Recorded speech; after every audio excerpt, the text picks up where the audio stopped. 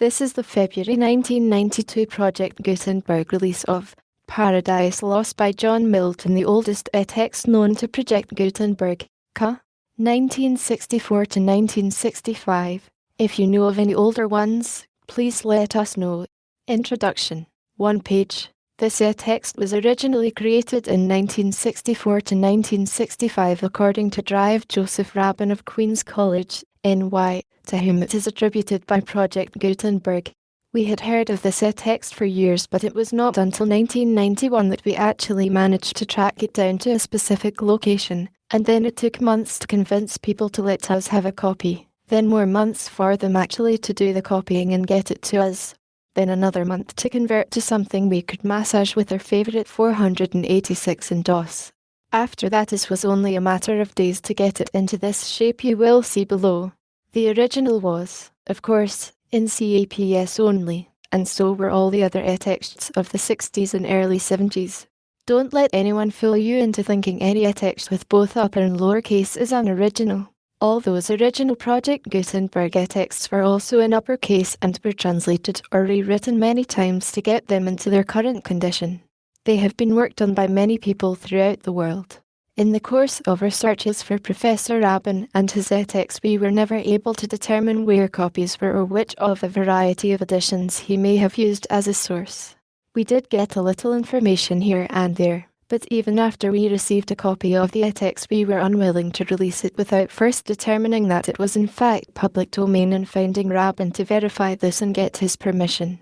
Interested enough, in a totally unrelated action to our searches for him, the professor subscribed to the Project Gutenberg list server and we happened, by accident, to notice his name. We don't really look at every subscription request as the computers usually handle them. The text was then properly identified, copyright analyzed, and the current edition prepared. To give you an estimation of the difference in the original and what we have today, the original was probably entered on cards commonly known at the time as IBM cards. Do not fold, spindle or mutilate, and probably took in excess of 100,000 of them. A single card could hold 80 characters.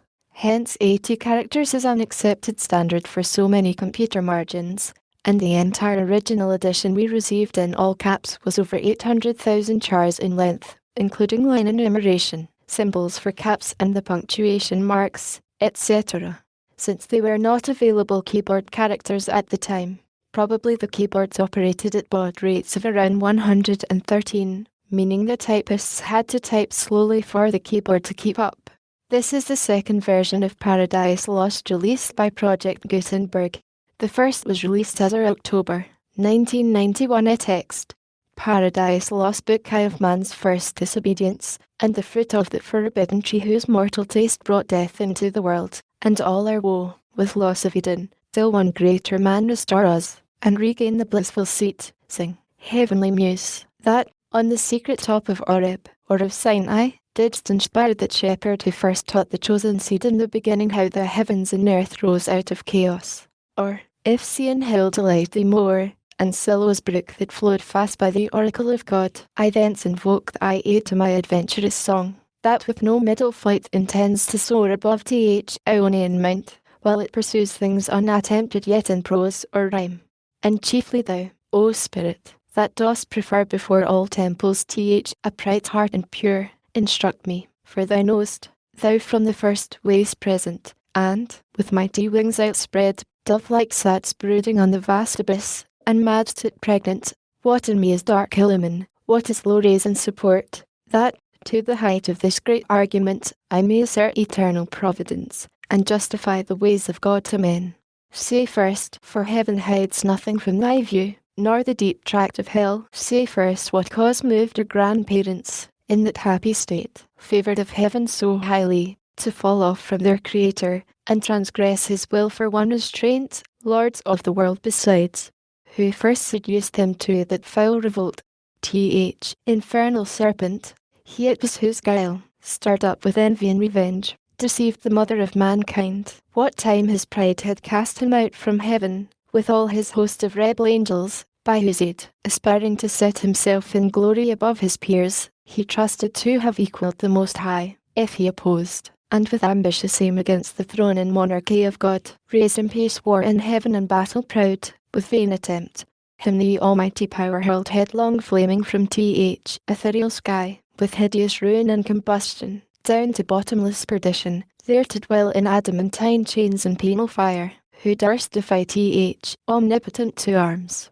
9 times the space that measures day and night to mortal men, he, with his horrid crew, lay vanquished, rolling in the fiery gulf, confounded, though immortal. But his doom reserved him to more wrath. For now the thought both of lost happiness and lasting pain torments him. Round he throws his baleful eyes, that witnessed huge affliction and dismay, mixed with obdurate pride and steadfast hate. At once, as far as angels ken, he views the dismal situation waste and wild. A dungeon horrible, on all sides round, as one great furnace flamed. Yet from those flames no light, but rather darkness visible served only to discover sights of woe, regions of sorrow, doleful shades, where peace and rest can never dwell, hope never comes that comes to all, but torture without end still urges, and a fiery deluge, fed with ever-burning sulphur unconsumed. Such place the eternal justice has prepared for those rebellious. Here their prison ordained in utter darkness, and their portion set, as far removed from God and light of heaven as from the centre thrice to utmost pole. Oh, how unlike the place from whence they fell! There the companions of his fall are whelmed with floods and whirlwinds of tempestuous fire. He soon discerns, and, weltering by his side, one next himself in power, and next in crime, long after known in Palestine, and named Beelzebub, to whom arch-enemy, and thence in heaven called Satan, with bold words breaking the horrid silence, thus began, If thou be'st he, but oh how fallen, how changed from him who, in the happy realms of light clothed with transcendent brightness, didst outshine myriads, though bright. If he whom mutual league, united thoughts and counsels, equal hope and hazard in the glorious enterprise joined with me once, now misery hath joined in equal ruin, into what pit thou seest from what height fallen, so much the stronger proved he with his thunder, until then who knew the force of those dire arms. Yet not for those, nor what the potent victor in his rage can else inflict, do I repent, or change, though change in outward lustre, that fixed mind, and high disdain from sense of injured merit, that with the mightiest raised me to contend, and to the fierce contentions brought along innumerable force of spirits armed, that durst dislike his reign, and, me preferring, his utmost power with adverse power opposed in dubious battle on the plains of heaven, and shook his throne. What though the field be lost? All is not lost, the unconquerable will, and study of revenge, immortal hate, and courage never to submit or yield, and what is else not to be overcome. That glory never shall his wrath or might extort from me. To bound for grace with suppliant knee, and deify his power who, from the terror of this arm, solely doubted his empire. That were low indeed, that were an ignominy and shame beneath this downfall, since, by fate, the strength of gods, and this imperial substance, cannot fail, since, through experience of this great event, in arms not worse, in foresight much advanced, we may with more successful hope resolve to wage by force or guile eternal war, irreconcilable to a grand foe, who now triumphs, and in excessive joy sole reigning holds the tyranny of heaven. So spake apostate angel, though in pain, vaunting aloud, but racked with deep despair, and him thus answered soon his bold compeer, O Prince, O Chief of many throned powers that led embattled era of him to war under thy conduct, and, in dreadful deeds fearless, endangered heaven's perpetual king, and put to proof his high supremacy, whether upheld by strength, or chance, or fate. Too well I see and rue the dire event that, with sad overthrow and foul defeat, hath lost us heaven, and all this mighty host in horrible destruction laid thus slow, as far as gods and heavenly essences can perish, for the mind and spirit remains invincible, and vigour soon returns, though all our glory extinct, and happy state here swallowed up in endless misery. But what if he are conqueror, whom I now force believe almighty, since no less than such could have overpowered such force as ours, have left us this our spirit and strength entire, strongly to suffer and support our pains, that we may so suffice his vengeful ire, or do him mightier service as his thralls by rights of war, what e'er his business be, here in the heart of hell to work in fire, or do his errands in the gloomy deep. What can it thee avail though yet we feel strength undiminished, or eternal being to undergo eternal punishment? Whereto with speedy words Archfiend replied, Fallen cherub, to be weak is miserable, doing or suffering, but of this be sure, to do aught good never will be your task, but ever to do ill or so delight, as being the contrary to his high will whom we resist. If then his providence out of our evil seek to bring forth good, our labour must be to pervert that end, and out of good still to find means of evil, which ofttimes may succeed so as perhaps shall grieve him, if I fail not, and disturb his inmost counsels from their destined aim. But see, the angry victor hath recalled his ministers of vengeance in pursuit back to the gates of heaven. The sulphurous hail, shot after us in storm, blown hath laid the fiery surge that from the precipice of heaven received us falling, and the thunder, winged with red lightning in impetuous rage, perhaps hath spent his shafts, and ceases now to bellow through the vast and boundless deep. Let us not slip occasion, whether scorn or satiate fury yield it from our foe. Seest thou yon dreary plain, forlorn and wild, the seat of desolation, void of light, save what the glimmering of these livid flames casts pale and dreadful. Thither let us tend from off the tossing of these fiery waves, their rest, if any rest can harbour there, and, reassembling our afflicted powers, consult how we may henceforth most offend our enemy, our own loss how repair, how overcome this dire calamity, what reinforcement we may gain from hope, if not, what resolution from despair. Thus Satan, talking to his nearest mate, with head uplift above the wave, and eyes that sparkling blazed, his other parts besides prone on the flood, extended long and large, lay floating many a root, in bulk as huge as him the fables name of monstrous size, Titanian or earthborn, that wad on Jove, Briareos or Typhon, whom the den by ancient Tarsus held, or that sea-beast Leviathan, which god of all his works created huge as it swim ocean stream. Him, hap lies slumbering on the Norway foam, the pilot of some small night-foundered skiff, deeming some island, oft, as seamen tell, with fixed anchor in his scaly rind, moors by his side under the lee, while night invests the sea, and wished morn delays. So stretched out huge in length the archfiend lay, chained on the burning lake, nor ever thence had risen, or heaved his head, but that the will and high permission of all ruling heaven left him at large to his own dark designs, that with reiterated crimes he might heap on himself damnation, while he sought evil to others, and enraged might see how all his malice served but to bring forth infinite goodness, grace, and mercy, sheen on man by him seduced, but on himself treble confusion, wrath, and vengeance poured. Forthwith the bright he rears from off the pool his mighty stature. On each hand the flames driven backwards sloped their pointing spires, and rolled in billows, midst a horrid veil. Then with expanded wings he steers his flight aloft, incumbent on the dusky air, that felt unusual weight. Still on dry land he lights, if it were land that ever burned with solid, as the lake with liquid fire, and such appeared in hue as when the force of subterranean wind transports a hill torn from pillars, or the shattered side of thundering Etna, whose combustible and fueled entrails, thence conceiving fire, sublimed with mineral fury, ate the winds, and leave a singed bottom all involved with stench and smoke. Such resting found the soul of unblessed feet.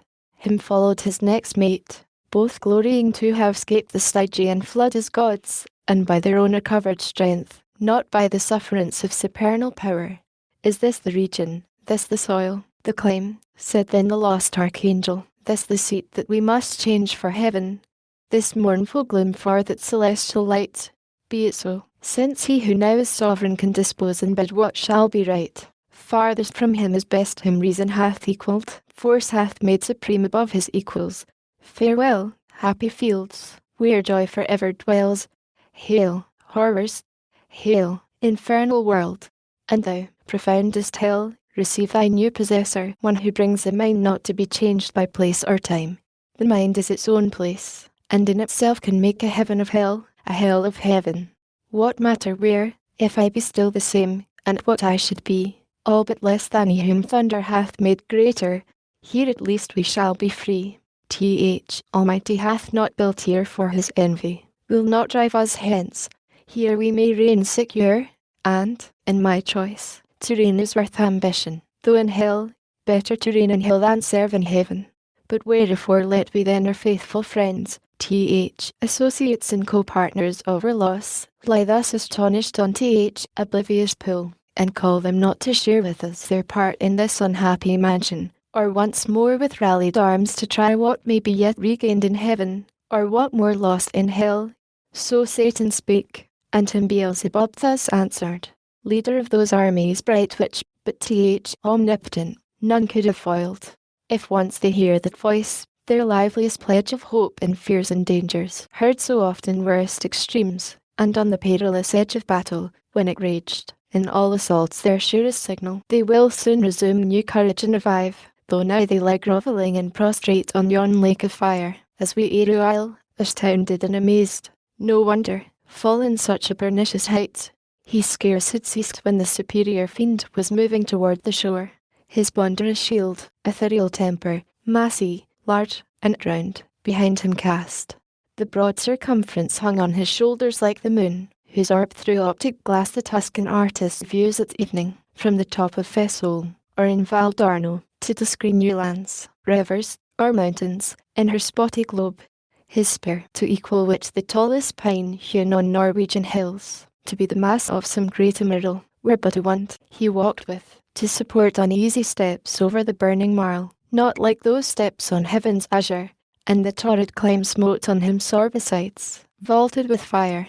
Nathless he so endured, till on the beach of that inflamed sea he stood, and called his legions angel forms, who lay entranced thick as autumnal leaves that strew the brooks in Vallombrosa, where at Rearian shades high overarched Tembur, or scattered sedge afloat, when with fierce winds Orion armed hath vexed the Red Sea coast, whose waves are through Bizaris and his Memphian chivalry, while with perfidious hatred they pursued the sojourners of Goshen, who beheld from the safe shore their floating carcasses and broken chariot wheels.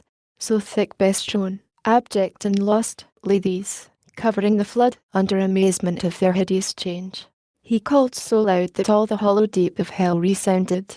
Princes, potentates, warriors, the flower of heaven, once yours, now lost, if such astonishment as this can seize ye eternal spirits, or have ye chosen this place after the toil of battle to repose your wearied virtue, for the ease you find to slumber here, as in the vales of heaven, or in this abject posture have ye sworn to adore the Conqueror, who now beholds cherub and seraph rolling in the flood with scattered arms and ensigns, till and on his swift pursuers from heaven gates discern advantage, and, descending, tread us down thus drooping, or with linked thunderbolts transfix us to the bottom of this gulf. Awake, arise, or be forever fallen. They heard, and were abashed, and up they sprung upon the wing, as when men wont to watch on duty, sleeping found by whom they dread, rouse and bestier themselves ere well awake. Nor did they not perceive the evil plight in which they were, or the fierce pains not feel, yet to their general's voice they soon obeyed innumerable, as when the potent rod of Amram's son, in Egypt's evil day, waved round the coast, up-called a pitchy cloud of locusts, warping on the eastern wind, that o'er the realm of impious Pharaoh hung like night, and darkened all the land of Nile. So numberless were those bad angels seen hovering on wing under the cope of hell, twixt upper, nether, and surrounding fires, till, as a signal given, uplifted spear of their great Sultan waving to direct their course, in even balance down they light on the firm brimstone, and fill all the plain, a multitude like which the populous north poured never from her frozen loins to pass Rhine or the Danube, when her barbarous sons came like a deluge on the south, and spread beneath Gibraltar to the Libyan sands. Forthwith, form every squadron in each band, the heads and leaders thither haste where stood their great commander, godlike shapes, and forms excelling human, princely dignities, and powers that erst in heaven sat on thrones, though on their names in heavenly records now be no memorial, blotted out and erased by their rebellion from the books of life. Nor had they yet among the sons of Eve got them new names, till, wandering o'er the earth, through God's high sufferance for the trial of man, by falsities and lies the greatest part of mankind they corrupted to forsake God their Creator, and invisible glory of him that made them to transform off to the image of a brute, adorned with gay religions full of pomp and gold, and devils to adore for deities. Then were they known to men by various names, and various idols through the heathen world. Say, Muse, their names then known, who first, who last, roused from the slumber on that fiery couch, at their great emperor's call, as next in worth came singly where he stood on the bare strand, while the promiscuous crowd stood yet aloof. The chief were those who, from the pit of hell roaming to seek their prey on earth, durst fix their seats, long after, next the seat of God, their altars by his altar, gods adored among the nations round, and durst abide Jehovah thundering out of Sion, throned between the cherubim.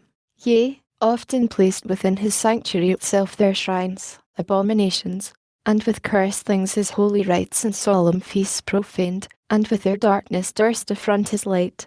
First, Moloch, horrid king, besmeared with blood of human sacrifice, and parents' tears, though, for the noise of drums and timbrels loud, their children's cries unheard it passed through fire to his grim idol. Him the Ammonite worship in Rabbah and her watery plain, in Argob and in Bazan, to the stream of it must Arnon. Nor content with such audacious neighbourhood, the wisest heart of Solomon he led by fraud to build his temple right against the temple of God on that opprobrious hill, and made his grove the pleasant valley of Hinnom, Tophet thence and black Gehenna called, the type of hell. Next Chemos, obscene dread of Mob's sons, from Aroer Nebo and the wild of South Mustabarim, in Hesbon and Horonaim, Sionjreel, beyond the flowery dale of Sibma clad with vines, and Eliel to asphaltic pool, per his other name, when he enticed Israel in Sittim, on their march from Nile, to do him wanton rites, which cost them woe. Yet thence his lustful orgies he enlarged even to that hill of scandal, by the grove of Moloch homicide, lust hard by hate, till good Josiah drove them thence to hell. With these came they who, from the bordering flood of old Euphrates to the brook that parts Egypt from Syrian ground, had general names of Baalim and Ashtaroth, those male, these feminine. For spirits, when they please, can either sex assume, or both, so soft and uncompounded is their essence pure, not tried or manacled with joint or limb, nor founded on the brittle strength of bones, like cumbrous flesh, but, in what shape they choose, dilated or condensed, bright or obscure, can execute their airy purposes, and works of love or enmity fulfill. For those the race of Israel oft forsook their living strength, and unfrequented left his righteous altar, bowing lowly down to bestial gods, for which their heads as low bowed down in battle, sunk before the spit of despicable foes. With these in troop came Astoreth, whom the Phoenicians called Astarte, queen of heaven, with crescent horns, to whose bright image nightly by the moon Sidonian virgins paid their vows and songs. In Sion also not unsung, where stood her temple on offensive mountain, built by that uxorious king whose heart, though large, beguiled by fair idolatresses, fell to idols foul.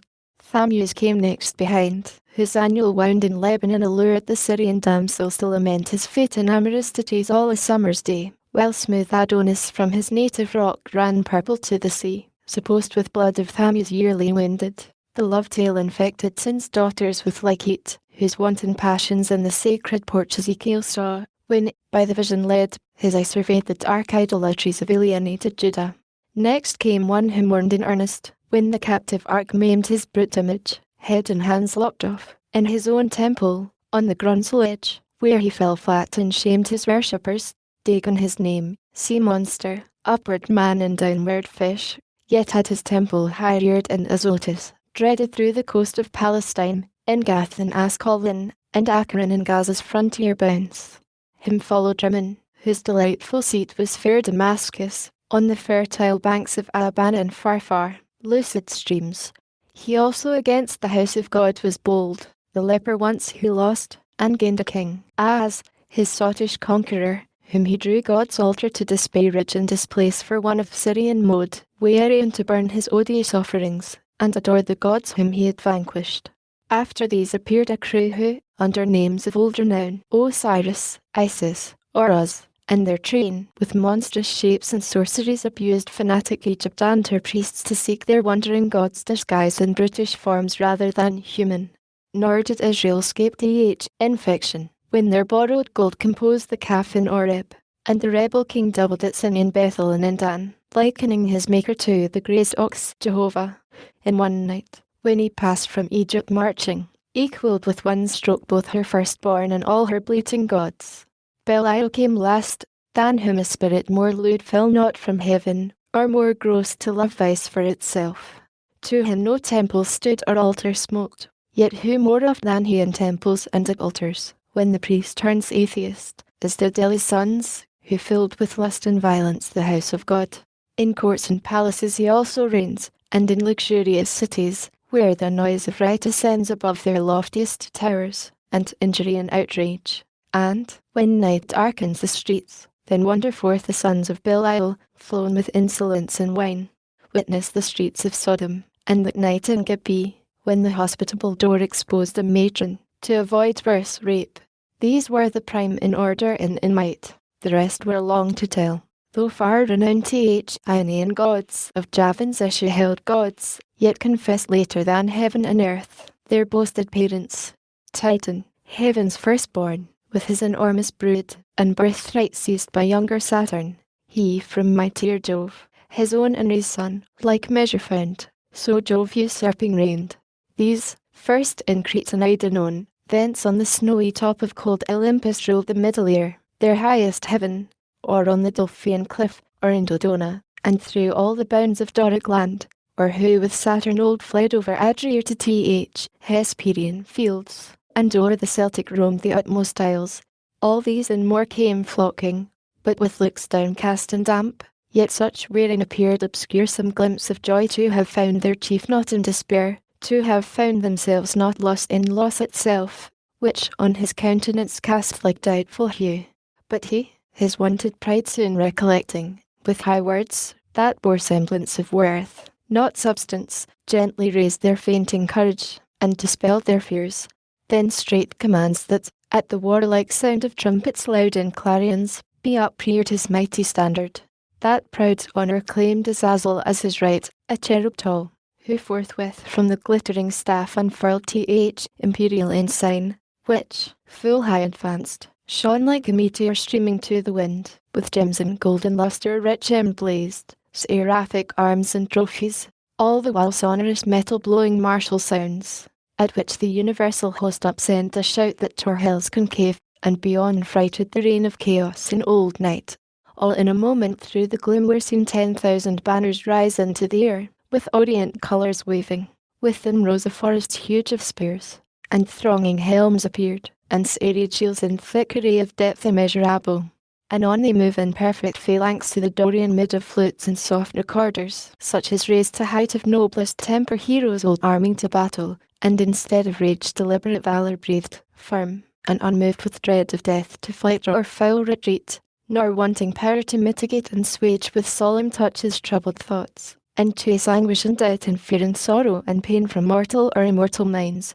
Thus they, breathing united force with fixed thought, moved on in silence to soft pipes that charmed their painful steps o'er the burnt soil. And now advanced in view they stand, a horrid front of dreadful length and dazzling arms, in guise of warriors old, with ordered spear and shield, awaiting what command their mighty chief had to impose.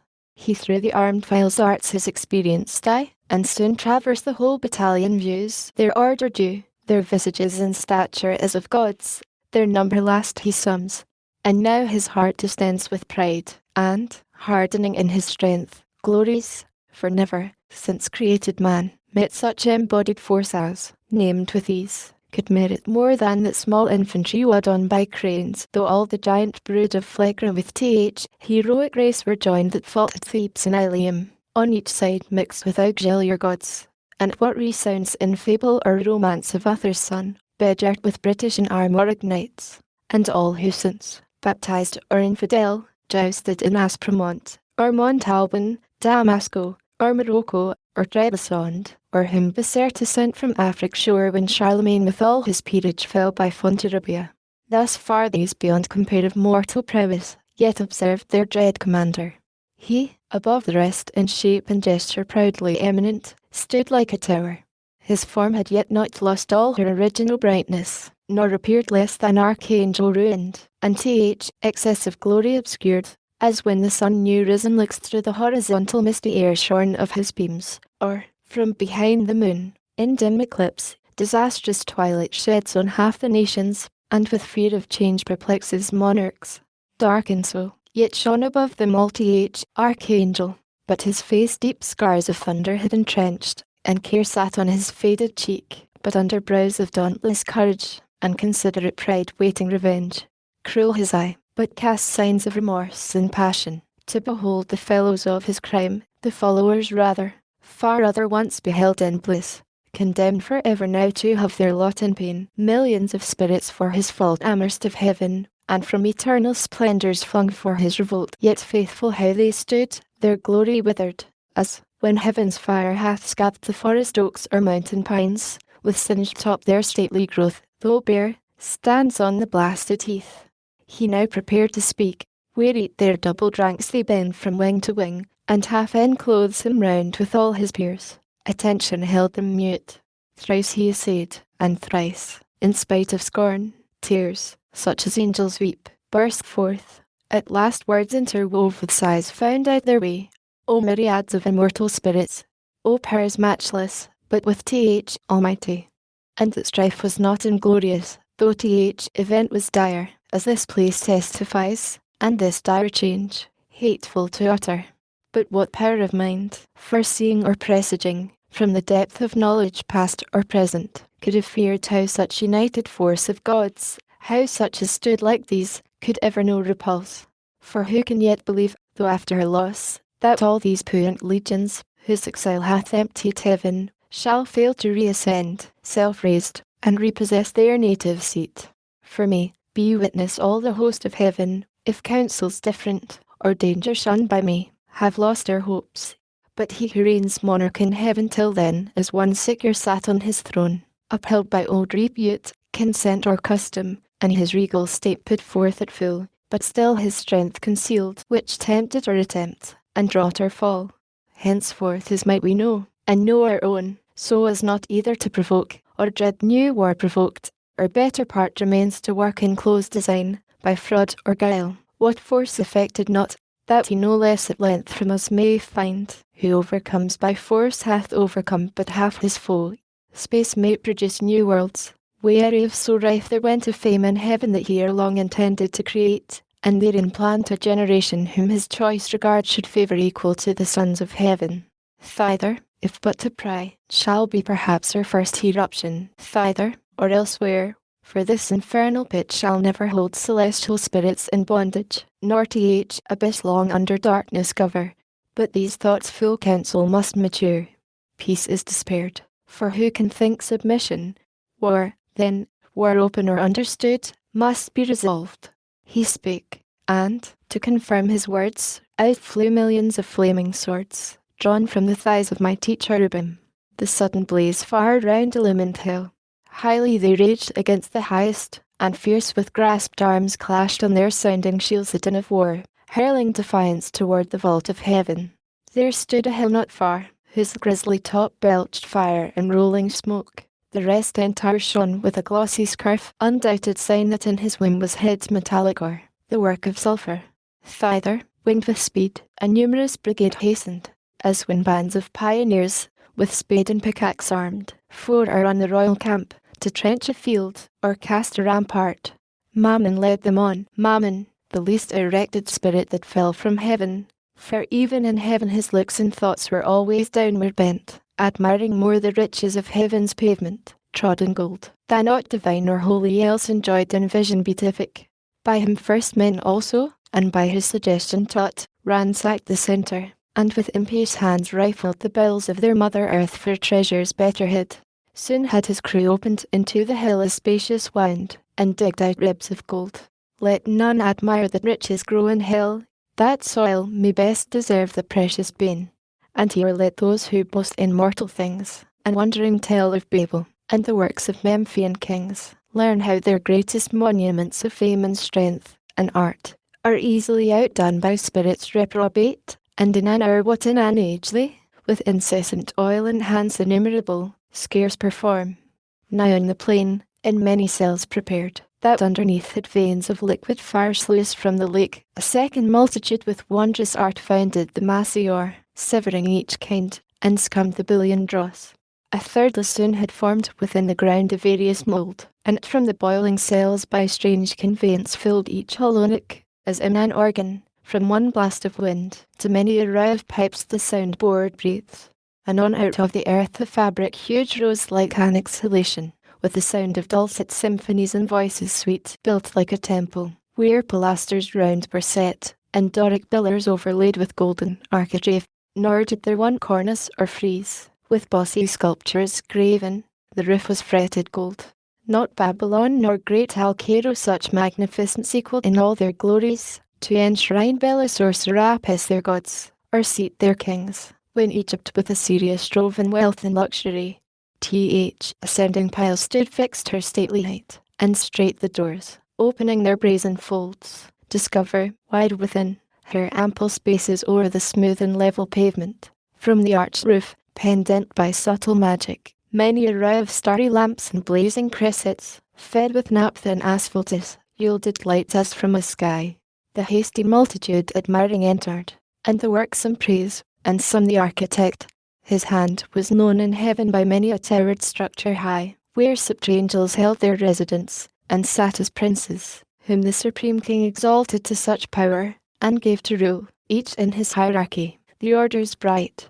Nor was his name unheard or unaddered in ancient Greece, and in Ausonian land men called him Mulciber, and how he fell from heaven they fabled, thrown by angry Jove sheer o'er the crystal battlements. From morn to noon he fell, from noon to dewy eve, a summer's day, and with the setting sun dropped from the zenith, like a falling star, on Lemnos, Ega in Isle. Thus they relate, erring, for he with this rebellious rite fell long before, nor aught availed him now to have built in heaven high towers, nor did he escape by all his engines, but was headlong sent, with his industrious crew, to build in hell. Meanwhile the winged heralds, by command of sovereign power, with awful ceremony and trumpets sound, throughout the host proclaim a solemn council forthwith to be held at Pandemonium, the high capital of Satan and his peers. Their summons called from every band and squared regiment by place or choice the worthiest. They anon with hundreds and with thousands trooping came attended. All access was thronged, the gates and porches wide, but chief the spacious hall, though like a covered field, where champions bold wont ride in armed, and at the Soldan's chair defied the best of Paynim chivalry to mortal combat, or career with lance. Thick swarmed, both on the ground and in the air, brushed with the hiss of rustling wings, as bees in springtime, when the sun with Taurus rides, pour forth their populous youth about the hive in clusters. They among fresh dews and flowers fly to and fro, or on the smoothed plank, the suburb of their straw-built citadel, new rubbed with balm, expatiate, and confer their state affairs. So thick the airy crowd swarmed and were straitened, till, the signal given, behold a wonder. They but now who seemed in bigness to surpass earth's giant sons, now less than smallest dwarfs, in narrow room throng numberless like that pygmy race beyond the Indian mount, or fairy elves, whose midnight revels, by a forest side or fountain, some belated peasant sees, or dreams sees, while overhead the moon sits arbitress, and nearer to the earth wheels her pale course. They, on their mirth and dance intent, with joke and music charm his ear, at once with joy and fear his heart rebounds. Thus incorporeal spirits to smallest forms reduce their shapes immense, and were at large, though without number still, amidst the hall of that infernal court. But far within, and in their own dimensions like themselves, the great seraphic lords and cherubim in closed recess in secret conclave sat, 1,000 demigods on golden seats, frequent and full. After short silence then, and summons read, the great consult began. Book the second high on a throne of royal state, which far outshone the wealth of Ormus and of Ind, or where the gorgeous East with richest hand showers on her king's barbaric pearl and gold. Satan exalted sat, by merit raised to that bad eminence, and, from despair thus high uplifted beyond hope, aspires beyond thus high, insatiate to pursue vain war with heaven, and, by success untaught, his proud imaginations thus displayed. Powers and dominions, deities of heaven. For, since no deep within her gulf can hold immortal vigour, Though oppressed and fallen, I give not heaven for lost. From this descent celestial virtues rising will appear more glorious and more dread than from no fall, and trust themselves to fear no second fate. Me though just right, and the fixed laws of heaven, did first create your leader. Next, free choice with what besides in council or in fight hath been achieved of merit. Yet this loss, thus far at least recovered, hath much more established in a safe, unenvied throne, yielded with full consent. The happier state in heaven, which follows dignity, might draw envy from each inferior, but who here will envy whom the highest place exposes foremost to stand against the thunderer's aim your bulwark, and condemns the greatest share of endless bane? Where there is, then, no good for which to strive, no strife can grow up the air from faction, for none sure will claim in hell precedence, none whose portion is so small of present pain that with ambitious mind will covet more.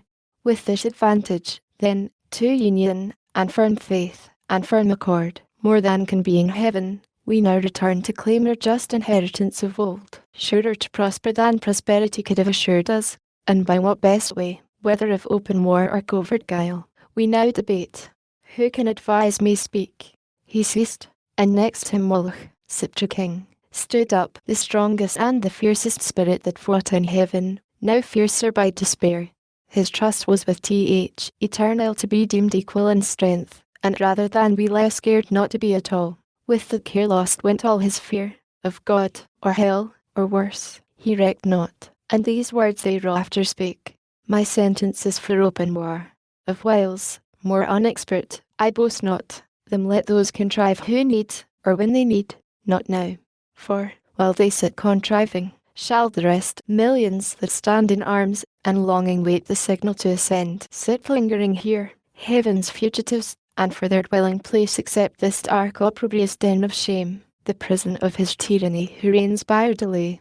No, let us rather choose, armed with hell flames and fury, all at once o'er heaven's high towers to force resistless way, turning our tortures into horrid arms against the torturer, when, to meet the noise of his almighty engine, he shall hear infernal thunder, and, for lightning, see black fire and horror shot with equal rage among his angels, and his throne itself mixed with Tartary and sulphur and strange fire, his own invented torments.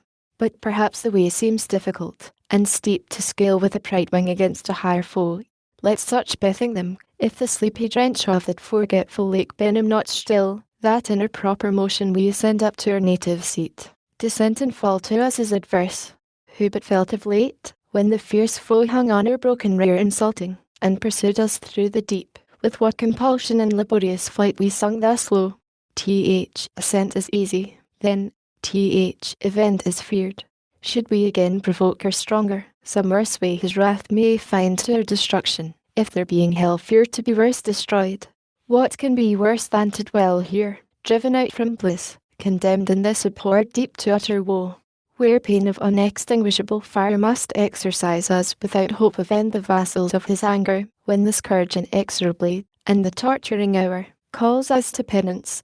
More destroyed than thus, we should be quite abolished, and expire. What fear we then?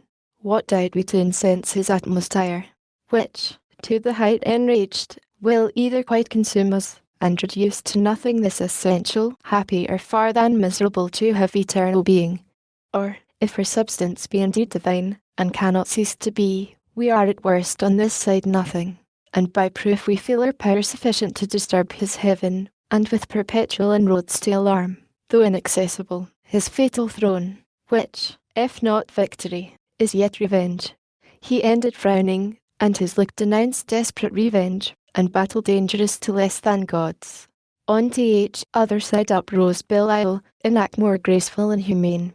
A fairer person lost not heaven, he seemed for dignity composed, and high exploit, but always false and hollow, though his tongue dropped manna, and could make the worse appear the better reason, to perplex and dash maturest counsels. For his thoughts were low, to vice industrious, but to nobler deeds timorous and slothful.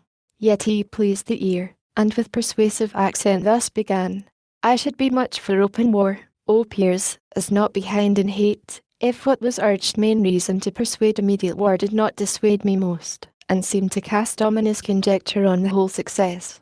when he who most excels in fact of arms, in what he counsels and in what excels mistrustful, grounds his courage on despair and utter dissolution, as the scope of all his aim, after some dire revenge. First, what revenge? The towers of heaven are filled with armed watch, that render all access impregnable. Oft on the bordering deep encamp their legions, or with obscure wings scout far and wide into the realm of night, scorning surprise.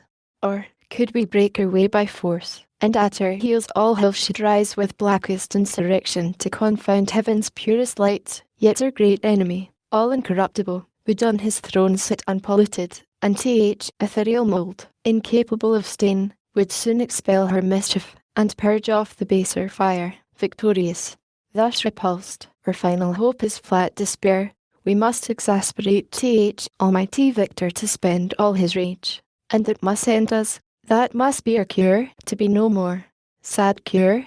For who would lose, though full of pain, this intellectual being, those thoughts that wander through eternity, to perish rather, swallowed up and lost in the wide whim of uncreated night, devoid of sense and motion?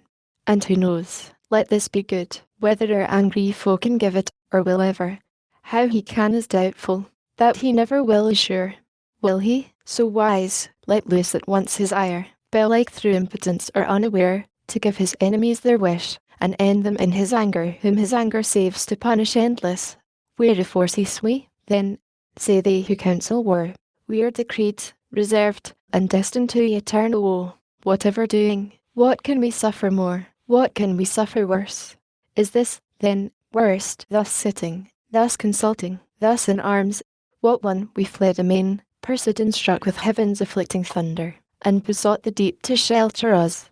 This hill then seemed a refuge from those winds.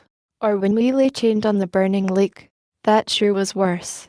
What if the breath that kindled those grim fires, awaked, should blow them into sevenfold rage, and plunge us in the flames?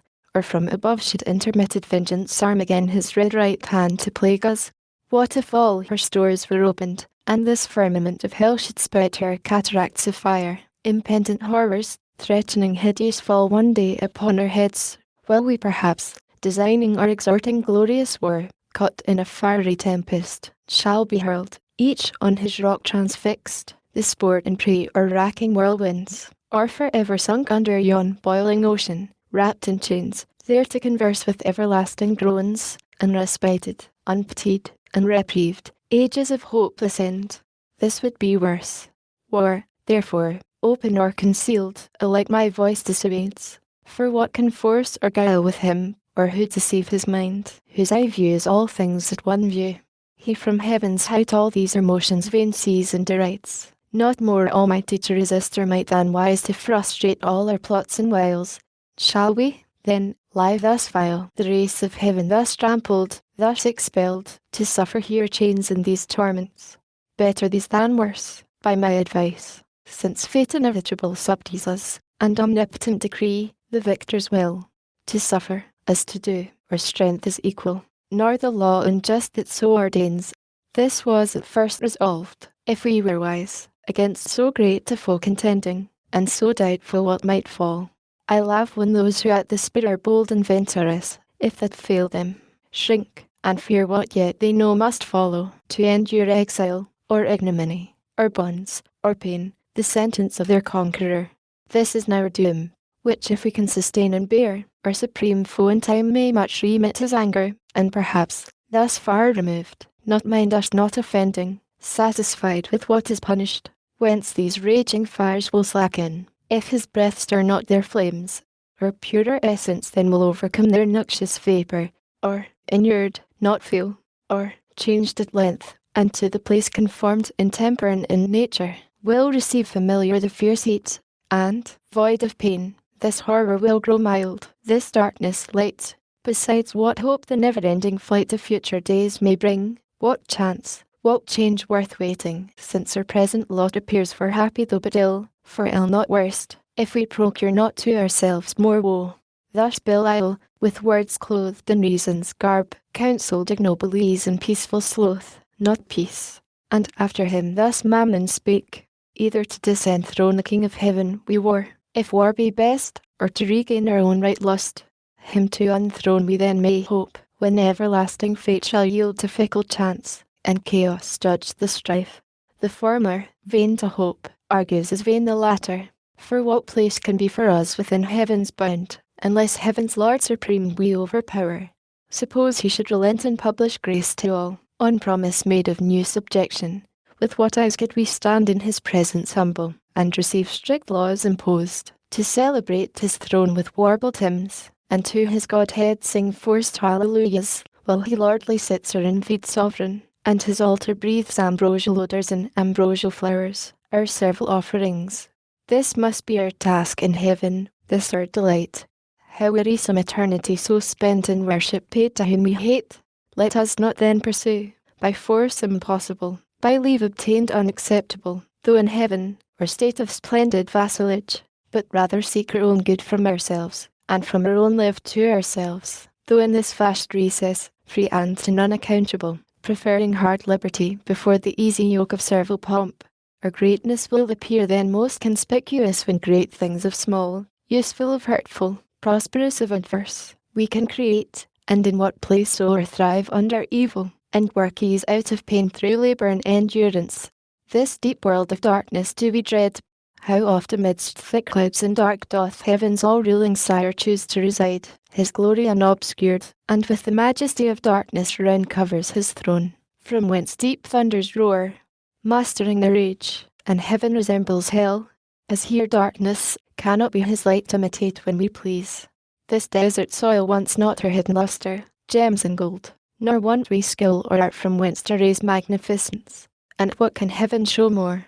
Our torments also may, in length of time, become our elements. These piercing fires as soft as now severe, our temper changed into their temper, which must needs remove the sensible of pain. All things invite to peaceful counsels, and the settled state of order, how in safety best we may compose our present evils, with regard of what we are and where, dismissing quite all thoughts of war. Ye have what I advise.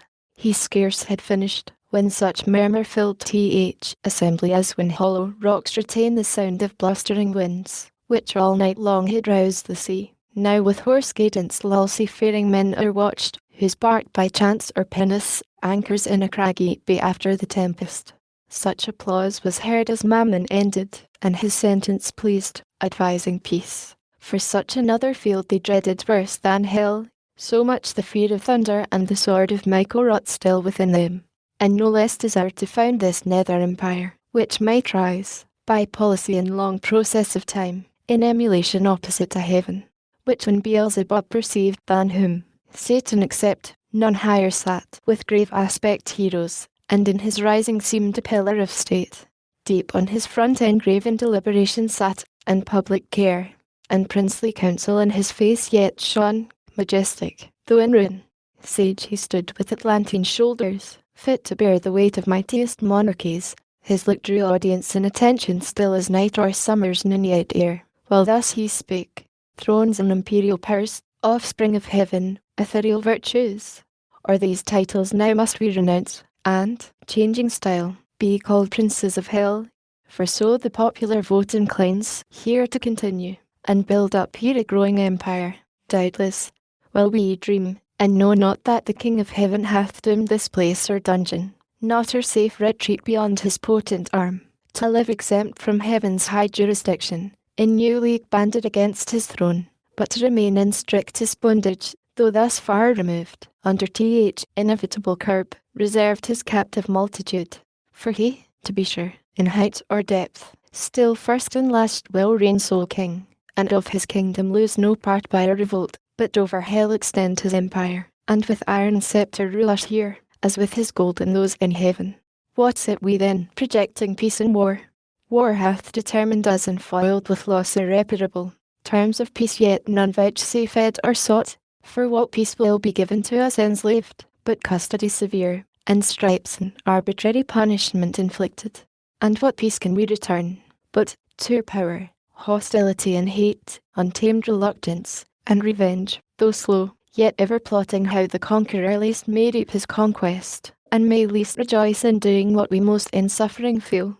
Nor will occasion want, nor shall we need with dangerous expedition to invade heaven, whose high walls fear no assault or siege, or ambush from the deep. What if we find some easier enterprise?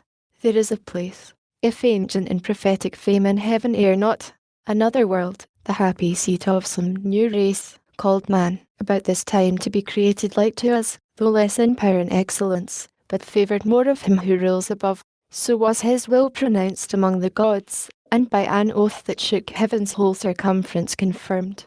Thither let us bend all our thoughts, to learn what creatures there inhabit, of what mould or substance, how ended, and what their power and where their weakness, how tempted best, by force of subtlety. Though heaven be shut, and heaven's high arbitrator sit secure in his own strength, this place may lie exposed, the utmost border of his kingdom, left to their defence who hold it. Here, perhaps, some advantageous act may be achieved by sudden onset, either with hell-fire to waste his whole creation, or possess all as our own, and drive, as we were driven, the puny habitants, or, if not drive, seduce them to our party, that their God may prove their foe, and with repenting hand abolish his own works. This would surpass common revenge, and interrupt his joy in our confusion, and our joy upraise in his disturbance, when his darling sons, hurled headlong to partake with us, shall curse their frail original, and faded bliss, faded so soon. Advise if this be worth attempting, or to sit in darkness here hatching vain empires. Thus Beelzebub pleaded his devilish counsel, first devised by Satan, and in part proposed. For whence, but from the author of all ill, could spring so deep a malice, to confound the race of mankind in one root, and earth with hell to mingle and involve, done all to spite the great Creator, but their spite still serves his glory to augment. The bold design pleased highly those infernal states, and joy sparkled in all their eyes. With full assent they vote. Wearied his speech he thus renews. Well have ye judged, well ended long debates, synod of gods, and, like to what ye are, great things resolved, which from the lowest deep will once more lift us up, in spite of fate, near our ancient seat, perhaps in view of those bright confines, whence, with neighbouring arms, and opportune excursion, we may chance re-enter heaven, or else in some mild zone dwell, not unvisited of heaven's fair light, secure, and at the brightening orient beam purge off this gloom. The soft delicious air, to heal the scar of these corrosive fires, shall breathe her balm. But, first, whom shall we send in search of this new world? Whom shall we find sufficient? Who shall tempt with wandering feet the dark, unbottomed, infinite abyss, and through the palpable obscure find out his uncouth way, or spread his airy flight, upborne with indefatigable wings over the vast abrupt, ere he arrive the happy isle? What strength, what art, can then suffice, or what evasion bear him safe, through the strict sentries and stations thick of angels watching round? Here he had need all circumspection, and we know no less choice in our suffrage, for on whom we send the weight of all, and our last hope, relies. This said, he sat, and expectation held his like suspense, awaiting who appeared to second, or repose, or undertake the perilous attempt. But all sat mute, pondering the danger with deep thoughts, and each in other's countenance read his own dismay, astonished.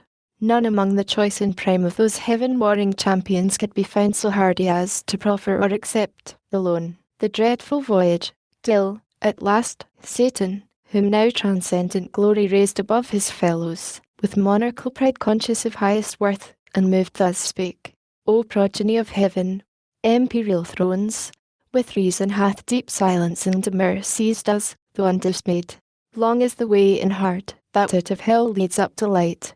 Our prison strong, this huge convex of fire, outrageous to devour, emirs us round and fold, and gates of burning adamant, barred over us, prohibit all egress.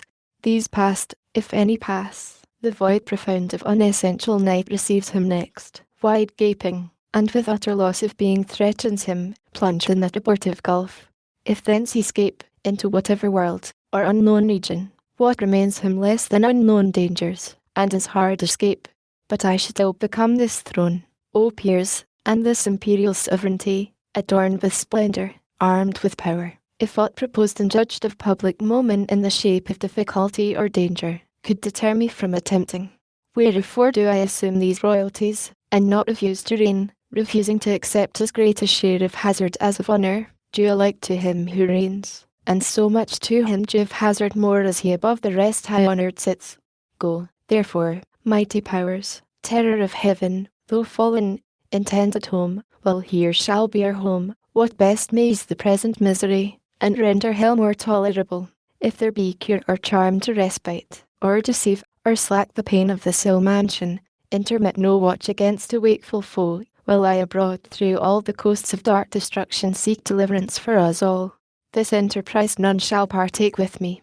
Thus saying, rose the monarch, and prevented all reply, prudent lest, from his resolution raised, others among the chief might offer now, certain to be refused, what erst they feared, and, so refused, might in opinion stand his rivals, winning cheap the high repute which he through hazard huge must earn.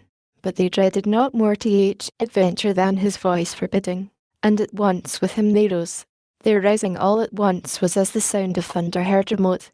Towards him they bend with awful reverence prone, and as a god extol him equal to the highest in heaven.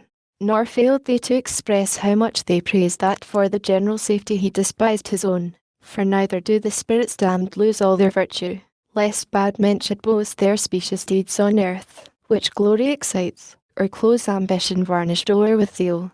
Thus they their doubtful consultations arc ended, rejoicing in their matchless chief, as, when from mountain tops the dusky clouds ascending, while the north wind sleeps, or spread heaven's cheerful face, the luring element scowls o'er the darkened landscape snow or shower, if chance the radiant sun, with farewell sweet, extend his evening beam. The fields revive, the birds their notes renew, and bleating herds attest their joy, that hill and valley rings.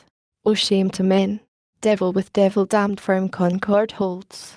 Men only disagree of creatures rational, though under hope of heavenly grace, and, God proclaiming peace, yet live in hatred, enmity, and strife among themselves, and levy cruel wars wasting the earth, each other to destroy, as if, which might induce us to accord, man had not hellish foes enow besides, that day and night for his destruction wait. The Stygian council thus dissolved, and forth in order came the grand infernal peers. Midst came their mighty paramount, and seemed alone to each antagonist of heaven, nor less than hell's dread emperor, with pomp supreme, and God-like imitated state. Him round a globe of fiery seraphim enclosed with bright emblazonry, and torrent arms. Then of their session ended they but cry with trumpets regal sound the great result. Toward the four winds four speedy cherubim put to their mouths the sounding alchemy, by Harold's voice explained, the hollow abyss heard far and wide, and all the host of hell with deafening shout returned them loud acclaim. Thence more at ease their minds, and somewhat raised by false presumptuous hope, the ranged powers disband, and, wandering, each his several way pursues, as inclination or sad choice leads him perplexed, where he may likeliest find truce to his restless thoughts, and entertain the irksome hours, till his great chief return. Part on the plain, or in the air sublime, upon the wing or in swift race contend, as at Olympian games or Pythian fields. Part curb their fiery steeds, or shun the goal with rapid wheels, or fronted brigades form. As when, to warn proud cities, war appears waged in the troubled sky, and armies rush to battle in the clouds, before each van prick forth the airy knights, and couch their spears, till thickest legions close, with feats of arms from either end of heaven the welkin burns. Others, with vast typhoon rage, more fell, rend up both rocks and hills, and ride the air in whirlwind. Hell scarce holds the wild uproar, as when Alcides, from Oechalia crowned with conquest, felt envenomed robe, and tore through pain up by the roots Thessalian pines, and lurches from the top of Oeta through into Euboic sea. Others, more mild, retreated in a silent valley, sing with notes angelical to many a harp their own heroic deeds, and hapless fall by doom of battle, and complain that fate-free virtue should enter to force or chance. Their song was partial, but the harmony, what could it less when spirits immortal sing? Suspended hell, and took with ravishment the thronging audience, in discourse more sweet, for eloquence the soul, song charms the sense. Others apart sat on a hill retired, in thoughts more elevate, and reasoning high of providence, for knowledge, will, and fate, fixed fate, free will, for knowledge absolute, and found no end, in wandering mazes lost. Of good and evil much they argued then, of happiness and final misery, passion and apathy, and glory and shame, vain wisdom all, and false philosophy. Yet, with the pleasing sorcery, could charm pain for a while or anguish, and excite fallacious hope, or arm obdurate breast with stubborn patience as with triple steel. Another part, in squadrons and gross bands, on bold adventure to discover wide that dismal world, if any clime perhaps might yield them easier habitation, bend four ways their flying march, along the banks of four infernal rivers, that disgorge into the burning lake their baleful streams, abhorred Styx, the flood of deadly hate, sad Acheron of sorrow, black and deep, Cocytus, named of lamentation loud heard on the riffle stream, fierce Folkestone, whose waves of torrent fire and flame with rage.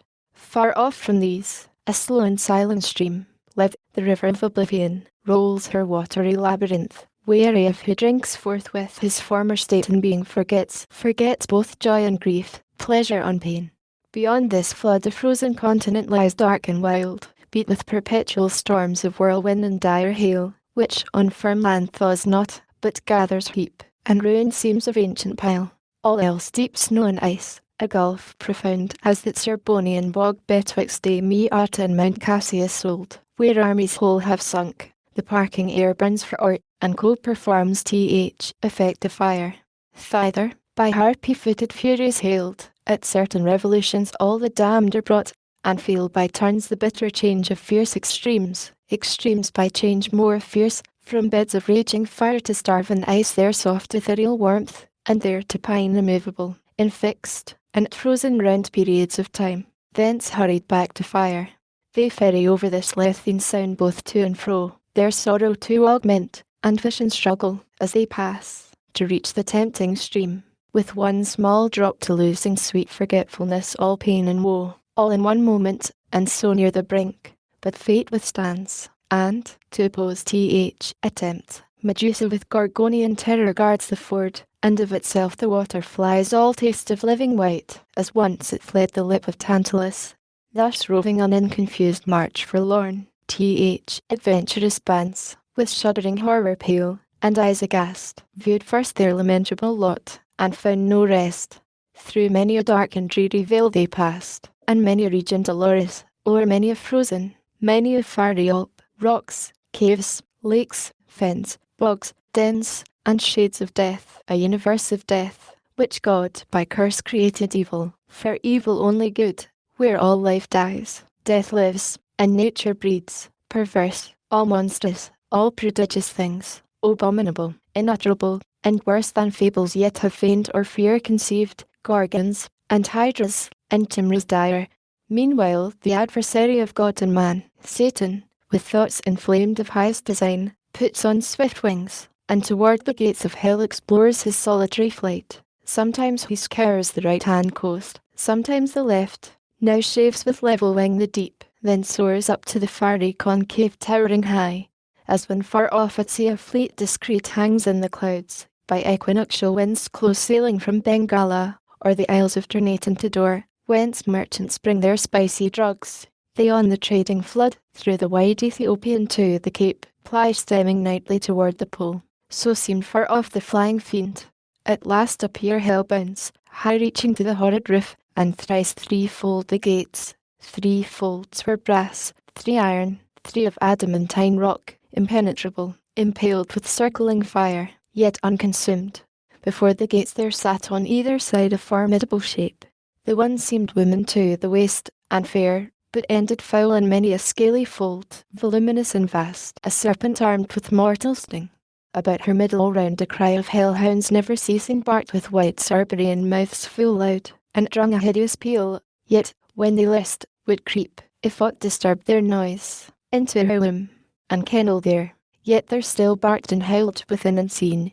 Far less abhorred than these vexed Scylla, bathing in the sea that parts Calabria from the horse-strewn Acron shore, nor uglier follow the night hag, when, called in secret, riding through the air she comes, lured with the smell of infant blood, to dance with Lapland witches, while the labouring moon eclipses at their charms. The other shape, if shape it might be called that shape had none distinguishable in member, joint, or limb, or substance might be called, that shadow seemed, for each seemed either black it stood as night, fierce as 10 furies, terrible as hell, and shook a dreadful dart. What seemed his head the likeness of a kingly crown had on. Satan was now at hand, and from his seat the monster moving onward came as fast with horrid strides. Hell trembled as he strode. Undaunted fiend, what this might be admired, not feared. God and his Son accept, created thing not valued he nor shunned, and with disdainful look thus first began. Whence and what art thou, execrable shape, that darst, though grim and terrible, advance thy miscreated front athwart my way to yonder gates? Through them I mean to pass, that be assured, without leave asked of thee. Retire, or taste thy folly, and learn by proof, hell-born, not to contend with spirits of heaven. To whom the goblin, full of wrath, replied, Art thou that traitor angel? Art thou he, who first broke peace in heaven and faith, till then unbroken, and in proud rebellious arms drew after him the third part of heaven's sons, conjured against the highest, for which both thou and they, outcast from God, are here condemned to waste the eternal days in woe and pain? And reckonest thou thyself with spirits of heaven hell doomed, and breathes defiance here in scorn, where I reign king, and, to enrage thee more, thy king and lord, back to thy punishment, false fugitive, and to thy speed add wings, lest with a whip of scorpions I pursue thy lingering, or with one stroke of this dart's strange horror seize thee, and pangs unfelt before. So spake the grisly terror, and in shape, so speaking and so threatening, grew tenfold, more dreadful in day form. On th other side, incensed with indignation, Satan stood and defied, and like a comet burned, that fires the length of a faiacious huge in th Arctic sky, and from his horrid hair shakes pestilence and war. Each at the head levelled his deadly aim, their fatal hands no second stroke intend, and such a frown each cast at th other as when two black clouds, with heaven's artillery fraught, came rattling on over the Caspian, then stand front to front hovering a space, till winds the signal blow to join their dark encountering mid-air. So frowned the mighty combatants that hell grew darker at their frown, so matched they stood, for never but once more was with their like to meet so great a foe. And now great deeds had been achieved, weary of all hell had rung, had not the snaky sorceress, that sat fast by hell gate and kept the fatal key, risen, and with hideous outcry rushed between. O Father, what intends thy hand, she cried, against thy only Son? What fury, O Son, possesses thee to bend the mortal dart against thy Father's head? And knowest for whom? For him who sits above, and laughs the while at thee, ordained his drudge to execute weightier his wrath, which he calls justice, bids his wrath, which one day will destroy ye both. She spake, and at her words the hellish pest forbore. Then these to her Satan returned. So strange thy outcry, and thy words so strange thou interpossessed, that my sudden hand, prevented, spares to tell thee yet by deeds what it intends, till first I know of thee what thing thou art, thus double-formed, and why, in this infernal vale first met, thou cast me, Father, and the phantasm cast my Son. I know thee not, nor ever saw till now sight more detestable than him in thee. Whom thus the portress of Hell Gate replied, Hast thou forgot me, then, and do I seem now in thine eye so foul? Once deemed so fair in heaven, when at th assembly, and in sight of all this era of him with thee combined in bold conspiracy against heaven's king, all on a sudden miserable pain surprised thee, dim thine eyes and dizzy swum in darkness, while thy head flames thick and fast threw forth, till on the left side opening wide, likewise to thee in shape and countenance bright, then shining heavenly fair, a goddess armed, out of thy head I sprung.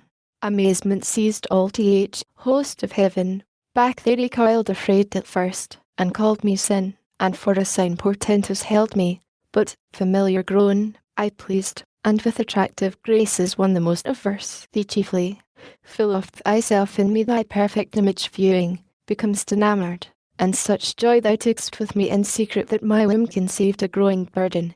Meanwhile war arose, and fields were fought in heaven, wherein remained, for what could else, to our almighty foe clear victory, to our part loss and right through all the empyrean. Down they fell, driven headlong from the pitch of heaven, down into this deep, and in the general fall I also, at which time this powerful key into my hands was given, with charge to keep these gates forever shut, which none can pass without my opening. Pensive here I sat alone, but long I sat not, till my womb, pregnant by thee, and now excessive grown, prodigious motion felt in rueful throes. At last this odious offspring whom thou seest, thine own begotten, breaking violent way, tore through my entrails, that, with fear and pain distorted, all my nether shape thus grew transformed. But he my inbred enemy forth issued, brandishing his fatal dart, made to destroy. I fled, and cried out death. Hell trembled at the hideous name, and sighed from all her caves, and back resounded death. I fled, but he pursued, though more, it seems, inflamed with lust than rage, and, swifter far, me overtook, his mother, all dismayed, and, in embraces forcible and foul engendering with me, of the rape begot these yelling monsters, that with ceaseless cry surround me, as thou sawest, early conceived and early born, with sorrow infinite to me. For, when they list, into the womb that bred them they return, and how, and gnaw my bowels, they repast. Then, bursting forth afresh, with conscious terrors vex me round, that rest or intermission none I find. Before mine eyes in opposition sits grim death, my son and foe, who set them on, and me, his parent, would full soon devour for want of other prey, but that he knows his end with mine involved, and knows that I should prove a bitter morsel, and his bane, whenever that shall be. So fate pronounced. But thou, O Father, I forewarn thee, shun his deadly arrow, neither vainly hope to be invulnerable in those bright arms, through tempered heavenly, for that mortal didn't, save he who reigns above, none can resist. She finished, and the subtle fiend his lore soon learned, now milder, and thus answered smooth, Dear daughter, since thou claim'st me for thy sire, and my fair son here shows me, the dear pledge of dalliance sit with thee in heaven, and joys then sweet, now sad to mention, through dire change befallen us unforeseen, and thought of. No, I come no enemy, but to set free from out this dark and dismal house of pain both him and thee, and all the heavenly host of spirits that, in our just pretences armed, fell with us from on high. From them I go the sun coeth there in soul, and one for all myself expose, with lonely steps to tread to each unfounded deep, and through the void immense to search, with wandering quest, a place foretold should be, and, by concurring signs, they are now created vast and round, a place of bliss in the perilous of heaven, and therein placed a race of upstart creatures, to supply perhaps our vacant room, though more removed, lest heaven, surcharged with potent multitude, might hap to move new broils. Be this, or aught than this more secret, now designed, I haste to know, and, this once known, shall soon return, and bring you to the place where thou and death shall dwell at ease, and up and down unseen wing silently the buxom air, embalmed with odours. There ye shall be fed and filled immeasurably, all things shall be your prey. He ceased, for both seemed highly pleased, and death grinned horrible a ghastly smile, to hear his famine should be filled, and blessed his lot destined to that good hour. No less rejoiced his mother bad, and thus best spake her sire, The key of this infernal pit, by June by command of heaven's all-powerful king, I keep, by him forbidden to unlock these adamantine gates. Against all force death ready stands to interpose his dart, fearless to be o'ermatched by living might. But what owe I to his commands above, who hates me, and hath hither thrust me down into this gloom of Tartarus profound, to sit in hateful office here confined, inhabitant of heaven and heavenly born, here in perpetual agony and pain, with terrors and with clamours compassed round of mine own brood, that on my bowels feed. Thou art my father, thou my author, thou my being gav'st me, whom should I obey but thee, whom follow? Thou wilt bring me soon to that new world of light and bliss, among the gods who live at ease, where I shall reign at thy right hand voluptuous, as beseems thy daughter and thy darling, without end. Thus saying, from her side the fatal key, sad instrument of all our woe, she took, and, towards the gate rolling her bestial train, forthwith the huge portcullis high updrew, which, but herself, not all the Stygian powers could once have moved. Then in the keyhole turns to each intricate wards, and every bolt and bar of massy iron or solid rock with ease unfastens, on a sudden open fly, with impetuous recoil and jarring sound, infernal doors, and on their hinges great harsh thunder, that the lowest bottom shook of Erebus. She opened, but to shut excelled her power. The gates wide open stood, that with extended wings a bannered host, under spread ensigns marching, might pass through with horse and chariots ranked in lucery. So wide they stood, and like a furnace mouth cast forth redounding smoke and ruddy flame. Before their eyes in sudden view appeared the secrets of the hoary deep, a dark illimitable ocean, without bound, without dimension, where length, breadth, and height, and time, and place, are lost, where eldest night and chaos, ancestors of nature, hold eternal anarchy, amidst the noise of endless wars, and by confusion stand. For hot, cold, moist, and dry, four champions fierce, strive here for mastery, and to battle bring their embryon atoms. They around the flag of each his faction, in their several clans, light armed or heavy, sharp, smooth, swift, or slow, swarm populous, unnumbered as the sands of Barca or Cyrena's torrid soil, levied to sight with warring winds, and poise their lighter wings. To whom these most adhere he rules a moment, chaos umpire sits, and by decision more embroils the fray by which he reigns. Next him, high arbiter, chance governs all. Into this wild abyss, the whim of nature, and perhaps her grave, of neither sea, nor shore, nor air, nor fire, but all these in their pregnant causes mixed confusedly, and which thus must ever fight, unless Almighty Maker them ordain his dark materials to create more worlds. Into this wild abyss the weary fiend stood on the brink of hell and looked awhile, pondering his voyage, for no narrow frith he had to cross. Nor was his ear less peeled with noises loud and ruinous, to compare great things with small, than when Bellona storms with all her battering engines, bent to raise some capital city, or less than if this frame of heaven were falling, and these elements in mutiny had from her axle torn the steadfast earth.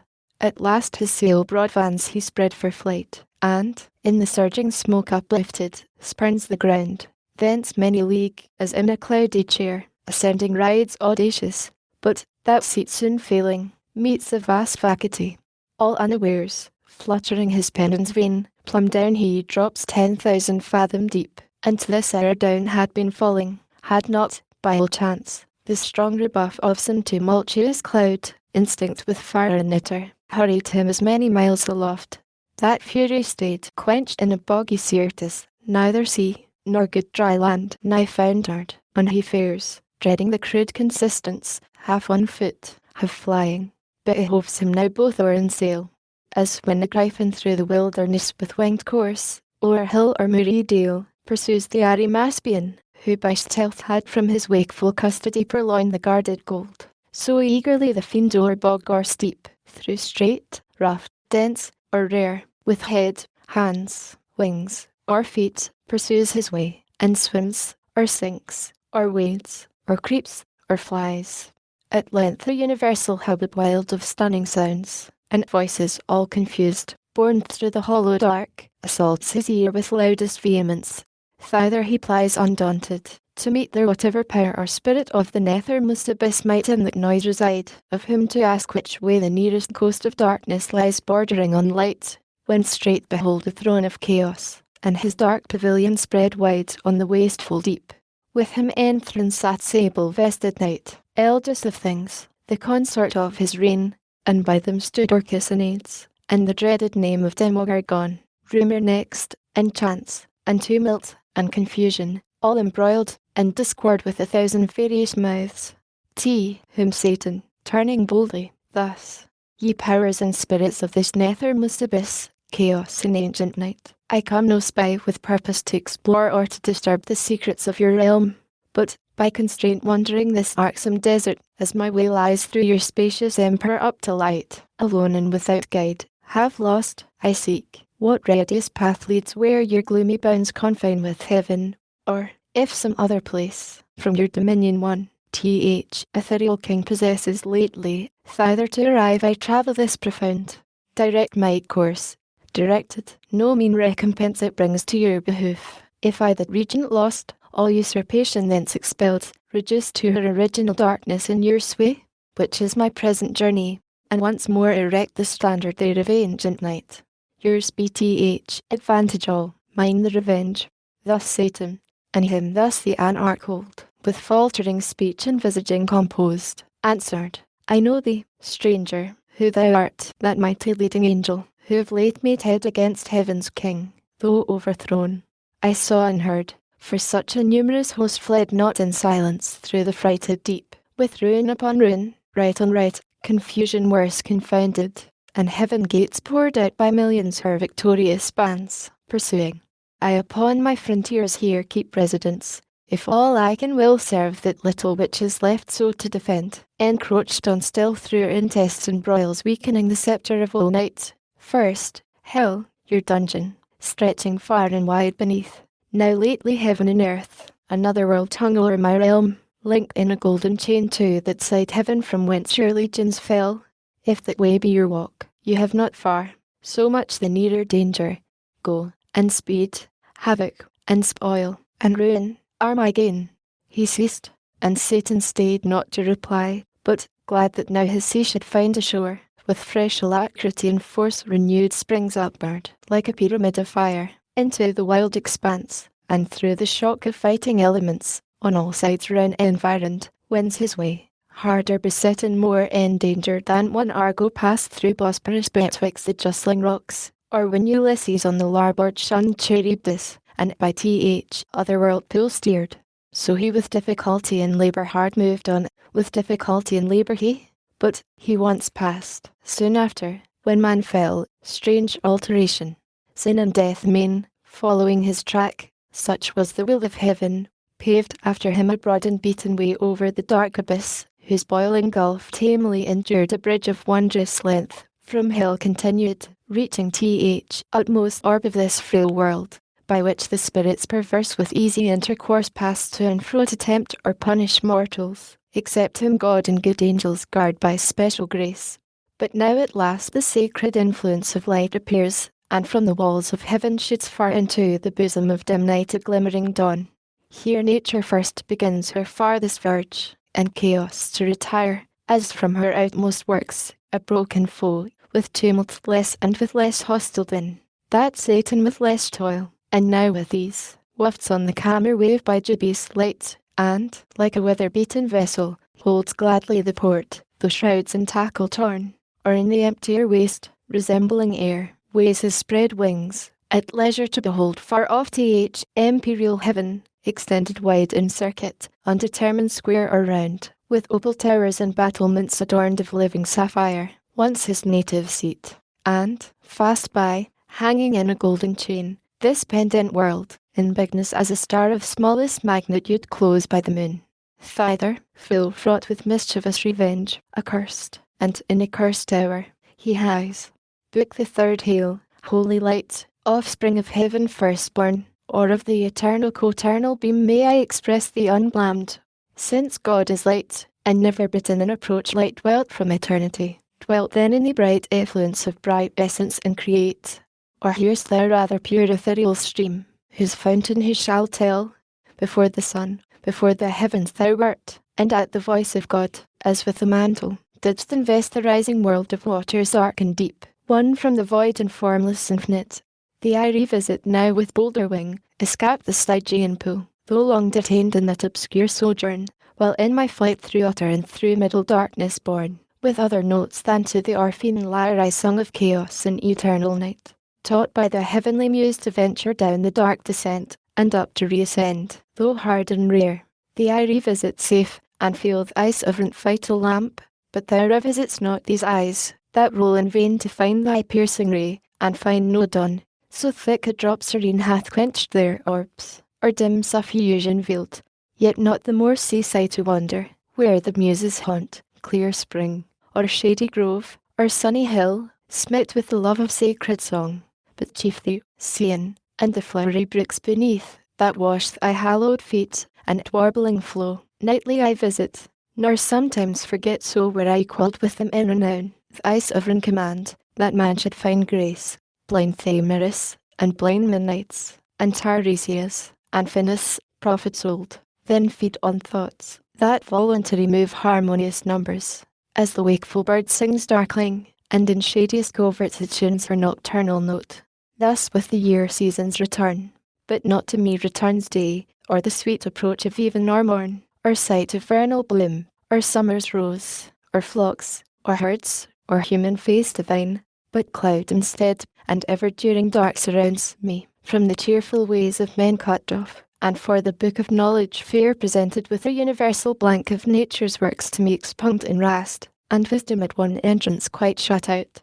So much the rather thou, celestial light, shine inward, and the mind through all her powers irradiate, their plant eyes, all mist from thence purge and disperse, that I may see and tell of things invisible to mortal sight. Now had the Almighty Father from above, from the pure empyrean where he sits high throned above all height, bent down his eye his own works and their works at once to view.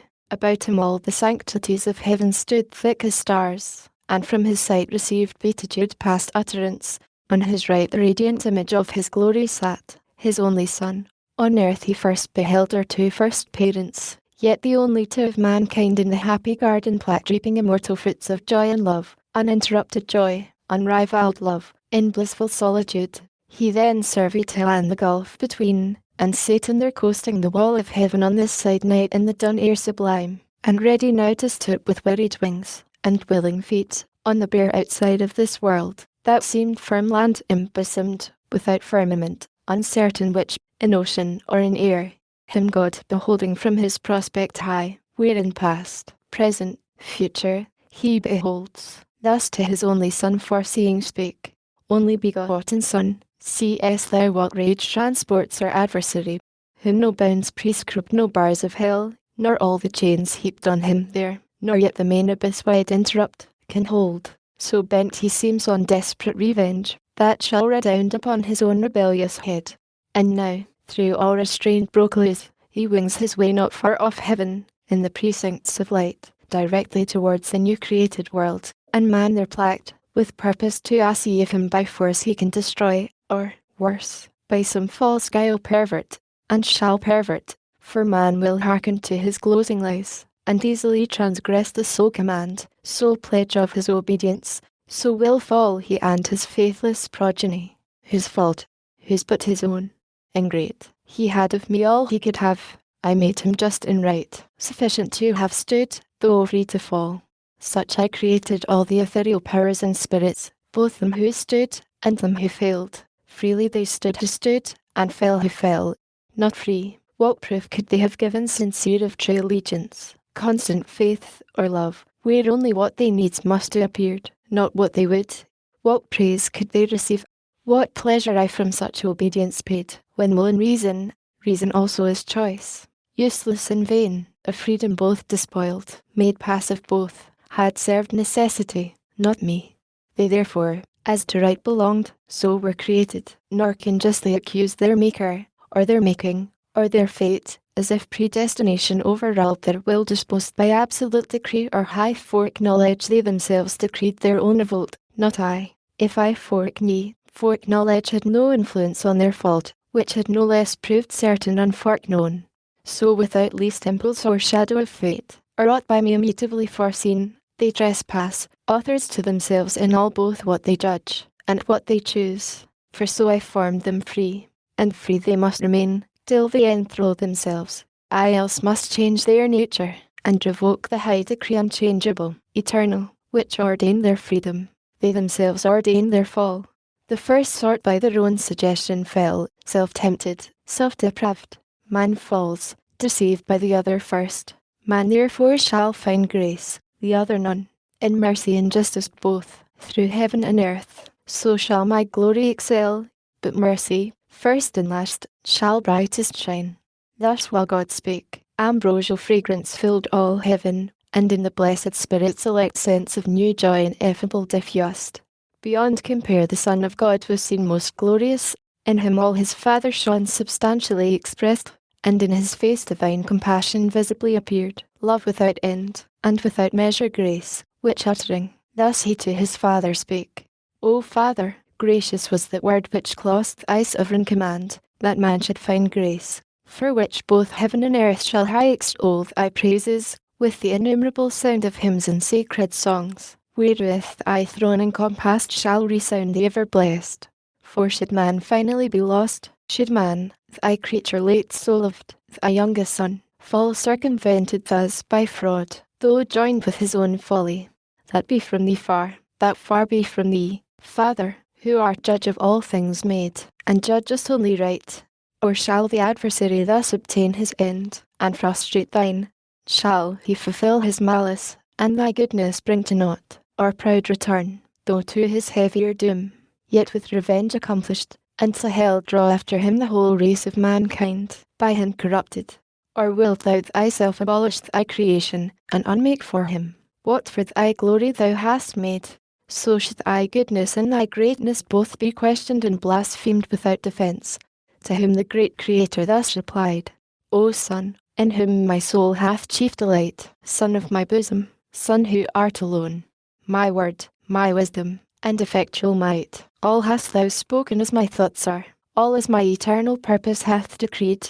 Man shall not quite be lost, but saved who will, yet not of will in him, but grace in me freely vouchsafed. Once more I will renew his lapsed powers, though forfeit, and enthralled by sin to foul exorbitant desires, upheld by me, yet once more he shall stand on even ground against his mortal foe, by me upheld, that he may know how frail his fallen condition is, and to me owe all his deliverance, and to none but me.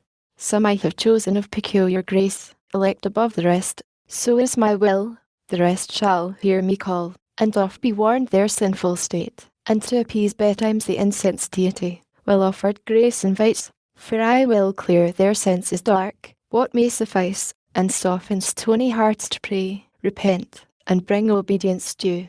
To prayer, repentance, and obedience due, though but endeavoured with sincere intent, mine ear shall not be slow, mine eye not shut, and I will place within them as a guide, my umpire conscience, whom if they will hear, light after light, will lust, they shall attain, and to the end, persisting, safe arrive. This my long sufferance, and my day of grace, they who neglect and scorn, shall never taste, but heart be hardened, blind be blinded more, that they may stumble on, and deeper fall, and none but such from mercy I exclude. But yet all is not done, man disobeying, disloyal, breaks his fealty, and sins against the high supremacy of heaven, affecting Godhead, and, so losing all, to expiate his treason hath not left, but to destruction sacred and devote. He, with his whole posterity, must die he or justice must, unless for him some other able, and is willing, pay the rigid satisfaction, death for death. Say, heavenly powers, where shall we find such love? Which of you will be mortal, to redeem man's mortal crime, and just the unjust to save? Dwells in all heaven charity so dear?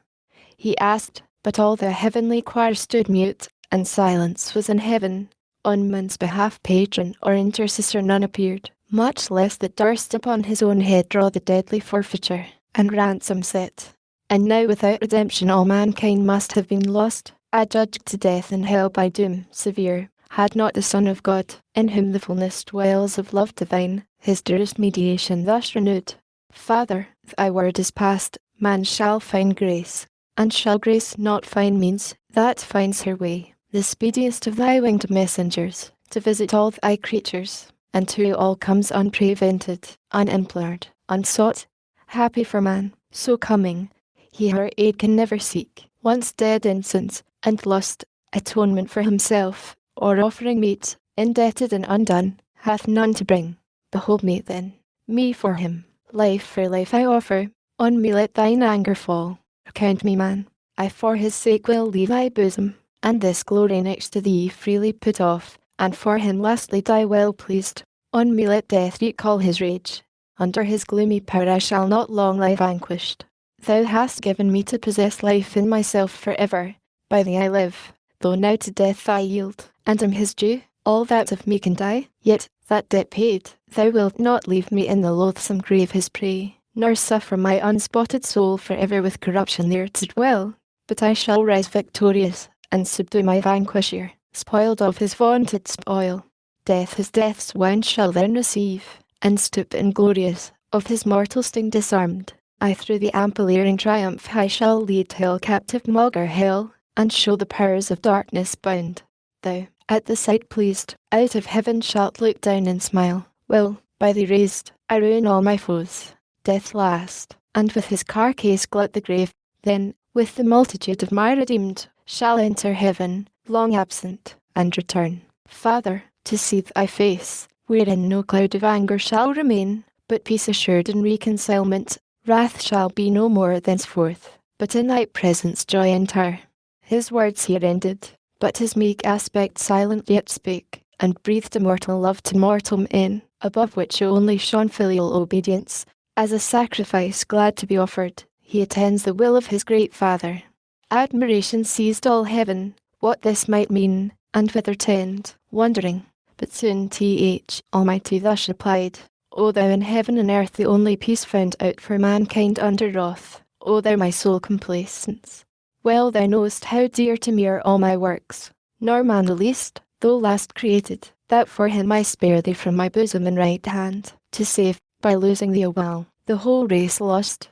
Thou, therefore, whom thou only canst redeem, their nature also to thy nature join, and be thyself man among men on earth, made flesh, when time shall be, a virgin seed, by wondrous birth. Be thou in Adam's room the head of all mankind, though Adam's son. As in him perish all men, so in thee, as from a second root, shall be restored as many as are restored, without thee none. His crime makes guilty all his sons, thy merit, imputed, shall absolve them who renounce their own both righteous and unrighteous deeds, and live in thee transplanted, and from thee receive new life.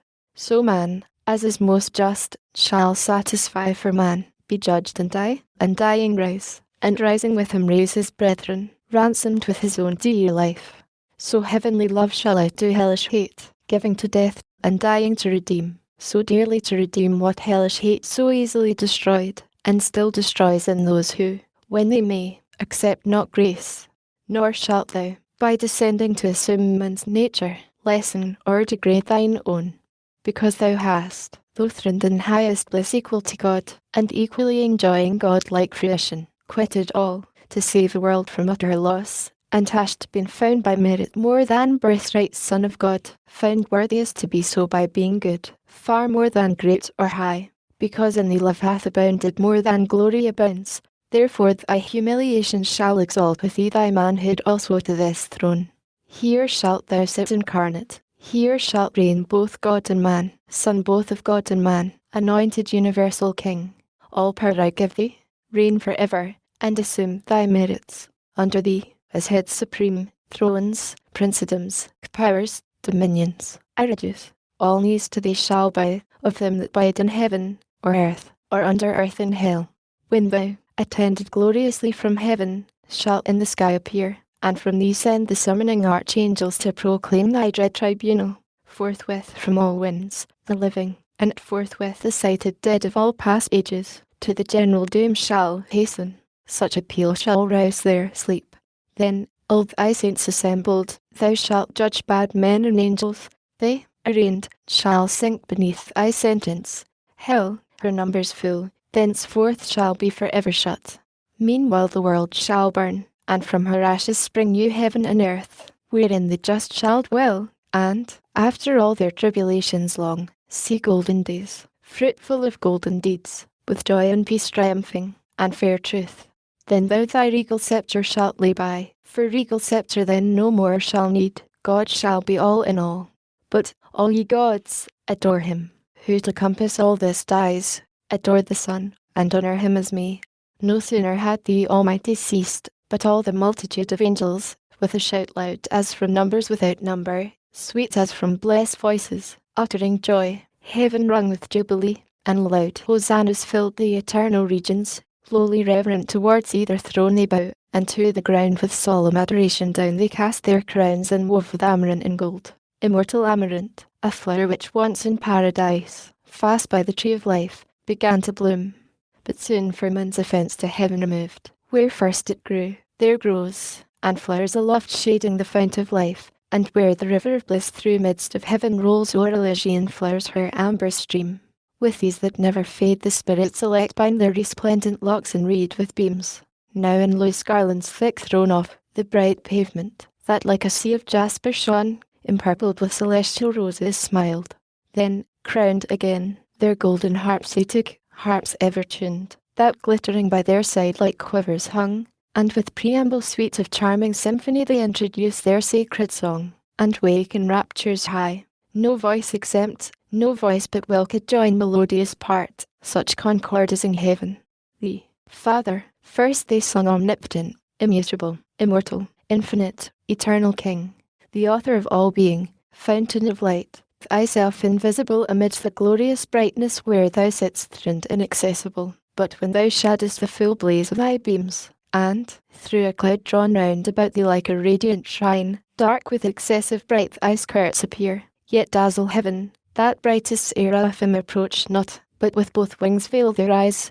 The next they sang of all creation first, begotten Son, divine similitude, in whose conspicuous countenance, without cloud made visible, the Almighty Father shines, whom else no creature can behold. On the impress the effulgence of his glory abides, transfused on thee his ample spirit rests.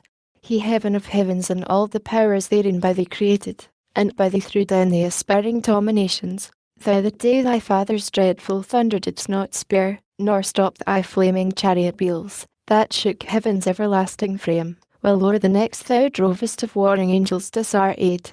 Back from pursuit thy powers with loud acclaim the only extolled, Son of thy father's might, to execute fierce vengeance on his foes. Not so on man, him through their malice fallen, Father of mercy and grace, thou didst not doom so strictly, but much more to pity incline. No sooner did thy dear and only Son perceive thee purposed not to doom frail man so strictly, but much more to pity inclined, he to appease thy wrath, and end the strife of mercy and justice in thy face discerned, regardless of the bliss wherein he sat secondly, offered himself to die for man's offence. O unexampled love, love nowhere to be found less than divine. Hail, Son of God, Saviour of men, thy name shall be the copious matter of my song henceforth, and never shall my heart thy praise forget, nor from thy Father's praise disjoin. Thus they in heaven, above the starry sphere, their happy hours enjoy in hymning spent. Meanwhile upon the firm opacous globe of this round world, whose first convex divides the luminous inferior orbs, enclosed from chaos, and the inroad of darkness old, Satan alighted walks, a globe far off it seemed, now seems a boundless continent dark, waste, and wild, under the frown of night starless exposed, and ever-threatening storms of chaos blustering round, inclement sky, save on that side which from the wall of heaven, though distant far, some small reflection gains of glimmering air less vexed with tempest loud. Here walked the fiend at large in spacious field, as when of Alteronium was bred, whose snowy ridge the roving Tartar bounds, dislodging from a region scarce of prey to gorge the flesh of lambs or youngling kids. On hills where flocks are fed, flies toward the springs of Ganges or Hydaspes, Indian streams, but in his way lights on the barren plains of Siracana, where geniuses drive with sails and wind their canoe wagons light. So, on this windy sea of land,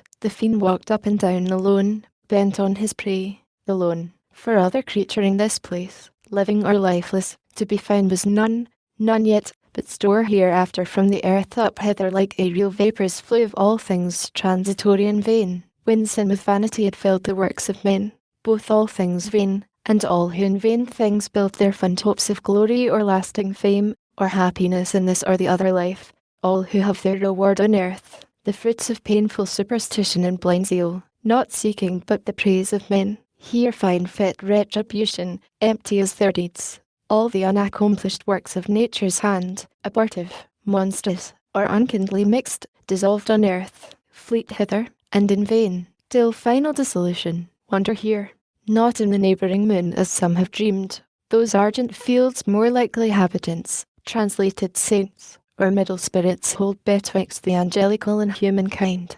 Hither of ill-joined sons and daughters born first from the ancient world those giants came with many a vain exploit, though then renowned, the builders next of Babylon the plain of Sennaar, and still with vain design, new Babels, had the wherewithal, would build, others came single. He, to be deemed a god, leaped fondly into Etna flames, Empedocles, and he, to enjoy Plato's Elysium, leaped into the sea, Cleombrotus, and many more too long, embryos, and idiots, eremites, and friars white, black, and grey, with all their trumpery.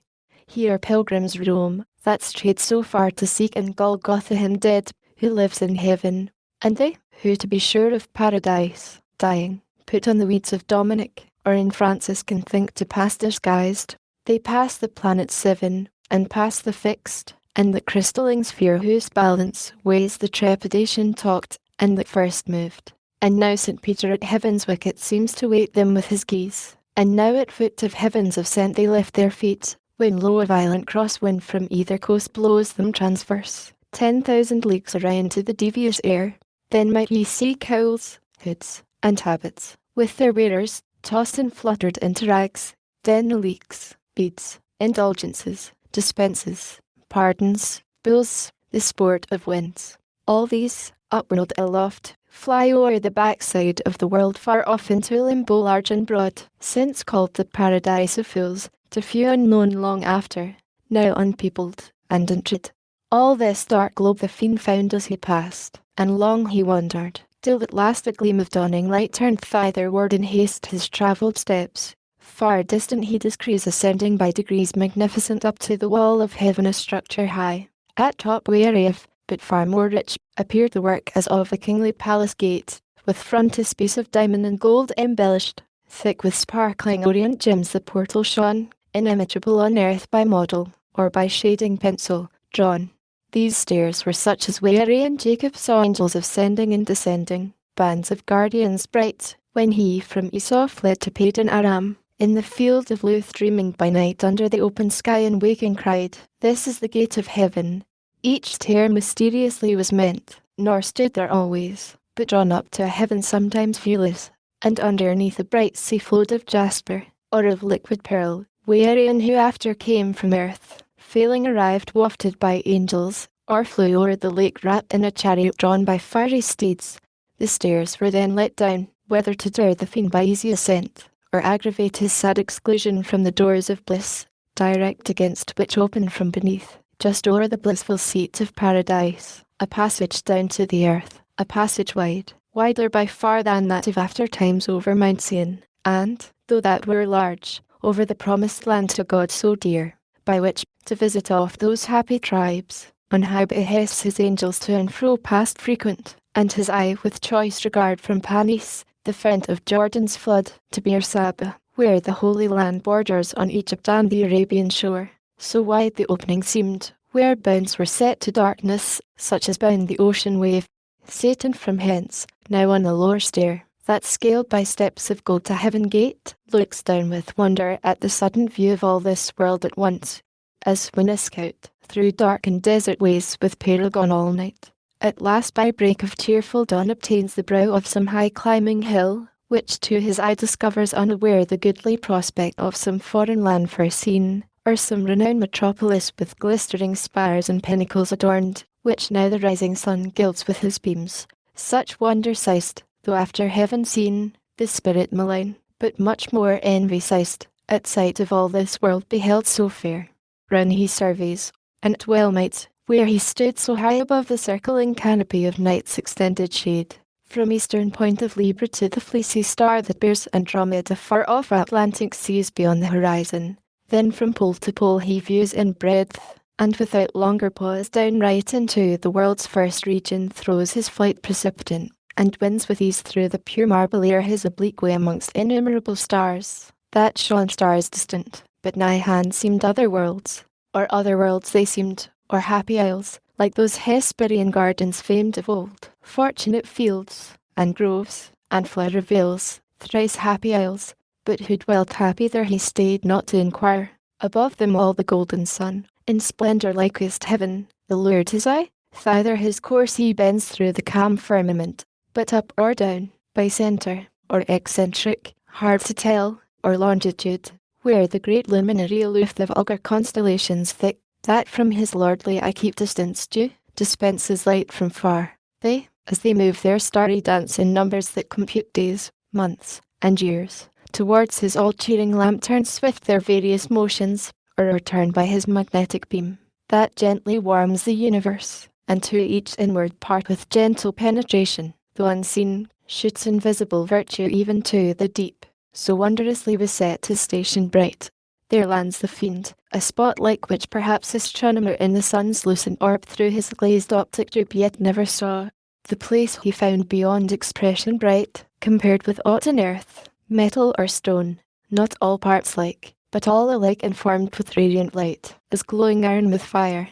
If metal, part seemed gold, part silver clear; if stone, carbon glumost or chrysolite, ruby or topaz, to the 12 that shone in Aaron's breastplate, and a stone besides imagined rather of than elsewhere seen, that stone, or like to that which here below philosophers in vain so long have sought, in vain, though by their powerful art they bind volatile Hermes, and call up unbound in various shapes old Proteus from the sea, drain thrill him back to his native form.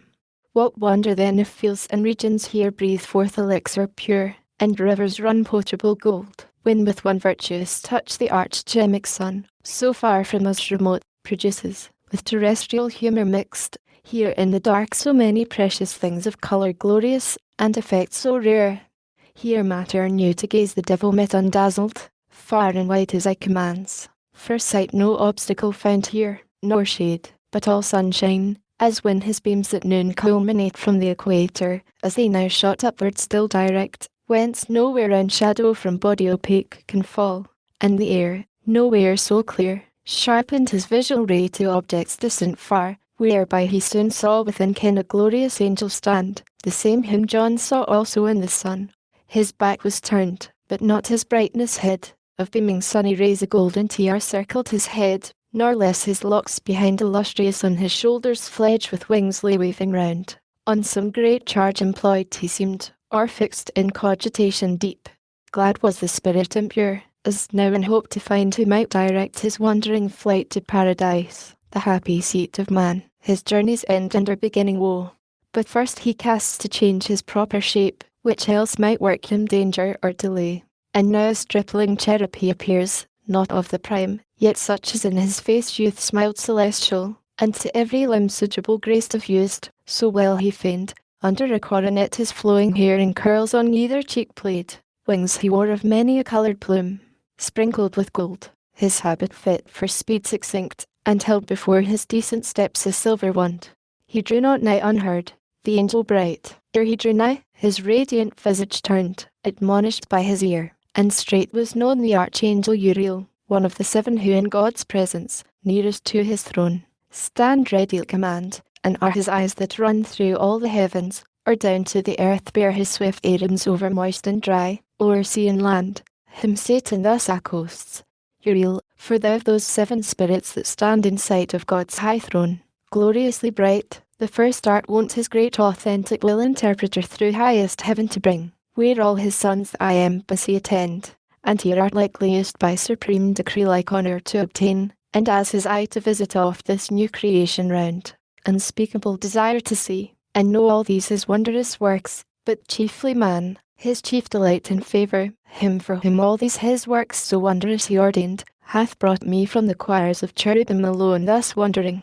Brightest Rav, tell in which of all these shining orbs hath man his fixed seat, or fixed seat hath none, but all these shining orbs his choice to dwell, that I may find him, and with secret gaze or open admiration him behold, on whom the great Creator hath bestowed worlds, and on whom hath all these graces poured, that both in him and all things, as his meat, the universal Maker we may praise, who justly hath driven out his rebel foes to deepest hell, and, to repair that loss, created this new happy race of men to serve him better.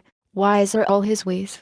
So spake the false dissembler unperceived, for neither man nor angel can discern hypocrisy, the only evil that walks invisible, except to God alone, by his permissive will, through heaven and earth. And oft, though wisdom wake, suspicion sleeps at wisdom's gate, and to simplicity resigns her charge, while goodness thinks no ill where no ill seems, which now for once beguiled Uriel, though regent of the sun, and held the sharpest-sighted spirit of all in heaven, who to the fraudulent impostor fouled, in his uprightness, answer thus returned.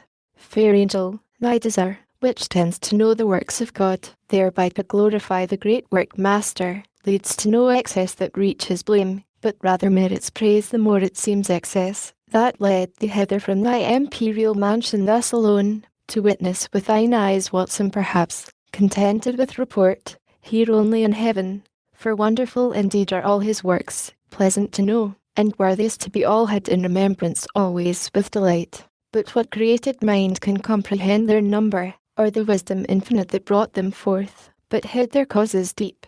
I saw when at his word the formless mass, this world's material mould, came to a heap. Confusion heard his voice, and wild uproar stood ruled, stood vast infinitude confined, till at his second bidding darkness fled, light shone, and order from disorder sprung. Swift their several quarters hasted then the cumbrous elements, earth, flood, air, fire, and this ethereal quintessence of heaven flew upward, spirited with various forms, that rolled orbicular, and turned to stars numberless, as thou seest, and how they move. Each had his place appointed, each his course, the rest in circuit walls this universe. Look downward on that globe, whose hither side with light from hence, though but reflected, shines. That place is earth, the seat of man, that lights his day, which else, as the other hemisphere, night would invade. But there the neighbouring moon, so called that opposite fair star, her 8 timely interposes, and her monthly round still ending, still renewing, through mid-heaven, with borrowed light her countenance triform hence fills and empties to enlighten the earth, and in her pale dominion checks the night. That spot, to which I point, is paradise, Adam's abode, those lofty shades, his bower. Thy way thou canst not miss, me mine requires. Thus said, he turned, and Satan, bowing low, as to superior spirits is wont in heaven, where honour due and reverence none neglects, took leave, and toward the coast of earth beneath, down from the ecliptic, sped with hoped success, throws his steep flight in many an airy wheel, nor stayed, till on Nephate's top he lights. Book the 4th O, for that warning voice, which he, who saw the apocalypse, heard cry in heaven aloud. Then when the dragon, put to second right, came furious down to be revenged on men, woe to the inhabitants on earth, that now, while time was, our first parents had been warned the coming of their secret foe, and, scaped, haply so, scaped his mortal snare. For now Satan, now first inflamed with rage, came down, the tempter, the accuser of mankind, to wreak on innocent frail man his loss of that first battle, and his flight to hell, yet, not rejoicing in his speed, though bold far off and fearless, nor with cause to boast, begins his dire attempt, which now the birth now rolling boils in his tumultuous breast, and like a devilish engine back recoils upon himself. Horror and doubt distract his troubled thoughts, and from the bottom stir the hell within him.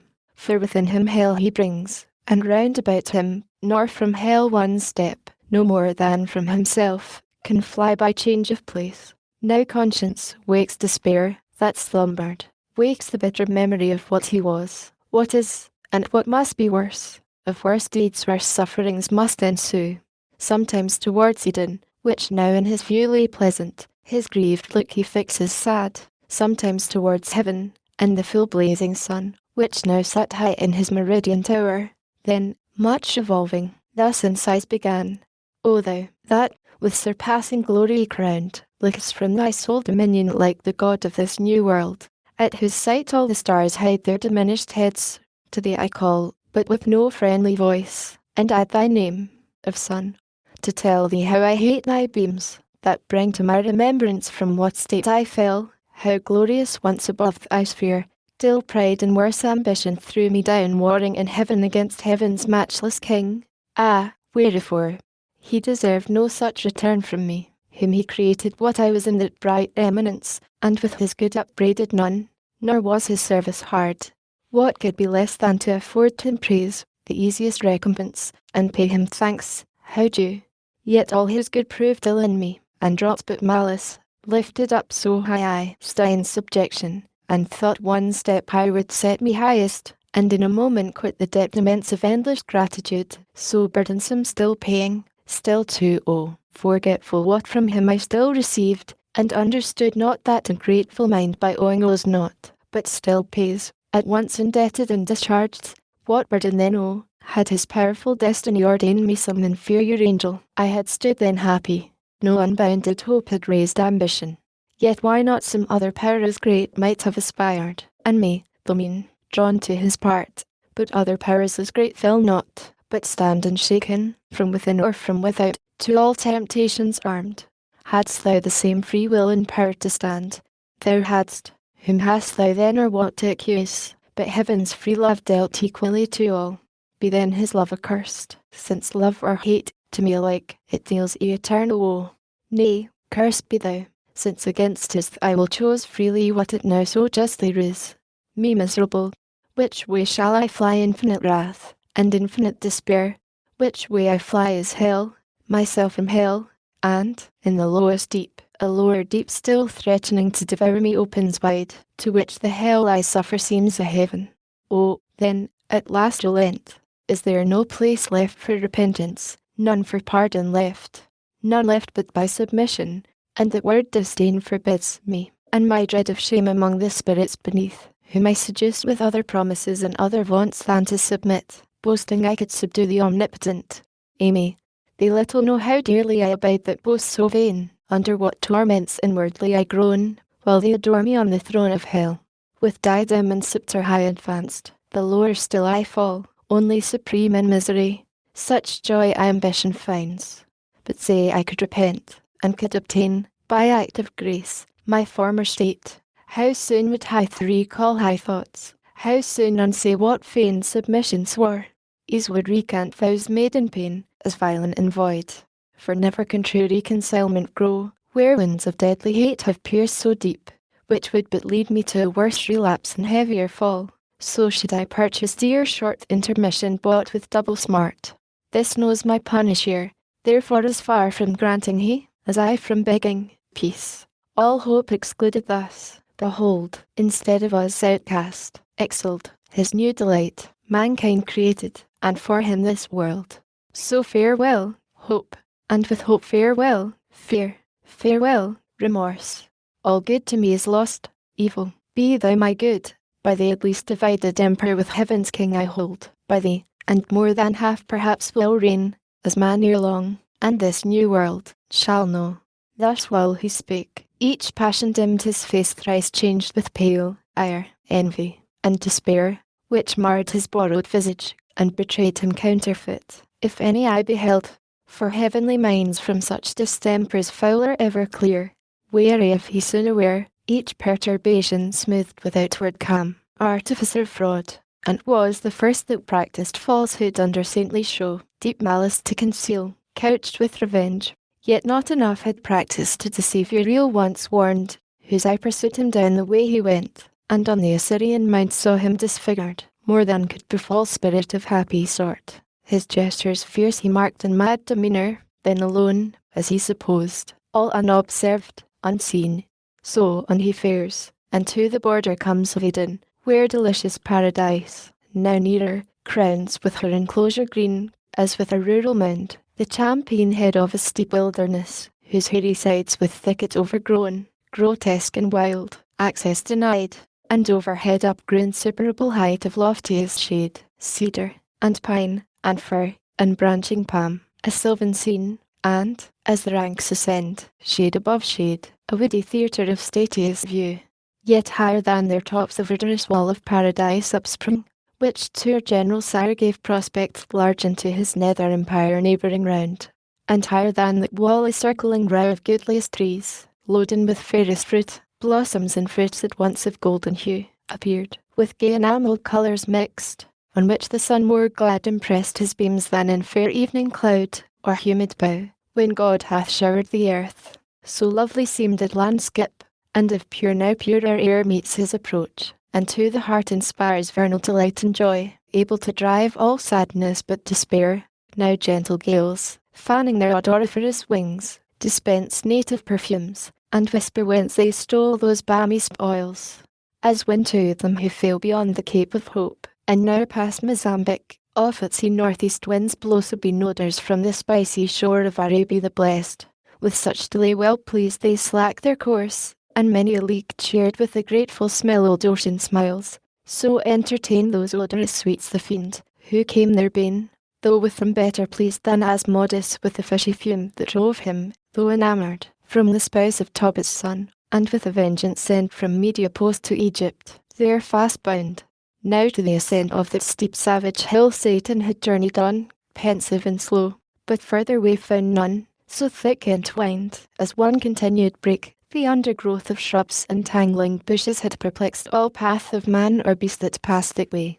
One gate there only was, and it looked east on the other side, which when the arch fell in saw, due entrance he disdained, and, in contempt, at one flight bound high overleaped all bound of hill or highest wall, and sheer within lights on his feet, as when a prowling wolf, whom hunger drives to seek new haunt for prey, watching where shepherds pen their flocks at even hurdled cotes amid the field secure, leaps o'er the fence with these into the fold, or as a thief, bent to unhoard the cash of some rich burgher, whose substantial doors, cross-barred and bolted fast, fear no assault, in at the window climbs, or o'er the tiles, so clomb this first grand thief into God's fold, so since into his church lewd hirelings climb, thence up he flew, and on the tree of life, the middle tree and highest there that grew, sat like a cormorant, yet not true life thereby regained, but sat devising death to them who lived, nor on the virtue thought of that life-giving plant, but only used for prospect, what well used had been the pledge of immortality. So little knows any, but God alone, to value right the good before him, but perverts best things to worst abuse, or to their meanest use.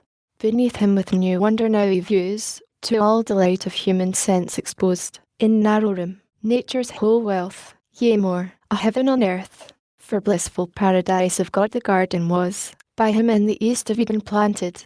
Eden stretched her line from Auden eastward to the royal terrors of great Seleucia, built by Grecian kings, or where the sons of Eden long before dwelt in Tel Assar.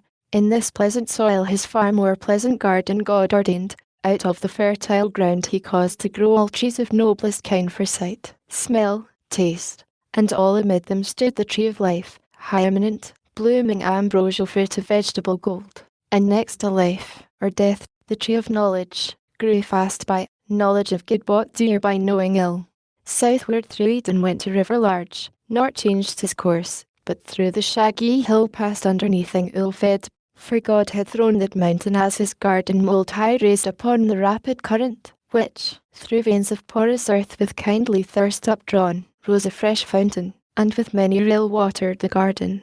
Thence united fell down the steep glade, and met the nether flood, which from his darksome passage now appears, and now, divided into four main streams, runs diverse, wandering many a famous realm and country, weary of here needs no account, but rather to tell how, if art could tell, how from that sapphire fount the crisp brooks, rolling on orient pearl and sands of gold, with mazy air under pendant shades ran nectar, visiting each plant, and fed flowers worthy of paradise, which not nice art in beds and curious knots, but nature been poured forth profuse on hill, and dale, and plain, both where the morning sun first warmly smote the open field, and where the unpierced shade embrimmed the noonlight bowers.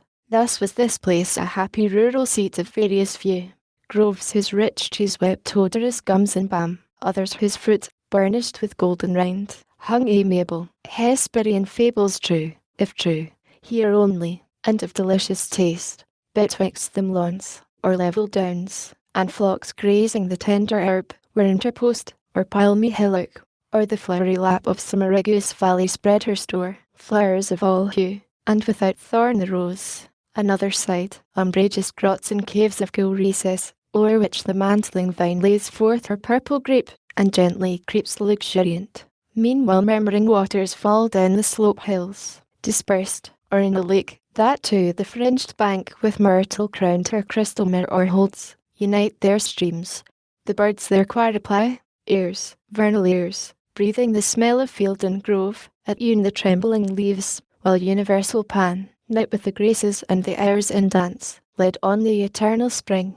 Not that fair field of Enna, where Proserpine gathering flowers, herself a fairer flower by gloomy Dis was gathered, which caused Ceres all that pain to seek her through the world, nor that sweet grove of Daphne by Orontes, and the inspired Castalian spring, might with this paradise of Eden strive, nor that nice Ion isle girt with the river Triton, where old Cham, whom Gentiles Ammon call and Libyan Jove, hid Althea, and her florid son young Bacchus, from his stepdame Rhesi, nor where Abassan kings their issue guard, Mount Amara, though there's by some supposed true paradise under the Aethiop line by Nilus head, enclosed this shining rock, a whole day's journey high, but wide remote from this Assyrian garden, where the fiend saw, undelighted, all delight, all kind of living creatures, new to sight, and strange to a far nobler shape, erect and tall, godlike erect, with native honour clad in naked majesty seemed lords of all, and where they seemed, for in their looks divine the image of their glorious Maker shone, truth, wisdom, sanctitude severe and pure, severe, but in true filial freedom placed, whence true authority in men, though both not equal, as their sex not equal seemed, for contemplation he in valour formed, for softness she in sweet attractive grace, he for God only, she for God in him. His fair large front and eye sublime declared absolute rule, and hyacinthine locks round from his parted forelock manly hung clustering, but not beneath his shoulders broad, she, as a veil, down to the slender waist her adorned golden tresses were dishevelled, but in wanton ringlets waved as the vine curls or tendrils, which implied subjection, but required with gentle sway, and by her yielded, by him best received, yielded with coy submission, modest pride, and sweet, reluctant, amorous delay. Nor those mysterious parts were then concealed, then was not guilty shame, dishonest shame of nature's works, honour dishonourable, sin bred. How have ye troubled all mankind with shows instead, mere shows of seeming pure, and banished from man's life his happiest life, simplicity and spotless innocence? So passed they naked on, nor shunned the sight of God or angel, for they thought no ill, so hand in hand they passed, the loveliest pair, that ever since in love's embraces met, Adam the goodliest man of men since born his sons, the fairest of her daughters Eve. Under a tuft of shade that on a green stood whispering soft, by a fresh fountain side they sat them down, and, after no more toil of their sweet gardening labour than sufficed to recommend cool zephyr, and made ease more easy, wholesome thirst and appetite more grateful, to their supper fruits they fell, nectarine fruits which the compliant boughs yielded them, sidelong as they sat recline on the soft downy bank damasked with flowers, the savoury pulp they chew, and in the rind, still as they thirsted, scoop the brimming stream. Nor gentle purpose, nor endearing smiles wanted, nor youthful dalliance, as beseems fair couple, linked in happy nuptial league, alone as they. About them frisking played all beasts of the earth, since wild, and of all chase and wood or wilderness, forest or den, sporting the lion ramped, and in his pod dandled the kid, bears, tigers, ounces, pards, gambolled before them. The unwieldy elephant, to make them mirth, used all his might, and read his lithe proboscis, closed the serpent sly, insinuating, wove with Gordian twine his braided rein, and of his fatal guile gave proof unheeded. Others on the grass couched, and now filled with pasture gazing sat, or bedward ruminating, for the sun, declined, was hasting now with prone career to the ocean isles, and in the ascending scale of heaven the stars that usher evening rose. When Satan still in gaze, as first he stood, scarce thus at length failed speech recovered sad. O hell, what do mine eyes with grief behold? Into a room of bliss thus high advanced creatures of other mould, earth-born perhaps, not spirits, yet a heavenly spirit sprite little inferior, whom my thoughts pursue with wonder, and could love, so lively shines in them divine resemblance, and such grace the hand that formed them on their shape hath poured. Ah, gentle pair, ye little think how now your change approaches, when all these delights will vanish, and deliver ye to woe. More woe, the more your taste is now of joy, happy, but for so happy ill secured long to continue. And this high seat your heaven ill fenced for heaven to keep out such a foe as now is entered, yet no purposed foe to you, whom I could pity thus forlorn, though I unpitied, league with you I seek, and mutual amity, so straight, so close, that I with you must dwell, or you with me henceforth. My dwelling hap I may not please, like this fair paradise, your sense, yet such accept your Maker's work. He gave it me, which I as freely give. Hell shall enfold, to entertain you to, her widest gates, and send forth all her kings. There will be room, not like these narrow limits, to receive your numerous offspring, if no better place. Thank him who puts me loth to this revenge on you who wrong me not for him who wronged. And should I at your harmless innocence melt, as I do, yet public reason just, honour an empire with revenge enlarged, by conquering this new world, compels me now to do what else, though damned, I should abhor. So spake the fiend, and with necessity, the tyrant's plea, excused his devilish deeds. Then from his lofty stand on that high tree down he lights among the sportful herd of those four-footed kinds, himself now one, now other, as their shape served best his end nearer to view his prey, and, unespied, to mark what of their state he more might learn, by word or action marked. About them round a lion now he stalks with fiery glare, then as a tiger, who by chance hath spied in some purlieu to gentle fawns at play, straight couches close, then, rising, changes oft his couch and watch, as one who chose his ground, whence rushing, he might sure seize them both, griped in each paw. When Adam first of men to first of women he thus moving speech, turned him, all ear to hear new utterance flow.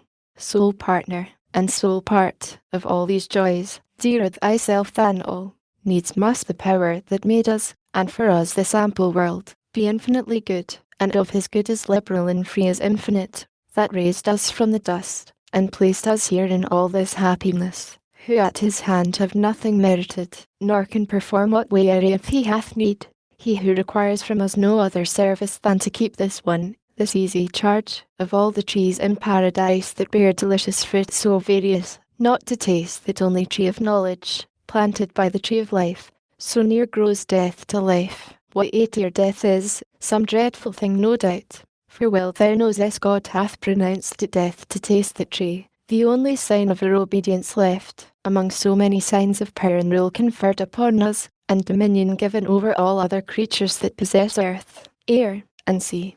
Then let us not think hard one easy prohibition, who enjoy free leave so large to all things else, and choice unlimited of manifold delights. But let us ever praise him, and extol his bounty, following our delightful task, to prune these growing plants, and tend these flowers, which were it toilsome, yet with thee were sweet. To whom thus Eve replied, O thou for whom man from whom I was formed, flesh of thy flesh, and without whom under no end, my guide and head, what thou hast said is just and right. For we to him indeed all praises owe, and daily thanks, I chiefly, who enjoy so far the happier lot, enjoying thee preeminent by so much odds, while thou like consort with thyself canst nowhere find. That day I oft remember, when from sleep I first awaked, and found myself reposed under a shade on flowers, much wondering where and what I was, whence thither brought, and how. Not distant far from thence a murmuring sound of waters issued from a cave, and spread into a liquid plain, then stood unmoved pure as the expanse of heaven. I thither went with unexperienced thought, and laid me down on the green bank, to look into the clear smooth lake, that to me seemed another sky. As I bent down to look, just opposite a shape within the watery gleam appeared, bending to look on me. I started back, it started back, but pleased I soon returned. Pleased it returned as soon with answering looks of sympathy and love. There I had fixed mine eyes till now, and pined with vain desire, had not a voice thus warned me, what thou seest, fair creature, is thyself. With thee it came and goes, but follow me, and I will bring thee where no shadow stays thy coming, and thy soft embraces. He whose image thou art, him thou shalt enjoy inseparably thine, to him shalt bear multitudes like thyself, and thence be called mother of human race. What could I do, but follow straight, invisibly thus led, till I espied thee, fair indeed and tall, under a platan, yet methought less fair, less winning soft, less amiably mild, than that smooth watery image. Back I turned, thou following criedst aloud, return, fair Eve, whom fliest thou? Whom thou fliest, of whom thou art, his flesh, his bone, to give thee being I lent out of my side to thee, nearest my heart, substantial life, to have thee by my side henceforth an individual solace dear. Part of my soul I seek thee, and thee claim my other half, with it thy gentle hand seized mine. I yielded, and from the time see how beauty is excelled by manly grace, and wisdom, which alone is truly fair. So spake her general mother, and with eyes of conjugal attraction unapproved, and meek surrender, half embracing leaned on her first father, half her swelling breast naked met his, under the flowing gold of her loose tresses hid, he in delight both of her beauty, and submissive charms, smiled with superior love, as Jupiter on Juno smiles, when he impregns the clouds that shed Mayflowers, and pressed her matron lip with kisses pure. Aside the devil turned for envy, yet with jealous leer malign eyed them askance, and to himself thus blamed. Sight hateful, sight tormenting. Thus these two, in paradise in one another's arms, the happier Eden, shall enjoy their fill of bliss on bliss, while I to hell am thrust, where neither joy nor love, but fierce desire, among our other torments not the least, still unfulfilled with pain of longing pines. Yet let me not forget what I have gained from their own mouths. All is not theirs, it seems, one fatal tree there stands, of knowledge called, forbidden them to taste, knowledge forbidden, suspicious, reasonless. Why should their Lord envy them that? Can it be sin to know? Can it be death? And do they only stand by ignorance? Is it their happy state, the proof of their obedience and their faith? O fair foundation laid wherein to build their ruin!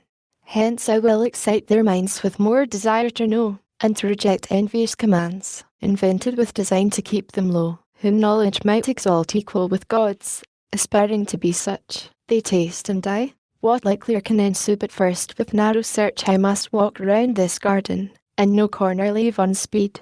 A chance but chance may lead where I may meet some wandering spirit of heaven by fountain side, or in thick shade retired, from him to draw what further would be learned. Live while you may, yet happy pair, enjoy, till I return, short pleasures, for long woes are to succeed. So saying, his proud step he scornful turned, but with sly circumspection, and began through wood, through waste, o'er hill, o'er dale, his roam meanwhile in utmost longitude, where heaven with earth and ocean meets. The setting sun slowly descended, and with right aspect against the eastern gate of paradise levelled his evening rays. It was a rock of alabaster, piled up to the clouds, conspicuous far, winding with one ascent accessible from earth, one entrance high. The rest was scraggy cliff, that overhung still as it rose, impossible to climb. Betwixt these rocky pillars Gabriel sat, chief of the angelic guards, awaiting night. About him exercised heroic games the unarmed youth of heaven, but nigh at hand celestial armoury, shields, helms, and spears, hung high with diamond flaming, and with gold. Thither came Uriel, gliding through the even on a sunbeam, swift as a shooting star in autumn thwarts the night, when vapours fired and pressed the air, and shows the mariner from what point of his compass to beware impetuous winds. He thus began in haste. Gabriel, to thee thy course by lot hath given charge and strict watch, that to this happy place no evil thing approach or enter in. This day at height of noon came to my sphere a spirit, zealous, as he seemed, to know more of the Almighty's works, and chiefly man, God's latest image. I described his way bent all on speed, and marked his airy gait, but in the mount that lies from Eden north, where he first lighted, soon discerned his looks alien from heaven, with passions foul obscured.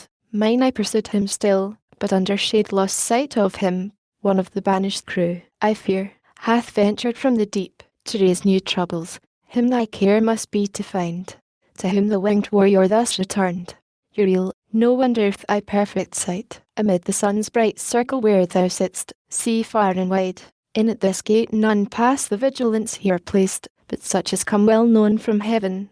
And since meridian hour no creature thence, if spirit of other sort, so minded, have lower leap these earthly bounds on purpose, hard thou knowest it to exclude spiritual substance with corporeal bar. But if within the circuit of these walks, in whatsoever shape he lurk, of whom thou tellest, by morrow dawning I shall know. So promised he, and Uriel to his charge returned on the bright beam, whose point now raised bore him slope downward to the sun now fallen beneath the Azores, whether the prime orb, incredible how swift, had thither rolled diurnal, or this less voluble earth, by shorter flight to the east, had left him there arraying with reflected purple and gold the clouds that on his western throne attend. Now came still evening on, and twilight grey hid in her sober livery all things clad, silence accompanied, for beast and bird, they to their grassy couch, these to their nests were slunk, all but the wakeful nightingale. She all night long her amorous descant sung. Silence was pleased. Now glowed the firmament with living sapphires. Hesperus, that led the starry host, rode brightest, till the moon, rising in clouded majesty, At length apparent queen unveiled her peerless light, and o'er the dark her silver mantle threw. When Adam thus to Eve, fair consort, the hour of night, and all things now retired to rest, mind us if like repose, since God hath set labour and rest, as day and night, to men successive, and the timely dew of sleep, now falling with soft slumbrous weight, inclines our eyelids. Other creatures all day long rove idle, unemployed, and less need rest. Man hath his daily work of body or mind appointed, which declares his dignity, and the regard of heaven on all his ways, while other animals on active range, and of their doings God takes no account. Tomorrow, ere fresh morning streak the east with first approach of light, we must be risen, and at our pleasant labour, to reform yon flowery arbours, yonder alleys green, or walk at noon, with branches overgrown, that mockers can't mannering, and require more hands than ours to lop their wanton growth. Those blossoms also, and those dropping gums, that lie best shown, unsightly and unsmooth, ask riddance, if we mean to tread with ease. Meanwhile, as nature wills, night bids us rest. To whom thus Eve, with perfect beauty adorn my author and disposer, what thou bidst on art thou obey, so God ordains. God is thy law, thou mine. To know no more is woman's happiest knowledge, and her praise. With thee conversing I forget all time, all seasons, and their change, all please alike. Sweet is the breath of morn, her rising sweet, with charm of earliest birds, pleasant the sun, when first on this delightful land he spreads his orient beams, on herb, tree, fruit, and flower, glistering with dew, fragrant the fertile earth after soft showers, and sweet the coming on of grateful evening mild, then silent night, with this her solemn bird, and this fair moon, and these the gems of heaven, her starry train, but neither breath of morn, when she ascends with charm of earliest birds, nor rising sun on this delightful land, nor herb, fruit, flower, glistering with dew, nor fragrance after showers, nor grateful evening mild, nor silent night, with this her solemn bird, nor walk by moon, or glittering starlight, without thee is sweet. But wherefore all night long shine these? For whom this glorious sight, when sleep hath shut dull eyes? To whom her general ancestor replied, Daughter of God and man, accomplished Eve. These have their course to finish round the earth, by morrow evening, and from land to land in order, though to nations yet unborn, ministering light prepared, they set and rise, lest total darkness should by night regain her old possession, and extinguish life in nature and all things, which these soft fires not only enlighten, but with kindly heat of various influence foment and warm, temper or nourish, or in part shed down their stellar virtue on all kinds that grow on earth, made hereby apter to receive perfection from the sun's more potent ray. These then, though unpelled in deep of night, shine not in vain, nor think, though men were none, that heaven would want spectators, God want praise. Millions of spiritual creatures walk the earth unseen, both when we wake, and when we sleep. All these with ceaseless praise his works behold both day and night. How often from the steep of echoing hill or thicket have we heard celestial voices to the midnight air, sole, or responsive each to other's note, singing their great Creator, often bands while they keep watch, or nightly rounding walk, with heavenly touch of instrumental sounds in full harmonic number joined, their songs divide the night, and lift our thoughts to heaven. Thus talking, hand in hand alone they passed on to their blissful bower.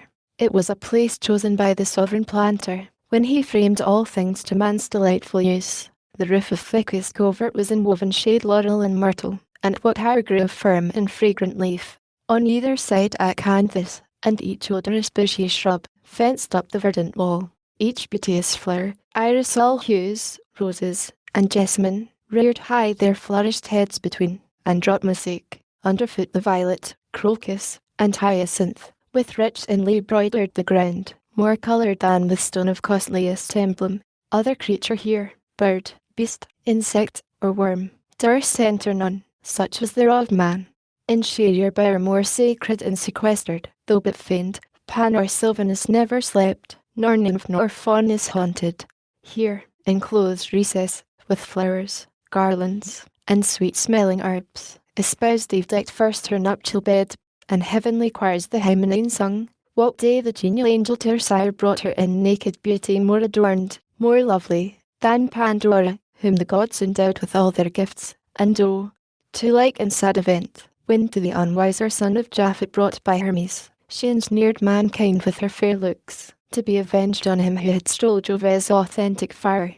Thus, at their shady lodge arrived, both stood, both turned, and under open sky adored the god that made both sky, air, earth, and heaven, which they beheld, the moon's resplendent globe, and starry pole. Thou also madest the night, maker omnipotent, and thou the day, which we, in our appointed work employed, have finished, happy in our mutual help and mutual love, the crown of all our bliss ordained by thee, and this delicious place for us too large, where thy abundance once partakers, and uncropped falls to the ground. But thou hast promised from us to raise to fill the earth. Who shall with us extol thy goodness infinite, both when we wake, and when we seek, as now, thy gift of sleep?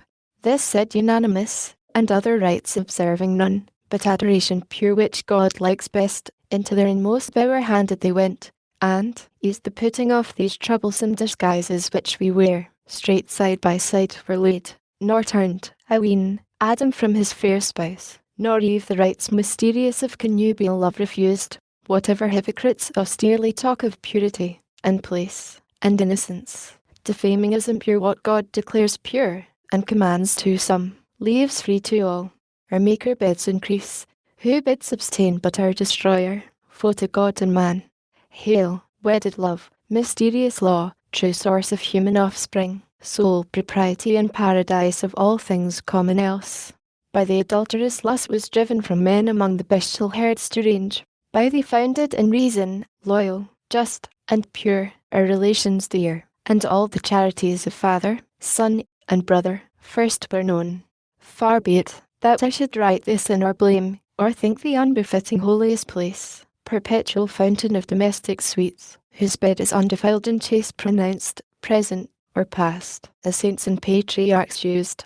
Here love his golden shafts employs, here lights his constant lamp, and waves his purple wings, reigns here and revels, not in the bought smile of harlots, loveless, joyless, unendured, casual fruition, nor in court amours, mixed dance, or wanton mask, or midnight ball, or serenade, which the starved lover sings to his bride fair, best quitted with disdain. These, lulled by nightingales, embracing slept, and on their naked limbs the flowery roof showered roses, which the mourner paired. Sleep on, blessed pair, and oh, yet happiest, if ye seek no happier state, and know to know no more. Now had night measured with her shadowy cone halfway uphill this vast sublunar vault, and from their ivory port the cherubim, forth issuing at the accustomed hour, stood armed to their night watches in warlike parade, when Gabriel to his next in power thus spake, Uzziel, half these draw off, and coast the south with strictest watch, these other wheel the north. Our circuit beats full west, as flame they part, half wheeling to the shield, half to the spear. From these, two strong and subtle spirits he called that near him stood, and gave them thus in charge, Ithuriel and Zephan, with winged speed search through this garden, leave unsearched no nook, but chiefly where those two fair creatures lodged, now laid perhaps asleep, secure of harm.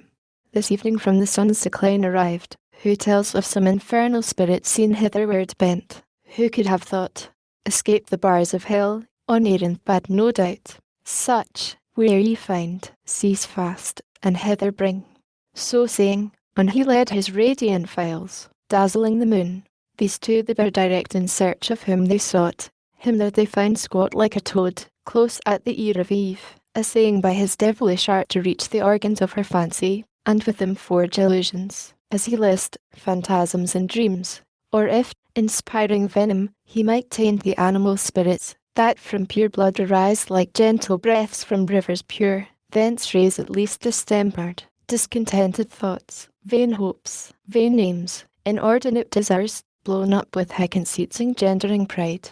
Him thus intent Ithuriel with his spear touch lightly, for no fall should commend your touch of celestial temper, but returns of force to its own likeness. Up he starts discovered and surprised, as when a spark lights on a heap of nitrous powder, laid fit for the tons of magazine to store against a rumoured war, the smutty grain, with sudden blaze diffused, in flames the air, so started up in his own shape the fiend. Back stepped those two fair angels, half amazed so sudden to behold the grisly king. Yet thus, unmoved with fear, accost him soon. Which of those rebel spirits adjudged to hell comest thou, escaped thy prison? And, transformed, why satst thou like an enemy in wait, here watching at the head of these that sleep? Know ye not then, said Satan, filled with scorn, know ye not me? Ye knew me once no mate for you, there sitting where ye durst not soar. Not to know me argues yourselves unknown, the lowest of your throng. Or, if you know, why ask ye, and superfluous begin your message, like to end as much in vain? To whom thus Zephan, answering scorn with scorn, think not, revolted spirit, thy shape the same, or undiminished brightness to be known, as when thou stoodest in heaven upright and pure.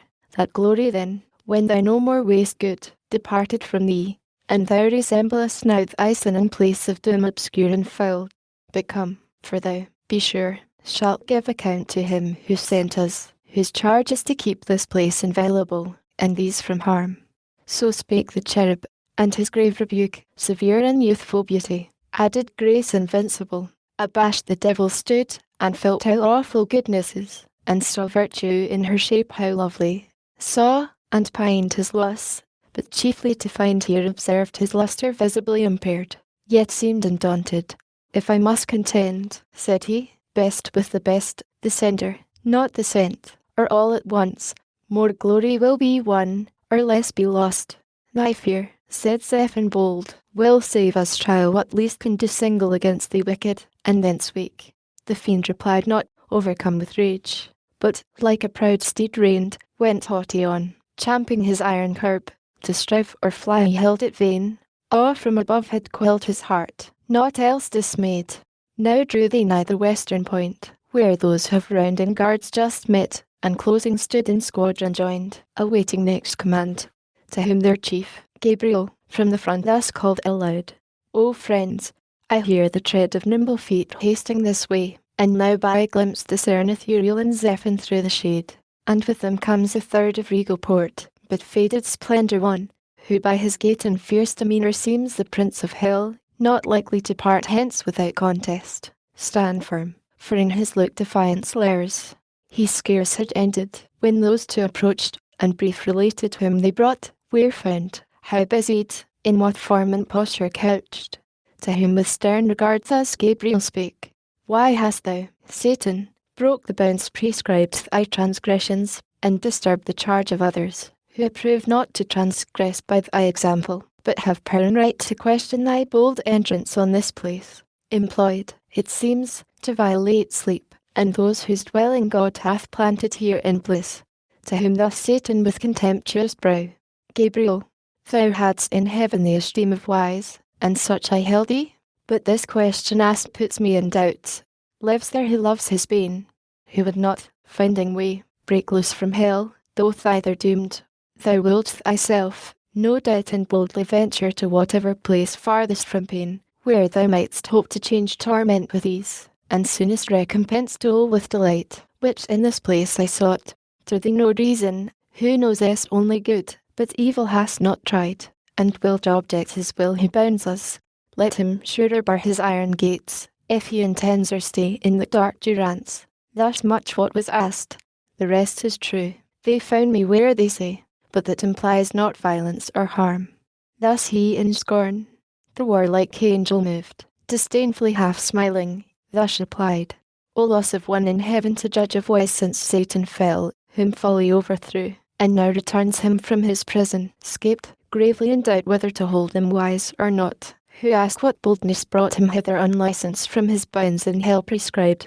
So wise he judges it to fly from pain however, and to escape his punishment. So judge thou still, presumptuous, till the wrath, which thou incurrest by flying, meet thy flight sevenfold, and scourge that wisdom back to hell, which taught thee yet no better, that no pain can equal anger infinite provoked. But wherefore thou alone? Wherefore with thee came not all hell broke loose? Or thou than thee less hardy to endure?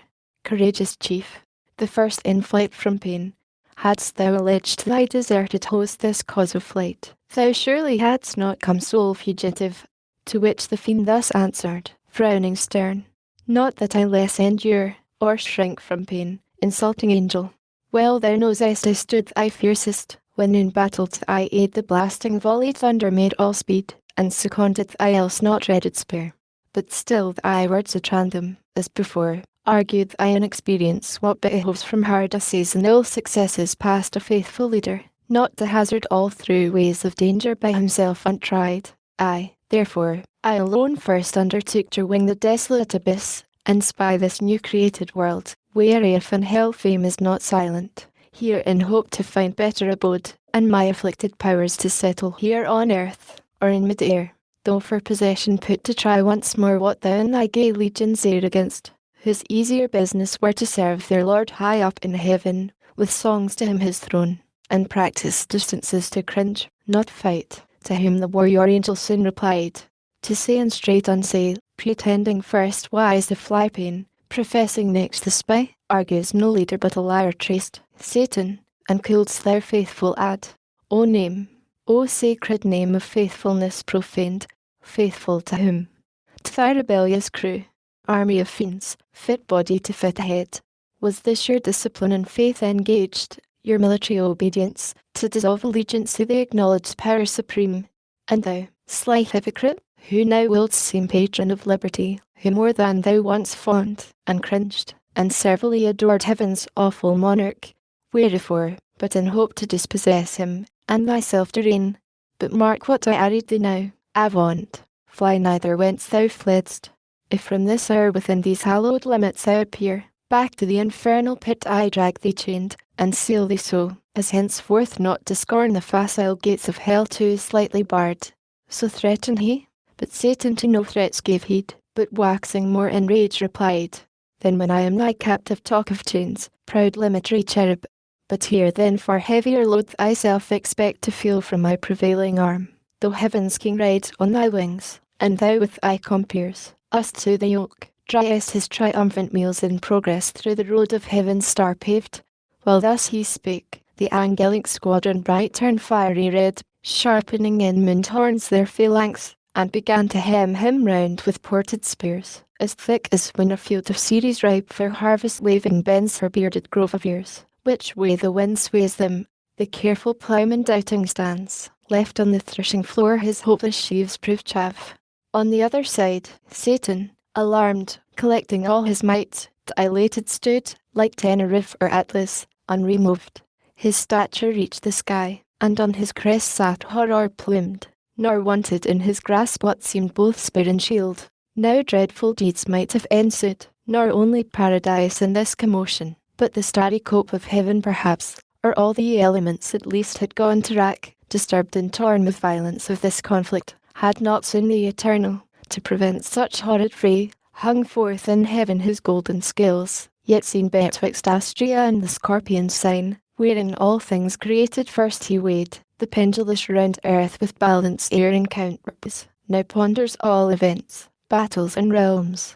In these he put two weights, the sequel each of parting and of fight. The latter quick up flew, and kicked the beam, which Gabriel spying, thus best spake the fiend, Satan, I know thy strength, and thou knowest mine, neither our own, but given. What folly then to boast what arms can do, since I know more than heaven permits, nor mine, though doubled now to trample thee as mire. For proof look up, and read thy lot in yon celestial sign, where thou art weighed, and shown how light, how weak, if thou resist. The fiend looked up, and knew his mounted scale aloft, nor more, but fled murmuring, and with him fled the shades of night. Book we now morn, her rosy steps in the eastern clime advancing, soughed the earth with orient pearl, when Adam waked, so customed, for his sleep was eerie light, from pure digestion bred, and temperate vapours bland, which the only sound of leaves and fuming rills, auroras fan, lightly dispersed, and the shrill matin song of birds on every bough. So much the more his wonder was to find in wakened Eve with tresses discomposed, and glowing cheek, as through unquiet rest. He, on his side leaning half raised, with looks of cordial love hung over her enamoured, and beheld beauty, which, whether waking or asleep, shot forth peculiar graces. Then with voice mild, as when Zephyrus on Flora breathes, her hand soft touching, whispered thus, Awake, my fairest, my espoused, my latest found, Heaven's last best gift, my ever new delight.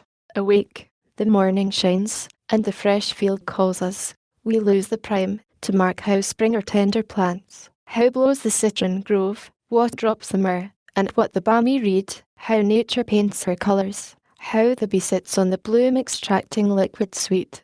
Such whispering waked her, but with startled eye on Adam, whom embracing, thus she spake, O soul in whom my thoughts find all repose, my glory, my perfection, glad I see thy face, and morn returned, for I this night, such night till this I never passed, have dreamed, if dreamed, not, as I often wont, of thee, works of day past, or morrow's next design, but of offence and trouble, which my mind knew never till this irksome night.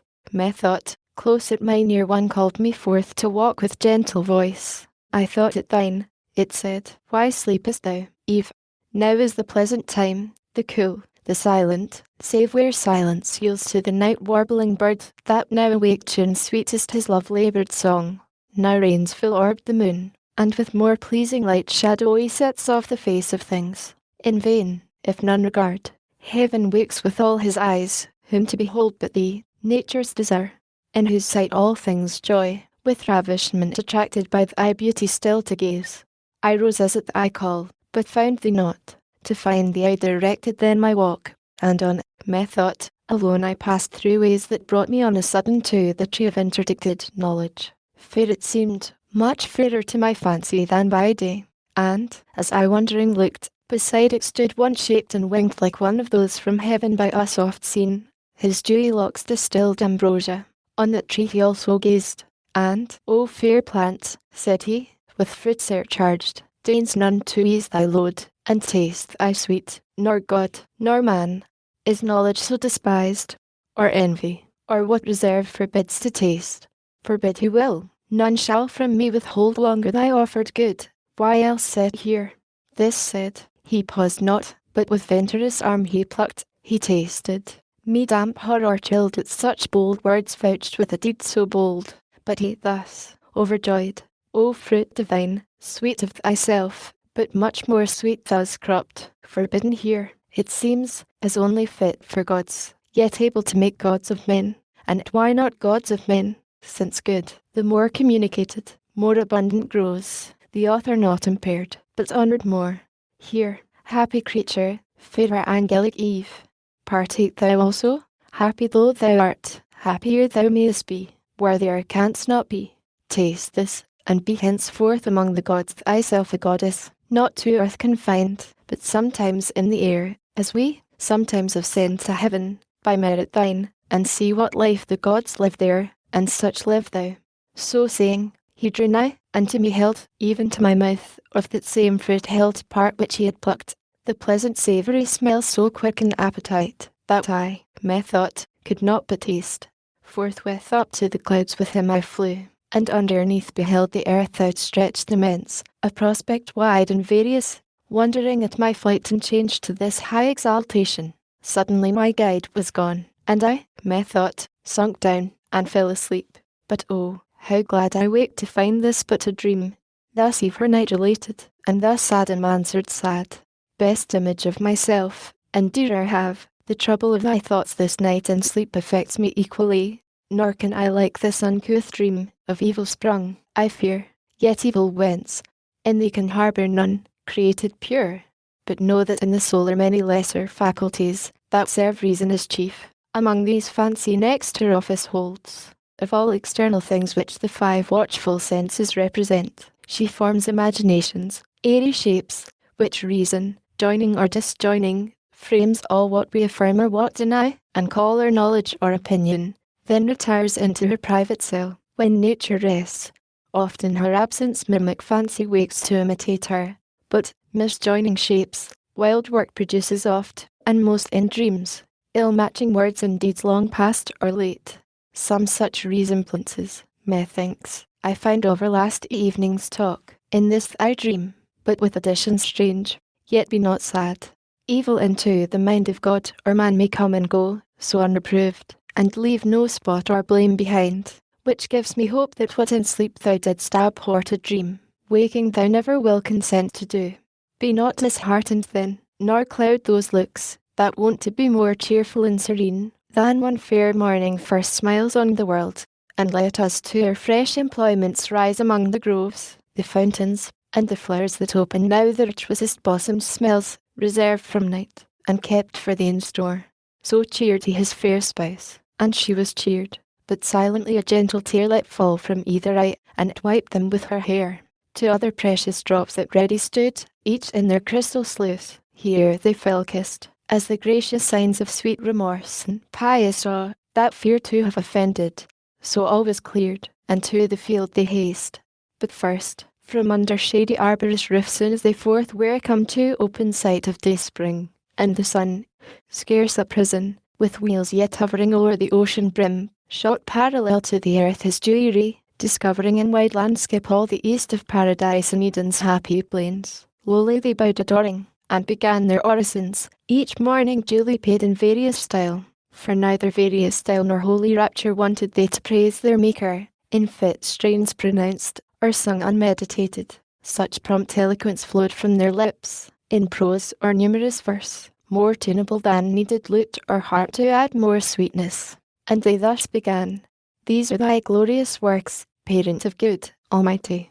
Thine this universal frame, thus wondrous fair, thyself how wondrous then, unspeakable, who sitst above these heavens to us invisible, or dimly seen in these thy lowest works, yet these declare thy goodness beyond thought, and power divine.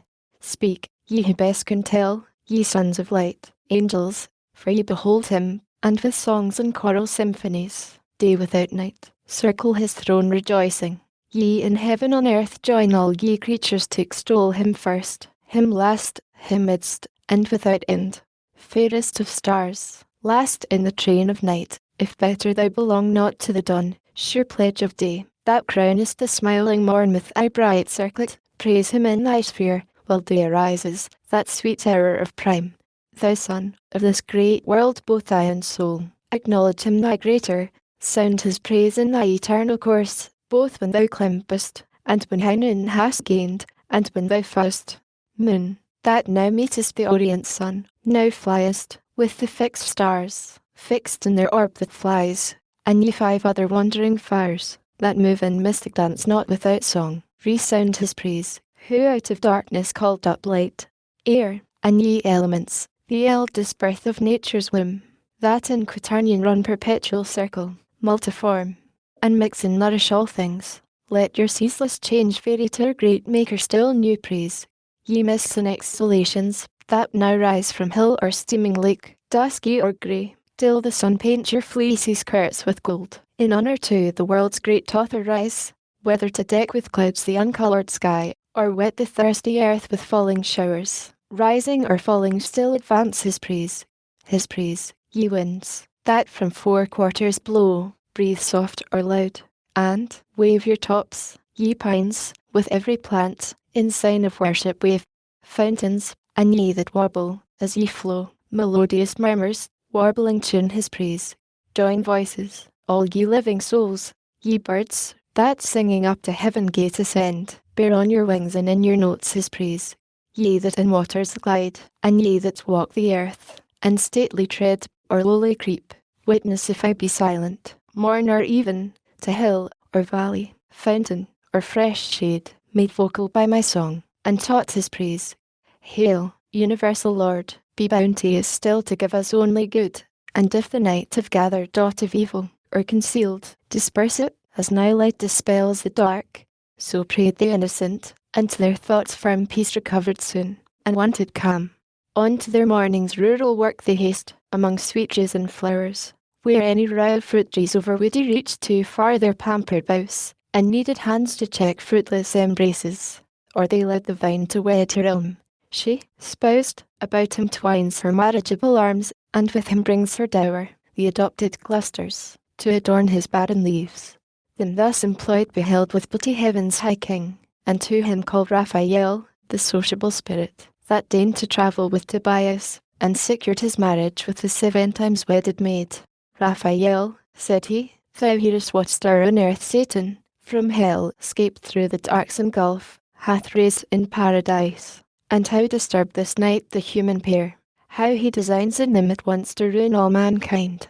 Go therefore, half this day's friend with friend converse with Adam, in what bower or shade thou findest him from the heat of noon retired, to respite his day labour with repast, or with repose, and such discourse bring on, as may advise him of his happy state, happiness in his power left free to will, left to his own free will, his will though free, yet mutable, whence warn him to beware he swerve not, to secure, tell him withal his danger, and from whom, what enemy, late fallen himself from heaven, is plotting now the fall of others from like state of bliss, by violence. No, for that shall be withstood, but by deceit and lies. This let him know, lest, wilfully transgressing, he pretend surprisal, unadmonished, unforewarned. So spake the Eternal Father, and fulfilled all justice, nor delayed the winged saint after his charge received, but from among thousand celestial arches, where he stood veiled with his gorgeous wings, upspringing lights, flew through the midst of heaven, the angelic choirs, on each hand parting, to his speed gave way through all the imperial road, till, at the gate of heaven arrived, the gate self opened wide on golden hinges turning, as by work divine the sovereign architect had framed. From hence no cloud, or, to obstruct his sight, star interposed, however small he sees, not unconformed to other shining globes, earth, and the garden of God, with cedars crowned above all hills. As when by night the glass of Galileo, less assured, observes imagined lands and regions in the moon, or Pilate, from amidst the Cyclades Delos or Samos first appearing, kens a cloudy spot. Down thither prone in flight he speeds, and through the vast ethereal sky sails between worlds and worlds, with steady wing now on the polar winds, then with quick fan winnows the buxom air, till, within soar of towering eagles, to all the fowls he seems a phoenix, gazed by all as that sole bird, when, to enshrine his relics in the sun's bright temple, to Egyptian Thebes he flies. At once on the eastern cliff of paradise he lights, and to his proper shape returns of seraph winged, 6 wings he wore, to shade his lineaments divine, the pair that clad each shoulder broad, came mantling o'er his breast with regal ornament, the middle pair girt like a starry zone his waist, and round skirted his loins and thighs with downy golden colours dipped in heaven. The third his feet shadowed from either heel with feathered mail, sky-tinctured grain. Like my as sun he stood, and shook his plumes, that heavenly fragrance filled the circuit wide. Straight knew him all the bands of angels under watch, and to his state, and to his message high, in honour rise, for on some message high they guessed him bound. Their glittering tents he passed, and now is come into the blissful field, through groves of myrrh, and flowering odours, cassia, nard, and balm, a wilderness of sweets. For nature here wantoned as in her prime, and played at will her virgin fancies pouring forth more sweet, wild above rule or art, enormous bliss. Him through the spicy forest onward come Adam discerned, as in the door he sat of his cool bower, while now the mounted sun shot down direct his fervid rays to warm earth in most room, more warmth than Adam needs, and Eve within, due at her hour prepared for dinner savoury fruits, of taste to please true appetite, and not disrelish thirst of nectarous draughts between, from milky stream, berry or grape, to whom thus Adam called, Haste hither, Eve, and worth eyesight behold eastward among those trees. What glorious shape comes this way moving? Seems another morn risen on mid-noon. Some great behest from heaven to us perhaps he brings, and will vouchsafe this day to be your guest. But go with speed, and, what thy stores contain, bring forth, and pour abundance, fit to honour and receive our heavenly stranger. Will we may afford our givers their own gifts, and large bestow from large bestowed, where nature multiplies her fertile growth, and by disburthening grows more fruitful, which instructs us not to spare. To whom thus Eve, Adam, earth's hallowed mould, of God inspired, small store will serve, where store, all seasons, ripe for use, hangs on the stalk, save what by frugal storing firmness gains to nourish, and superfluous moist consumes. But I will haste, and from each bough and brake, each plant and juiciest gourd, will pluck such choice to entertain our angel guest, as he beholding shall confess, that here on earth God hath dispensed his bounties as in heaven. So saying, with dispatchful looks in haste she turns, on hospitable thoughts intent what choice to choose for delicacy best, What order, so contrived as not to mix tastes, not well joined, inelegant, but bring taste after taste upheld with kindliest change, besters her then, and from each tender stock whatever earth, all bearing mother, yields in India east or west, or middle shore in Pontus or the Punic coast, or where Alcinous reigned, fruit of all kinds, in coat rough, or smooth rind, or bearded husk, or shell, she gathers, tribute large, and on the board heaps with unsparing hand. For drink the grape she crushes, inoffensive must, and meaths from many a berry, and from sweet kernels breast she tempers dulcet creams, nor these to hold once her fit vessels pure, then strows the ground with rosin odours from the shrub unfumed. Meanwhile our primitive great sire, to meet his god-like guest, walks forth, without more train accompanied than with his own complete perfections. In himself was all his state, more solemn than the tedious pomp that waits on princes, when the rich retinue long of horses led, and grooms besmeared with gold, dazzles the crowd, and sets them all agape. Nearer his presence Adam, though not awed, yet with submiss approach and reverence meek, as to a superior nature bowing low, thus said, Native of heaven, for other place none can than heaven such glorious shape contain, since, by descending from the thrones above, those happy places thou hast deigned a while to want, and honour these, vouchsafe with us two only, who yet by sovereign gift possess this spacious ground, in yonder shady bower to rest, and what the garden choicest bears to sit and taste, till this meridian heat be over, and the sun more cool decline. Whom thus the angelic virtue answered mild, Adam, I therefore came, nor art thou such created, or such place hast here to dwell, as may not oft invite those spirits of heaven to visit thee. Lead on then where thy bower or shades, for these mid-hours till evening rise, I have at will. So to the sylvan lodge they came, that like Pomina's arbour smiled, with flowers decked, and fragrant smells, but Eve, undecked save with herself, more lovely fair than wood nymph, or the fairest goddess feigned of three that in Mount Ida naked strove, stood to entertain her guest from heaven. No veil she needed, virtue proof, no thought infirm altered her cheek, on whom the angel hail bestowed, the holy salutation used long after to blessed Mary, second Eve. Hail, Mother of mankind, whose fruitful womb shall fill the world more numerous with thy sons, than with these various fruits the trees of God have heaped this table. Raised of grassy turf their table was, and mossy seats had round, and on her ample square from side to side all autumn piled, though spring and autumn here danced hand in hand. A wild discourse they hold, no fear lest dinner cool, when thus began her author, Heavenly stranger, pleased to taste these bounties, which are nourisher, from whom all perfect good, and measured out, descends, to us for food and for delight hath caused the earth to yield. Unsavoury food perhaps to spiritual natures. Only this I know, that one celestial Father gives to all, to whom the angel, therefore what he gives, whose praise be ever sung, to man in part spiritual, may of purest spirits be found no ingrateful food, and food alike those pure intelligential substances require, as doth your rational, and both contain within them every lower faculty of sense, whereby they hear, see, smell, touch, taste, tasting concoct, digest, assimilate, and corporeal to incorporeal turn. For no, whatever was created, needs to be sustained and fed, of elements the grosser feeds the purer, earth the sea, earth and the sea feed air, the air those fires ethereal, and as lowest first the moon, whence in her visage round those spots, unpurged vapours not yet into her substance turned, nor doth the moon no nourishment exhale from her moist continent to higher orbs. The sun that light imparts to all, receives from all his elemental recompense in humid exhalations, and it even sups with the ocean. Though in heaven the trees of life ambrosial fruit age bear, and vines yield nectar, though from off the boughs each morn we brush mellifluous juice, and find the ground covered with pearly green, yet God hath here varied his bounty so with new delights, as may compare with heaven. And to taste think not I shall be nice.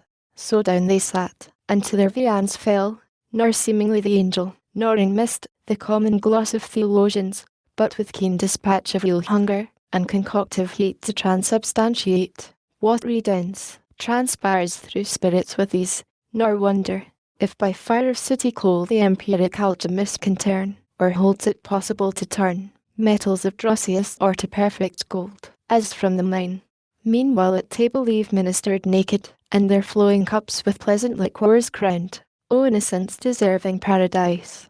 If ever, then had the sons of God excuse to have been enamoured at that sight. But in those hearts love unlimitedness reigned, nor jealousy was understood, the injured lover's hell. Thus when with meats and drinks they had sufficed, not burdened nature, sudden mind arose in Adam, not to let the occasion pass given him by this great conference to know of things above his world, and of their being who dwell in heaven, whose excellence he saw transcend his own so far, whose radiant forms, divine effulgence, whose high power, so far exceeded human, and his wary speech thus to the imperial minister he framed. Inhabitant with God, now know I well thy favour, in this honour done to man, under whose lowly roof thou hast vouchsafed to enter, and these earthly fruits to taste, food not of angels, yet accepted so, as that more willingly thou couldst not seem at heaven's high feasts to have fed, yet what compared to whom the winged hierarch replied, O Adam, one almighty is, from whom all things proceed, and up to him return, if not depraved from good, created all such to perfection, one first matter all, endued with various forms, various degrees of substance, and, in things that live, of life, but more refined, more spirituous, and pure, is nearer to him placed, or nearer tending each in their several active spheres assigned, till body up to spirit work, in bounds proportioned to each kind. So from the root springs light to the green stalk, from thence the leaves more airy, last the bright consummate flower spirit's odorous breathes, flowers in their fruit, man's nourishment, by gradual scale sublimed, to vital spirits aspire, to animal, to intellectual, give both life and sense, fancy and understanding, whence the soul reason receives, and reasoning is her being, discursive, or intuitive, discourses oftest yours, the latter most desires, differing but in degree, of kind the same. Wonder not, then, what God for you saw good if I refuse not, but convert, as you to proper substance. Time may come, when men with angels may participate, and find no inconvenient diet, nor too light fare, and from these corporal nutriments perhaps your bodies may at last turn all to spirit, improved by tract of time, and, winged, ascend ethereal, as we, or may, at choice, here or in heavenly paradises dwell, if ye be found obedient, and retain unalterably firm his love entire, whose progeny you are. Meanwhile enjoy your fill what happiness this happy state can comprehend, incapable of more. To whom the patriarch of mankind replied, O favourable spirit, propitious guest, well hast thou taught the way that might direct our knowledge, and the scale of nature set from centre to circumference, wherein, in contemplation of created things, by steps we may ascend to God. But say, what meant that caution joined, if ye be found obedient? Can we want obedience then to him, or possibly his love desert, who formed us from the dust and placed us here full to the utmost measure of what less human desires can seek or apprehend, to whom the angel, Son of heaven and earth, attend, that thou art happy, O to God, that thou continuest such, O to thyself, that is, to thy obedience, therein stand. This was that caution given thee, be advised. God made thee perfect, not immutable, and good he made thee, but to persevere he left it in thy power. Ordain thy will by nature free, not overruled by fate inextricable, or strict necessity, where voluntary service he requires, not are necessitated. Such with him finds no acceptance, nor confined, for how can hearts, not free, be tried whether they serve willing or no, who will but what they must by destiny, and can no other choose? Myself, and all the angelic host, that stand in sight of God, enthroned, our happy state hold, as you yours, while our obedience holds. On other surety none, freely we serve, because we freely love, as in our will to love or not. In this we stand or fall, and some are fallen, to disobedience fallen, and so from heaven to deepest hell. O fall from what high state of bliss, into what woe? To whom our great progenitor, thy words attentive, and with more delighted ear, divine instructor, I have heard, than one cherubic songs by night from neighbouring hills a real music send, nor knew I not to be both will and deed created free, yet that we never shall forget to love our Maker, and obey him whose command single is yet so just, My constant thoughts assured me, and still assure, though what thou tellest hath passed in heaven, some doubt within me move, but more desire to hear, if thou consent, the full relation, which must needs be strange, worthy of sacred silence to be heard. And we have yet large day, for scarce the sun hath finished half his journey, and scarce begins his other half in the great zone of heaven. Thus Adam made request, and Raphael, after short pause assenting, thus began: High matter thou enjoinest me, O prime of men, sad task and hard, for how shall I relate to human sense the invisible exploits of warring spirits? How, without remorse, the ruin of so many glorious once in perfect while they stood? How last unfold the secrets of another world, perhaps not lawful to reveal? Yet for thy good this is dispensed, and what surmounts the reach of human sense, I shall delineate so, by likening spiritual to corporal forms, as may express them best. Though what if earth be but a shadow of heaven, and things therein each to other like, more than on earth is thought, as yet this world was not, and chaos wild reigned where these heavens now roll, where earth now rests upon her centre poised, when on a day, for time, though in eternity, applied to motion, measures all things durable by present, past, and future. On such day as heaven's great year brings forth, the imperial host of angels by imperial summons called, innumerable before the Almighty's throne forthwith, from all the ends of heaven, appeared under their hierarchs in orders bright, 10,000 ensigns high advanced, standards and gonfalons, twixt fun and rare stream in the air, and for distinction serve of hierarchies, of orders, and degrees, or in their glittering tissues bear emblazed holy memorials, acts of zeal and love recorded eminent. Thus when in orbs of circuit inexpressible they stood, orb within orb, the Father infinite, by whom in bliss embosomed sat the Son, amidst as from a flaming mount, whose top brightness had made invisible, thus spake: Hear, all ye angels, progeny of light, thrones, dominations, princedoms, virtues, powers, hear my decree, which unrevoked shall stand. This day I have begot whom I declare my only Son, and on this holy hill him have anointed, whom ye now behold at my right hand. Your head I him appoint, and by myself have sworn, to him shall bow all knees in heaven, and shall confess him Lord. Under his great vicegerent reign abide united, as one individual soul, forever happy. Him who disobeys, me disobeys, breaks union, and that day, cast out from God in blessed vision, falls into utter darkness, deep and ill-fed, his place ordained without redemption, without end. So spake the Omnipotent, and with his words all seemed well pleased. All seemed, but were not all. That day, as other solemn days, they spent in song and dance about the sacred hill, mystical dance, which yonder starry sphere of planets, and of fixed, in all her wheels resembles nearest, mazes intricate, eccentric, intervolved, yet regular then most, when most irregular they seem. And in their motions harmony divine so smooths her charming tones, that God's own ear listens delighted.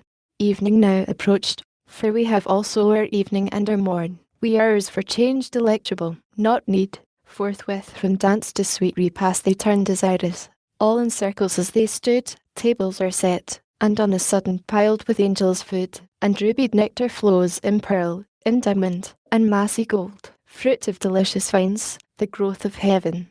On flowers reposed, and with fresh flowrets crowned, they eat, they drink, and in communion sweet go off immortality and joy, secure of surfeit, where full measure only bounds excess, before the all-bounteous King, who showered with copious hand, rejoicing in their joy. Now when ambrosial night with clouds exhaled from the high mount of God, whence light and shade spring both, the face of brightest heaven had changed to grateful twilight. For night comes not there in darker veil, and rosy dews disposed all but the unsleeping eyes of God to rest. Wide over all the plain, and wider far than all this globous earthen plain outspread, such are the courts of God, the angelic throng, dispersed in bands and files. Their camp extends by living streams among the trees of life, pavilions numberless, and sudden-reared, celestial tabernacles, where they slept fanned with cool winds. Save those, in their course, melodious hymns about the sovereign throne alternate all night long, but not so waked Satan. So call him now, his former name is heard no more in heaven. He of the first, if not the first archangel, great in power, in favour and preeminence, yet wrought with envy against the Son of God, that day honoured by his great Father, and proclaimed Messiah King anointed, could not bear through pride that sight, and thought himself impaired. Deep malice thence conceiving in disdain, soon as midnight brought on the dusky our friendliest to sleep in silence, he resolved with all his legions to dislodge, and leave unworshipped, unobeyed, the throne supreme, contemptuous. And his next subordinate awakening, thus to him in secret spake, Sleepest thou, companion dear? What sleep can close thy eyelids? And rememberest what decree of yesterday, so late hath passed the lips of heaven's Almighty. Thou to me thy thoughts waste wont, I mine to thee was wont to impart. Both waking we were one, how then can now thy sleep dissent? New laws thou seest imposed, new laws from him who reigns. New minds may raise in us who serve, new counsels to debate what doubtful may ensue. More in this place to utter is not safe. Assemble thou of all those myriads which we lead the chief. Tell him, that by command, ere yet dim night her shadowy cloud withdraws, I am to haste, and all who under me their banners wave, homeward, with flying march, where we possess the quarters of the north, there to prepare fit entertainment to receive our King, the great Messiah, and his new commands, who speedily through all the hierarchies intends to pass triumphant, and give laws. So spake the false archangel, and infused bad influence into the unwary breast of his associate. He together calls, or several one by one, the regent powers, under him regent, tells, as he was taught, that the Most High commanding, now ere night, now ere dim night had disencumbered heaven, the great hierarchical standard was to move, tells the suggested cause, and casts between ambiguous words and jealousies, to sound or taint integrity. But all obeyed the wanted signal, and superior voice of their great potentates, for great indeed his name, and high was his degree in heaven, his countenance, as the morning star that guides the starry flock, allured them, and with lies drew after him the third part of heaven's host. Meanwhile the eternal eye, whose sight discerns abstracest thoughts, from forth his holy mount, and from within the golden lamps that burn nightly before him, saw without their light rebellion rising, saw in whom, how spread among the sons of morn, what multitudes were banded to oppose his high decree, and, smiling, to his only Son thus said, Son, thou in whom my glory I behold in full resplendence, heir of all my might, nearly it now concerns us to be sure of our omnipotence, and with what arms we mean to hold what anciently we claim of deity or empire. Such a foe is rising, who intends to erect his throne equal to ours, throughout the spacious north, nor so content, hath in his thought to try in battle, what our power is, or our right. Let us advise, and to this hazard draw with speed what force is left, and all employ in our defence, lest unawares we lose this our high place, our sanctuary, or hill. To whom the sun with calm aspect and clear, lightning divine, ineffable, serene, made answer, Mighty Father, thou thy foes justly hast in derision, and, secure, laughest at their vain designs and tumults vain, matter to me of glory, whom their hate illustrates, when they see all regal power given me to quell their pride, and in event know whether I be dexterous to subdue thy rebels, or be found the worst in heaven. So spake the Son, but Satan, with his powers, far was advanced on winged speed, an host innumerable as the stars of night, or stars of morning, dewdrops, which the sun impales on every leaf and every flower. Regions they passed, the mighty regencies of seraphim, and potentates, and thrones, in their triple degrees, regions to which all thy dominion, Adam, is no more than what this garden is to all the earth, and all the sea, from one entire globose stretched into longitude, which having passed, at length into the limits of the north they came, and Satan to his royal seat high on a hill, far blazing, as a mount raised on a mound, with pyramids and towers from diamond quarries hewn, and rocks of gold, the palace of great Lucifer, so called its structure in the dialect of men interpreted, which not long after, he affecting all equality with God, in imitation of that mount wherein Messiah was declared in sight of heaven, the mountain of the congregation called, for thither he assembled all his train, pretending so commanded to consult about the great reception of their king, thither to come, and with calumnious art of counterfeited truth thus help their ears. Thrones, dominations, princedoms, virtues, powers, If these magnific titles yet remain not merely titular, since by decree another now hath to himself engrossed all power, and us eclipsed under the name of King Anointed, for whom all this haste of midnight march, and hurried meeting here, this only to consult how we may best, with what may be devised of honours new, receive him coming to receive from us ne tribute yet unpaid, prostration vile, too much to one, but double how endured, to one, and to his image now proclaimed. But what if better counsels might direct our minds, and to each us to cast off this yoke? Will ye submit your necks, and choose to bend the supple knee? Ye will not, if I trust to know ye right, or if ye know yourselves natives and sons of heaven possessed before by none, and if not equal all, yet free, equally free, for orders and degrees jar not with liberty, but well consist. Who can in reason then, or right, assume monarchy over such as live by rights as equals, if in power and splendour less, in freedom equal? Or can introduce law and edict on us, who without law are not?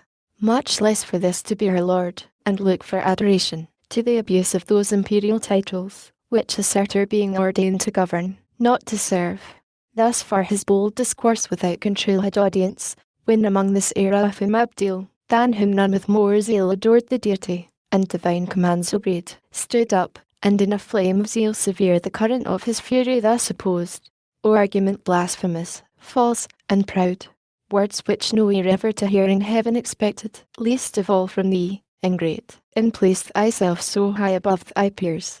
Canst thou with impious obloquy condemn the just decree of God, pronounced and sworn, that to his only Son, by right endued with regal sceptre, every soul in heaven shall bend the knee, and in that honour do confess him rightful King? Unjust, thou sayest, flatly unjust, to bind with laws the free, and equal over equals to let reign, one over all with unsucceeded power. Shalt thou give law to God?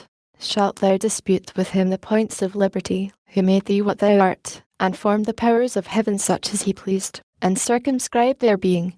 Yet, by experience taught, we know how good and over dignity how provident he is, how far from thought to make us less, bent rather to exalt our happy state, under one head more near united, but to grant to the unjust, that equal over equals monarch reign.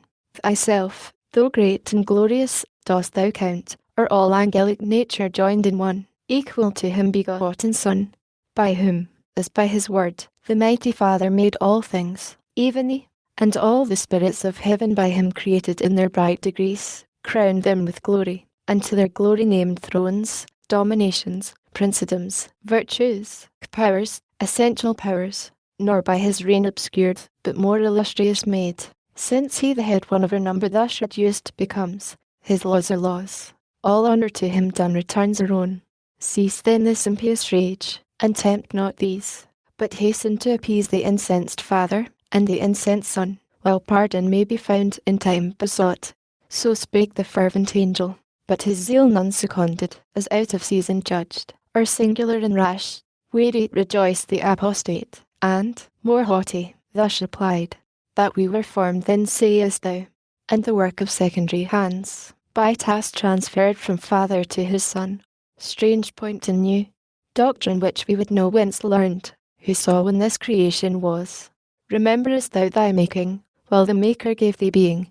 We know no time when we were not as now, no none before us, self-begot, self-raised by our own quickening power. When fatal course had circled his full orb, the birth mature of this our native heaven, ethereal sons. Our parents is our own right hand shall teach us highest deeds, by proof to try who is our equal. Then thou shalt behold whether by supplication we intend address, and to better at the almighty throne beseeching or besieging. This report, these tidings carried to the anointed king, and fly, ere evil intercept thy flight, he said, and, as the sound of waters deep, hoarse murmur echoed to his words applause through the infinite host, nor less for that the flaming's wrath fearless, though alone encompassed round with foes, thus answered bold, O alienate from God, O spirit accursed, forsaken of all good, I see thy fall determined, and thy hapless crew involved in this perfidious fraud. Contagion spread both of thy crime and punishment. Henceforth no more be troubled how to quit the yoke of God's Messiah. Those indulgent laws will not be now vouchsafed, Other decrees against thee are gone forth without recall. That golden scepter, which thou didst reject, is now an iron rod to bruise and break thy disobedience.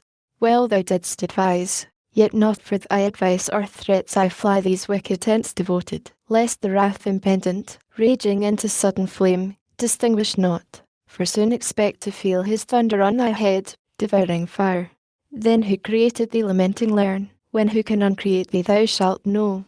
So spake the seraph Abdiel, faithful found among the faithless, faithful only he, among innumerable false, unmoved, unshaken, unseduced, undefied. His loyalty he kept, his love, his zeal, nor number, nor example, with him wrought to swerve from truth, or change his constant mind, though single. From amidst them forth he passed, long way through hostile scorn, which he sustained superior, nor revilence feared aught, and, with retorted scorn, his back he turned on those proud terrors to swift destruction doomed. Book the 6th. All night the dreadless angel, unpursued, through heaven's wide champaign held his way, till morn, waked by the circling hours, with rosy hand unbarred the gates of light. There is a cave within the mount of God, fast by his throne, where light and darkness in perpetual all round lodge and dislodge by turns, which makes through heaven grateful vicissitude, like day and night. Light issues forth, and at the other door obsequious darkness enters, till her hour to veil the heaven, though darkness there might well seem twilight here. And now went forth the morn such as in highest heaven arrayed in gold imperial, from before her vanished night, shot through with orient beams, when all the plain covered with thick embattled squadrons bright, chariots, and flaming arms, and fiery steeds, reflecting blaze on blaze, first met his view, war he perceived, war in procinct, and found already known what he for news had thought to have reported. Gladly then he mixed among those friendly powers, who him received with joy and acclamations loud, that one, that of so many myriads fallen, yet one return not lost. On to the sacred hill they led him high applauded, and present before the seat supreme, from whence a voice, from midst a golden cloud, thus mild was heard, Servant of God, well done, well hast thou fought the better fight, who single hast maintained against revolted multitudes the cause of truth, in word mightier than they in arms, and for the testimony of truth hast borne universal reproach, far worse to bear than violence. For this was all thy care to stand approved in sight of God, the world's judge be perverse. The easier conquest now remains thee, aided by this host of friends, back on thy foes more glorious to return, than scorned thou didst depart, and to subdue by force, who reason for their law of use, right reason for their law, and for their King Messiah, who by right of merit reigns. Go, Michael, of celestial armies prince, and thou, in military prowess next, Gabriel, lead forth to battle these my sons invincible, lead forth my armed saints, by thousands and by millions, ranged for fight, equal in number to that godless crew rebellious, them with fire and hostile arms fearless assault, and, to the brow of heaven pursuing, drive them out from God and bliss, into their place of punishment, the gulf of Tartarus, which ready opens wide his fiery chaos to receive their fall. So spake the sovereign voice, and clouds began to darken all the hill, and smoke to roll in dusky wreaths, reluctant flames, the sign of wrath awaked, nor with less dread the loud ethereal trumpet from on high gan blow, at which command the powers militant, that stood for heaven, in mighty quadrate joined of union irresistible, moved on in silence their bright legions, to the sound of instrumental harmony, that breathed heroic ardour to adventurous deeds under their godlike leaders, in the cause of God and his Messiah.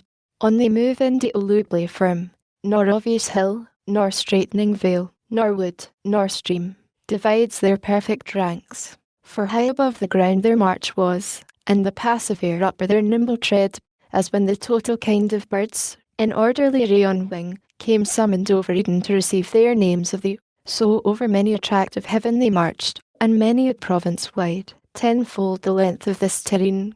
At last, far in the horizon to the north appeared from skirt to skirt a fiery region, stretched in batteilous aspect, and nearer view bristled with the bright beams innumerable of rigid spears, and helmets thronged, and shields various, with boastful argument portrayed, the banded powers of Satan hasting on with furious expedition, for they ween that self same day, by fight or by surprise, to win the mount of God, and on his throne to sit the envier of his state, the proud aspirer. But their thoughts prove fond and vain in the midway. Though strange to us it seemed at first, that angel should with angel war, and in fierce hosting meet, who wont to meet so oft in festivals of joy and love unanimous, the sons of one great sire, hymning the eternal Father. But the shout of battle now began, and rushing sound of onset ended soon each milder thought. High in the midst, exalted as a god, the apostate in his sun-bright chariot sat, idol of majesty divine, enclosed with flaming cherubim, and golden shields, then lighted from his gorgeous throne. For now, twixt host and host but narrow space was left, a dreadful interval, and front to front presented stood in terrible array of hideous length, before the cloudy van. On the rough edge of battle ere it joined, Satan, with fast and haughty strides advanced, came towering, armed in adamant and gold. Abdiel that sight endured not, where he stood among the mightiest, bent on highest deeds, and thus his own undaunted heart explores. O heaven, that such resemblance of the highest should yet remain, where faith and reality remain not, wherefore should not strength and might there fail where virtue fails, or weakest prove where boldest, though to fight unconquerable. His puissance, trusting in the Almighty's aid, I mean to try, whose reason I have tried unsound and false. Nor is it aught but just, that he, who in debate of truth hath won, should win in arms, in both disputes alike victor. Though brutish that contest and foul, when reason hath to deal with force, yet so most reason is that reason overcome. So pondering, and from his armed peers forth stepping opposite, halfway he met his daring foe, at this prevention more incensed, and thus securely him defied. Proud art thou met, thy hope was to have reached the height of thy aspiring unopposed, the throne of God unguarded, and his side abandoned, at the terror of thy power or potent tongue. Fool, not to think how vain against the omnipotent to rise in arms, who out of smallest things could, without end, have raised incessant armies to defeat thy folly, or with solitary hand reaching beyond all limit, at one blow, unaided, could have finished thee, and whelmed thy legions under darkness. But thou seest all or not of thy train, there be, who faith prefer, and piety to God, though then to thee not visible, when I alone seemed in thy world erroneous to descend from all. My sick thou seest, now learned too late how few sometimes may know, when thousands err, whom the grand foe, with scornful eye askance, thus answered, ill for thee, but in wish terror of my revenge, first sought for, thou returnest from flight, so dicious angel, to receive thy merited reward. The first assay of this right hand provoked, since first that tongue, inspired with contradiction, durst oppose a third part of the gods, in sin admit their deities to assert, while they feel vigour divine within them, can allow omnipotence to none. But well thou comest before thy fellows, ambitious to win from me some plume, that thy success may show destruction to the rest. This pause between, unanswered lest thou boast, to let thee know, at first I thought that liberty and heaven to heavenly souls had been all one, but now I see that most through sloth had rather serve, ministering spirits, drained up in feast and song. Such hast thou armed, the minstrelsy of heaven, servility with freedom to contend, as both their deeds compared this day shall prove. To whom in brief thus Abdiel stern replied, Apostate, still thou errest, nor end wilt find averring, from the path of truth remote. Unjustly thou depravest it with the name of servitude, to serve whom God ordains, or nature. God and nature bid the same, when he who rules is worthiest, and excels them whom he governs. This is servitude, to serve the unwise, or him who hath rebelled against his worthier, as thine now serve thee, thyself not free, but to thyself enthralled, yet lewdly darest or ministering upbraid. Reign thou in hell, thy kingdom, let me serve in heaven God ever blessed, and his divine behests obey, worthiest to be obeyed, yet chains in hell, not realms, expect, meanwhile from me returned, as erst thou saidst, from flight, this greeting on thy imperious crest receive. So saying, a noble stroke he lifted high, which hung not, but so swift with tempest fell on the proud crest of Satan, that no sight, nor motion of swift thought, less could his shield such ruin intercept. 10 paces huge he back recoiled, the 10th on bended knee his massy stirrup stayed, as if on earth winds underground, or waters forcing way, sidelong had pushed a mountain from his seat, half sunk with all his pines. Amazement seized the rebel thrones, but greater rage, to see thus foiled their mightiest. Ours joy filled, and shout, presage of victory, and fierce desire of battle. Wearied Michael bid sound the archangel trumpet. Through the vast of heaven it sounded, and the faithful armies rung Hosanna to the highest. Nor stood at gaze the adverse legions, nor less hideous joined the horrid shock. Now storming fury rose, and clamour such as heard in heaven till now was never. Arms on armour clashing bred horrible discord, and the madding wheels of brazen chariots raged. Dire was the noise of conflict. Overhead the dismal hiss of fiery darts in flaming volleys flew, and flying vaulted either host with fire.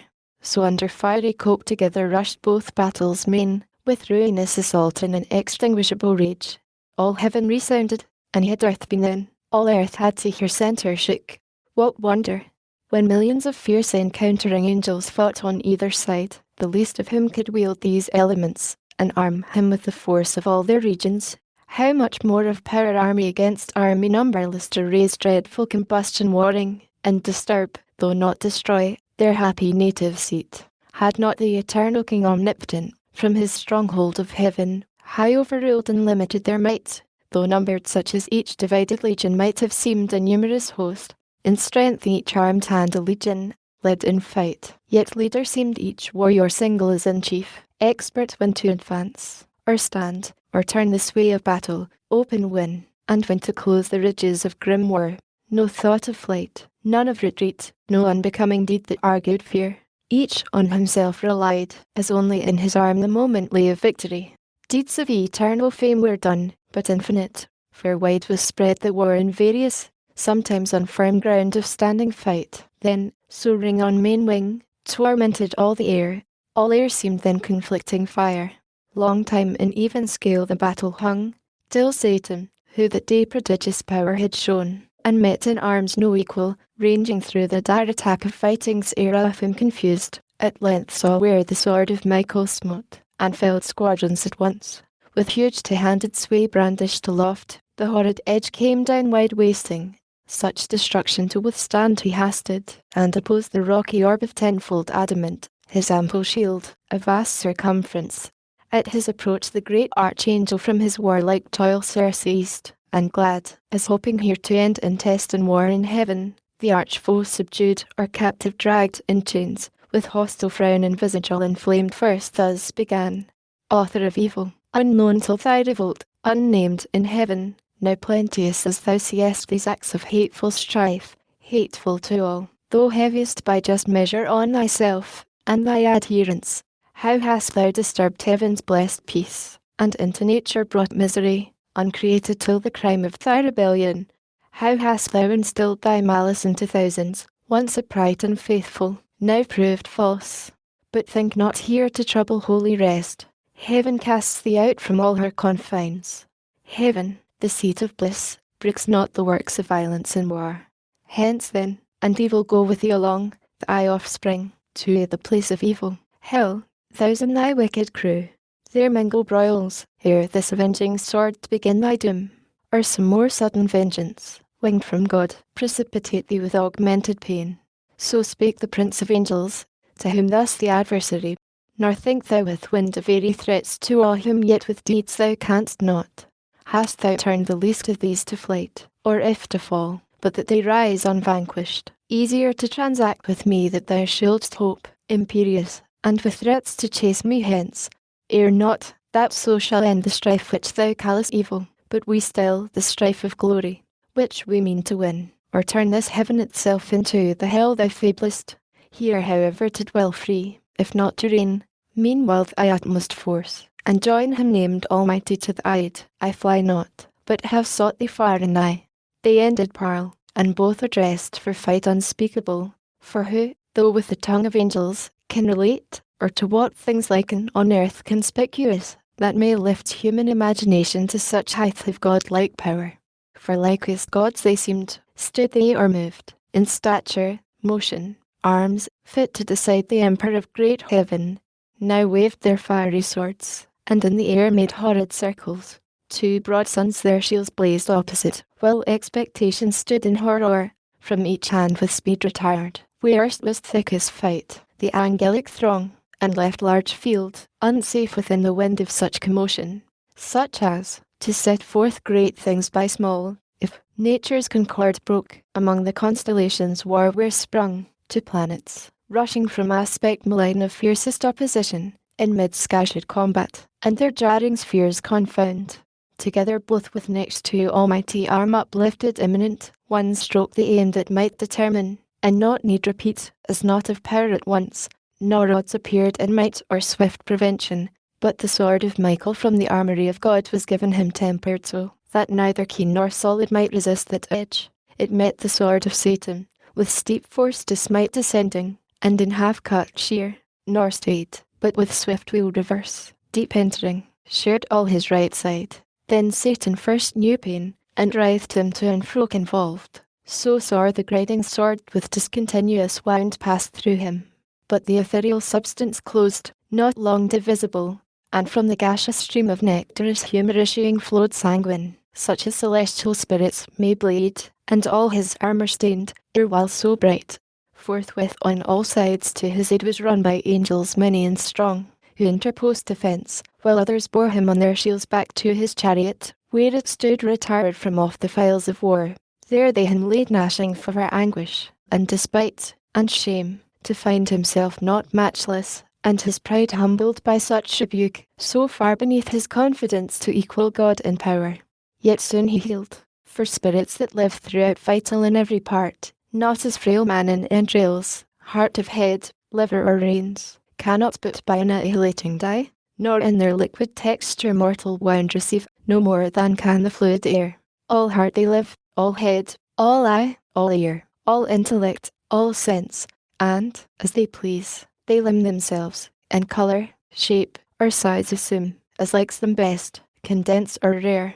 Meanwhile in other parts like deeds deserved memorial, where the might of Gabriel fought, and with fierce ensigns pierced the deep array of Moloch, furious king, who him defied, and at his chariot wheels to drag him bound threatened, nor from the Holy One of Heaven refrained his tongue blasphemous, but anon down cloven to the waist, with shattered arms and uncouth pain fled bellowing.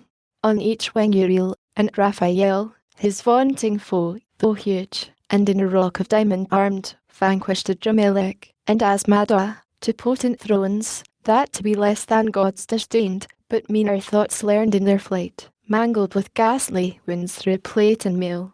Nor stood unminful Abdil to annoy the atheist crew, but with redoubled blow Ariel, and Arioch, and the violence of Ramiel scorched and blasted, overthrew.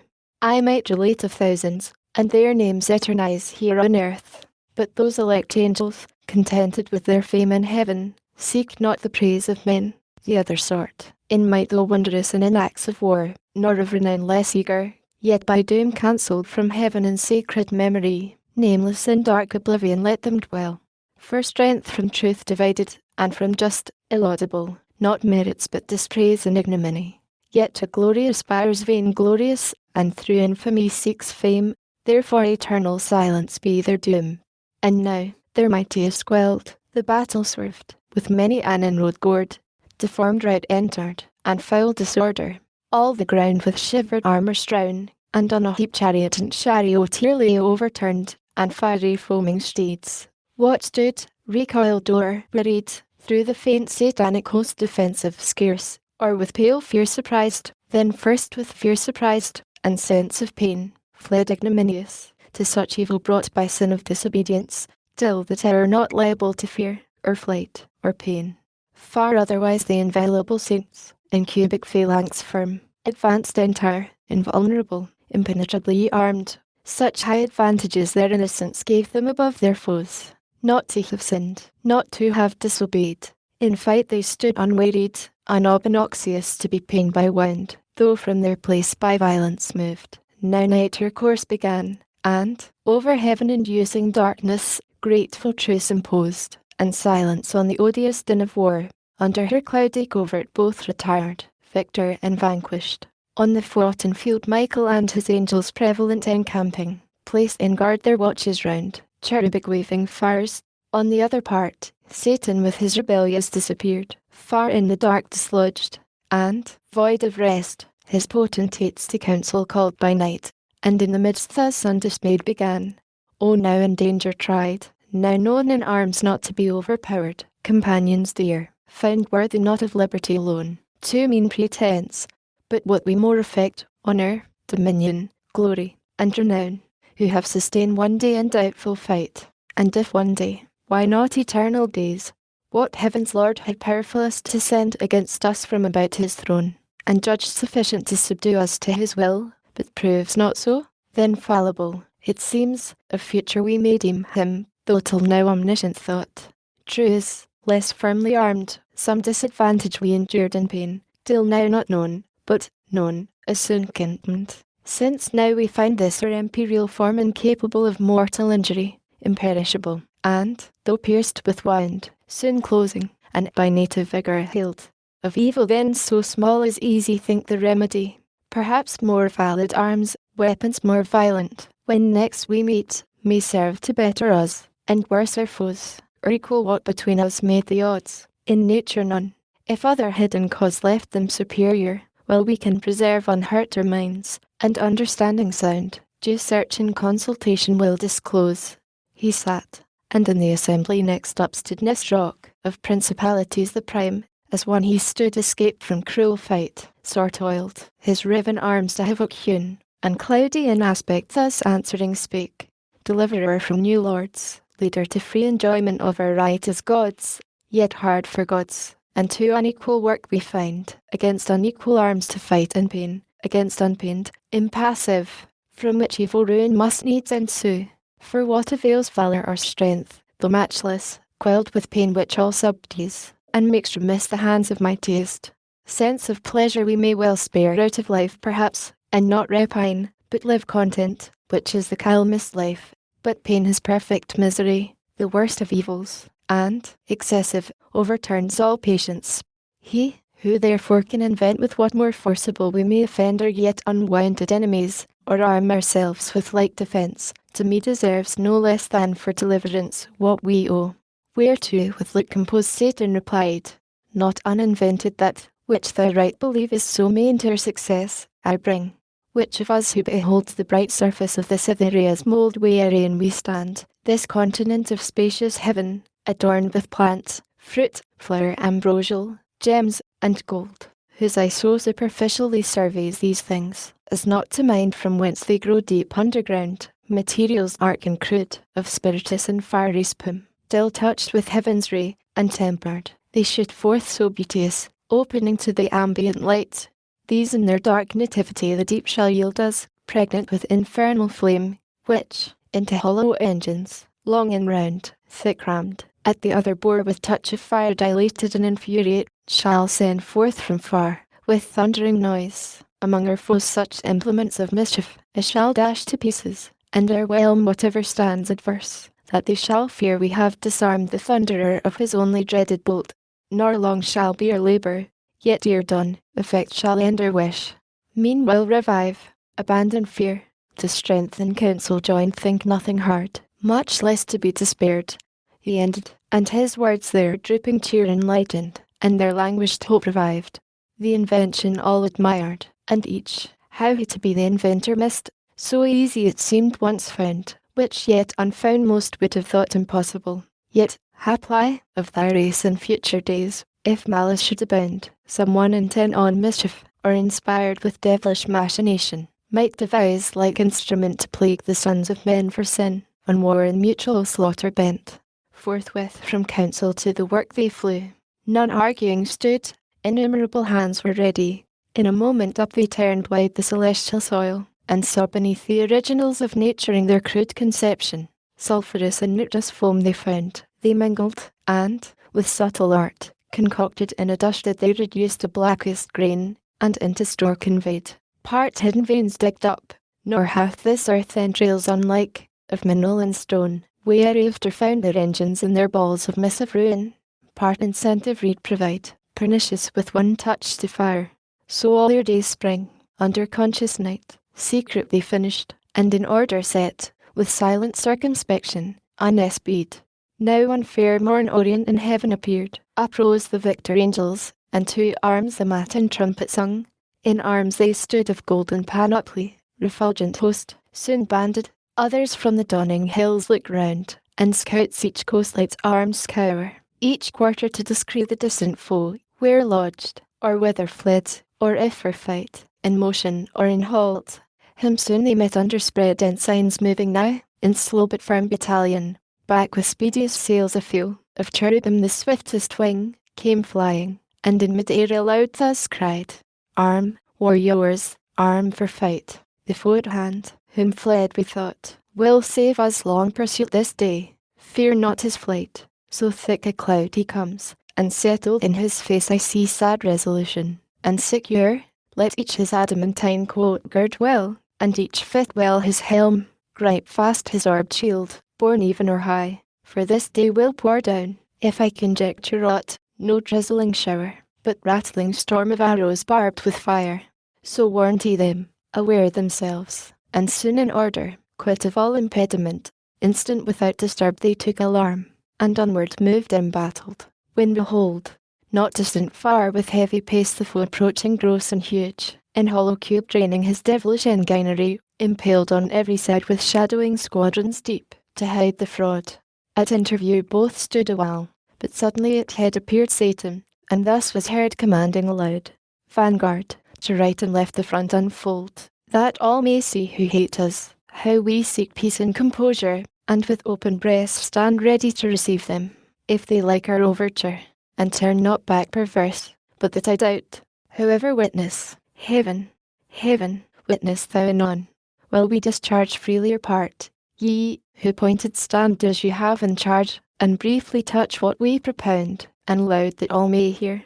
So scoffing in ambiguous words, he scarce had ended, when to right and left the front divided, and to either flank retired, which to our eyes discovered, new and strange, a triple-mounted row of pillars laid on wheels, for like to pillars most they seemed, or hollowed bodies made of oak or fir, with branches lopped, in wood or mountain felled, brass, iron, stony mould, had not their mouths with hideous orifice agaped on us wide, portending hollow truth. At each behind his raft stood, and in his hand a reed stood waving tipped with fire, while we, suspense, collected stood within our thoughts amused, not long, for sudden all at once their reeds put forth, and to a narrow vent applied with nicest touch, immediate in a flame, but soon obscured with smoke, all heaven appeared, from those deep-throated engines belched, whose roar embowled with outrageous noise the air, and all her entrails tore, disgorging foul their devilish glut, chain thunderbolts and hail of iron globes, which, on the victor host levelled, with such impetuous fury smote, that, whom they hit, none on their feet might stand, though standing else as rocks, but down they fell by thousands, angel on archangel rolled, the sooner for their arms, unarmed, they might have easily, as spirits, evaded swift by quick contraction or remove, but now foul dissipation followed, and force rout, nor served it to relax their serried files. What should they do? If on they rushed, repulse repeated, and indecent overthrow doubled, would render them yet more despised, and to their foes a laughter, for in view stood ranked of seraphim another row, in posture to displode their second tower of thunder. Back defeated to return they were abhorred. Satan beheld their plight, and to his mates thus in derision called, O friends, why come not on these victors' brow dear while they fierce were coming, and when we, to entertain them fair with open front and breast, what get we more? Propounded terms of composition, straight they changed their minds, flew off, and into strange vagaries fell, as they would dance. Yet for a dance they seemed somewhat extravagant and wild, perhaps for joy of offered peace. But I suppose, if our proposals once again were heard, we should compel them to a quick result.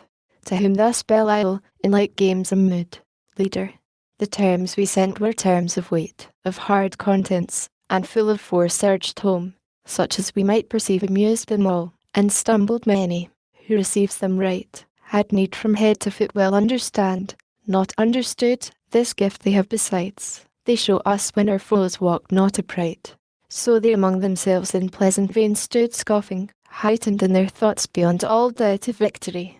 Eternal might to match with their inventions they presumed so easy, and of his thunder made a scorn, and all his host derided, while they stood awhile in trouble. But they stood not long, Rage prompted them at length, and found them arms against such hellish mischief fit to oppose. Forthwith, behold the excellence, the power, which God hath in his mighty angels placed. Their arms away they threw, and to the hills. For earth hath this variety from heaven of pleasure situate in hill and dale. Light as the lightning glimpse they ran, they flew. From their foundations loosening to and fro, they plucked the seated hills, with all their load, rocks, waters, woods, and by the shaggy tops uplifting bore them in their hands. Amaze, be sure, and terror seized the rebel host, when coming towards them so dread they saw the bottom of the mountains upward turned. Still on those cursed engines, triple rout they saw them whelmed, and all their confidence under the weight of mountains buried deep, themselves invaded next, and on their heads main promontories flung, which in the air came shadowing, and oppressed whole legions armed. Their armour helped their harm, crushed in and bruised into their substance pent, which wrought them pain implacable, and many a dolorous groan, long struggling underneath, ere they could wend out of such prison, those spirits of purest light, purest at first, now gross by sinning grown. The rest, in imitation, to like arms betook them, and the neighbouring hills uptower, so hills amid the air encountered hills, hurled to and fro with ejaculation dire, that underground they fought in dismal shade, infernal noise. War seemed a civil game to this uproar, horrid confusion heaped upon confusion rose, and now all heaven had gone to rack, with ruin overspread. Had not the Almighty Father, where he sits shrined in his sanctuary of heaven secure, consulting on the sum of things, foreseen this tumult, and permitted all, advised, that his great purpose he might so fulfill, to honour his anointed Son avenged upon his enemies, and to declare all power on him transferred, whence to his Son, the assessor of his throne, he thus began, Effulgence of my glory, Son beloved, Son, in whose face invisible is beheld visibly, what by deity am, and in whose hand what by decree I do, second omnipotence. 2 days are past, 2 days, as we compute the days of heaven, since Michael and his powers went forth to tame these disobedient. Sore hath been their fight, as likeliest was, when two such foes met armed, for to themselves I left them, and thou knowest, equal in their creation they were formed, save what sin hath impaired, which yet hath wrought insensibly, for I suspend their doom. Whence in perpetual fight they needs must last endless, and no solution will be found. War wearied hath performed what war can do, and to disordered rage let loose the reins with mountains, as with weapons, armed, which makes wild work in heaven, and dangerous to the main. 2 days are therefore past, the third is thine, for thee I have ordained it, and thus far have suffered, that the glory may be thine of ending this great war, since none but thou can end it. Into thee such virtue and grace immense I have transfused, that all may know in heaven and hell thy power above compare, and, this perverse commotion governed thus, to manifest thee worthiest to be heir of all things, to be heir, and to be king by sacred unction, thy deserved right. Go then, thou mightiest, in thy Father's might, ascend my chariot, guide the rapid wheels that shake heaven's basis, bring forth all my war, my bound thunder, my almighty arms guerdon, and sword upon thy puissant thigh. Pursue these sons of darkness, drive them out from all heaven's bounds into the utter deep. There let them learn, as likes them, to despise God, and Messiah his anointed King. He said, and on his Son with rays direct shone full. He all his Father full expressed ineffably into his face received, and thus the filial Godhead answering spake, O Father, O supreme of heavenly thrones, first, highest, holiest, best, thou always seekst to glorify thy Son. I always thee, as is most just, this I my glory account, my exaltation, and my whole delight, that thou, in me well pleased, declarest thy will fulfilled, which to fulfill is all my bliss.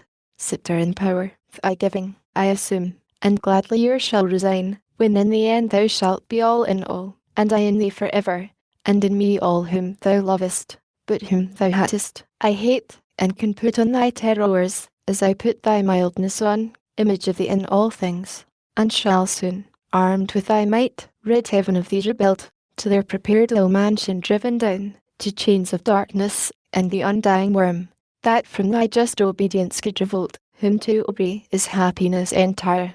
Then shall thy saints unmixed, and from the impure far separate, circling thy holy mount, unfant hallelujahs to thee sing, hymns of high praise, and I among them chief. So said he, o'er his sceptre bowing, rose from the right hand of glory where he sat, and the third sacred morn began to shine, dawning through heaven.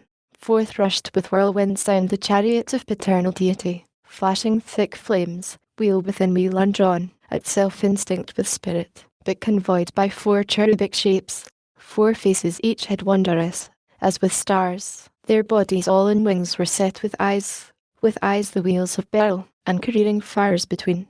Over their heads a crystal firmament, wherein a sapphire throne, inlaid with pure amber, and colours of the showery arch. He, in celestial panoply all armed of radiant cherubim, work divinely wrought, ascended. At his right hand victory sat eagle-winged, beside him hung his bow and quiver with 3 bolted thunder stored, and from about him fierce effusion rolled of smoke, and bickering flame, and sparkles dire. Attended with 10,000 saints, he onward came. Far off his coming shone, and 20,000, I their number heard, chariots of God, half on each hand, were seen. He on the wings of cherub rode sublime on the crystalline sky, in sapphire throned, illustrious far and wide, but by his own first seen, them unexpected joy surprised, when the great dense sign of Messiah blazed aloft by angels borne, his sign in heaven, under whose conduct Michael soon reduced his army, circumfused on either wing, under their head embodied all in one. Before him power divine his way prepared, at his command the uprooted hills retired each to his place. They heard his voice, and went obsequious. Heaven his wonted face renewed, and with fresh flowers hill and valley smiled. This saw his hapless foes, but stood upstart, and to rebellious fight rallied their powers. Insensate, hope conceiving from despair, in heavenly spirits could such perverseness dwell? But to convince the proud what signs avail, or wonders move the obdurate to relent? They, hardened more by what might most reclaim, grieving to see his glory, at the sight took envy, and, aspiring to his height, stood re-embattled fierce, by force or fraud weening to prosper, and at length prevail against God and Messiah, or to fall in universal ruin last, and now to final battle drew, disdaining flight, or faint retreat, when the great Son of God to all his host on either hand thus spake, Stand still in bright array, ye saints, here stand, ye angels armed, this day from battle rest, faithful hath been your warfare, and if God accepted, fearless in his righteous cause, and as ye have received, so have ye done, invincibly, but if this cursed crew the punishment to other hand belongs, vengeance is his, or whose he sole appoints. Number to this day's work is not ordained, nor multitude, stand only, and behold God's indignation on these godless poured by me, not you, but me, they have despised, yet envied, against me is all their rage, because the Father, to whom in heaven's supreme kingdom, and power, and glory appertains, hath honoured me, according to his will.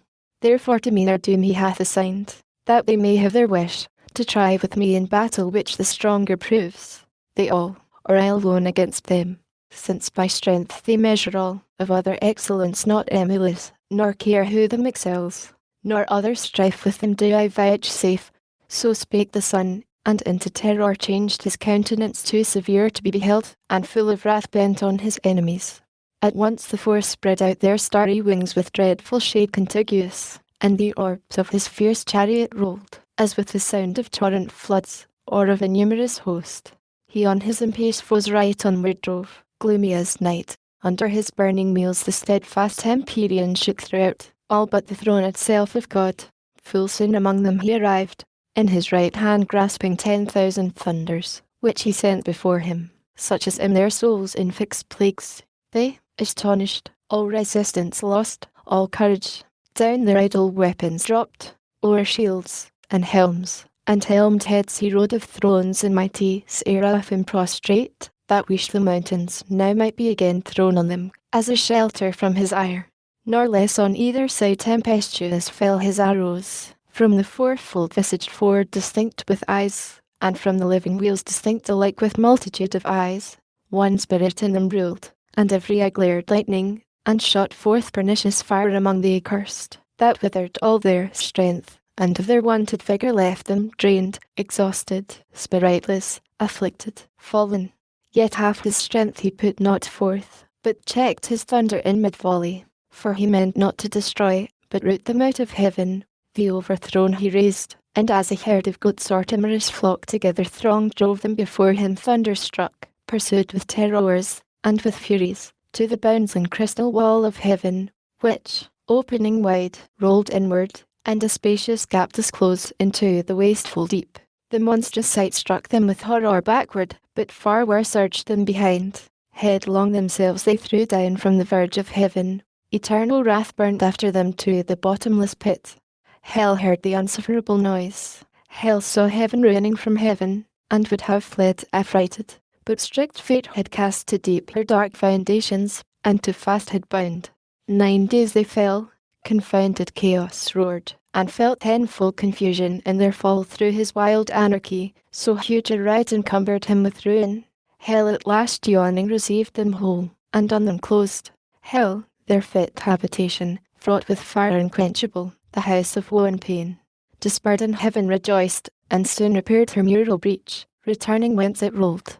Sole victor, from the expulsion of his foes, Messiah his triumphal chariot turned, to meet him all his saints, who silent stood eyewitnesses of his almighty acts, with jubilee advanced, and, as they went, shaded with branching palm, each order bright, sung triumph, and him sung victorious King, Son, Heir, and Lord, to him dominion given, worthiest to reign. He, celebrated, rode triumphant through mid-heaven, into the courts and temple of his mighty Father throned on high, who into glory him received, where now he sits at the right hand of bliss. Thus, measuring things in heaven by things on earth, at thy request, and that thou mayest beware by what is past, to thee I have revealed what might have else to human race been hid, the discord which befell, and war in heaven among the angelic powers, and the deep fall of those too high aspiring, who rebelled with Satan, he who envies now thy state, who now is plotting how he may seduce thee also from obedience, that, with him bereaved of happiness, thou mayest partake his punishment, eternal misery, which would be all his solace and revenge, as a despite done against the Most High, the once to gain companion of his woe. But listen not to his temptations, warn thy weaker, let it profit thee to have heard, by terrible example, the reward of disobedience. Firm they might have stood, yet fell, remember, and feared to transgress. Book the 7th descend from heaven, Urania, by that name if rightly thou art called, whose voice to thine following, above the Olympian hill I soar, above the flights of Peggy seen wing. The meaning, not the name, I call, for thou nor of the Muses 9, nor on the top of old Olympus dwellest, but, heavenly born, before the hills appeared, or fountain flowed, thou with the eternal wisdom didst converse, wisdom thy sister, and with her didst play in presence of the Almighty Father, pleased with thy celestial song. Upled by thee into the heaven of heavens I have presumed, an earthly guest, and drawn imperial air, thy tempering. With like safety guided then return me to my native element, lest from this flying street unrind, as once Bellerophon, though from a lower clime, dismounted, on the Ilian field I fall, erroneous there to wander, and forlorn. Half yet remains unsung, but narrower bound within the visible diurnal sphere, standing on earth, not trapped above the pole, more sufficing with mortal voice, unchanged to hoarse or mute, though fallen on evil days though fallen, and evil tongues, in darkness, and with dangers compassed round, and solitude, yet not alone, while thou visitest my slumbers nightly, or when morn purples the east, still govern thou my song, Urania, and fit audience find, though few. But drive far off the barbarous dissonance of Bacchus and his revellers, the race of that wild rout that tore the Thracian bard in Rhodope, where woods and rocks had ears to rapture, till the savage clamour drowned both harp and voice, nor could the muse defend her son. So fail not thou, who the implores, for thou art heavenly, she an empty dream. Say, goddess, what ensued when Raphael, the affable archangel, had forewarned Adam, by dire example, to beware apostasy, by what befell in heaven to those apostates, lest the like befall in paradise to Adam or his race, charged not to touch the interdicted tree, if they transgress, and slight the sole command, so easily obeyed amid the choice of all tastes else to please their appetite, though wondering. He, with his consorted Eve, the story heard attentive, and was filled with admiration and deep muse, to hear of things so high and strange, things, to their thoughts so unimaginable, as hate in heaven, and war so near the peace of God and bliss, with such confusion. But the evil, soon driven back, redounded as a flood on those from whom it sprung, impossible to mix with blessedness. Whence Adam soon repealed the doubts that in his heart arose, and now led on, yet sinless, with desire to know what nearer might concern him, how this world of heaven and earth conspicuous first began, when and where Eve created, for what cause, what within Eden, or without, was done before his memory, as one whose drought yet scarce allayed still lies the current stream, whose liquid murmur heard new thirst excites, proceeded thus to ask his heavenly guest, great things, and full of wonder in our ears, far differing from this world, thou hast revealed, divine interpreter, by favour sent down from the Empyrean, to forewarn us timely of what might else have been our loss, unknown, which human knowledge could not reach, for which to the infinitely good we owe immortal thanks, and his admonishment receive, with solemn purpose to observe immutably his sovereign will, the end of what we are. But since thou hast vouchsafed gently, for our instruction, to impart things above earthly thought, which yet concerned our knowing, as to highest wisdom seemed, deign to descend now lower, and relate what may no less perhaps avail us known, how first began this heaven which we behold distant so high, with moving fires adorned innumerable, and this which yields or fills all space, the ambient air wide interfused embracing round this florid earth. What cause moved the Creator, in his holy rest through all eternity, so late to build in chaos, and the work begun, how soon absolved, if unforbid thou mayest unfold what we, not to explore the secrets ask of his eternal empire, but the more to magnify his works, the more we know, and the great light of day yet wants to run much of his race though steep, suspense in heaven, held by thy voice, thy potent voice, he hears, and longer will delay to hear thee tell his generation, and the rising birth of nature from the unapparent deep.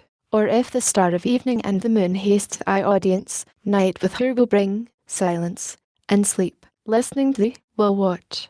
Or we can bid his absence, till thy song end, and dismiss thee ere the morning shine. Thus Adam his illustrious guest besought, and thus the godlike angel answered mild. This also thy request, with caution asked, obtain, though to recount almighty works what words or tongue of seraph can suffice, or heart of man suffice to comprehend. Yet what thou canst attain, which best may serve but glorify the Maker, and infer thee also happier, shall not be withheld thy hearing. Such commission from above I have received, to answer thy desire of knowledge within bounds. Beyond, abstain to ask, nor let thine own inventions hope things not revealed, which the invisible King, only omniscient, hath suppressed in night. To none communicable in earth or heaven, enough is left besides to search and know. But knowledge is as food, and needs no lesser temperance over appetite. To know and measure what the mind may well contain, oppresses else with surfeit, and soon turns wisdom to folly, as nourishment to wind. Know then, that, after Lucifer from heaven, so call him, brighter once amidst the host of angels, than that star the stars among, fell with his flaming legions through the deep into his place, and the great Son returned victorious with his saints. The omnipotent eternal Father from his throne beheld their multitude, and to his Son thus spake, at least our envious foe hath failed, who thought all like himself rebellious, by whose aid this inaccessible high strength, the seat of deity supreme, us dispossessed, he trusted to have seized, and into fraud drew many, whom their place knows here no more, yet far the greater part have kept, I see, their station. Heaven, yet populous, retains number sufficient to possess her realms though wide, and this high temple to frequent with ministries due, and solemn rites. But, lest his heart exalt him in the harm already done, to have dispeopled heaven, my damage fondly deemed, I can repair the detriment, if such it be to lose self-lost, and in a moment will create another world, out of one man a race of men innumerable, there to dwell, not here, till, by degrees of merit raised, they open to themselves at length the way up hither, under long obedience tried, and earth be changed to heaven, and heaven to earth. one kingdom, joy and union without end. Meanwhile inhabit lax, ye powers of heaven, and thou my word, begotten Son, by thee this I perform. Speak thou, and be it done. My overshadowing spirit and might with thee I send along, ride forth, and bid the deep within appointed bounds be heaven and earth. Boundless the deep, because I am who fill infinitude, nor vacuous the space. Though I, uncircumscribed myself, retire, and put not forth my goodness, which is free to act or not, necessity and chance approach not me, and what I will is fate. So spake the Almighty, and to what he spake his word, the filial Godhead, gave effect. Immediate are the acts of God, more swift than time or motion, but to human ears cannot without process of speech be told, so told as earthly notion can receive. Great triumph and rejoicing was in heaven, when such was heard declared the Almighty's will. Glory they sung to the Most High, goodwill to future men, and in their dwellings peace. Glory to him, whose just avenging hour had driven out the ungodly from his sight and the habitations of the just. To him glory and praise, whose wisdom had ordained good out of evil to create, instead of spirits malign, a better race to bring into their vacant room, and thence diffuse his good to worlds and ages infinite. So sang the hierarchies. Meanwhile the sun on his great expedition now appeared, girt with omnipotence, with radiance crowned of majesty divine, sapience and love immense, and all his Father in him shone. About his chariot numberless were poured cherub, and seraph, potentates, and thrones, and virtues, winged spirits, and chariots winged from the armoury of God, where stand devout myriads, between two brazen mountains lodged against a solemn day, harnessed at hand, celestial equipage. And now came forth spontaneous, for within them spirit lived, attendant on their lords. Heaven open wide her ever-during gates, harmonious sound on golden hinges moving, to let forth the King of glory, in his powerful word and spirit, coming to create new worlds. On heavenly ground they stood, and from the shore they viewed the vast immeasurable abyss outrageous as a sea, dark, wasteful, wild, up from the bottom turned by furious winds and surging waves, as mountains, to assault heaven's height, and with the centre mixed the pole. Silence, ye troubled waves, and thou deep, peace, said then the omnific word, your discord end, nor stayed, but, on the wings of cherubim uplifted, in paternal glory rode far into chaos, and the world unborn, for chaos heard his voice. Him all his train followed in bright procession, to behold creation, and the wonders of his might. Then stayed the fervid wheels, and in his hand he took the golden compasses, prepared in God's eternal store, to circumscribe this universe, and all created things. One foot he centred, and the other turned round through the vast profundity obscure, and said, Thus far extend, thus far thy bounds, this be thy just circumference, O world. Thus God the heaven created, thus the earth, matter informed and void. Darkness profound covered the abyss, but on the watery calm his brooding wings the Spirit of God outspread, and vital virtue infused, and vital warmth throughout the fluid mass. But downward purged the black Tartary as cold infernal dregs, adverse to life, then founded, then conglobed like things to like, the rest to several places parted, and between spun out the air, and earth self-balanced on her centre hung.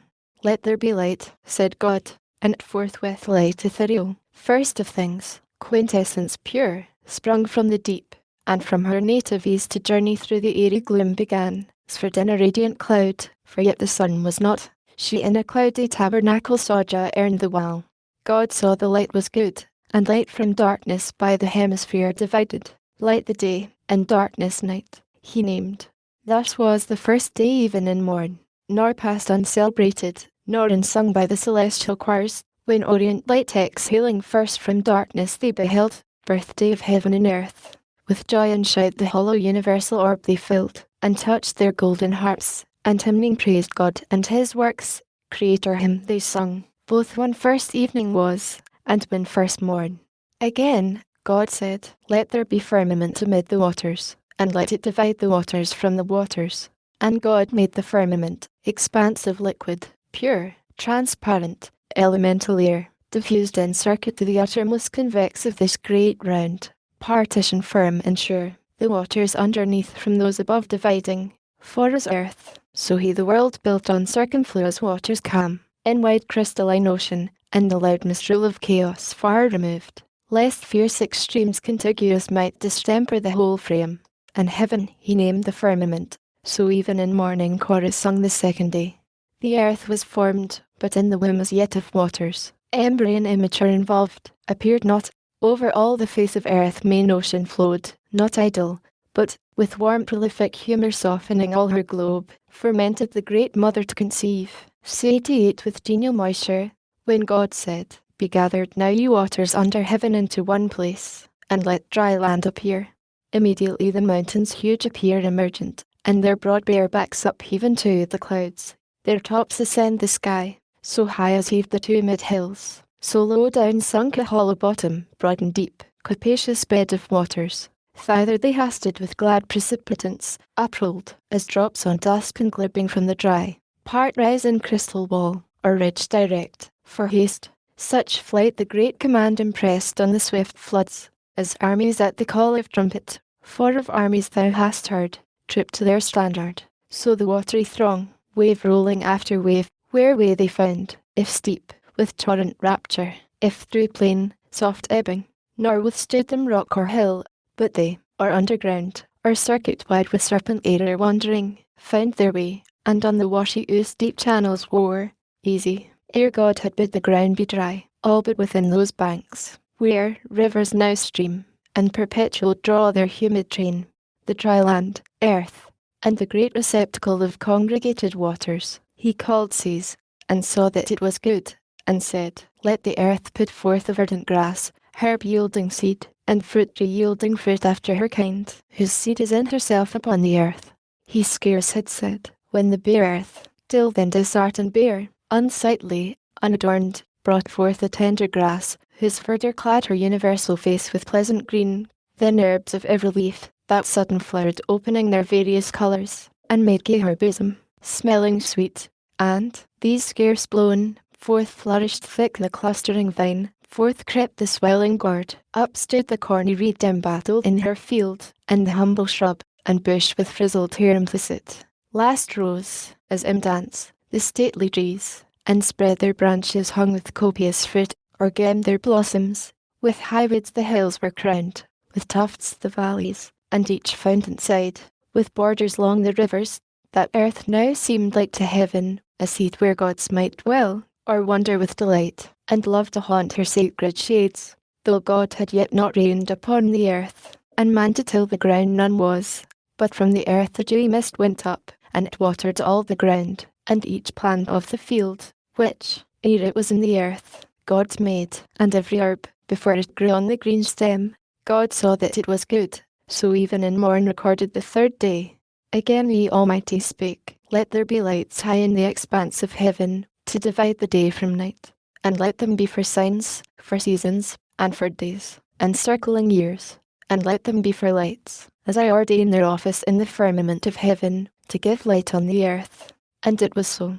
And God made two great lights, great for their use to man, the greater to have rule by day, the less by night, altern, and made the stars, and set them in the firmament of heaven to illuminate the earth, and rule the day in their vicissitude, and rule the night, and light from darkness to divide. God saw, surveying his great work, that it was good. For of celestial bodies first the sun a mighty sphere he framed, and lightsome first, though of ethereal mould, then formed the moon globose, and every magnitude of stars, and sowed with stars the heaven, thick as a field, of light by far the greater part he took, transplanted from her cloudy shrine, and placed in the sun's orb, made porous to receive and drink the liquid light, firm to retain her gathered beams, great palace now of light. Hither, as to their fountain, other stars repairing, in their golden urns draw light, and hence the morning planet gilds her horns. By tincture or reflection they augment their small peculiar, though from human sight so far remote, with diminution seen. First in his east the glorious lamp was seen, regent of day, and all the horizon round invested with bright rays, jocund to run his longitude through heaven's high road. The grey dawn, and the Pleiades, before him danced, shedding sweet influence. Less bright the moon, but opposite and levelled west was set, his mirror, with full face borrowing her light from him. For other light she needed none in that aspect, and still the distance keeps still night. Then in the east her turn she shines, revolved on heaven's great axle, and her reign with thousand lesser lights dividual holds, with thousand stars, that then appeared spangling the hemisphere, then first adorned with their bright luminaries that set in rows. Glad evening and glad morn crowned the fourth day. And God said, let the waters generate reptile with spawn abundant, living soul, and let fowl fly above the earth, with wings displayed on the open firmament of heaven. And God created the great whales, and each soul living, each that crept, which plenteously the waters generated by their kinds, and every bird of wing after his kind, and saw that it was good, and blessed them, saying, be fruitful, multiply, and in the seas, and lakes, and running streams, the waters fill, and let the fowl be multiplied on the earth.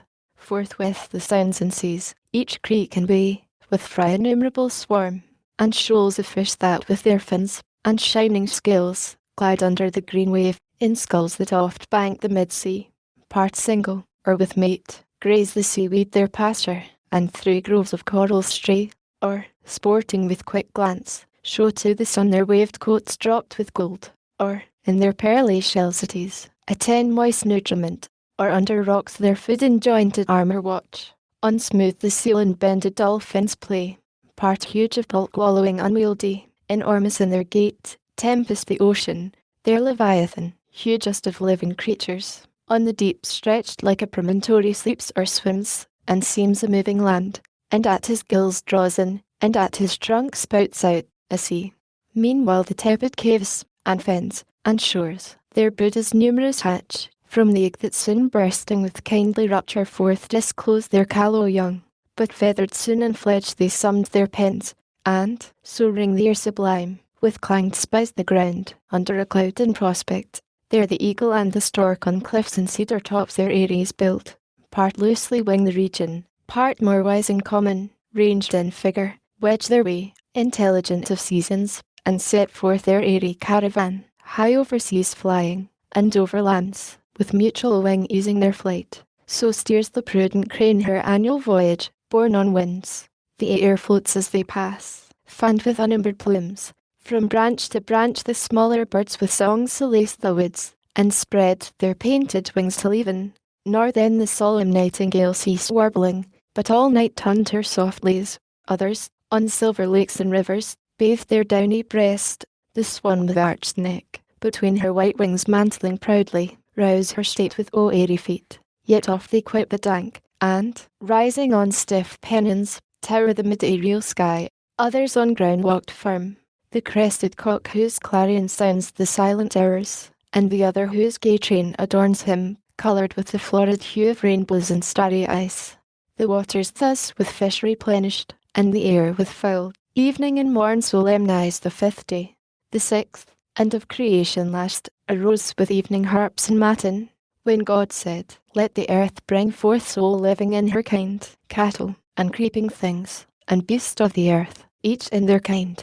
The earth obeyed, and straight opening her fertile womb teemed at a birth numerous living creatures, perfect forms, limbed and full grown, out of the ground uprose, as from his lair, the wild beast where he once in forest wild, in thicket, brake, or den, among the trees and pairs they rose. They walked, the cattle in the fields and meadows green, those rare and solitary, these in flocks pasturing at once, and in broad herds upsprung.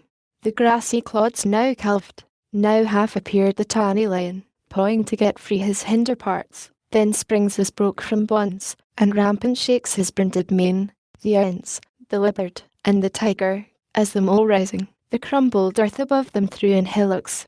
The swift stag from underground bore up his branching head, scarce from his mould behemoth biggest born of earth upheaved his vastness, fleeced the flocks in bleating rows, as plants, ambiguous between sea and land the river horse, and scaly crocodile, at once came forth whatever creeps the ground, insect or worm.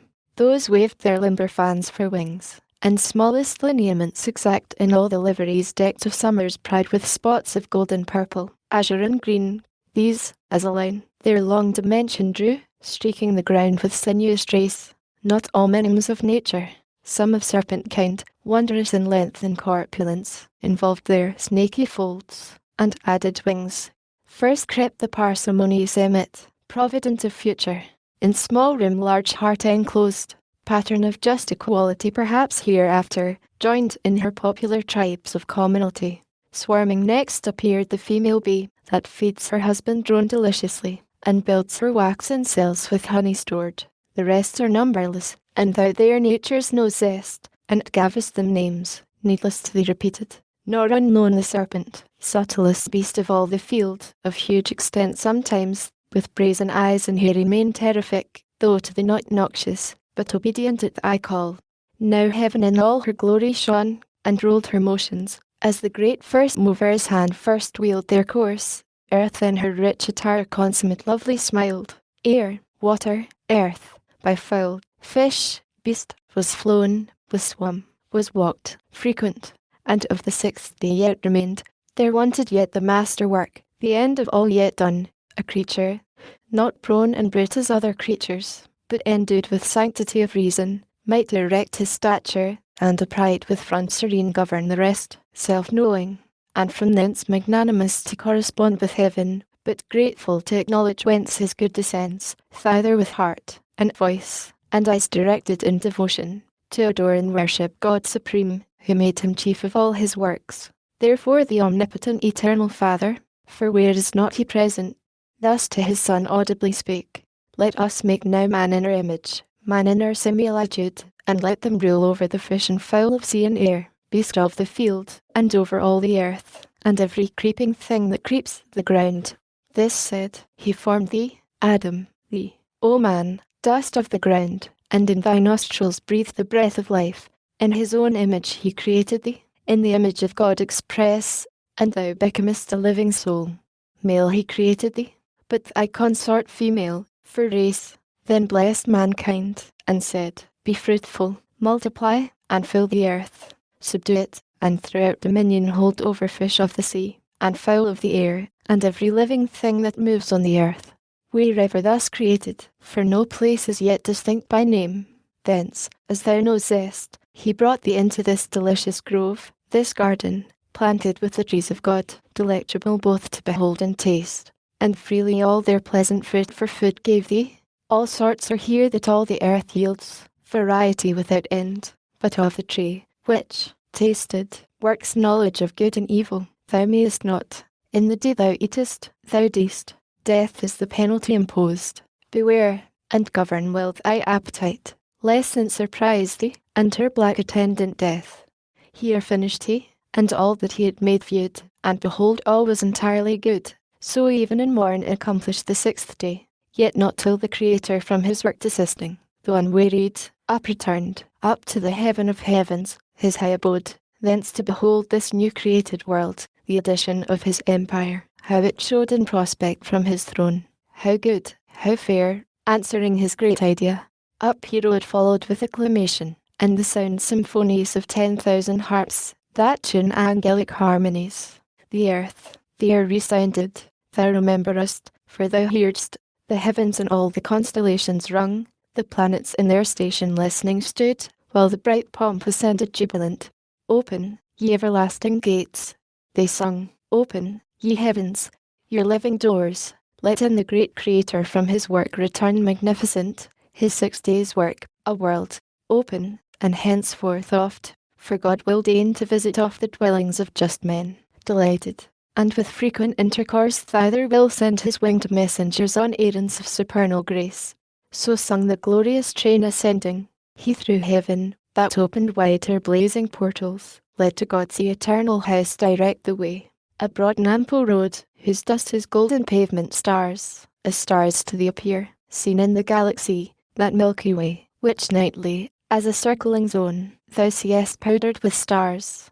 And now in earth the 7th evening arose in Eden, for the sun was set, and twilight from the east came on, for a running night, when at the holy mount of heaven's high-seated top, the imperial throne of Godhead, fixed for ever firm and sure, the filial power arrived, and sat him down with his great Father, for he also went invisible, yet stayed. Such privilege hath omnipresence, and the work ordained, author and end of all things. And, from work now resting, blessed and hallowed the seventh day, as resting on that day from all his work, but not in silence wholly kept. The harp at work and rested not, the solemn pipe, and dulcimer, all organs of sweet stop, all sounds on fret by string or golden wire, tempered soft tunings, intermixed with voice choral or unison, of incense clouds, fuming from golden censers, hid the mount. Creation and the 6 days acts they sung. Greater thy works, Jehovah, infinite thy power. What thought can measure thee, or tongue relate thee? Greater now in thy return than from the giant angels, they that day thy thunders magnified. But to create is greater than created to destroy. Who can impair thee, mighty king, or bound thy empire? Easily the proud attempt of spirits apostate, and their counsels vain, thou hast repelled, while impiously they thought thee to diminish, and from thee withdraw the number of thy worshippers. Who seeks to lessen thee, against his purpose serves to manifest the more thy might, his evil thou usest, and from thence createst more good. Witness this new-made world, another heaven from heaven gate not far, founded in view on the clear Hyaline, the glassy sea, of amplitude almost immense, with stars numerous, and every star perhaps a world of destined habitation, but thou knowest their seasons. Among these the seat of men, earth, with her nether ocean circumfused, their pleasant dwelling place. Thrice happy men, and sons of men, whom God hath thus advanced, created in his image, there to dwell and worship him, and in reward to rule over his works, on earth, in sea, or air, and multiply a race of worshippers holy and just, thrice happy, if they know their happiness, and persevere upright. So sung they, and the empyrean rung with hallelujahs. Thus was Sabbath kept. And thy request think now fulfilled, that asked how first this world in face of things began, and what before thy memory was done from the beginning, that posterity, informed by thee, might know. If else thou seekest aught, not surpassing human measure, say. Book the 8th the angel ended, and in Adam's ear so charming left his voice, that he awhile thought him still speaking, still stood fixed to hear.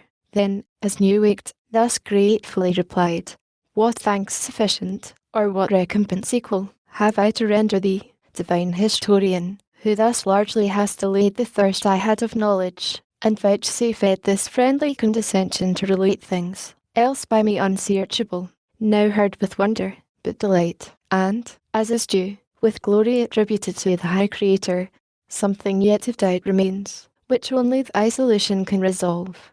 When I behold this goodly frame, this world, of heaven and earth consisting, and compute their magnitudes, this earth, a spot, a grain, an atom, with the firmament compared and all her numbered stars, that seem to roll spaces incomprehensible, for such their distance argues, and their swift return diurnal, merely to officiate light round this opacous earth, this punctual spot, one day and night, in all her vast survey useless besides.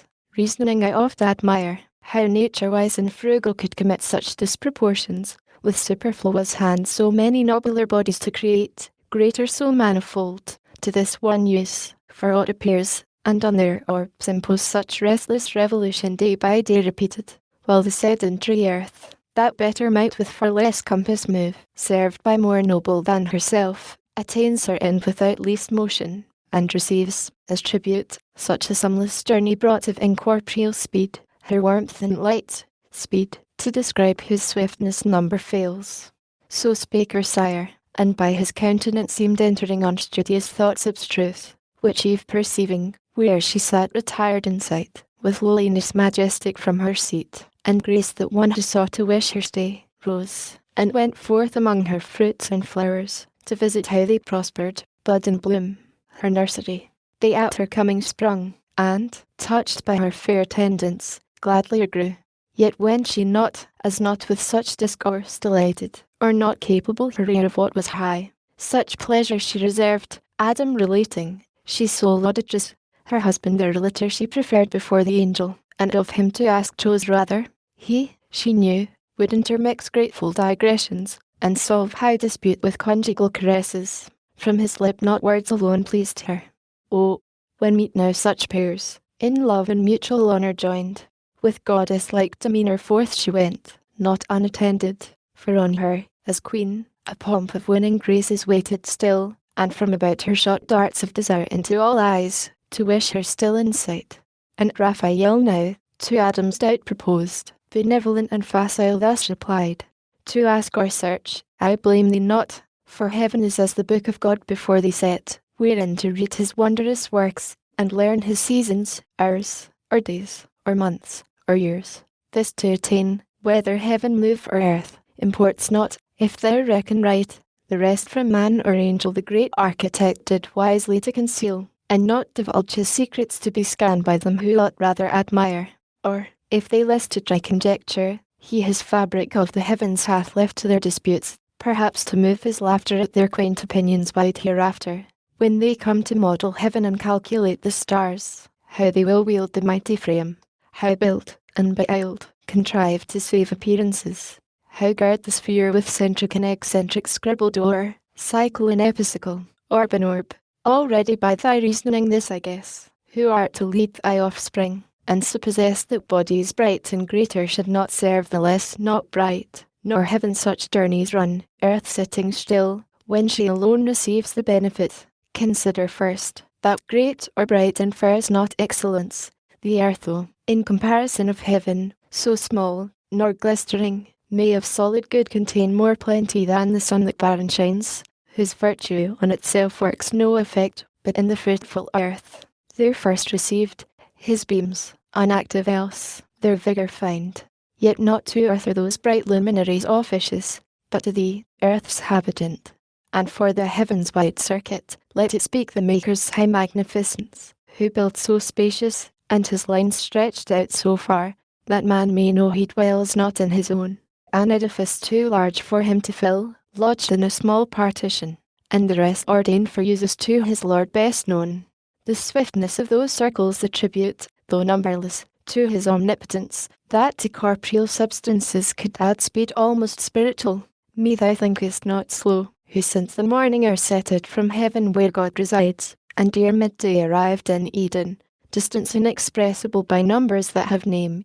But this I urge, admitting motion in the heavens, to show invalid that which thee to doubt it moved. Not that I so affirm, though so it seem to thee who hast thy dwelling here on earth.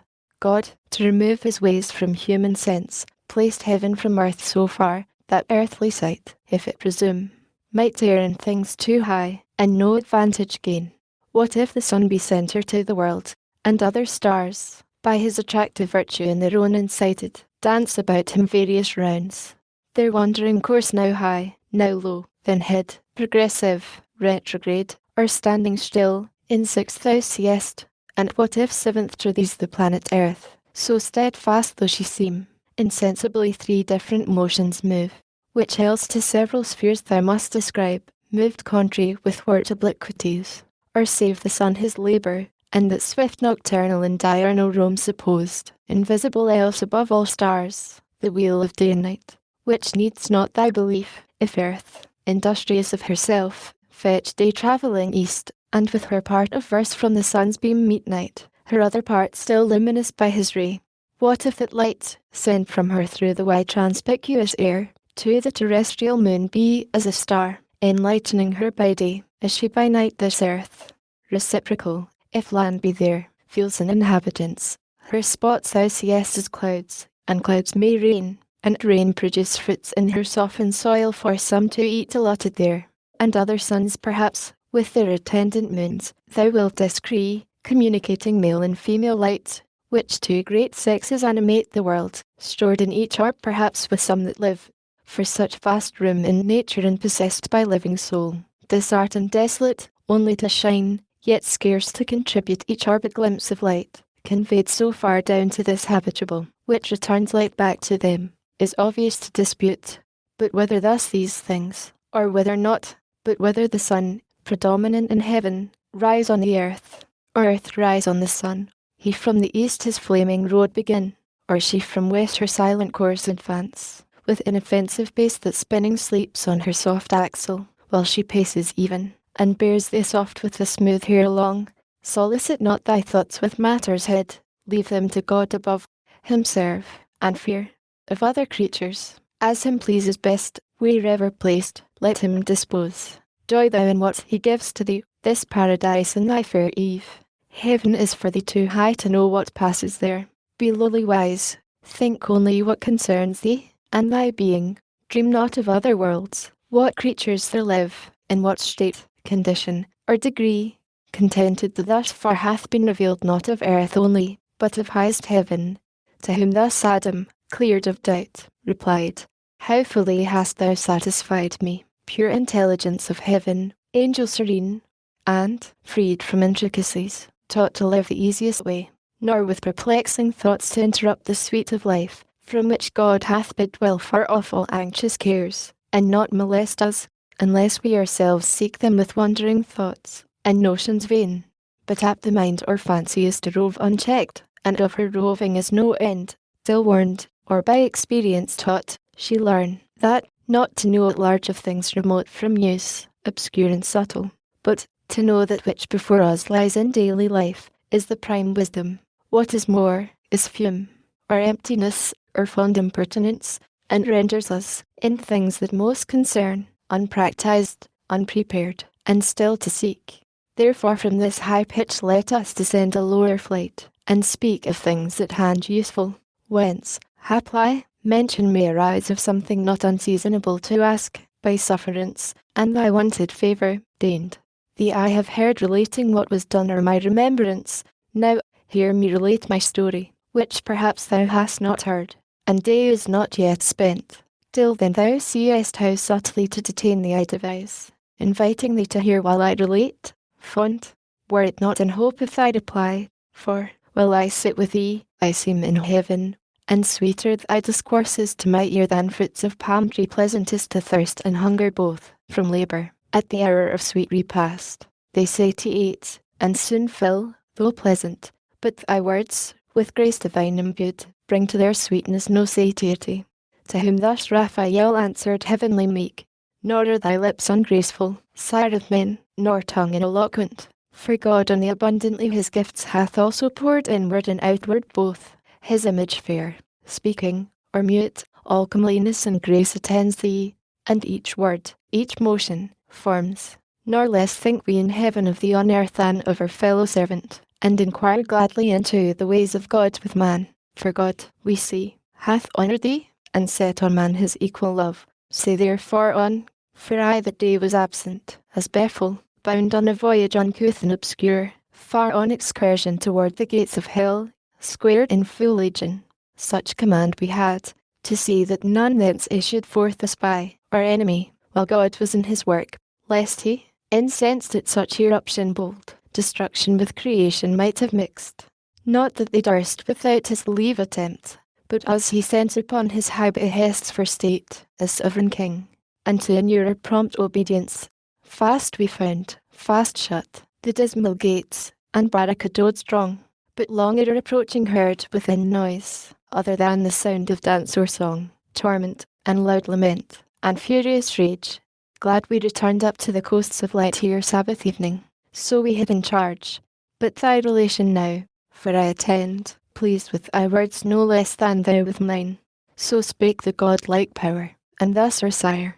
For man to tell how human life began is hard, for who himself beginning knew desire with thee still longer to converse and used me, as new waked from sound asleep, soft on the flowery herb I found me laid, in balmy sweat, which with his beams the sun soon dried, and on the reeking moisture fed. Straight toward heaven my wandering eyes I turned, and gazed awhile the ample sky, till, raised by quick instinctive motion, up I sprung, as thitherward end evering, and upright stood on my feet. About me round I saw hill, dale, and shady woods, and sunny plains, and liquid laps of murmuring streams. By these, creatures that lived and moved, and walked, or flew, birds on the branches warbling, all things smiled, with fragrance and with joy my heart o'erflowed. Myself I then perused, and limb by limb surveyed, and sometimes went, and sometimes ran with supple joints, as lively vigour led, but who I was, or where, or from what cause, knew not. To speak I tried, and forthwith spake. My tongue obeyed, and readily could name what eightier I saw. Thou sun, said I, fair light, and thou enlightened earth, so fresh and gay, ye hills, and dales, ye rivers, woods, and plains, and ye that live and move, fair creatures. Tell, if ye saw, how I came thus, how here. Not of myself, by some great Maker then, in goodness and in power preeminent. Tell me, how may I know him, how adore, from whom I have the thus I move and live, and feel that I am happier than I know. Well thus I called, and strayed I knew not whither, from where I first drew air, and first beheld this happy light, when answer none returned. On a green shady bank, profuse of flowers, pensive I sat me down. There gentle sleep first found me, and with soft oppression seized my drowsed sense, and troubled, though I thought I then was passing to my former state insensible, and forthwith to dissolve, when suddenly stood at my head a dream, whose inward apparition gently moved my fancy to believe I yet had being, and lived. One came, methought, of shape divine, and said, Thy mansion wants thee, Adam. Rise, first man, of men innumerable ordained first, Father. Called by thee, I come thy guide to the garden of bliss, thy seat prepared. So saying, by the hand he took me raised, and over fields and waters, as in air smooth sliding without step, last led me up a woody mountain, whose high top was plain, a circuit wide, enclosed, with goodliest trees planted, with walks, and bowers, that what I saw of earth before scarce pleasant seemed. Each tree, loaden with fairest fruit that hung to the eye tempting, stirred in me sudden appetite to pluck and eat. Wearied I waked, and found before mine eyes all real, as the dream had lively shadowed. Here had new begun my wandering, had not he, who was my guide up hither, from among the trees appeared, presence divine, rejoicing, but with awe, in adoration at his feet I fell submiss. He reared me, and, whom thou soughtest I am, said mildly, Author of all this thou seest above, or round about thee, or beneath. This paradise I give thee, count it thine to till and keep, and of the fruit to eat, of every tree that in the garden grows eat freely with glad heart. Fear here no dearth, but of the tree whose operation brings knowledge of good and ill, which I have set the pledge of thy obedience and thy faith, amid the garden by the tree of life. Remember what I warn thee, shun to taste, and shun the bitter consequence, for know, the day thou eatest thereof, my sole command transgressed, inevitably thou shalt die, from that day mortal, and this happy state shalt lose, expelled from hence into a world of woe and sorrow. Sternly he pronounced the rigid interdiction, which resounds yet dreadful in mine ear, though in my choice not to incur, but soon his clear aspect returned, and gracious purpose thus renewed. Not only these fair bounds, but all the earth to thee and to thy race I give, as lords possess it, and all things that therein live, or live in sea, or air, beast, fish, and fowl. In sign whereof each bird and beast behold after their kinds, I bring them to receive from thee their names, and pay thee fealty with low subjection. Understand the same of fish within their watery residence, not hither summoned, since they cannot change their element, to draw the thinner air. As thus he spake, each bird and beast behold approaching two and two, these cowering low with blandishment, each bird tipped on his wing. I named them, as they passed, and understood their nature. With such knowledge God endued my sudden apprehension, but in these I found not what methought I wanted still, and to the heavenly vision thus presumed.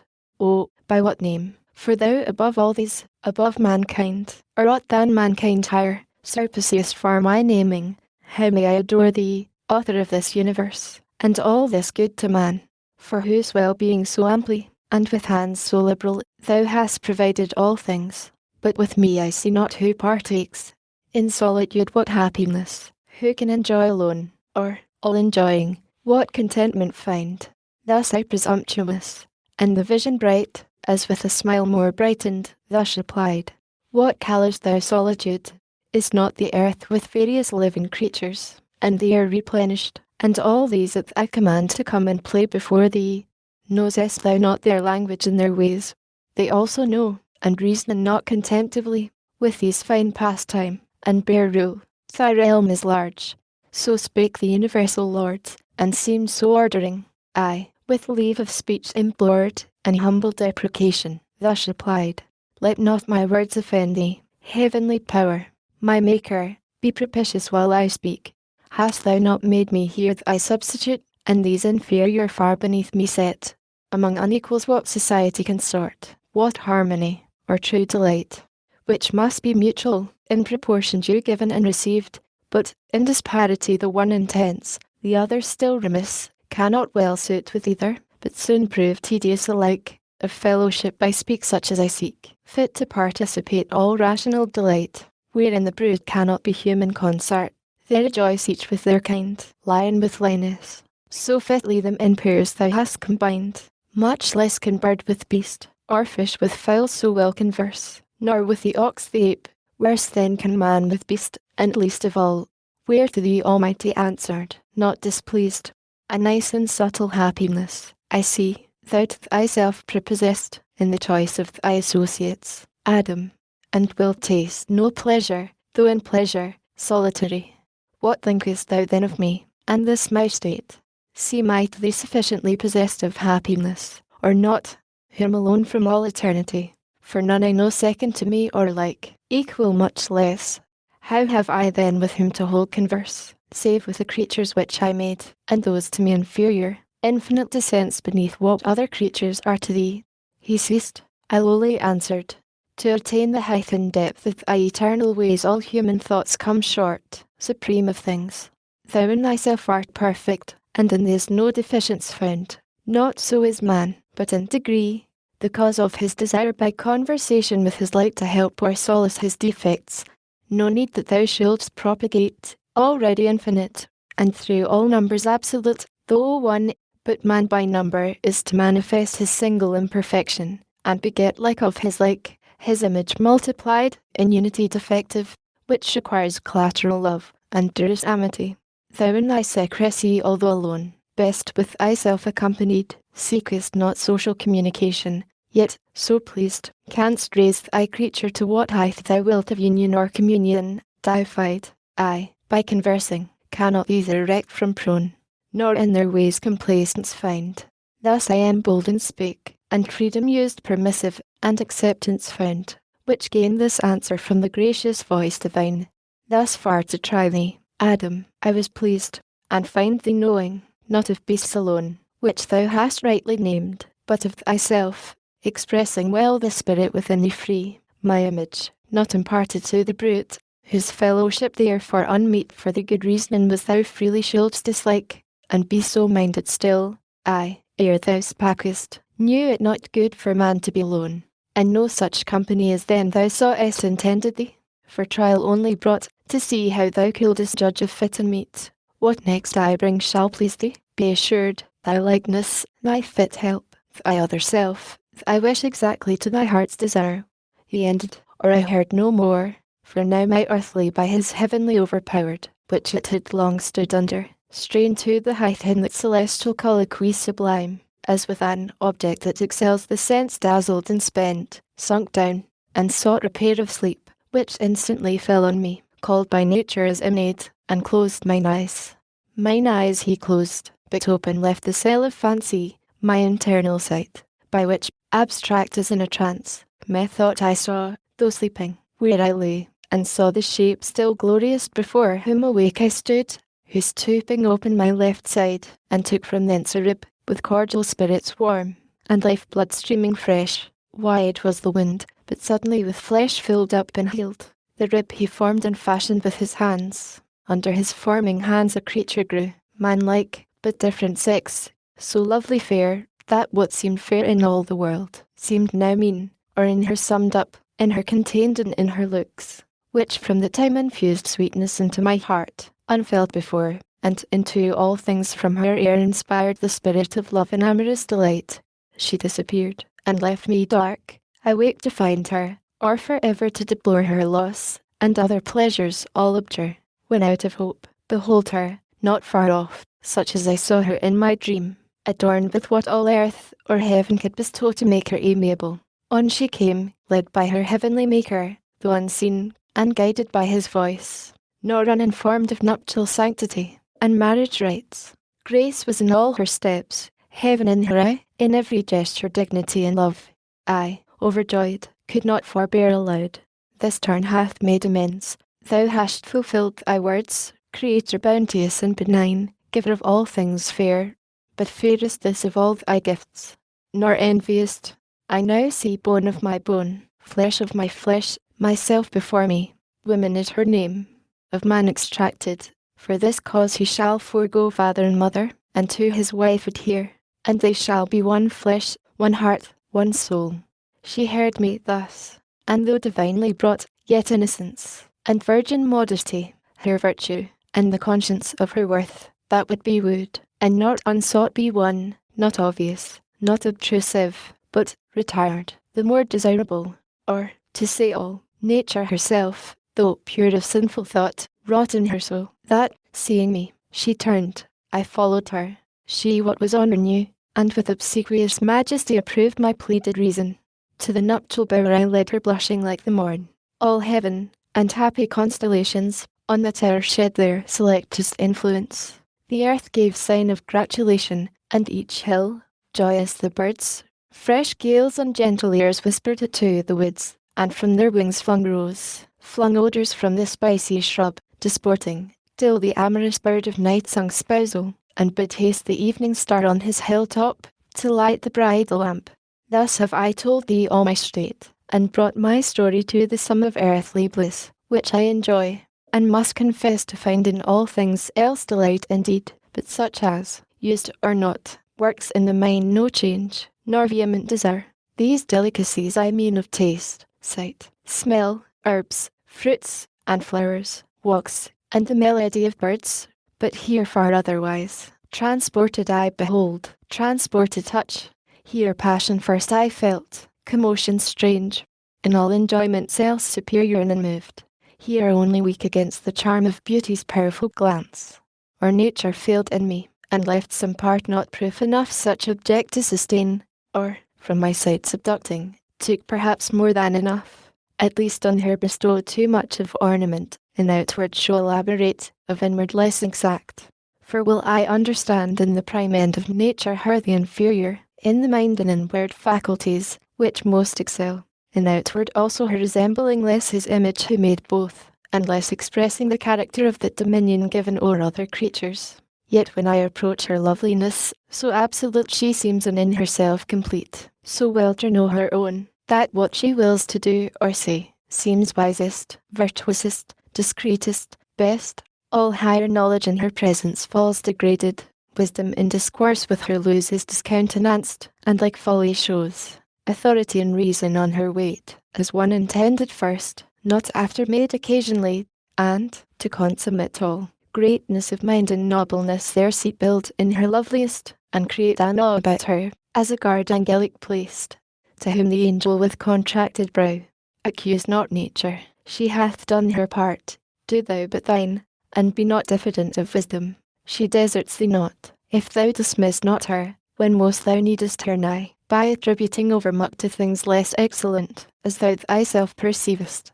For, what admirest thou, what transports thee so, an outside, fair, no doubt, and worthy will thy cherishing, thy honouring, and thy love, not thy subjection, weigh with her thyself, then value.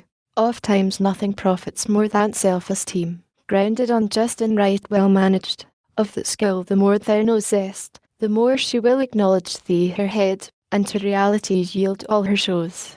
Made so adorned for thy delight the more, so awful, that with honour thou mayest love thy mate, who sees when thou art seen least wise. But if the sense of touch, whereby mankind is propagated, seem such dear delight beyond all other, think the same vouchsafe it to cattle in each beast, which would not be to them made common and divulged, if aught therein enjoyed were worthy to subdue the soul of man, or passion in him move. What higher in her society thou findest attractive, human, rational, love still, in loving thou dost well, in passion not, wherein true love consists not, love refines the thoughts, and heart enlarges, hath the seat in reason, and is judicious, is the scale by which to heavenly love thou mayest ascend, not sunk in carnal pleasure, for which cause, among the beasts no mate for thee was found. To whom thus, half abashed, Adam replied, neither her outside form so fair, nor aught in procreation common to all kinds, though higher of the genial bed by far, and with mysterious reverence I deem, so much delights me, as those graceful acts, those thousand decencies, that daily flow from all her words and actions mixed with love and sweet compliance, which declare unfeigned union of mind, or in us both one soul. Harmony to behold in wedded pair more grateful than harmonious sound to the ear. Yet these subject not, idly disclose what's inward, thence I feel, not therefore foiled, who meet with various objects, from the sense variously representing, yet, still free, approve the best, and follow what I approve. To love, thou blamest me not, for love, thou sayest, leads up to heaven, is both the way and guide. Bear with me then, if lawful what I ask. Love not the heavenly spirits, and how their love express they? By looks only. Or do they mix irradiance, virtual or immediate touch? To whom the angel, with a smile that glowed celestial rosy red, love's proper hue, answered, let it suffice thee that thou knowest us happy, and without love no happiness. Whatever pure thou in the body enjoyest, and pure thou wert created, we enjoy in eminence, and obstacle find none of membrane, joint, or limb, exclusive bars. Easier than air with air, if spirits embrace, total they mix, union of pure with pure desiring, nor restrained conveyance need, as flesh to mix with flesh, or soul with soul. But I can now no more, the parting sun beyond the earth's green cape and verdant isles Hesperian sets, my signal to depart. Be strong, live happy, and love. But, first of all, him, whom to love is to obey, and keep his great command.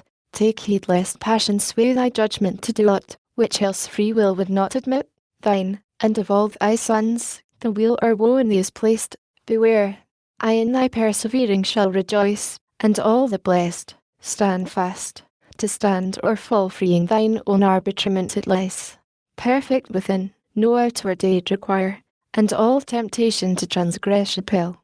So saying, he arose, whom Adam thus followed with benediction. Since to part, go, heavenly guest, ethereal messenger, sent from whose sovereign goodness I adore. Gentle to me ineffable hath been thy condescension, and shall be honoured ever with grateful memory. Thou to mankind be good and friendly still, and oft return. So parted they, the angel up to heaven from the thick shade, and Adam to his bower.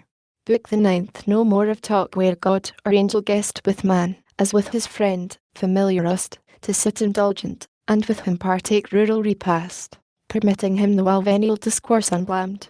I now must change those notes to tragic, foul distrust, and breach disloyal on the part of man, revolt, and disobedience, on the part of heaven now alienated, distance and distaste, anger and just rebuke, and judgment given, that brought into this world a world of woe, sin and her shadow death, and misery death's harbinger.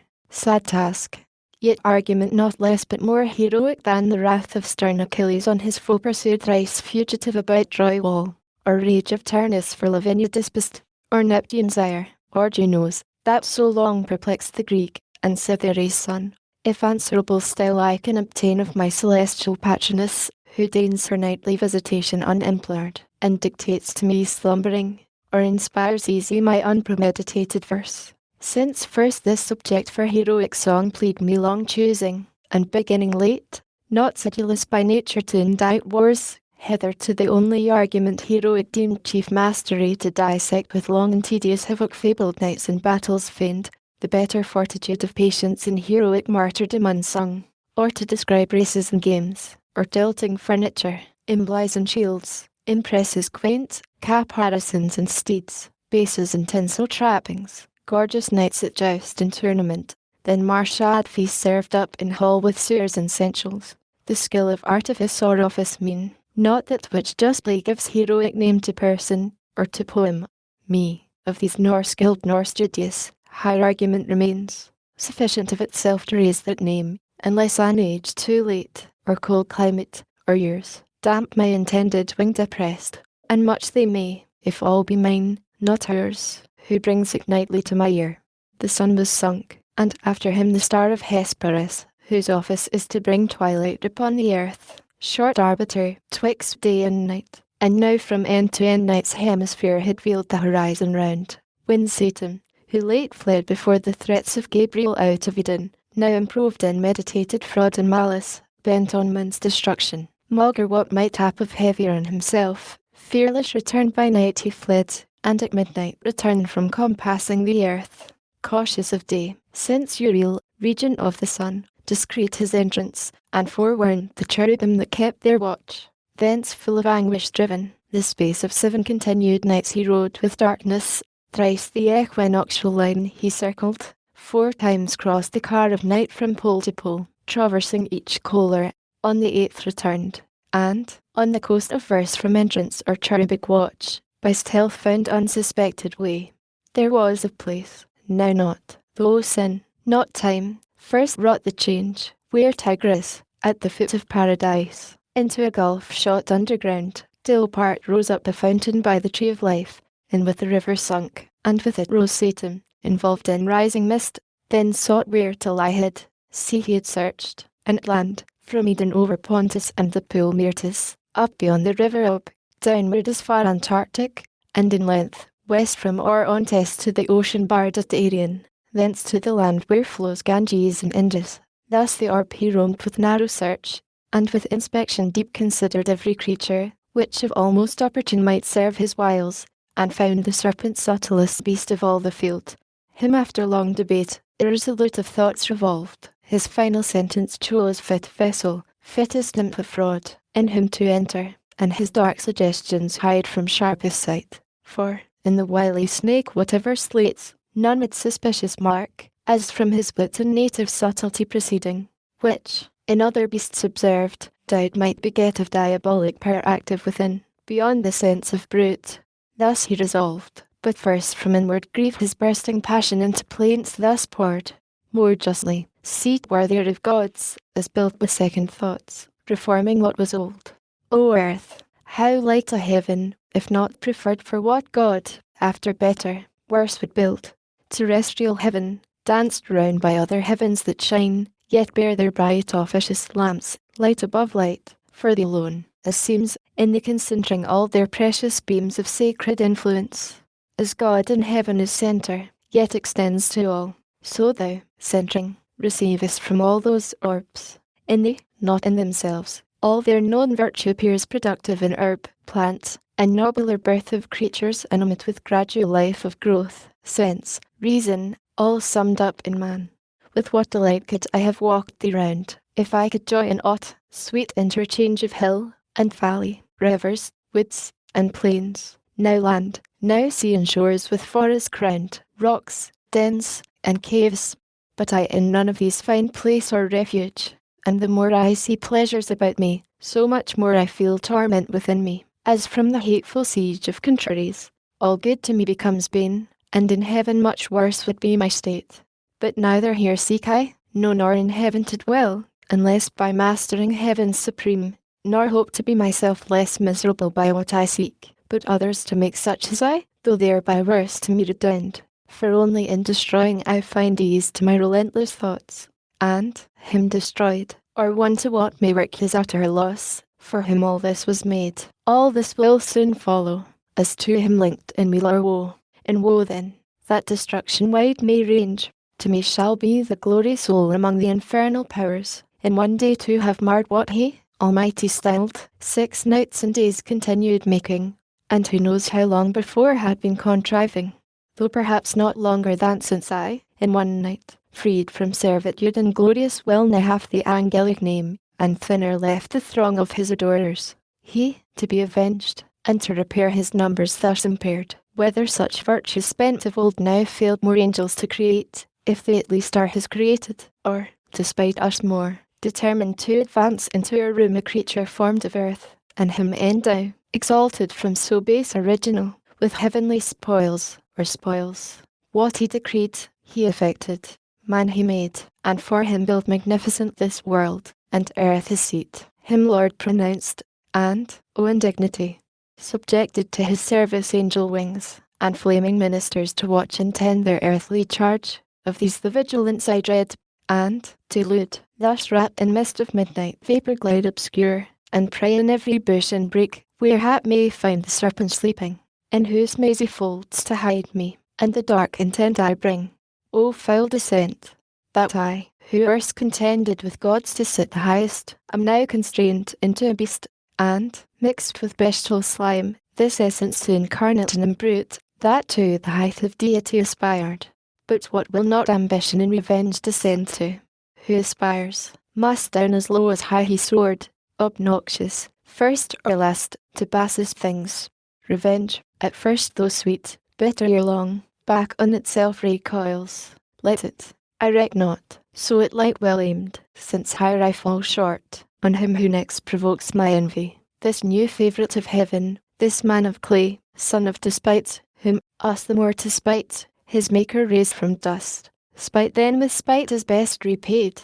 So saying, through each thicket dank or dry, like a black mist low creeping, he held on his midnight search, where soonest he might find the serpent. Him fast sleeping soon he found in labyrinth of many around self rolled, his head the midst, well stored with subtile wiles, not yet in horrid shade or dismal den, nor nocent yet, but, on the grassy herb, fearless unfeared he slept, in at his mouth the devil entered, and his brutal sense, in heart or head, possessing, soon inspired with act intelligential, but his sleep disturbed not, waiting close the approach of morn.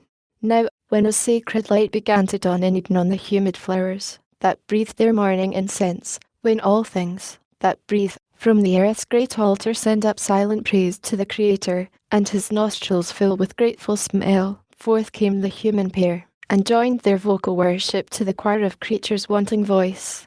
That done, partake the season prime for sweetest scents and airs. Then commune, how that do they best may ply their growing work, for much their work outgrew the hand's dispatch of to gardening so wide, and Eve first to her husband thus began. Adam, well may we labour still to dress this garden, still to tend plant, herb, and flower, our pleasant task enjoined, but, still more hands aid us, the work under our labour grows, luxurious by restraint, what we by day lop overgrown, or prune, or prop, or bind, one night or two with wanton growth derides tending to wild.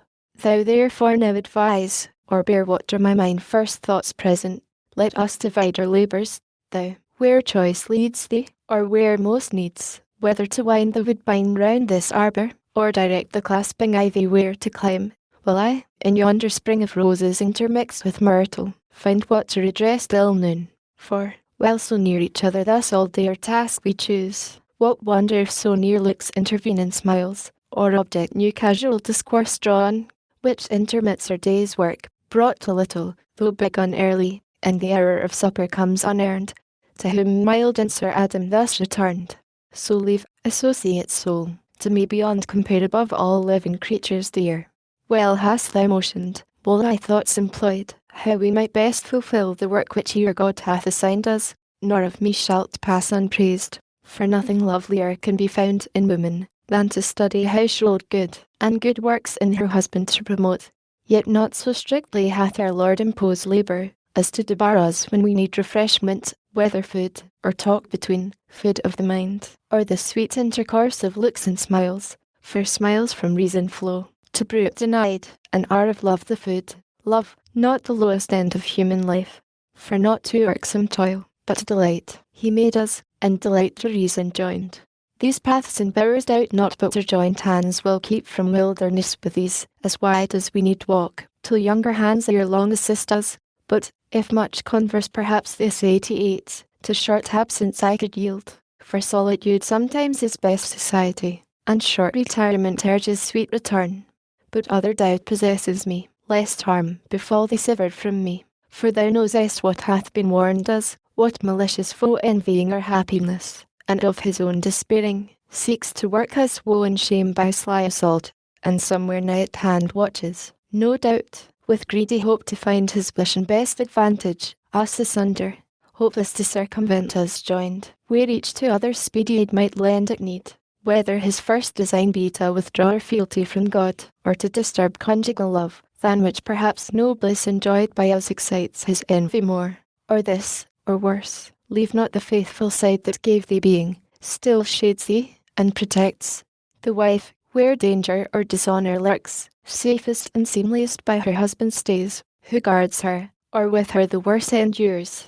To whom the virgin majesty of Eve, as one who loves, and some uncanness meets, with sweet austere composure thus replied, Offspring of heaven and earth, and all earth's Lord, that such an enemy we have, who seeks our ruin, both by the informed I learn, and from the parting angel overheard, as in a shady nook I stood behind. Just then returned a shot of evening flowers.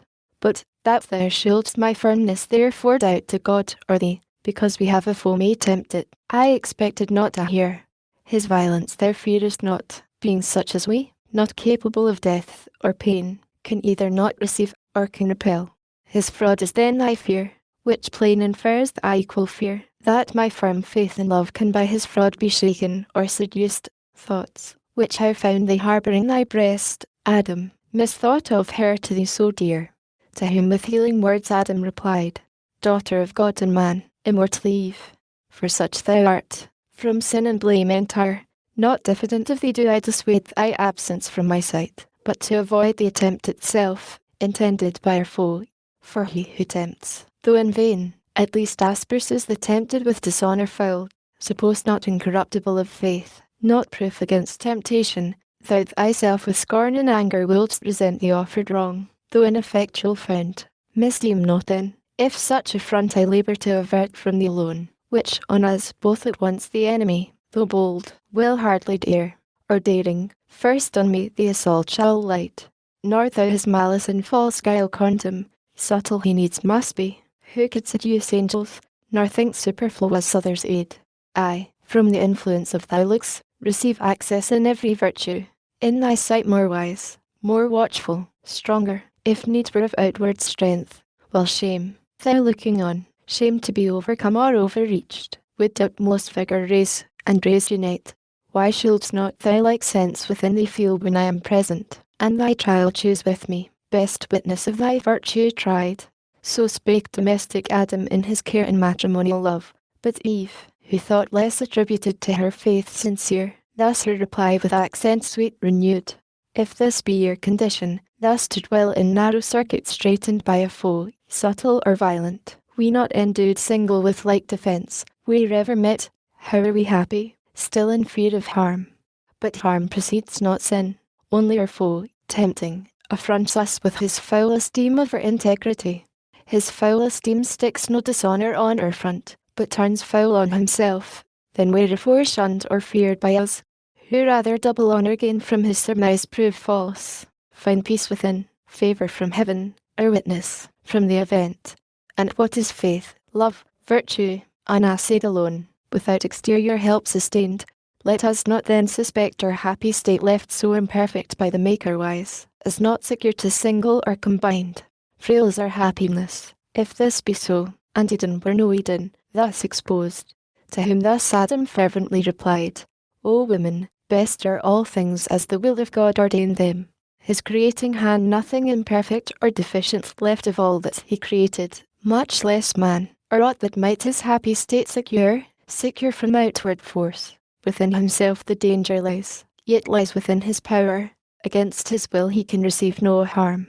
But God left free the will, for what obeys reason is free, and reason he made right, but bid her well beware, and still erect, lest, by some fair appearing good surprised, she dictate false, and misinform the will to do what God expressly hath forbid. Not then mistrust, but tender love, enjoins, that I should mind thee oft, and mind thou me. Firm we subsist, yet possible to swerve, since reason not impossibly may meet some specious object by the foe suborned, and fall into deception unaware, not keeping strictest watch, as she was warned. Seek not temptation then, which to avoid were better, and most likely if from me thou sever not, trial will come unsought. Wilt thou approve thy constancy, approve first thy obedience, the other who can know, not seeing the attempted, who attest. But, if thou think, trial unsought may find us both securer than thus warned thou seemest, go, for thy stay, not free, absence thee more, go in thy native innocence, rely on what thou hast of virtue, summon all. For God towards thee hath done his part, do thine. So spake the patriarch of mankind, but Eve persisted, yet submiss, though last, replied, with thy permission then, and thus forewarned chiefly by what thy own last reasoning words touched only, that her trial, when least sought, may find us both perhaps far less prepared, the willinger I go, nor much expect a foe so proud will first the weaker seek, so bent, the more shall shame him his repulse. Thus saying, From her husband's hand her hand soft she withdrew, and, like a wood nymph light, or red, or dryad, or of Delia's train, betook her to the groves. But Delia's self in gate surpassed, and goddess-like to port, though not as she with bow and quiver armed, but with such gardening tools as art yet rude, guiltless of fire, had formed, or angels brought, to Pales, or Pomona, thus adorned, like as she seemed, Pomonan she fled for Timnus, or to Ceres in her prime, yet virgin of Proserpina from Jove. Her long with ardent look his eye pursued delighted, but desiring more her stay. Oft he to her his charge of quick return repeated, she to him as oft engaged to be returned by noon amid the bower, and all things in best order to invite noon-eyed repast, or afternoon's repose.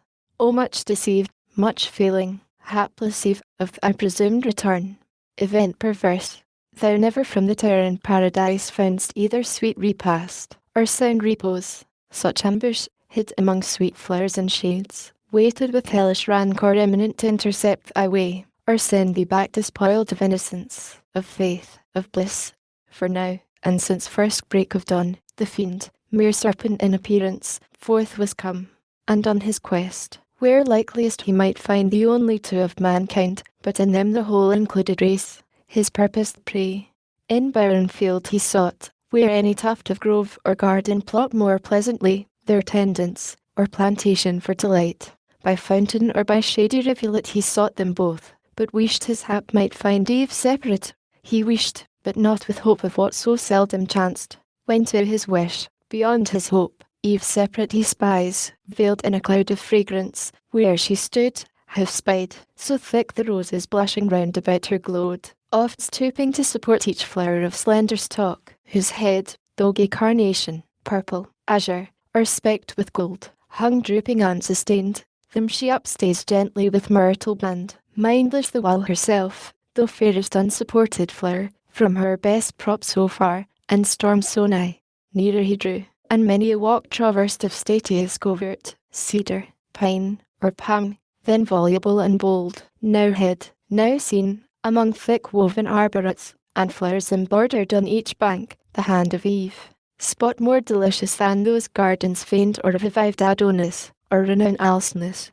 host of old Laert's son, or that, not mystic, where the sapient king held dalliance with his fair Egyptian spouse.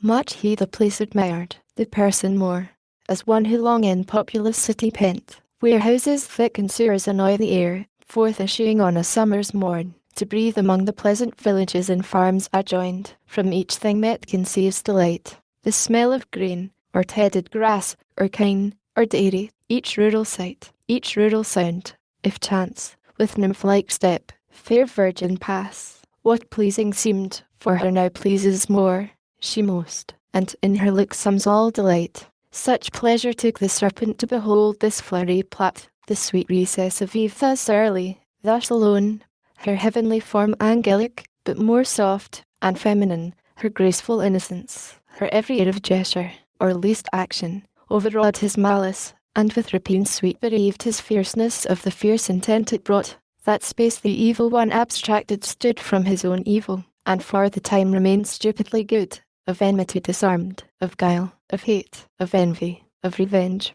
But the hot hell that always in him burns, though in mid-heaven, soon ended his delight, and tortures him now more, the more he sees of pleasure, not for him ordained. Then soon fierce hate he recollects, and all his thoughts of mischief, gratulating, thus excites. Thoughts, whither have ye led me? With what sweet compulsion thus transported, to forget what hither brought us? Hate, not love, nor hope of paradise for hell, hope here to taste of pleasure, but all pleasure to destroy, save what is in destroying. Other joy to me is lust. Then, let me not let pass occasion which now smiles. Behold alone the woman, opportune to all attempts, her husband, for I view far round, not now, whose higher intellectual more I shun, and strength, of courage haughty, and of limb heroic built, though of terrestrial mould, for not informidable, exempt from wound, I not, so much hath hell debased, and pain enfeebled me, to what I was in heaven. She fair, divinely fair, fit love for gods, not terrible, though terror be in love and beauty, not approached by stronger hate, hate stronger, under show of love well feigned, the way which to her ruin now I tend.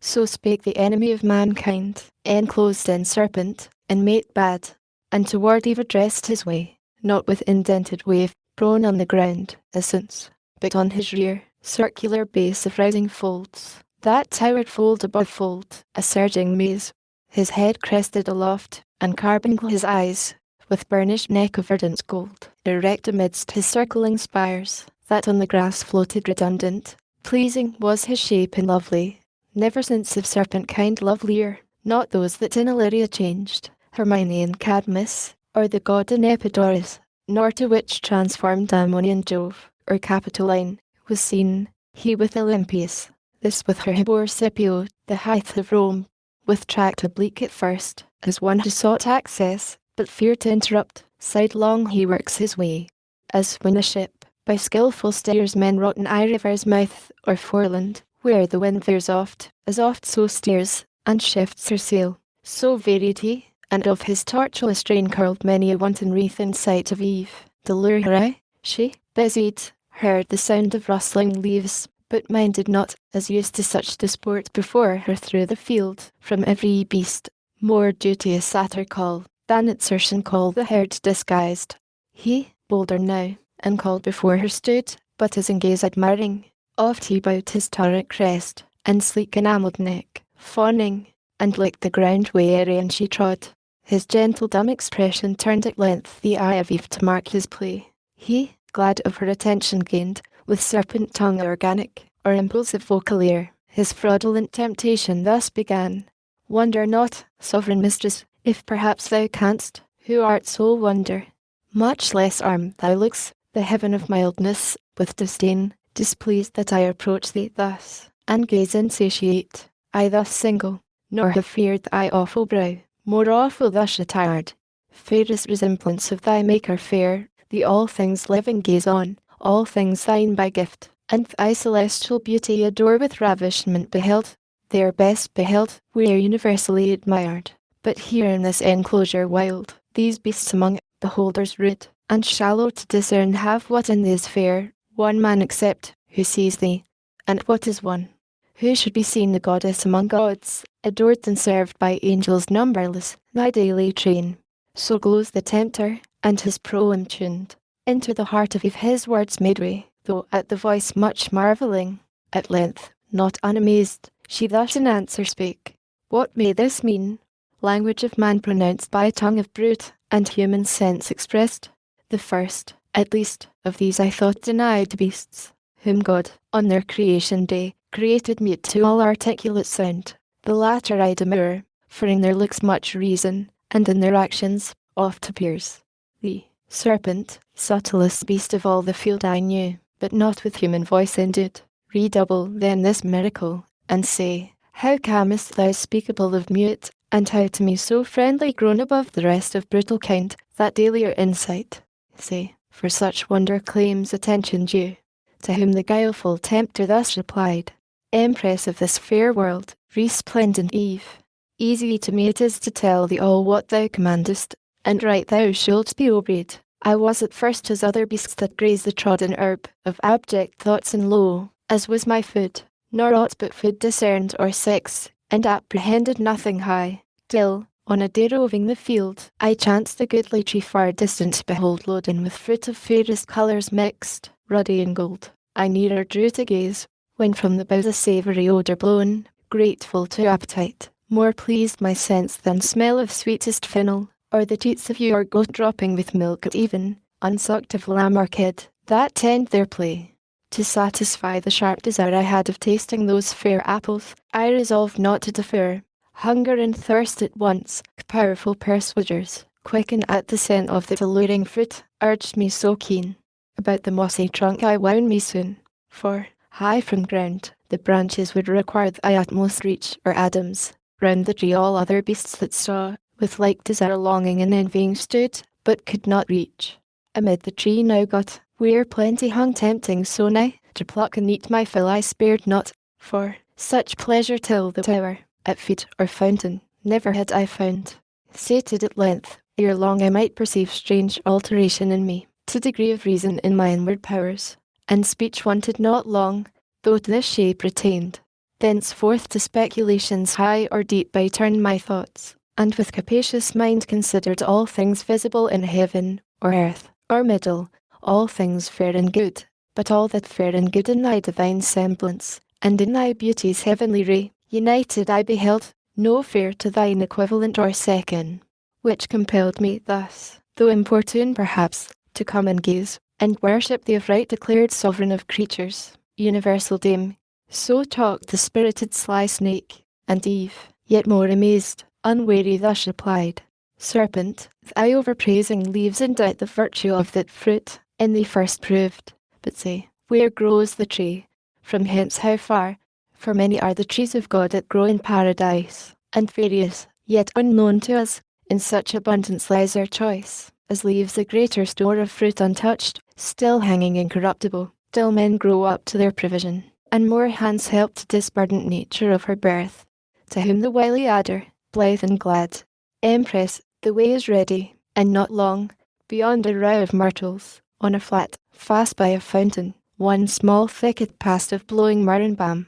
If thou accept my conduct, I can bring thee thither soon. Lead then, said Eve. He, leading, swiftly rolled in tangles, and made intricate seem straight, to mischief swift.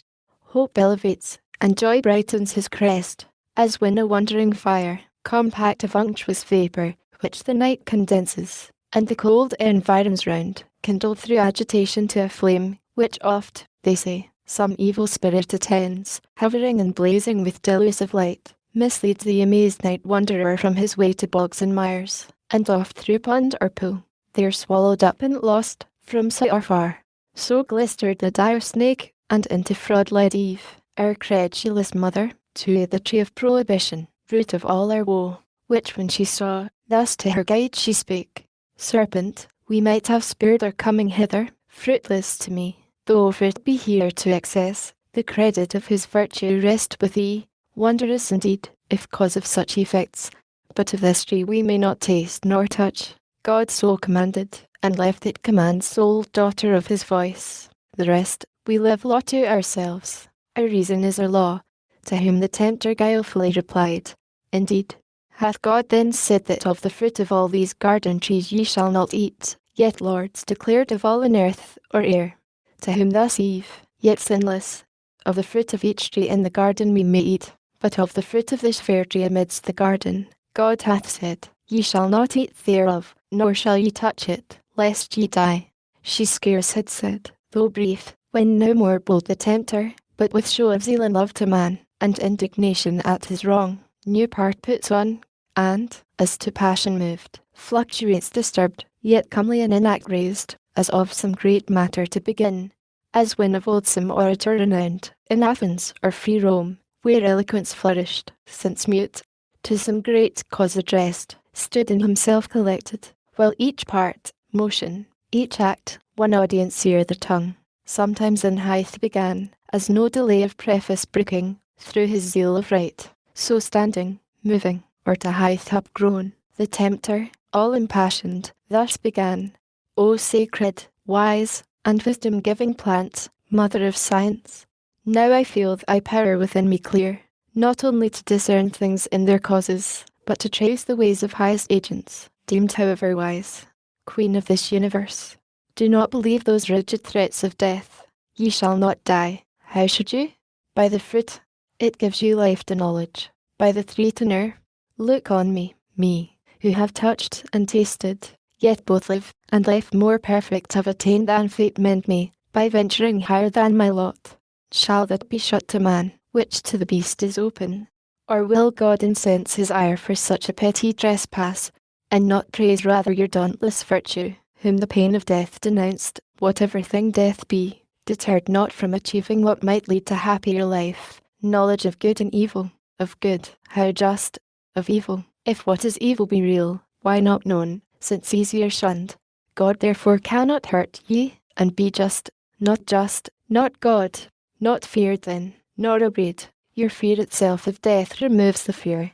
Why then was this forbid? Why, but to awe? Why, but to keep ye low and ignorant, his worshippers? He knows that in the day thereof, your eyes that seem so clear, Yet arbitrum shall perfectly be then opened and cleared, and ye shall be as gods, knowing both good and evil, as they know. That ye shall be as gods, since I as man, internal man, is but proportion meet, I, of brute, human, ye, of human, gods. So ye shall die perhaps, by putting off human, to put on gods, death to be wished, though threatened, which no worse than this can bring. And what are gods, that man may not become as they? Participating God like food. The gods are first, and that advantage use on our belief, that all from them proceeds. I question it, for this fair earth I see, warmed by the sun, producing every kind, them, nothing, if they all things, who enclosed knowledge of good and evil in this tree, that whoso eats thereof, forthwith attains wisdom without their leave. And wherein lies the offence, that man should thus attain to know? What can your knowledge hurt him, or this tree impart against his will, if all be his? Or is it envy? And can envy dwell in heavenly breasts? These, and many more causes import your need of this fair fruit. God is humane, reach then, and freely taste. He ended, and his words, replete with guile, into her heart to easy entrance 1. Fixed on the fruit she gazed, which to behold might tempt alone, and in her ears the sound yet rung of his persuasive words, impregned with reason, to her seeming, and with truth. Meanwhile the hour of noon drew on, and waked an eager appetite, raised by the smell so savoury of that fruit, which with desire, inclinable now grown to touch or taste, solicited her longing eye. Yet first pausing awhile, thus to herself she mused, greater thy virtues, doubtless, best of fruits, though kept from man, and worthy to be admired, whose taste, too long forborne, at first as he gave elocution to the mute, and taught the tongue not made for speech to speak thy praise he also, who forbids thy use, conceals not from us, naming thee the tree of knowledge, knowledge both of good and evil, forbids us then to taste. But his forbidding commends thee more, while it infers the good by the communicated, and our want, for good done known sure is not had, or, had and yet unknown, is not had at all. In plain then, what forbids he but to know, forbids us good, forbids us to be wise. Such prohibitions bind not. But, if death bind us with after bands, what profits then our inward freedom? In the day we eat of this fair fruit, our doom is, we shall die. How dies the serpent? He hath eaten and lives, and knows, and speaks, and reasons, and discerns, irrational till then. For us alone was death invented, or to us denied this intellectual food, for beasts reserved. For beasts it seems, yet that one beast which first hath tasted envies not, but brings with joy the good befallen him, author unsuspect, friendly to man, far from deceit or guile. What fear I then? Rather, what know to fear under this ignorance of good and evil, of God or death, of law or penalty? Here grows the cure of all, this fruit divine, fair to the eye, inviting to the taste, of virtue to make wise. What hinders then to reach, and feed at once both body and mind? So saying, her rash hand in evil are forth reaching to the fruit, she plucked, she eat. Earth felt the wind, and nature from her seat, sighing through all her works, gave signs of woe, that all was lost.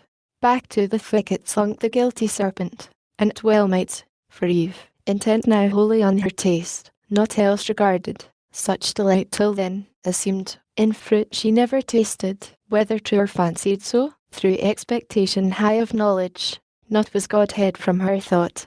Greedily she engorged without restraint, and knew not eating death. Satiate at length, and heighten as with wine, jocund and boon, thus to herself she pleasingly began, O sovereign, virtuous, precious of all trees in paradise, of operation blessed to sapience, hitherto obscured, infamed, and thy fair fruit let hang, as to no end created, but henceforth my early care, not without song, each morning, and due praise, shall tend thee, and the fertile burden ease of thy full branches offered free to all, till, dieted by thee, I grow mature in knowledge, as the gods, who all things know, though others envy what they cannot give, for, had the gift been theirs, it had not here thus grown. Experience, next, to thee I owe, best guide, not following thee, I had remained in ignorance, thou openest wisdom's way, and givest access, though secret she retire. and I perhaps am secret. Heaven is high, high, and remote to see from thence distinct each thing on earth, and other care perhaps may have diverted from continual watch or great forbidder, safe with all his spies about him. But to Adam in what sort shall I appear?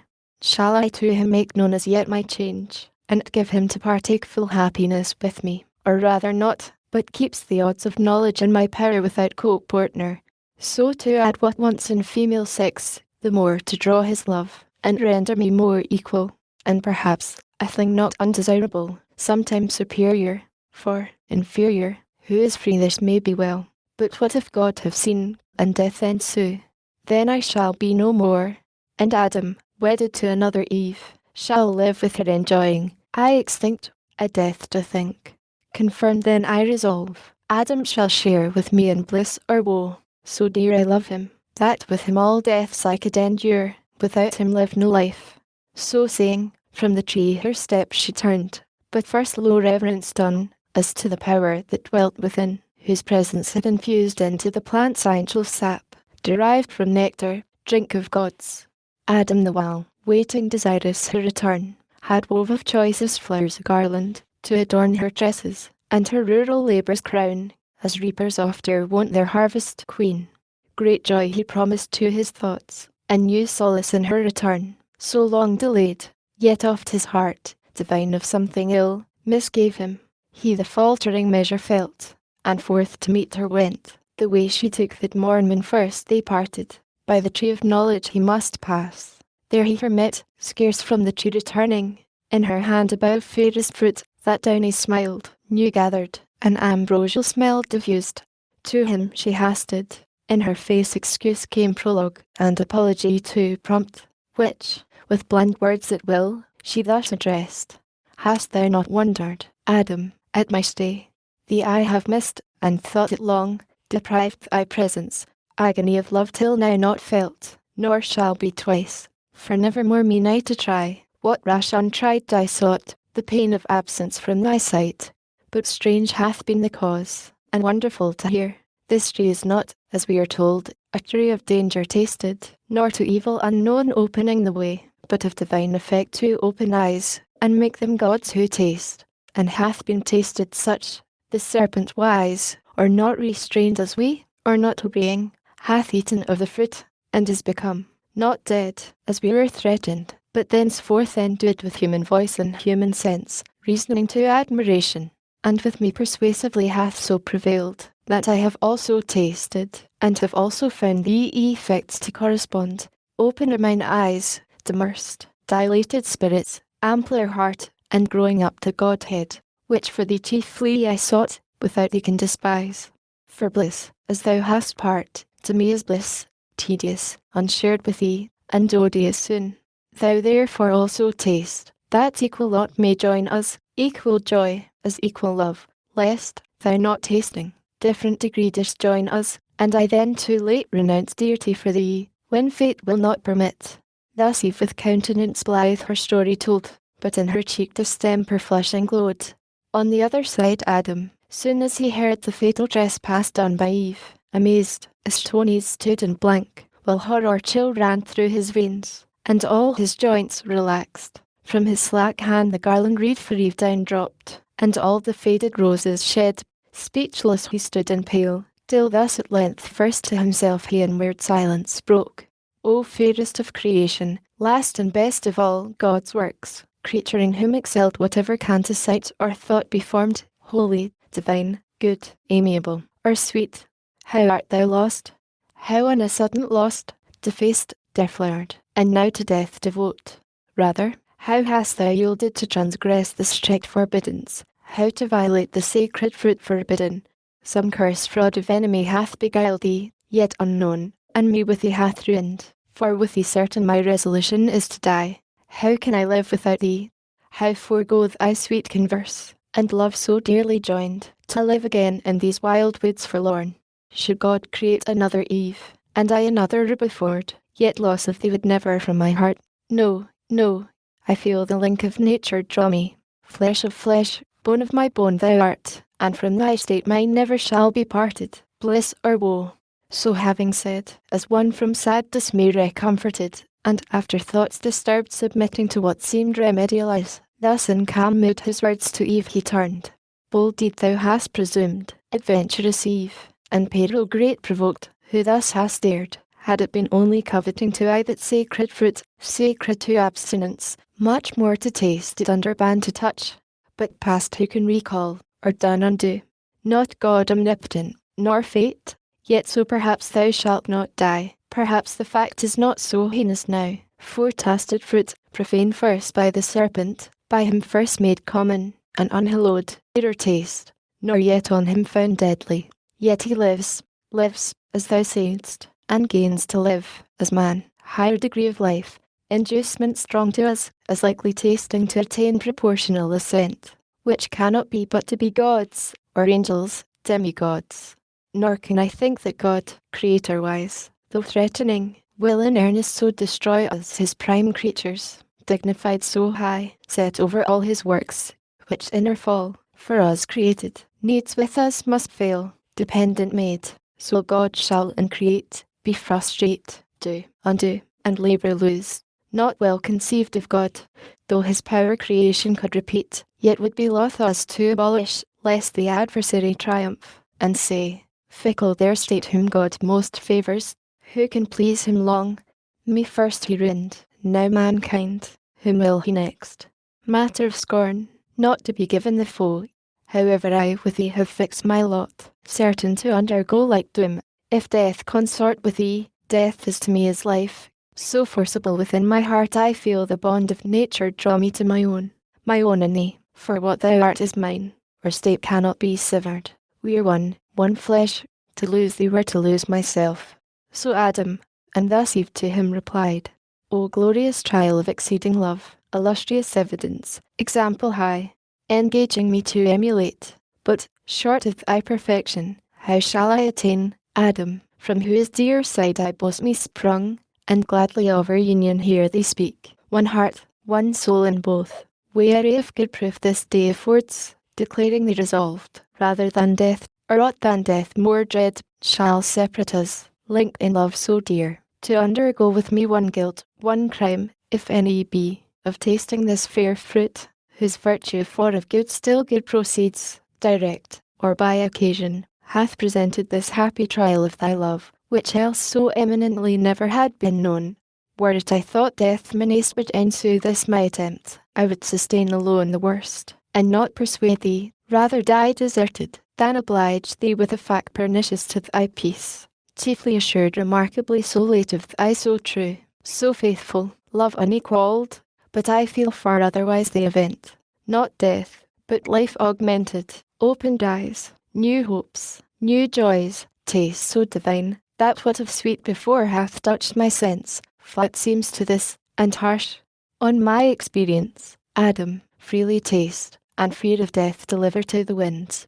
So saying, she embraced him, and for joy tenderly wept, much won, that he his love had so ennobled, as of choice to incur divine displeasure for her sake, or death. In recompense, for such compliance bad such recompense best merits. From the bough she gave him of that fair enticing fruit with liberal hand, he scrupled not to eat, against his better knowledge, not deceived, but fondly overcome with female charm. Earth trembled from her entrails, as again in pangs, and nature gave a second groan, sky lured, and, muttering thunder, some sad drops wept at completing of the mortal sin original, while Adam took no thought, eating his fill, nor Eve to iterate her former trespass feared, the more to soothe him with her loved society, that now, as with new wine intoxicated both, they swim in mirth, and fancy that they feel divinity within them breeding wings, wherewith to scorn the earth, but that false fruit for other operation first displayed, carnal desire inflaming, he on Eve began to cast lascivious eyes, she him as wantonly repaid, in lust they burn, till Adam thus gan Eve to dalliance move. Eve, now I see thou art exact of taste, and elegant of sapience no small part, since to each meaning savour we apply, and palate call judicious, I the praise yield thee, so well this day thou hast purveyed. Much pleasure we have lost, while we abstain from this delightful fruit, nor known till now true relish, tasting. If such pleasure be in things to us forbidden, it might be wished, for this one tree had been forbidden 10. But come, so well refreshed, now let us play, as meet is, after such delicious fare. For never did thy beauty, since the day I saw thee first and wedded thee, adorned with all perfections, so inflame my sense with ardour to enjoy thee, fairer now than ever, bounty of this virtuous tree. So said he, and forbear not glance or toy of amorous intent. Well understood of Eve, whose eye darted contagious fire.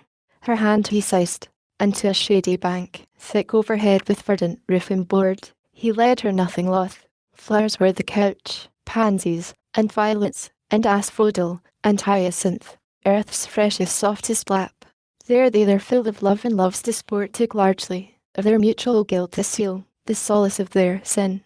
Till dewy sleep oppressed them, wearied with their amorous play. Soon as the force of that fallacious fruit, that with exhilarating vapour bland about their spirits had played, and in most powers made air, was now exhaled, and grosser sleep, bred of unkindly fumes, with conscious dreams encumbered, now had left them.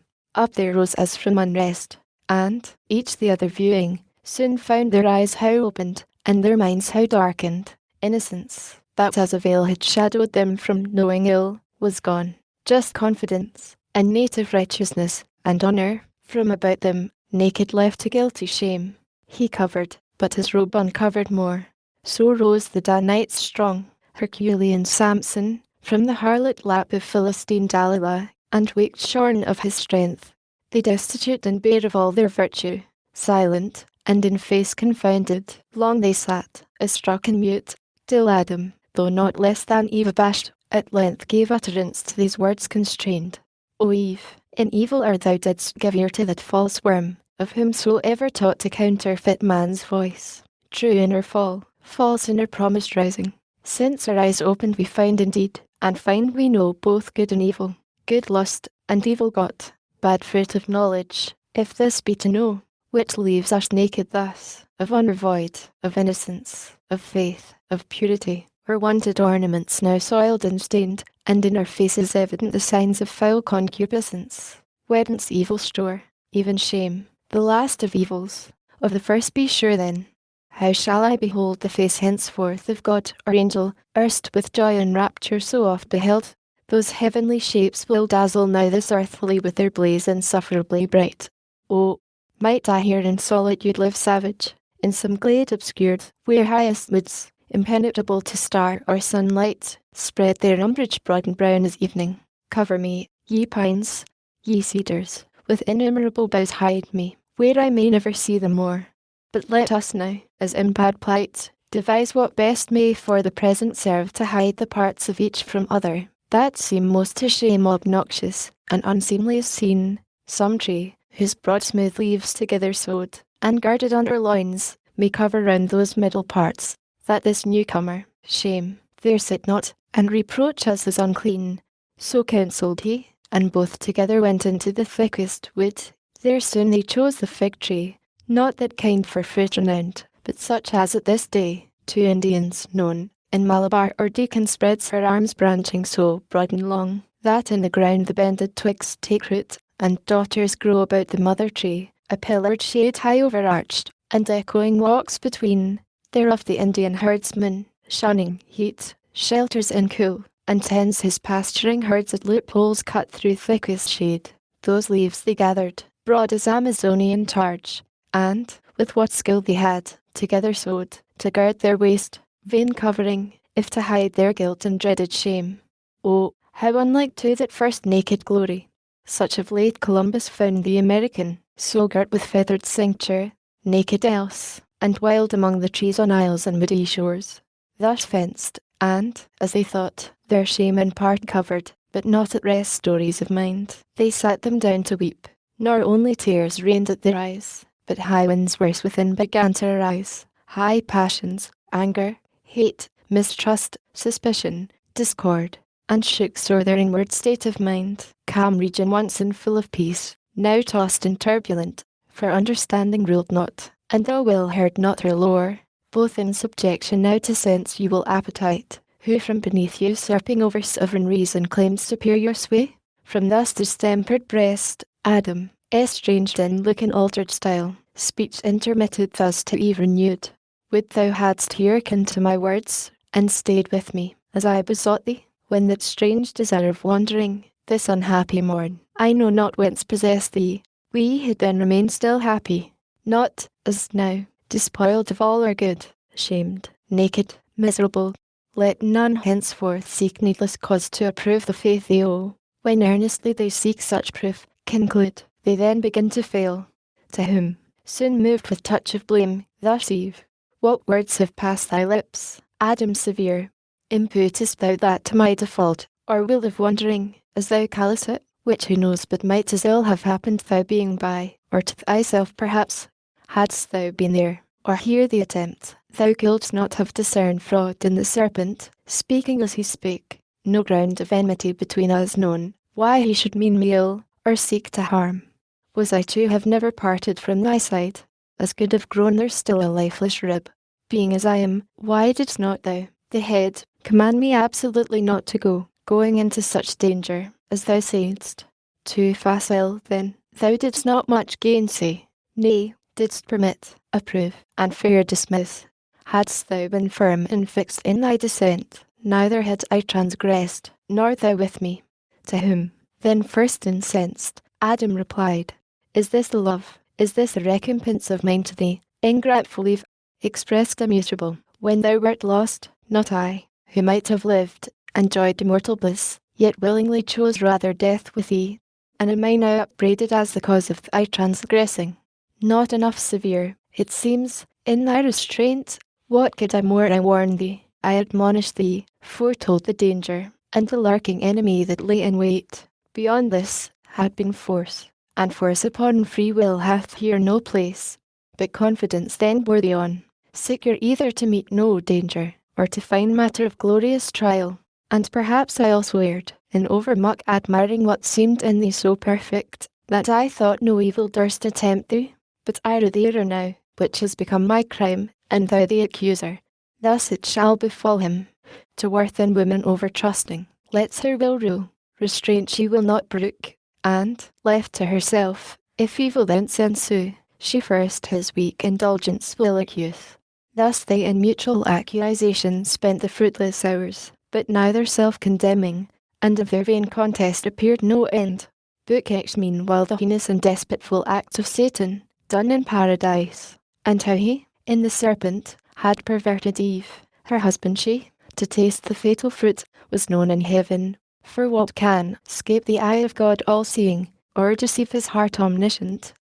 In all things wise and just, hindered not Satan to attempt the mind of man, with strength entire and free will armed, complete to have discovered and repulsed whatever wiles of fore-seeming friend.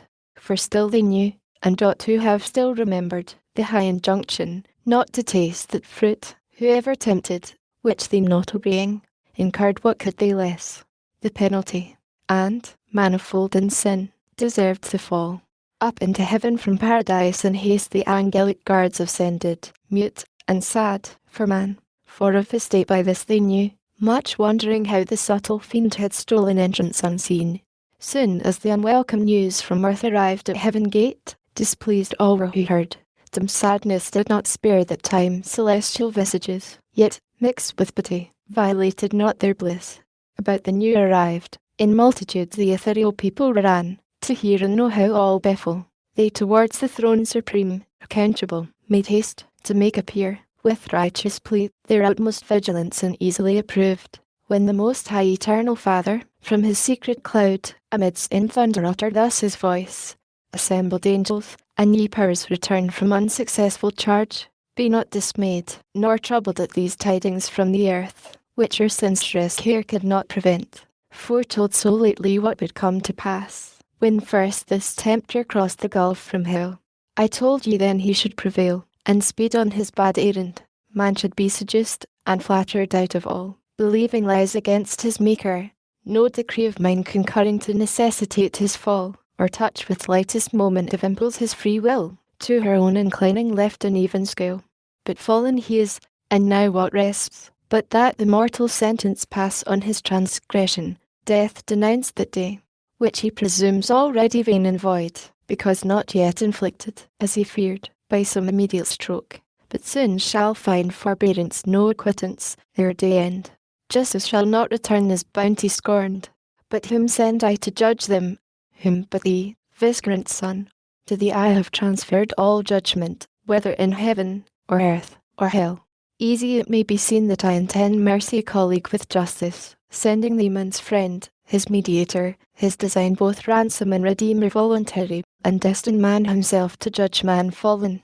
So spake the Father, and, unfolding bright toward the right hand his glory, on the sun blazed forth unclouded deity. He full resplendent all his Father manifest expressed, and thus divinely answered mild.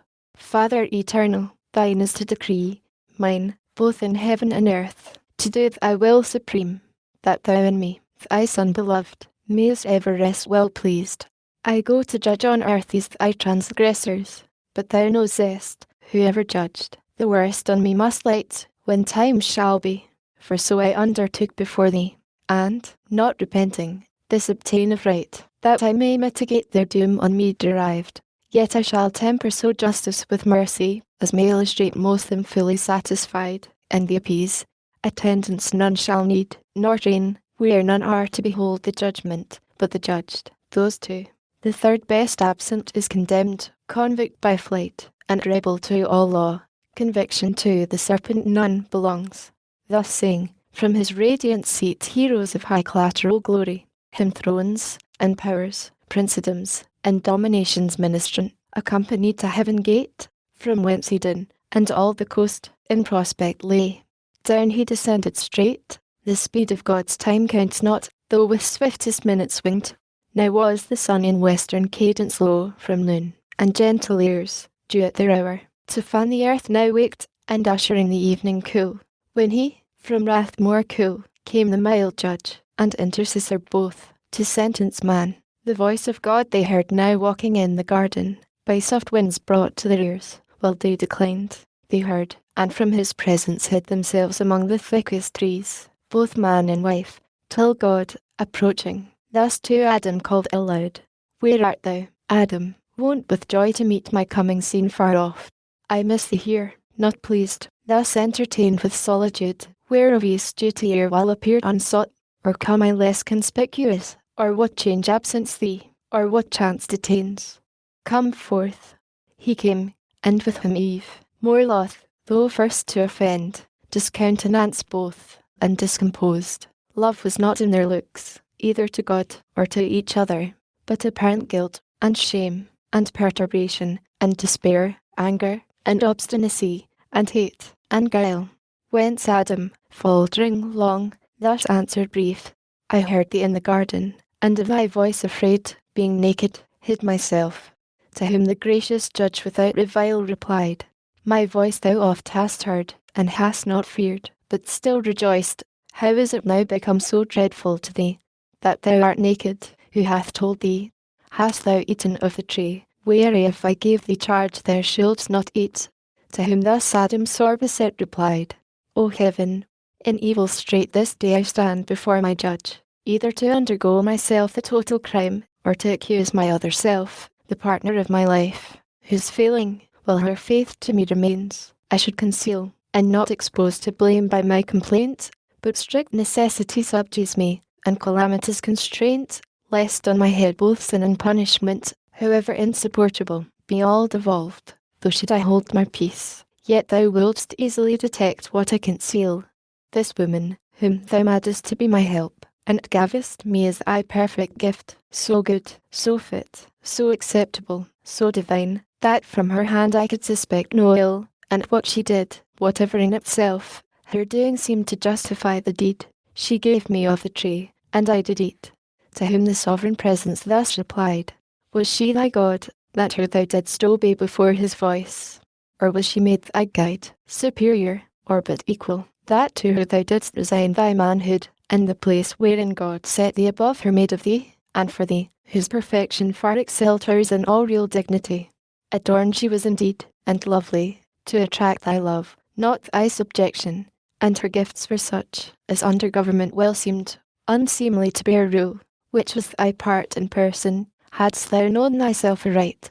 So having said, he thus to even few say, Woman, what is this which thou hast done?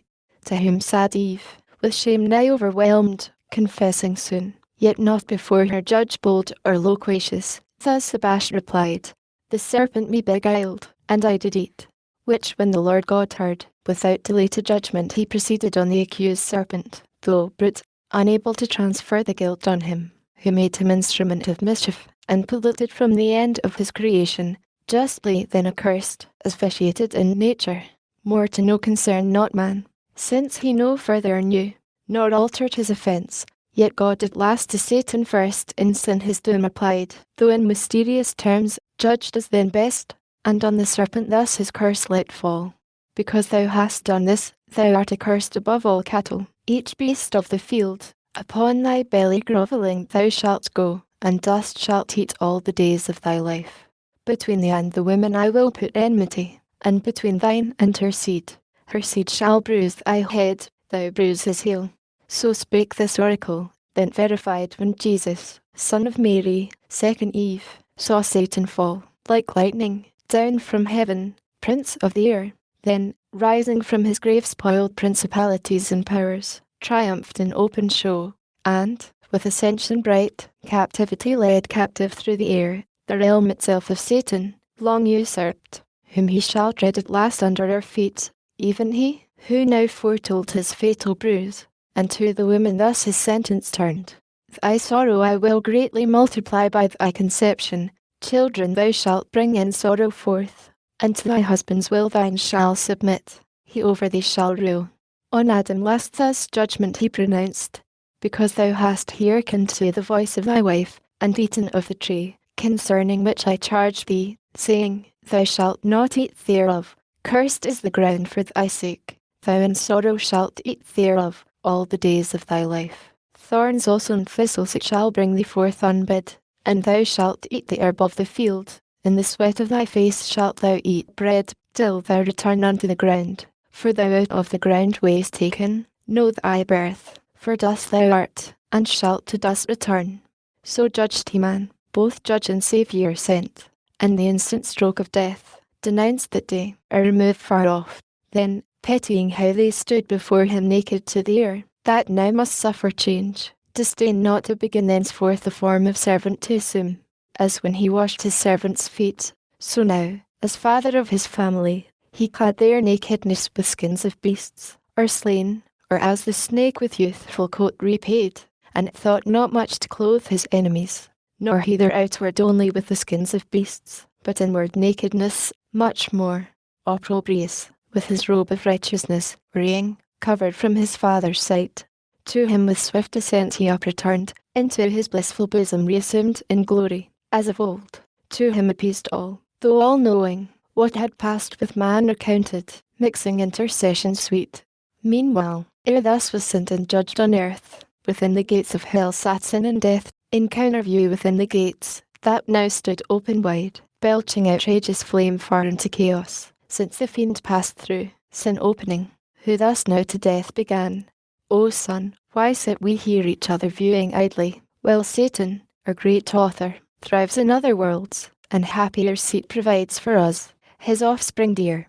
It cannot be but that success attends him, if mishap, ere this he had returned, with fury driven by his avengers, since no place like this can fit his punishment, or their revenge. Methinks I feel new strength within me rise, wings growing, and dominion given me large beyond this deep. Whatever draws me on, or sympathy, or some connatural force, powerful at greatest distance to unite, with secret amity, things of like kind, by secretess conveyance. Thou, my shade inseparable, must with me along, for death from sin no power can separate, but, lest the difficulty of passing back stay his return perhaps over this gulf impassable, impervious, let us try adventurous work, yet I power in mine not unagreeable, to found a path over this main from hell to that new world, where Satan now prevails, a monument of merit high to all the infernal host, easing their passage hence, for intercourse, or transmigration, as their lot shall lead. Nor can I miss the way, so strongly drawn by this new felt attraction and instinct, whom thus the meagre shadow answered soon. Go, with her fate and inclinations strong, leads thee. I shall not lag behind, nor err the way, thou leading. Such ascent I draw of carnage, prey innumerable, and taste the savour of death from all things there that live. Nor shall I to the work thou interpossess be wanting, but afford the equal aid. So saying, with delight he snuffed the smell of mortal change on earth, as when a flock of ravenous fowl, though many a league remote, against the day of battle, to a field where armies lie encamped, come flying, lured with scent of living carcasses designed for death the following day, in bloody fight. So scented the grim feature, and upturned his nostril wide into the murky air, sagacious of his quarry from so far. Then both from out hell gates, into the waste-wide anarchy of chaos, damp and dark, flew divers, and with power.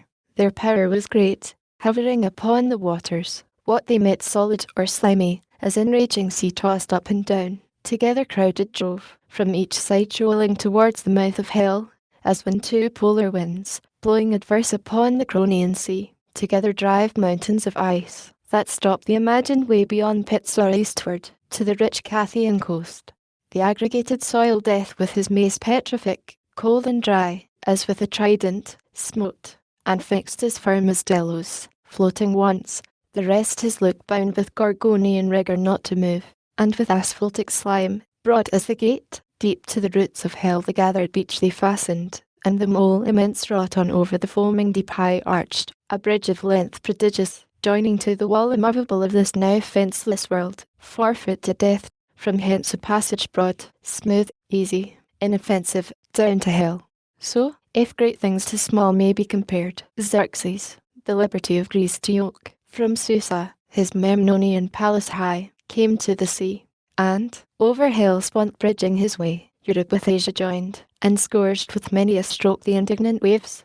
Now had they brought the work by wondrous art pontifical, a ridge of pendant rock, over the vexed abyss, following the track of Satan to the self-same place where he first lighted from his wing, and landed safe from out of chaos, to the outside bare of this round world. With pins of adamant and chains they made all fast, too fast they made endurable, and now in little space the confines met of empyrean heaven, and of this world, and, on the left hand, hell with long reach interposed, 3 several ways in sight, to each of these 3 places led, and now their way to earth they had descried, to paradise first tending, when, behold, Satan, in likeness of an angel bright, betwixt the centaur and the scorpion steering his zenith, while the sun in Aries rose, disguised he came, but those his children dear their parents soon discerned, though in disguise. He, after Eve seduced, unminded slunk into the wood fast by, and, changing shape, to observe the sequel, saw his guileful act by Eve, though all unwitting, seconded upon her husband, saw their shame that sought vain covertures.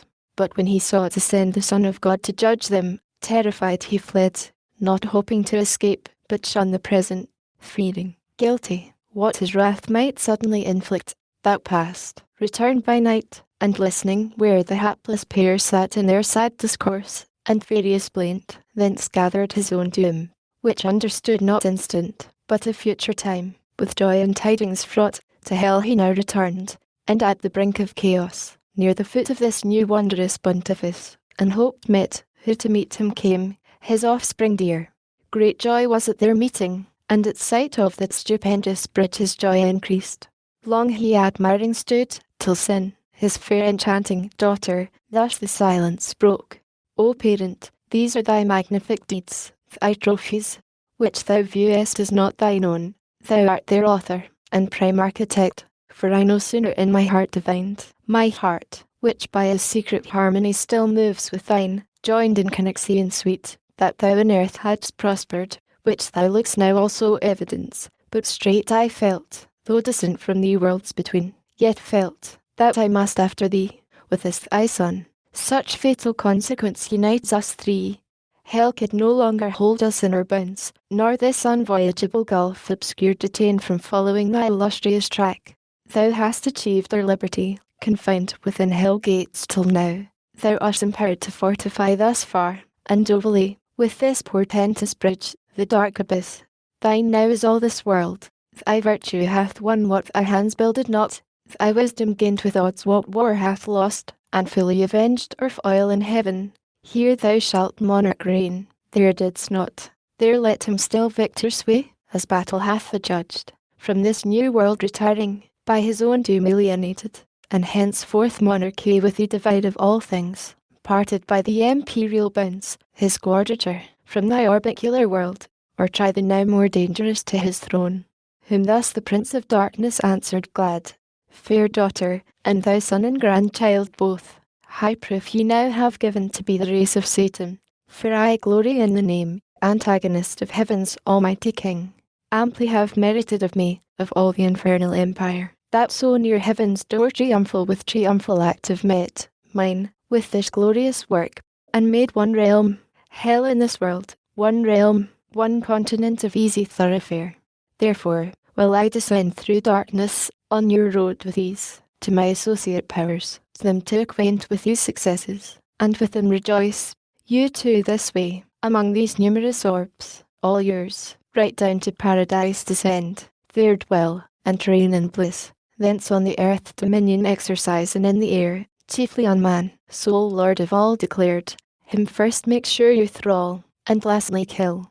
My substitutes I send ye, and create plenipotent on earth, of matchless might issuing from me. On your joint vigour now my hold of this new kingdom all depends, through sin to death exposed by my exploit.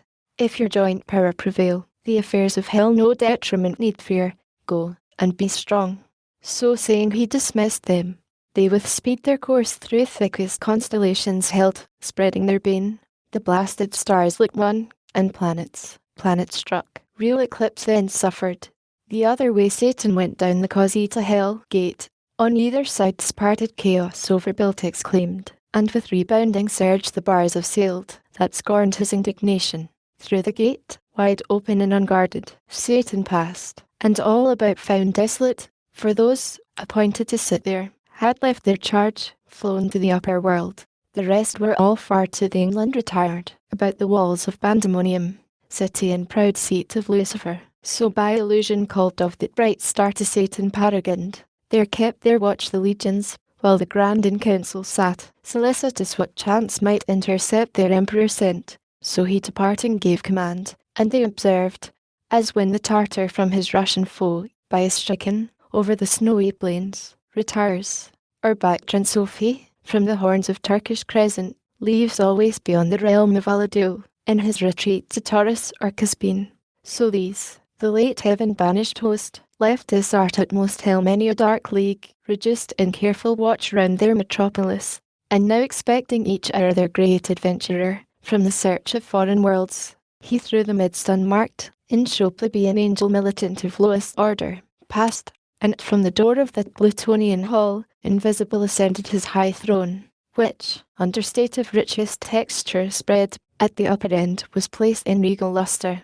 Down a while he sat, and round about him saw unseen, at last, as from a cloud, his fulgent head and shape star bright appeared, or brighter, clad with what permissive glory since his fall was left him, or fall's glitter. All amazed at that so sudden blaze the Stygian throng bent their aspect, and whom they wished beheld, their mighty chief returned. Loud was the acclaim, forth rushed in haste the great consulting peers, raised from their dark divan, and with like joy congratulant approached him, who with hand silence, and with these words attention, 1.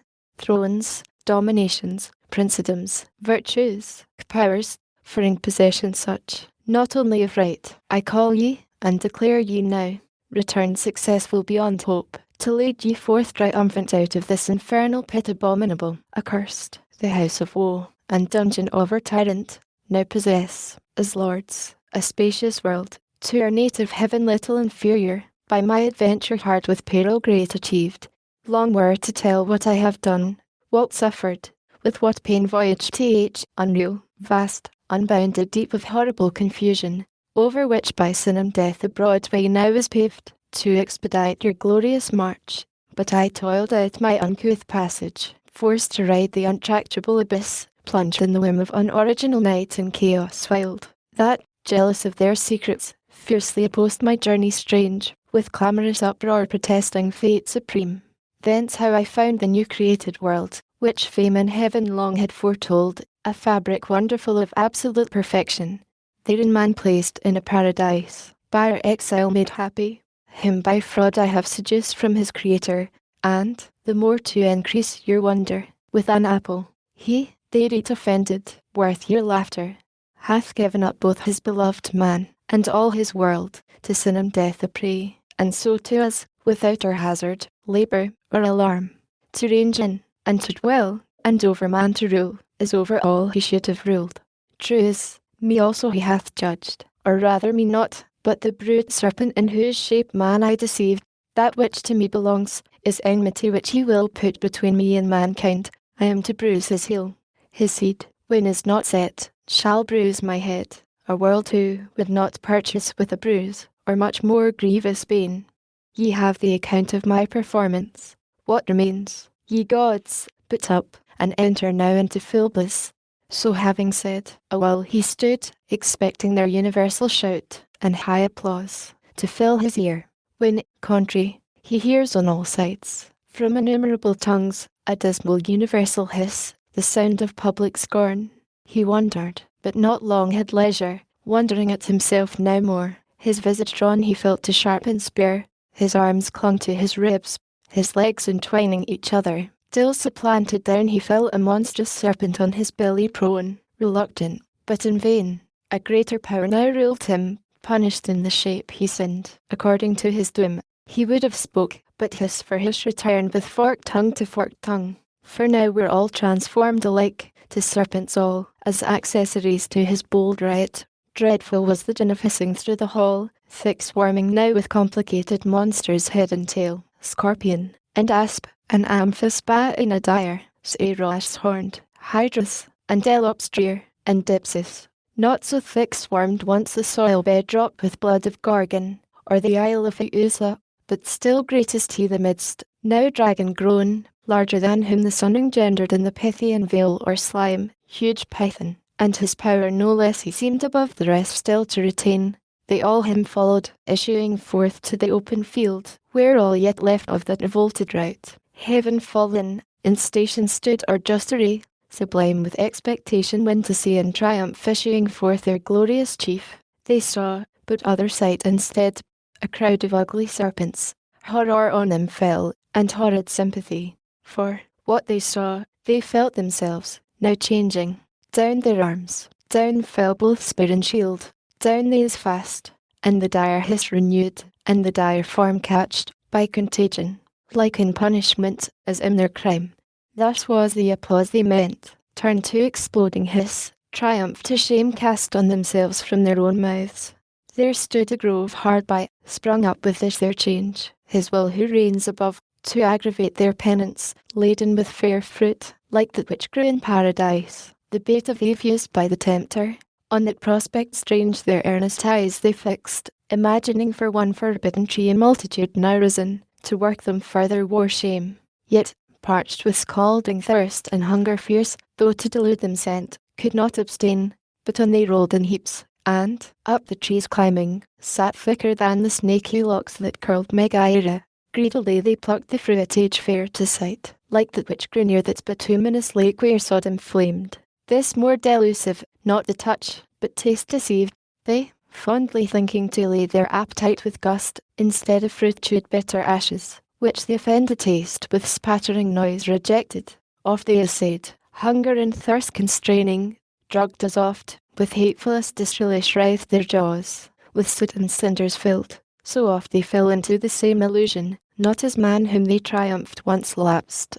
Thus were they plagued and worn with famine, long and ceaseless hiss, till their lost shape, permitted, they resumed, yearly enjoined, some say, to undergo this annual humbling certain numbered days, to dash their pride and joy, for man seduced.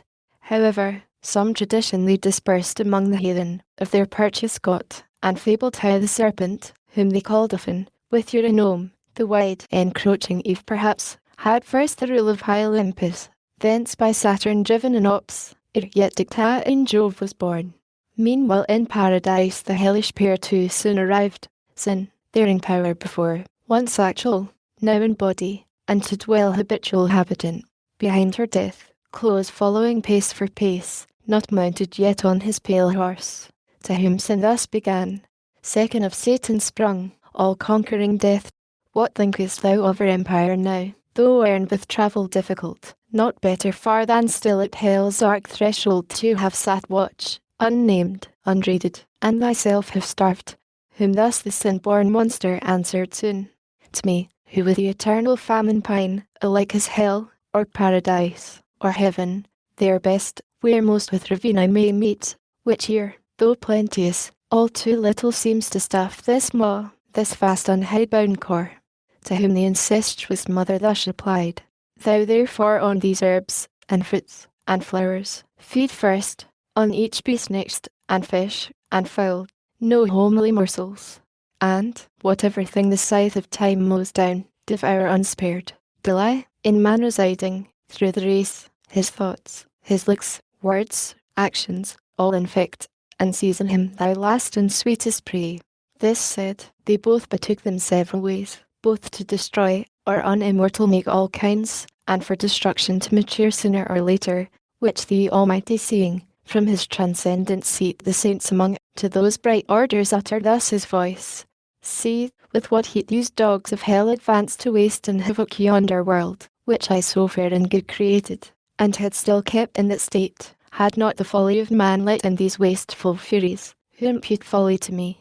So doth the prince of hell and his adherents, that with so much ease I suffer them to enter and possess a place so heavenly, and, conniving, seem to gratify my scornful enemies, that laugh, as if, transported with some fit of passion, I to them had quitted all, at random yielded up to their misrule, and know not that I called, and drew them thither, my hell-hounds, to lick up the draught and filth which man's polluting sin with taint hath shed on what was pure, till, crammed and gorged, now burst with sucked and glutted offal, at one sling of thy victorious arm, well-pleasing Son, both sin, and death, and yawning grave, at last, through chaos hurled, obstruct the mouth of hell for ever, and seal up his ravenous jaws.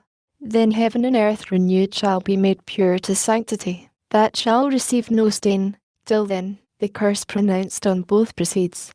He ended, and the heavenly audience loud sung hallelujah, as the sound of seas, through multitude that sung, just are thy ways, righteous are thy decrees on all thy works. Who can extenuate thee? Next, to the Son, destined restorer of mankind, by whom new heaven and earth shall to the ages rise, or down from heaven descend. Such was their song, while the Creator, calling forth by name his mighty angels, gave them several charge, as sorted best with present things.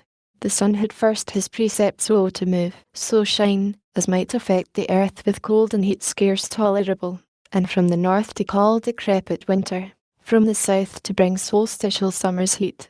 To the blank moon her office they prescribed, to the other 5 their planetary motions, and aspects, in sextile, square, and trine, and opposite, of noxious efficacy, and when to join in synod on B9, and taught to fix their influence malignant when to shower, which of them rising with the sun, or falling, should prove tempestuous.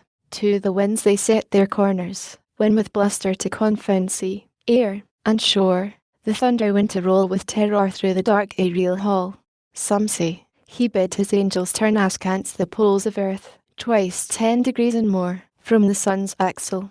They with labour pushed oblique the centric globe. Some say, the sun was bid turn reins from the equinoctial road like distant breadth to Taurus with the 7 Atlantic sisters, and the Spartan twins, up to the tropic crab, thence down amain by Leo, and the Virgin, and the Scales, as deep as Capricorn, to bring in change of seasons to each clime. Else had the spring perpetual smiled on earth with verdant flowers, equal in days and nights, except to those beyond the polar circles.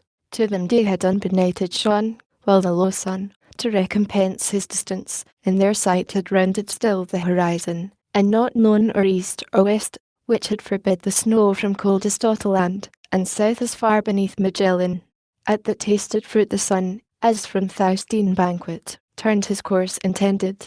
Else, how had the world inhabited, though sinless, more than now, avoided pinching cold and scorching heat? These changes in the heavens, though slow, produced like change on sea and land, sideral blast, vapour, and mist, and exhalation hot, corrupt and pestilent, now from the north of Norumbega and the Samode shore, bursting their brazen dungeon, armed with ice, and snow, and hail, and stormy gust and flaw, Boreas, and Caesius, and Argests loud, and Thraces, rend the woods, and seas upturn.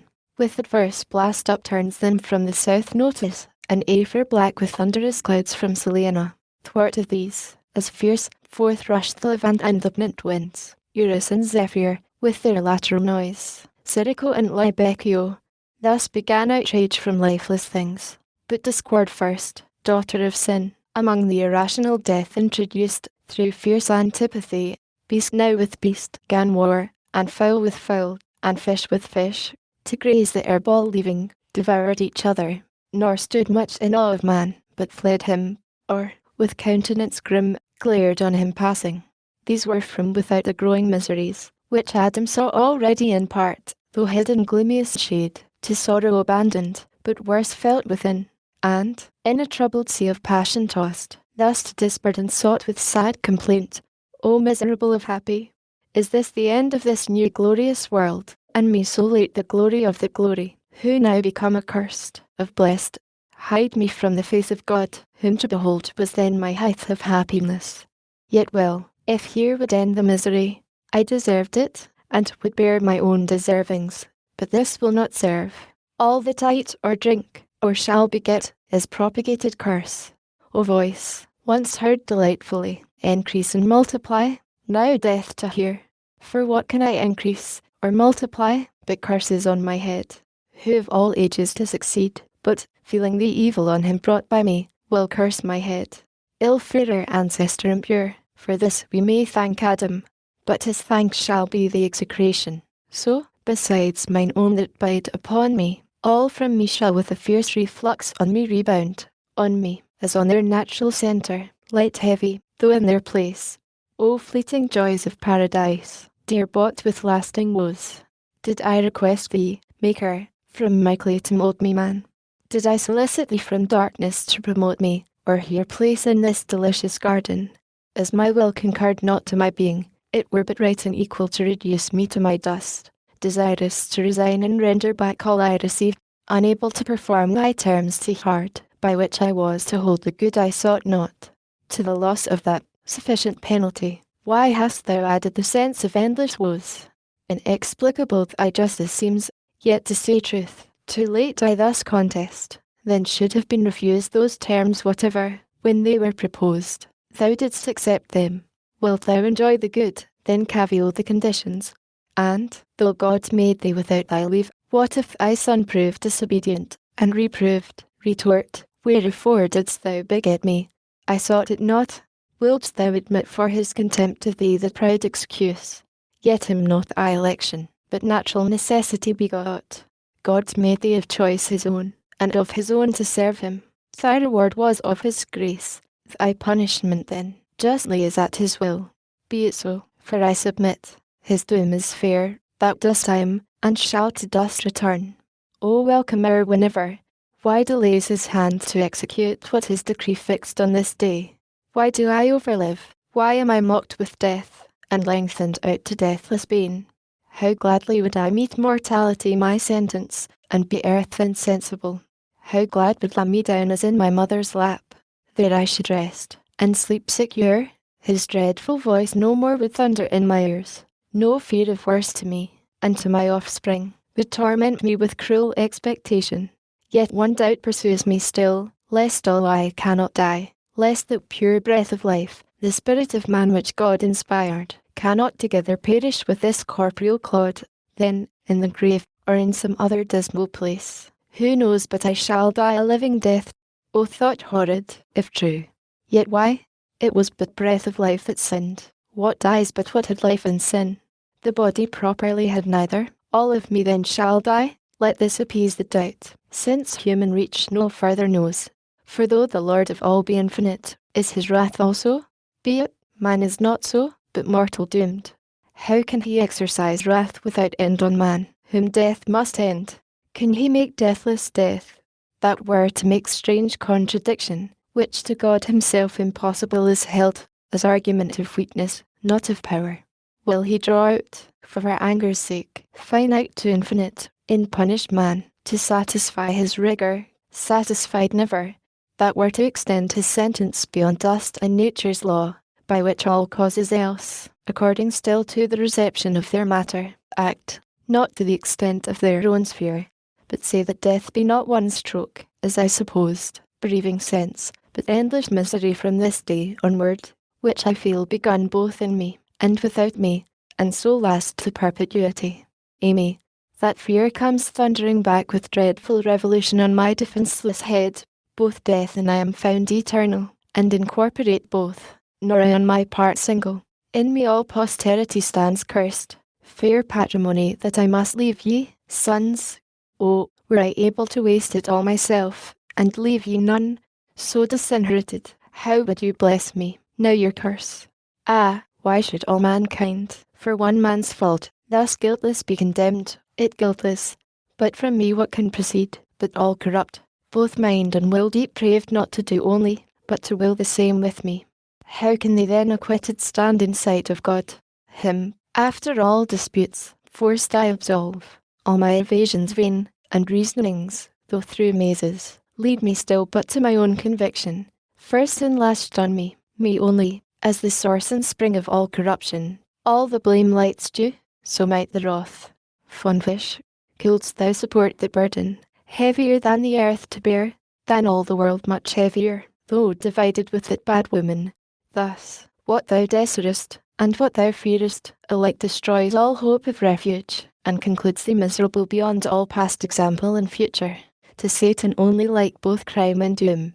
O conscience, into what abyss of fears and horrors hast thou driven me, out of which I find no way, from deep to deeper plunged? Thus Adam to himself lamented loud, through the still night, not now, as ere man fell, wholesome, and cool, and mild, but with black air accompanied, with damps, and dreadful gloom, which to his evil conscience represented all things with double terror. On the ground outstretched he lay, on the cold ground, and oft cursed his creation. Death is oft accused of tardy execution, since denounced the day of his offence. Why comes not death, said he, with one thrice acceptable stroke to end me? Shall truth fail to keep her words, justice divine not hasten to be just? But death comes not at call, justice divine mends not her slowest space for prayers or cries. O woods, O fountains, hillocks, dales, and bowers, with other echo late I taught your shades to answer, and resound for other song. Whom thus afflicted when sad Eve beheld, desolate where she sat, approaching now, soft words to his fierce passion she essayed, but her with stern regard he thus repelled. Out of my sight, thou serpent, that name best befits thee with him leagued. Thyself is false and hateful, nothing wants, but that thy shape, like his, and colour serpentine, may show thy inward fraud, to warn all creatures from thee henceforth, lest that too heavenly form, pretended to hellish fall should, snare them. But for thee I had persisted happy, had not thy pride and wandering vanity, when least was safe, rejected my forewarning, and disdained not to be trusted, longing to be seen, though by the devil himself, him overweening to overreach, but, with the serpent meeting, fooled and beguiled, by him thou, I by thee to trust thee from my side, imagine wise, constant, mature, proof against all assaults, and understood not all was but a show, rather than solid virtue, all but a rib crooked by nature, bent, as now appears, more to the part sinister, from me drawn, well if thrown out, as supernumerary to my just number found. Oh, why did God, creator-wise, that peopled highest heaven with spirits masculine, create at last this novelty on earth, this fair defect of nature, and not fill the world at once with men, as angels, without feminine, or find some other way to generate mankind? This mischief had not been befallen, and more that shall befall. Innumerable disturbances on earth through female snares, and strait conjunction with this sex, for either he never shall find out fit mate, but such as some misfortune brings him, or mistake, or whom he wishes most shall seldom gain through her perverseness, but shall see her gain by a far worse, or, if she love, withheld by parents, or his happiest choice too late shall meet, already linked in wedlock bound to a fell adversary, his hate or shame. which infinite calamity shall cause to human life, and how shall peace confound? He added not, and from her turned, but Eve, not so repulsed, with tears that cease not flowing in tresses all disordered, at his feet fell humble, and, embracing them, besought his peace, and thus proceeded in her plaint. Forsake me not thus, Adam. Witness heaven what love sincere, and reverence in my heart I bear thee, and unmeeting have offended, unhappily deceived. Thy suppliant I beg, and clasp thy knees. Bereave me not, wherein I live, thy gentle looks, thy counsel, in this uttermost distress, my only strength and stay. Forlorn of thee, whither shall I betake me, where subsist? While yet we live, scarce one short ere perhaps, between us two let there be peace. Both joining, as joined in injuries, one enmity against a foe by doom express assigned us, that cruel serpent, on me exercise not thy hatred for this misery befallen, on me already lost, me than thyself more miserable. Both have sinned, but thou against God only, I against God and thee, and to the place of judgment will return. Therewith my cries importune heaven, that all the sentence, from thy head removed, may light on me, sole cause to thee of all this woe, me only, just object of his ire.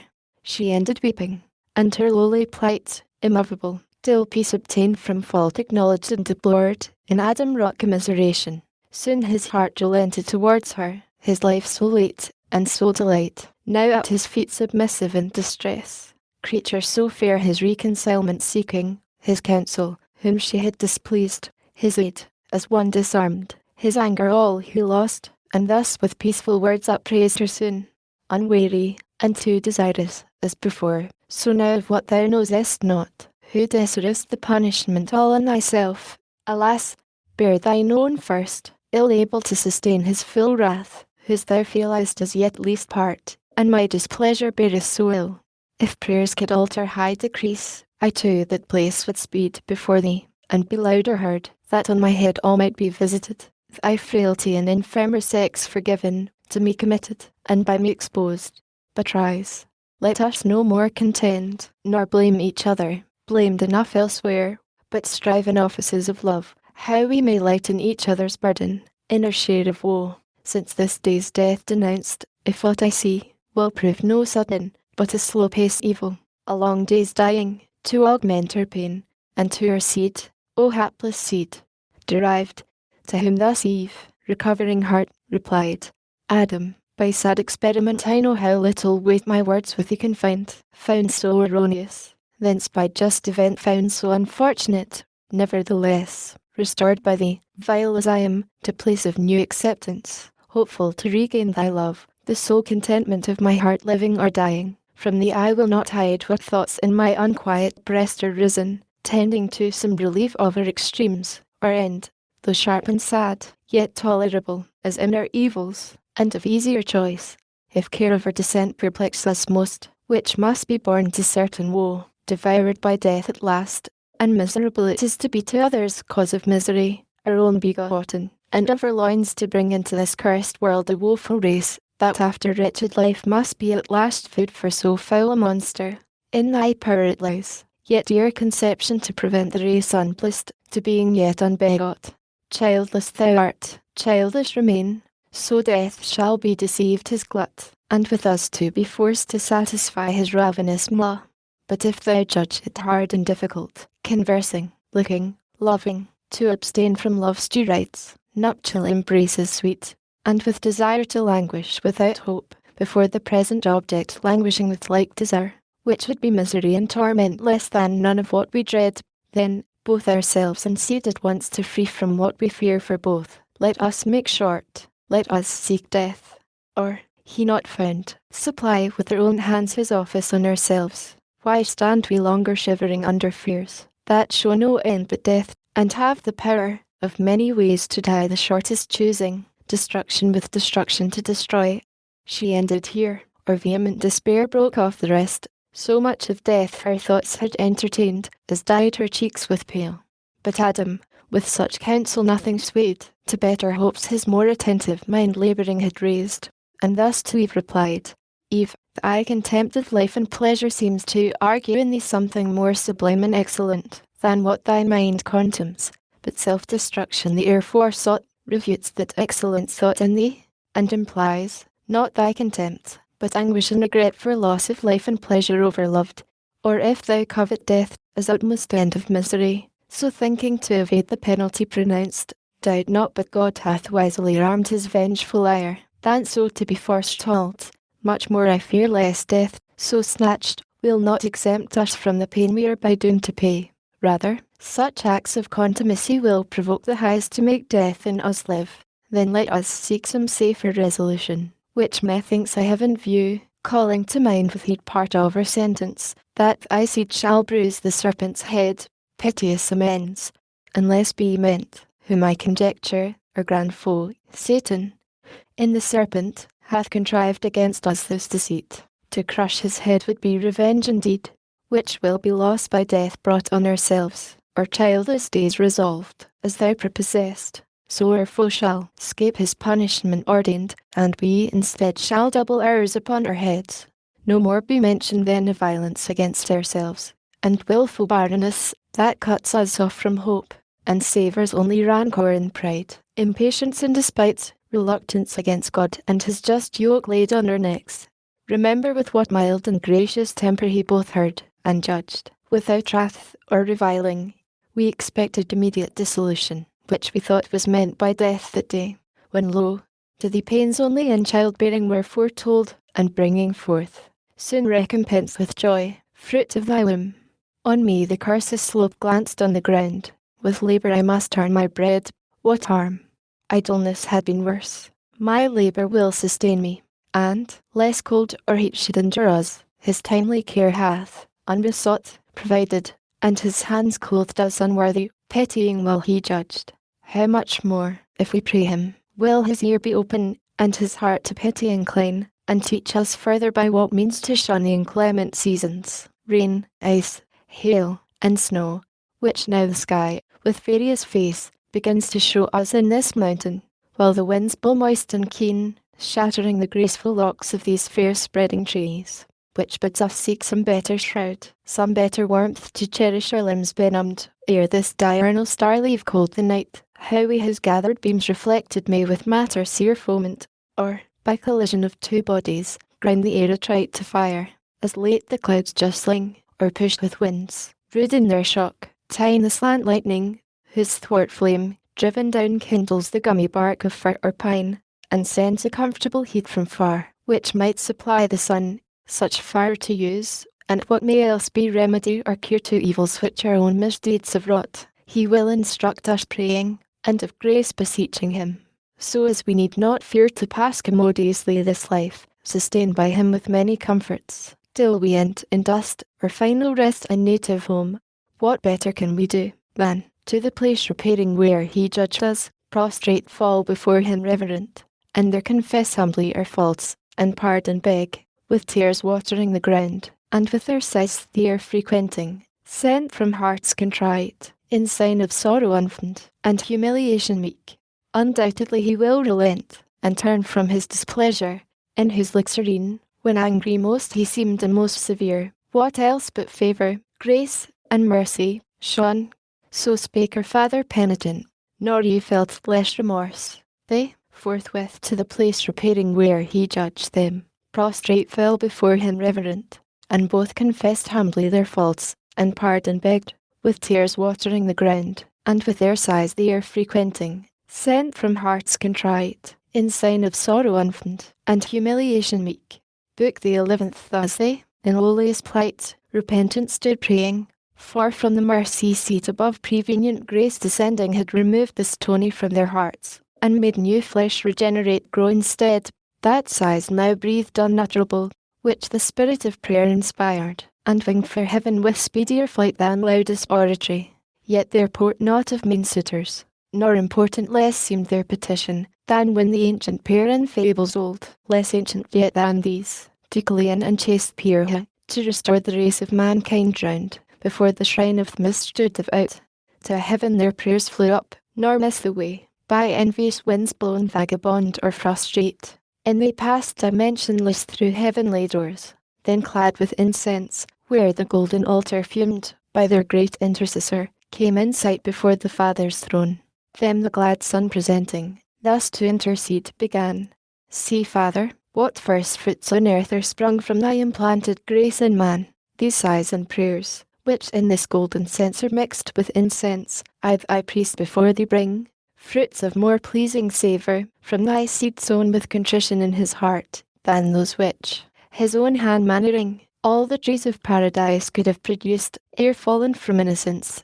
Now therefore, bend thine ear to supplication, hear his sighs, though mute, unskilful with what words to pray, let me interpret for him, me, his advocate in propitiation, all his works in me, good, or not good, engraft, my merit those shall perfect, and for these my death shall pay.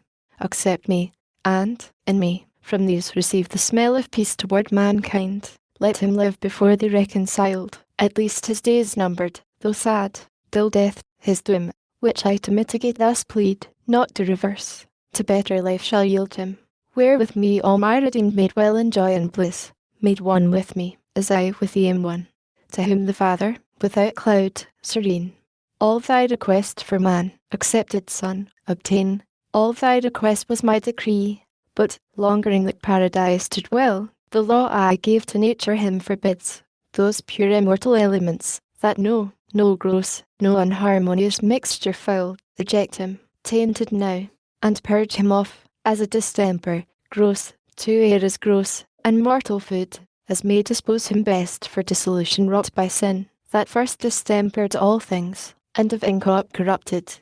I, at first, with two fair gifts created him endowed, with happiness, and immortality, that fondly lost, this other served but to eternize woe, till I provided death, so death becomes his final remedy, and, after life, tried in sharp tribulation, and refined by faith in faithful works, to second life, wake in their innovation of the just, resigns him up with heaven and earth renewed.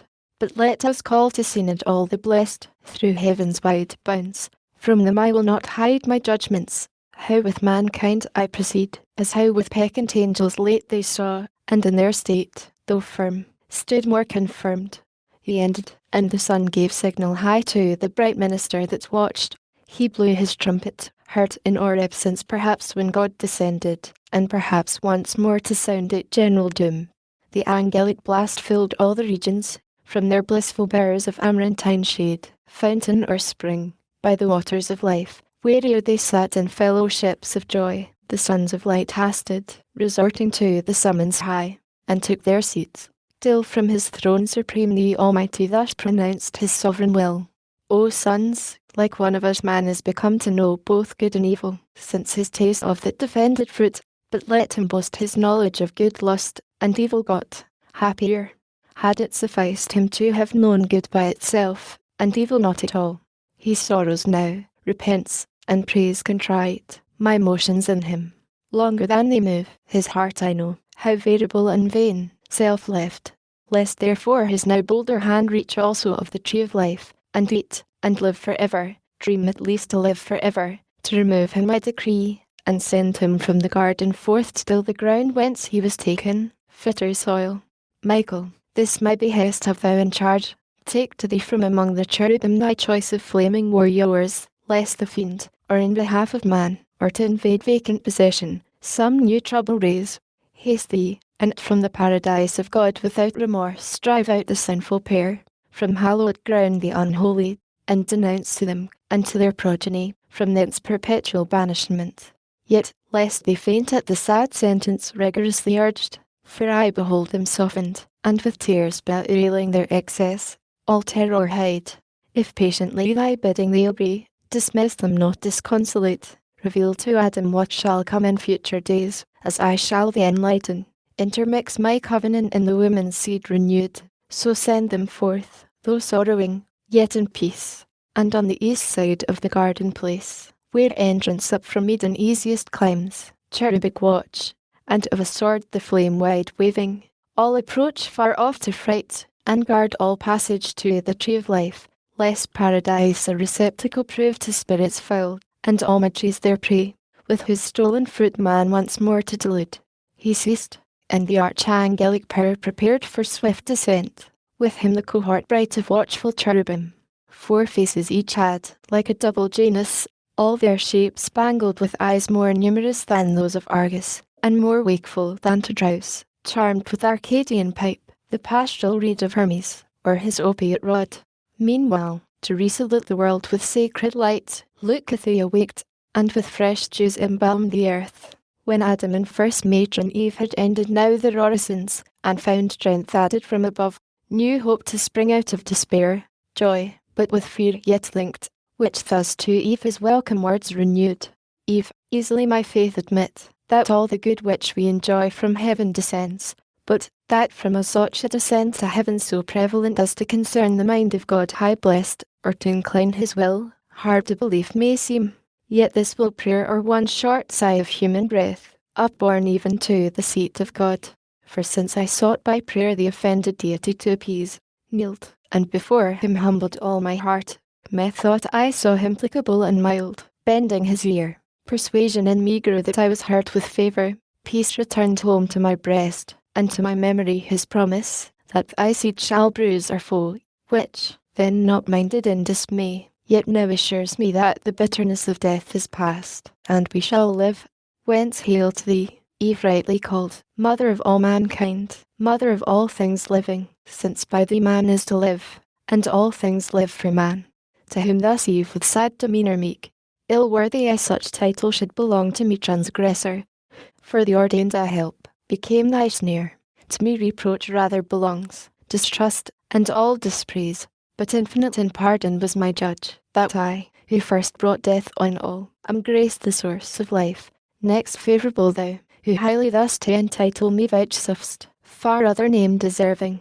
But the field to labour calls us, now with sweat imposed, though after sleepless night. For see, the morn, all unconcerned with her unrest, begins her rosy progress smiling. Let us forth, I never from thy sight henceforth to stray, wearier day's work lies, though now enjoined laborious, till day droop. Well here we dwell, what can be toilsome in these pleasant walks? Here let us live, though in fallen state, content.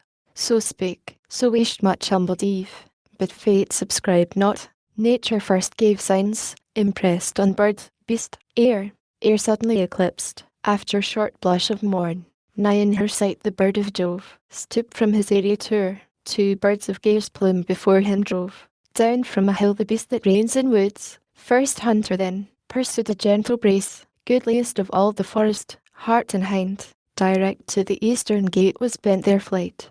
Adam observed, and with his eye the chase pursuing, not unmoved, to Eve thus spake, O Eve, some further change awaits us, nigh, which heaven, by these mute signs in nature, shows forerunners of his purpose, or to warn us, apply to secure, of our discharge from penalty, because from death released some days. How long, and what till then our life, who knows? Or more than this, that we are dust, and thither must return, and be no more. Why else this double object in our sight of flight pursued in the air, and o'er the ground, one way the self-same hour? Why in the east darkness ere day's mid-course, and morning light more orient in yon western cloud, that draws o'er the blue firmament radiant white, and slow descends with something heavenly fraught? Heard not, for by this the heavenly bands down from a sky of jasper lighted now in paradise, and on a hill made halt, a glorious apparition, had not doubting carnal fear the day dimmed Adam's eye. Not that more glorious, when the angels met Jacob in Mahanaim, where he saw the field pavilion with his guardians bright, nor that, which on the flaming mount appeared in Dothan, covered with a camp of fire, against the Syrian king, who to surprise one man, assassin-like, had levied war unproclaimed. The princely Hierarch in their bright standard left his powers, to seize possession of the garden. He alone, to find where Adam sheltered, took his way, not unperceived of Adam, who to Eve, while the great visitant approached, thus spake, Eve, now expect great tidings, which perhaps of us will soon determine, or impose new laws to be observed. For I descry, from yonder blazing cloud that veils the hill, one of the heavenly host, and, by his gate, none of the meanest, some great potentate or of the thrones above, such majesty invests him coming, yet not terrible, that I should fear, nor sociably mild, as Raphael, that I should much confide, but Solomon sublime, whom not to offend, with reverence I must meet, and thou retire. He ended, and the archangel soon drew nigh, not in his shape celestial, but as man clad to meet man. Over his lucid arms a military vest of purple flowed, livelier than Melibone, or the grain of Sarah, worn by kings and heroes old in time of truth. Iris had dipped the woof. His starry helm unbuckled showed him prime in manhood where youth ended. By his side, as in a glistering zodiac, hung the sword, Saturn's dire dread, and in his hand the spear. Adam bowed low. He, kingly, from his state inclined not, but his coming thus declared. Adam, heaven's high behest no preface needs, sufficient that thy prayers are heard, and death, then due by sentence when thou didst transgress, defeated of his sire many days given thee of grace, wherein thou mayest repent, and one bad act with many deeds well done mayest cover, well may then thy Lord, appeased, redeem thee quite from death's rapacious claim, but longer in this paradise to dwell permits not, to remove thee I am come, and send thee from the garden forth till the ground whence thou wast taken, fitter soil. He added not, for Adam at the news heart struck with chilling gripe of sorrow stood, that all his senses bound. Eve, who unseen yet all had heard, with audible lament discovered soon the place of her retire. O unexpected stroke, worse than of death! Must I thus leave thee paradise? Thus leave thee, native soil? These happy walks and shades, fit haunt of gods, where I had hoped to spend, quiet though sad, the respite of that day that must be mortal to us both. O flowers, that never will in other climate grow, my early visitation, and my last at even, which I bred up with tender hand from the first opening bud, and gave ye names, who now shall rear ye to the sun, or rank your tribes, and water from the ambrosial fount, the lastly, nuptial bower, by me adorned with what to sight or smell was sweet. From thee how shall I part, and whither wander down into a lower world, to this obscure and wild? How shall we breathe in other air less pure, accustomed to immortal fruits? Whom thus the angel interrupted mild. Lament not, Eve, but patiently resign what justly thou hast lost, nor set thy heart, thus overfond, on that which is not thine. Thy going is not lonely. With thee goes thy husband, whom to follow thou art bound. Where he abides, think thou thy native soil. Adam, by this from the cold sudden damp recovering, and his scattered spirits returned, to Michael thus his humble words addressed. Celestial, whether among the thrones, or named of them the highest, for such of shape may seem prince above princes, gently hast thou told thy message, which might else in telling wound, and in performing end us, what besides of sorrow, and dejection, and despair, or frailty can sustain, thy tidings bring, departure from this happy place, or sweet recess, and only consolation left familiar to our eyes. All places else inhospitable appear, and desolate, nor knowing us, nor known. And, if by prayer incessant I could hope to change the will of him who all things can, I would not cease to weary him with my assiduous cries. But prayer against his absolute decree no more avails than breath against the wind, blown stifling back on him that breathes it forth. Therefore to his great bidding I submit. This most afflicts me, that, departing hence, as from his face I shall be hid, deprived his blessed countenance.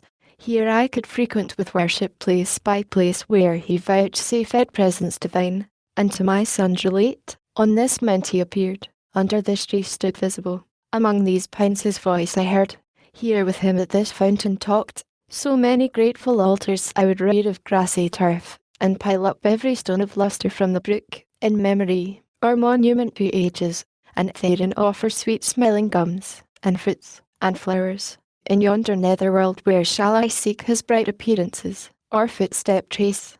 For though I fled him angry, yet recalled to life prolonged in promised grace, I now gladly behold though but his utmost skirts of glory, and far off his steps adore. To whom thus Michael with regard benign, Adam, thou knowest heaven his, and all the earth, not this rock only, his omnipresence fills land, sea, and air, and every kind that lives, fomented by his virtual power and warmed. All the earth he gave thee to possess and rule, no despicable gift, surmise not then his presence to these narrow bounds confined of paradise, or Eden. This had been perhaps thy capital seat, from whence had spread all generations, and had hither come from all the ends of the earth, to celebrate and reverence thee, their great progenitor.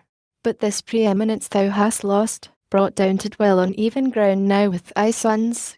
Yet doubt not but in valley, and in plain, God is here, and will be found alike present, and of his presence many a sign still following thee, still compassing thee round with goodness and paternal love, his face express, and of his steps the track divine, which that thou mayest believe, and be confirmed ere thou from hence depart. Know, I'm sent to show thee what shall come in future days to thee, and to thy offspring. Good with bad expect here. Supernal grace contending with sinfulness of men, thereby to learn true patience, and to temper joy with fear and pious sorrow, equally inured by moderation either state to bear, prosperous or adverse. So shalt thou lead safest thy life, and best prepared endure thy mortal passage when it comes. Ascend this hill, let Eve, for I have drenched her eyes, here sleep below, while thou to foresight wakest, as once thou slept'st, while she to life was formed. To whom thus Adam gratefully replied, Ascend, I follow thee, safe guide, the path thou leddest me, and to the hand of heaven submit, however chastening, to the evil turn my obvious breast, arming to overcome by suffering, and earn rest from labour won, if so I may attain. So both ascend in the visions of God.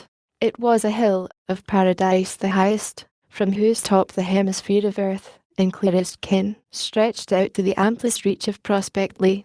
Not higher that hill, nor wider looking round, wherein, for different cause, the tempter set her second Adam in the wilderness, to show him all earth's kingdoms, and their glory.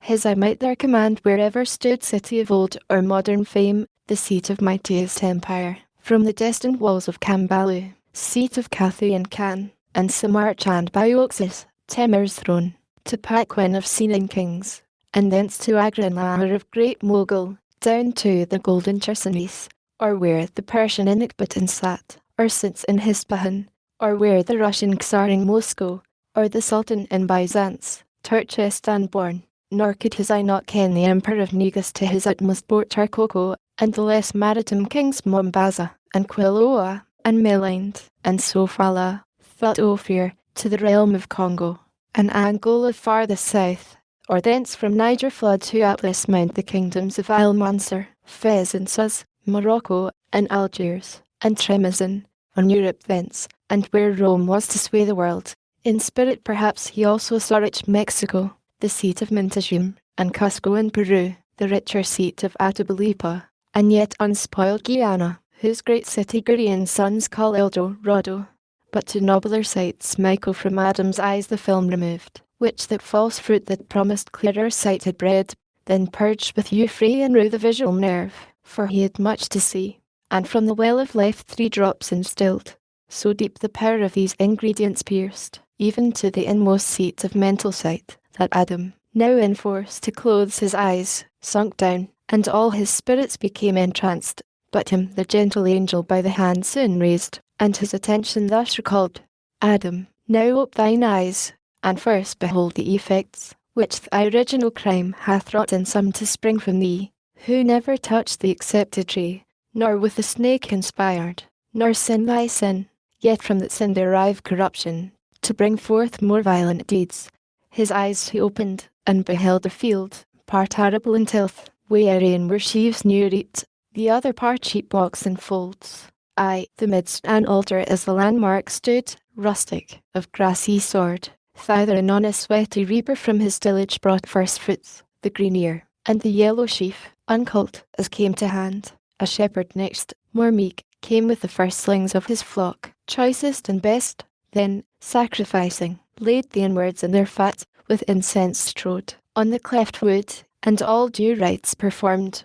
His offering soon propitious fire from heaven consumed with nimble glance, and grateful steam.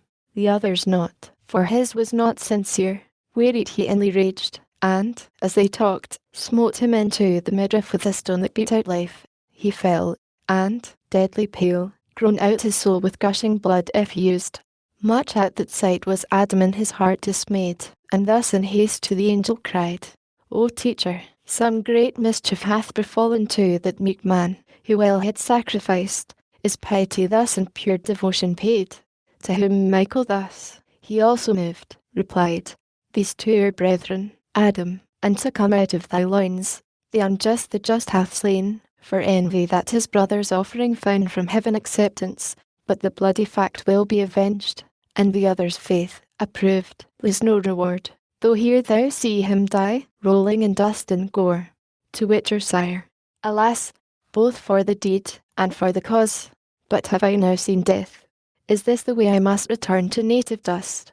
O sight of terror, foul and ugly to behold, horrid to think, how horrible to feel! To whom thus Michael, Death thou hast seen in his first shape on man, but many shapes of death, and many are the ways that lead to his grim cave, all dismal, yet descents more terrible at the entrance than within. Some, as thou sawest, by violent stroke shall die, by fire, flood, famine, by intemperance more in meats and drinks, which on the earth shall bring diseases dire, of which a monstrous crew before thee shall appear, that thou mayest know what misery the inabstinence of Eve shall bring on men. Immediately a place before his eyes appeared, sad, noisome, dark, a lazar house it seemed, wherein were laid numbers of all diseased, all maladies of ghastly spasm, or racking torture, qualms of heart-sick agony, all feverish kinds, convulsions, epilepsies, fierce catarrhs, intestine stone and ulcer, colic pangs, demoniac frenzy, moping melancholy, and moonstruck madness, pining atrophy, marasmus, and wide-wasting pestilence, dropsies, and asthmus, and joint-racking reams. Dire was the tossing, deep the groans, despair tended the sick busiest from couch to couch, and over them triumphant death his dart shook, but delayed to strike, though oft invoked with vows, as their chief good, and final hope. Sight so deformed what heart of rock could long dry behold. Adam could not, but wept, though not of women born. Compassion quelled his best of man, and gave him up to tears a space, till firmer thoughts restrained excess, and, scarce recovering words, his plaint renewed. O miserable mankind, to what fall degraded, to what wretched state reserved, better end here and born. Why is life given to be thus wrested from us? Rather, why obtruded on us thus? If we knew what we receive, we'd either no accept life offered, or soon beg to lay it down, glad to be so dismissed in peace. Can thus the image of God in man, created once so goodly and erect, though faulty since, to such unsightly sufferings be debased under inhuman pains? Why should not man, retaining still divine similitude in part, from such deformities be free, and, for his Maker's image sake, exempt? Their Maker's image, answered Michael, then forsook them, when themselves they vilified to serve ungoverned appetite, and took his image whom they served, a brutish vice, inductive mainly to the sin of Eve. Therefore so abject is their punishment, disfiguring not God's likeness, but their own, or if his likeness, by themselves defaced, while they pervert pure nature's healthful rules to loathsome sickness, worthily, since they God's image did not reverence in themselves. I yield just, said Adam, and submit. But is there yet no other way, besides these painful passages, how we may come to death, and mix with our connatural dust? There is, said Michael, if thou will observe the rule of not too much, by temperance taught, in what thou eatest and drinkest, seeking from thence due nourishment, not gluttonous delight, till many years over thy head return, so mayest thou live, till, like ripe fruit, thou drop into thy mother's lap, or be with ease gathered, nor harshly plucked, for death mature. This is old age. But then, thou must outlive thy youth, thy strength, thy beauty, which will change to withered, weak, and grey. Thy senses then, obtuse, all taste of pleasure must forego, to what thou hast, and, for the air of youth, hopeful and cheerful, in thy blood will reign a melancholy damp of cold and dry to weigh thy spirits down, and last consume the balm of life. To whom our ancestor, henceforth I fly not death, nor would prolong life much, bent rather, how I may be quit, fairest and easiest, of this cumbrous charge, which I must keep till my appointed day of rendering up, and patiently attend my dissolution. Michael replied, Nor love thy life, nor hate, but what thou livest live well. How long, or short, permit to heaven, and now prepare thee for another sight.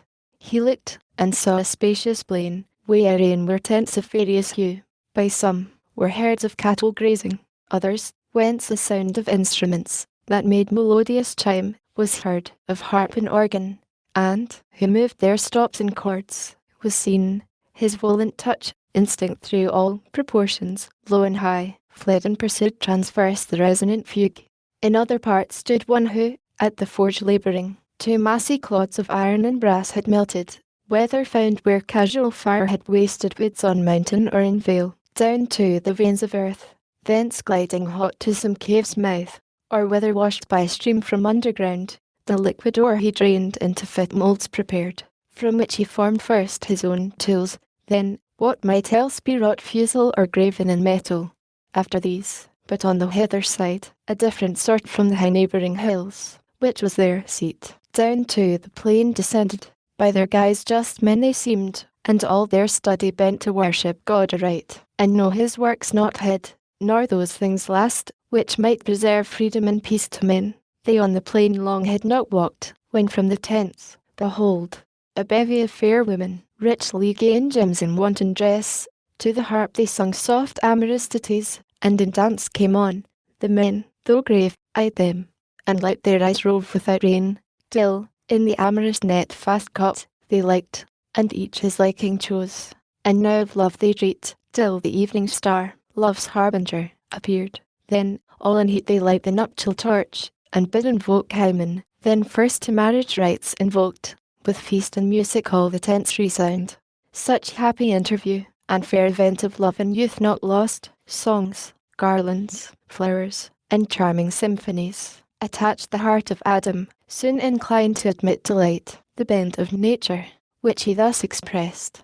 True opener of mine eyes, prime angel blessed, much better seems this vision, and more hope of peaceful days portends, than those two past. Those were of hate and death, or pain much worse. Here nature seems fulfilled in all her ends, to whom thus Michael, judge not what is best by pleasure, though to nature seeming meet, created, as thou art, to nobler end holy and pure, conformity divine. Those tents thou sawest so pleasant, were the tents of wickedness, wherein shall dwell his race who slew his brother. Studious they appear of arts that polish life, inventors rare, unmindful of their Maker, though his spirit taught them, but they his gifts acknowledge none.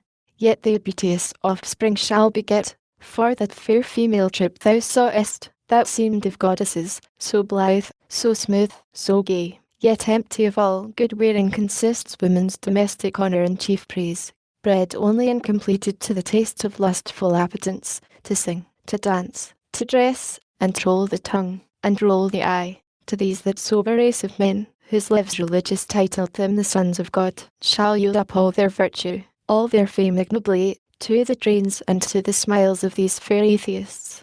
And now swim in joy, ere long to swim at large, and laugh, for which the world ere long a world of tears must weep. To whom thus Adam, of short joy bereft, O pity and shame, that they, who to live well entered so fair, should turn aside to tread paths indirect, or in the midway faint. But still I see the tenor of man's woe holds on the same, from woman to begin. From man's effeminate slackness it begins, said the angel, who should better hold his place by wisdom, and superior gifts received. But now prepare thee for another scene. He looked, and saw wide territory spread before him, towns, and rural works between, cities of men with lofty gates and towers, concourse in arms, fierce faces threatening war, giants of mighty bone and bold emprise, part wield their arms, part curb the foaming steed, single or in array of battle ranged both horse and foot, nor idly mustering stood, one way a band select from forage drives a herd of beeves, fair oxen and fair kine, from a fat meadow ground, or fleecy flock, using their bleating lambs over the plain, their booty. Scarce with life the shepherds fly, but call in aid, which makes a bloody fray, with cruel tournament the squadrons join. Where cattle pastured late, now scattered lies with carcasses and arms the ensanguined field, deserted, others to a city strongly siege, encamped, by battery, skill, and mine, assaulting. Others from the wall defend with dart and javelin, stones, and sulphurous fire, on each hand slaughter, and gigantic deeds. In other part the subdued heralds call to council, in the city gates, and on grey-headed men and grave with warriors mixed, assemble, and harangues are heard, but soon, infectious opposition, till at last, of middle age one rising, eminent in wise deport, spake much of right and wrong, of justice, or religion, truth, and peace, and judgment from above. Him old and young exploded, and had seized with violent hands, had not a cloud descending snatched him thence unseen amid the throng. So violence proceeded, and oppression, and sword law, through all the plain, and refuge none was found. Adam was all in tears, and to his guide lamenting turned full sad. Oh, what are these, death's ministers, not men, who thus deal death inhumanly to men, and multiply 10,000-fold the sin of him who slew his brother? For of whom such massacre make they, but of their brethren, men of men, but who was the just man, whom had not heaven rescued, had in his righteousness been lost? To whom thus Michael, these are the product of those ill-mated marriages thou sawest, where good with bad were matched, who of themselves abhor to join, and, by imprudence mixed, produce prodigious births of body or mind. Such were these giants, men of high renown, for in those days might only shall be admired, and valour and heroic virtue called, to overcome in battle, and subdue nations, and bring home spoils with infinite manslaughter, shall be held the highest pitch of human glory, and for glory done of triumph, to be styled great conquerors, patrons of mankind, gods, and sons of gods, destroyers rightly are called, and plagues of men. Thus fame shall be achieved, renown on earth, and what most merits fame, in silence hid. But he, the seventh from thee, whom thou behold'st the only righteous in a world perverse, and the erefore hated, therefore so beset with foes, for daring single to be just, and utter odious truth, that God would come to judge them with the saints. Him the Most High wrapped in a balmy cloud with winged steeds did, as thou sawest, receive, to walk with God high in salvation and the claims of bliss, exempt from death, to show thee what reward awaits the good, the rest what punishment, which now direct thine eyes and soon behold. He looked, and saw the face of things quite changed. The brazen throat of war had ceased to roar. All now was turned to jollity and game, to luxury and riot, feast and dance, marrying or prostituting, as befoul, rape or adultery, where passing fair lured them, thence from cups to civil broils. At length a reverend sire among them came, and of their doings great dislike declared, and testified against their ways. He oft frequented their assemblies, where so met, triumphs or festivals, and to them preached conversion and repentance, as to souls in prison, under judgments imminent, but all in vain, which when he saw, he ceased contending, and removed his tents far off. Then, from the mountain hewing timber tall, began to build a vessel of huge bulk, measured by cubit, length, and breadth, and height, smeared round with pitch, and in the side a door contrived, and of provisions laid in large, for man and beast, when lo, a wonder strange, of every beast, and bird, and insect small, came sevens, and pairs, and entered and is taught their order. Last the sire and his 3 sons, with their 4 wives, and God made fast the door. Meanwhile the south wind rose, and, with black wings wide hovering, all the clouds together drove from under heaven, the hills to their supply vapour, and exhalation dusk and moist, sent up amain, and now the thickened sky like a dark ceiling stood, down rushed the rain impetuous, and continued, till the earth no more was seen. The floating vessel swam uplifted, and secure with beaked brow rode tilting o'er the waves. All dwellings else flood overwhelmed, and them with all their pomp deep under water rolled. Sea-covered sea, sea without shore, and in their palaces, where luxury late reigned, sea monsters whelped and stabled, of mankind, saw numerous late, all left, in one small bottom swarm embarked. How didst thou grieve then, Adam, to behold the end of all thy offspring, in so sad depopulation? Thee another flood of tears and sorrow, a flood thee also drowned, and sunk thee as thy sons, till, gently reared by the angel, on thy feet thou stoodest at last, though comfortless, as when a father mourns his children, all in view destroyed at once, and scarce to the angel utteredst thus thy plaint. O visions ill foreseen! Better had I lived ignorant of future, so had borne my part of evil only, each day's lot enough to bear, those now, that were dispensed the burden of many ages, on me light at once, by my foreknowledge gaining birth abortive, to torment me ere their being, with thought that they must be. Let no man seek henceforth to be foretold what shall befall him or his children. Evil he may be sure, which neither his foreknowing can prevent. And to the future evil shall no less in apprehension than in substance feel, grievous to bear. But that care now is past, man is not whom to warn. Those few escape famine and anguish will at last consume, wandering that watery desert. I had hope, when violence was ceased, and war on earth, all would have then gone well. Peace would have crowned with length of happy days the race of man. But I was far deceived, for now I see peace to corrupt no less than war to waste. How comes it thus? Unfold, celestial guide, and whether here the race of man will end. To whom thus, Michael? Those whom last thou sawest in triumph and luxurious wealth, are they first seen in acts of prowess eminent and great exploits, but of true virtue void? Having spilt much blood, and done much waste subduing nations, and achieved thereby fame in the world, high titles, and rich prey, shall change their course to pleasure, ease, and sloth, surfeit, and lust, till wantonness and pride raise out of friendship hostile deeds in peace.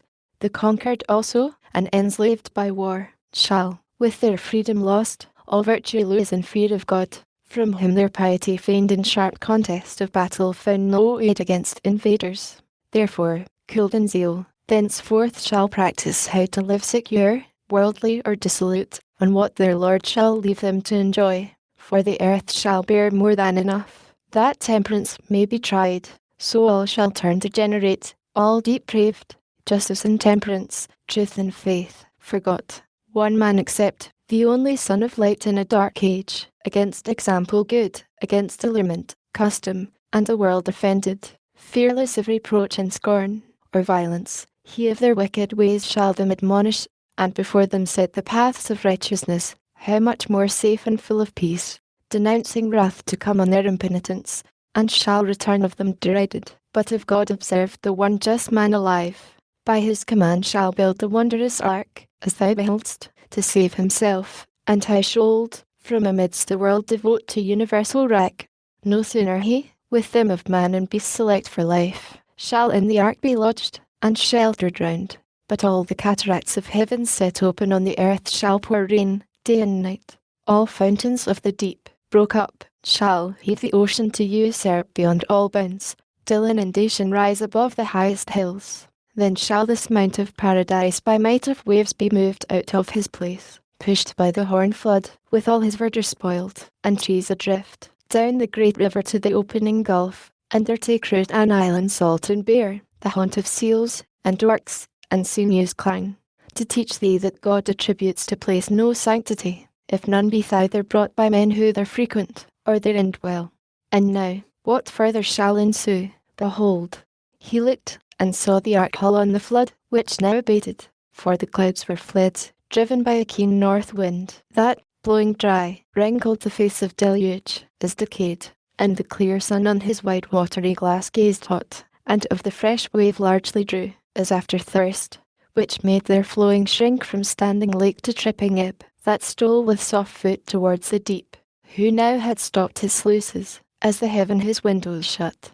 The ark no more now floats, but seems on ground, fast on the top of some high mountain fixed. And now the tops of hills, as rocks, appear, with clamour thence the rapid currents drive, towards the retreating sea, their furious tide. Forthwith from out the ark a raven flies, and after him, the surer messenger, a dove sent forth once and again to spy green tree or ground, wherein his foot may light. The second time returning, in his bill an olive leaf he brings, pacific sign, and on dry ground appears, and from his ark the ancient sire descends, with all his train. Then with uplifted hands, and eyes devout, grateful to heaven, over his head beholds a dewy cloud, and in the cloud a bow conspicuous with three lifted colours gay, betokening peace from God, and covenant new. Wearied the heart of Adam, erst so sad, gratefully rejoiced, and thus his joy broke forth. O thou, who future things canst represent as present, heavenly instructor, I revive at this last sight, assured that man shall live, with all the creatures, and their seed preserve. Far less I now lament for one whole world of wicked sons destroyed, Then I rejoice for one man found so perfect, and so just, that God vouchsafes to raise another world from him, and all his anger to forget. But say, what mean those coloured streaks in heaven descended, as the brow of God appeased? Or serve they, as a flood of urge, to bind the fluid skirts of that same watery cloud, lest it again dissolve, and shower the earth? To whom the archangel, dexterously thou aimest, so willingly doth God remit his ire, though late repenting him of man depraved, grieved at his heart, when looking down he saw the whole earth filled with violence, and all flesh corrupting each their way. Yet, those removed, such grace shall one just man find in his sight, that he relents not to blot out mankind, and makes a covenant never to destroy the earth again by flood, nor let the sea surpass his bounds, nor rain to drown the world, with man therein or beast. But, when he brings over the earth a cloud, will therein set his triple coloured bow, wherein to look, and call to mind his covenant, day and night, seed time and harvest, heat and hoary frost, shall hold their course, till fire purge all things new, both heaven and earth, wherein the just shall dwell. Book the 12th is one who in his journey bates at noon, though bent on speed. So here the archangel paused betwixt the world destroyed and world restored, if Adam aught perhaps might interpose. Then, with transition sweet, new speech resumes. Thus thou hast seen one world begin, and end, and man, as from a second stock, proceed. Much thou hast yet to see, but I perceive thy mortal sight to fail. Objects divine must needs impair in weary human sense. Henceforth what is to come I will relate. Thou therefore give due audience, and attend. This second source of men, while yet but few, and while the dread of judgment past remains fresh in their minds, fearing the duty, with some regard to what is just and right, shall lead their lives, and multiply apace, labouring the soil, and reaping plenteous crop, corn, wine, and oil. And, from the herd or flock, oft sacrificing bullock, lamb, or kid, with large wine offerings poured, and sacred feast, shall spend their days in joy unblamed, and dwell long time in peace, by families and tribes, under paternal rule, till one shall rise of proud ambitious heart, not content with fair equality, fraternal state, will arrogate dominion undeserved over his brethren, and quite dispossess concord and law of nature from the earth. Hunting, and men not beasts shall be his game, with war, and hostile sneer, such as refuse subjection to his emperor Tyrannus, a mighty hunter thence he shall be styled before the Lord, as in despite of heaven, or from heaven, claiming second sovereignty, and from rebellion shall derive his name, though of rebellion others he accuse.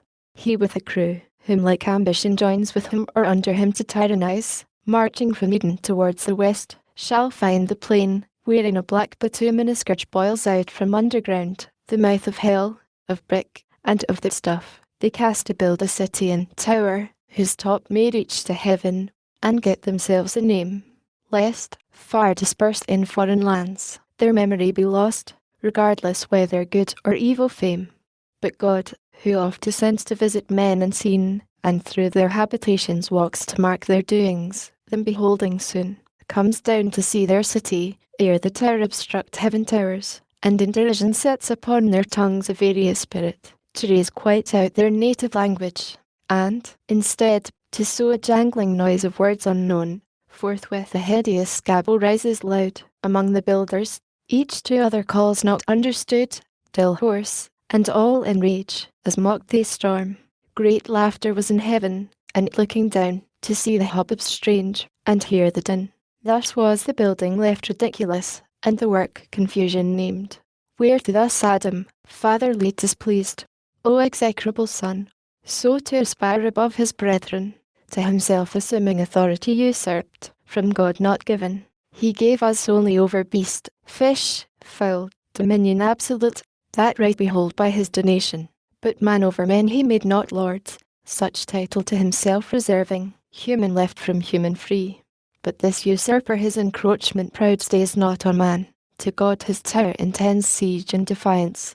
Wretched man, what food will he convey up thither, to sustain himself and his rash army? Where thin air above the clouds will pine his entrails gross, and famish him of breath, if not of bread. To whom thus Michael, justly thou abhorrest son, who on the quiet state of men such trouble brought, affecting to subdue rational liberty, yet know withal, since thy original lapse, true liberty is lost, which always with right reason dwells twinned, and from her hath no individual being, reason in man obscured, or not obeyed, immediately inordinate desires, and upstart passions, catch the government from reason, and to serve it you'd reduce man, till then free. Therefore, since he permits within himself unworthy powers to reign over free reason, God, in judgment just, subjects him from without to violent lords, who oft as undeservedly enthrall his outward freedom. Tyranny must be, though to the tyrant they are by no excuse. Yet sometimes nations will decline so low from virtue, which is reason, that no wrong, but justice, and some fatal curse annexed, deprives them of their outward liberty, their inward lust. Witness the irreverent son of him who built the ark. For the shame done to his father, heard this heavy curse, servant of servants, on his vicious race. Thus will this latter, as the former world, still tend from bad to worse, till God at last, wearied with their iniquities, withdraw his presence from among them, and avert his holy eyes, resolving from thenceforth to leave them to their own polluted ways, and one peculiar nation to select from all the rest, of whom to be invoked, a nation from one faithful man to spring. Him on this side Euphrates yet residing, bred up in idol worship. Oh, that men, canst thou believe, should be so stupid grown, while yet the patriarch lived, 'scape the flood, as to forsake the living God, and fall to worship their own work in wood and stone for gods. Yet in God the Most High vouchsafes to call by vision, from his father's house, his kindred, and false gods, into a land which he will show him, and from him will raise a mighty nation, and upon him shower his benediction so, that in his seed all nations shall be blessed. He straight obeys, not knowing to what land, yet firm believes. I see him, but thou canst not, with what faith he leaves his gods, his friends, and native soil, or of Chaldai, passing now the ford to Haran, after him a cumbrous train of herds and flocks, and numerous servitude, not wandering poor, but trusting all his wealth with God, who called him, in a land unknown.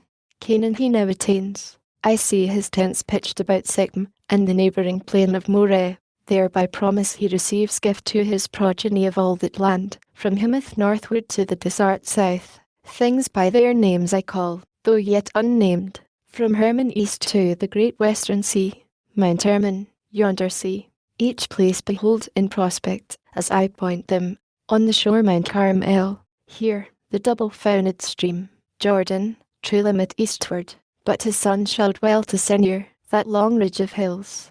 This bonder, that all nations of the earth shall in his seed be blessed, by the seed is meant a great deliverer, who shall bruise the serpent's head, weary of the anon plainly years shall be revealed. This patriarch blessed, whom faithful Abraham due time shall call a son, and of his son a grandchild, leaves, like him in faith, in wisdom, and renown.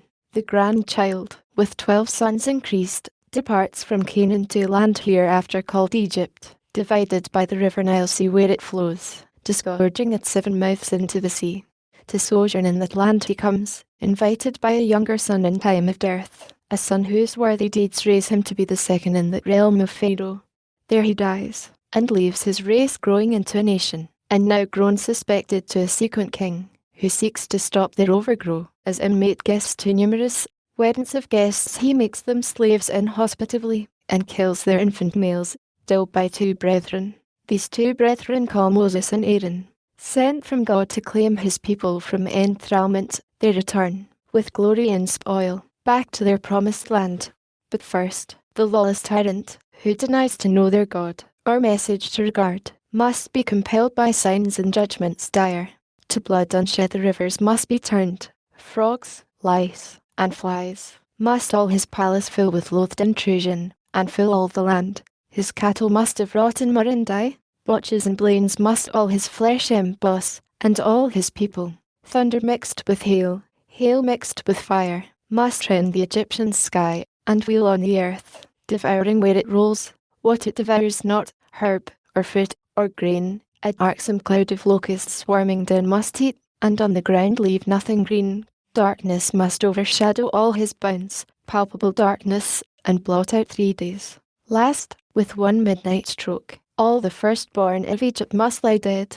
Thus with 10 wounds the river dragon tamed at length submits to let his sojourners depart, and oft humbles his stubborn heart. But still, as ice more hardened after thaw, still, in his rage pursuing whom he late dismissed, the sea swallows him with his host. But them lets pass, as on dry land, between 2 crystal walls, awed by the rod of Moses so to stand divided, till his rescued gain their shore. Such wondrous power God to his saint will lend, though present in his angel, who shall go before them in a cloud, and pillar of fire. By day cloud, by night a pillar of fire, to guide them in their journey, and remove behind them, while the obdurate king pursues. All night he will pursue, but his approach darkness defends between till morning watch. Then through the fiery pillar, and the cloud, God looking forth will trouble all his host, and craze their chariot wheels. When by command Moses once more his potent rod extends over the sea his rod obeys. On their embattled ranks the waves return, and overwhelm their war. The race elect safe toward Canaan from the shore advance through the wild desert, not the readiest way, lest, entering on the Canaanite alarmed, war terrify them inexpert, and fear return them back to Egypt, choosing rather inglorious life with servitude. For life noble and ignoble is more sweet untrained in arms, where rashness leads not on.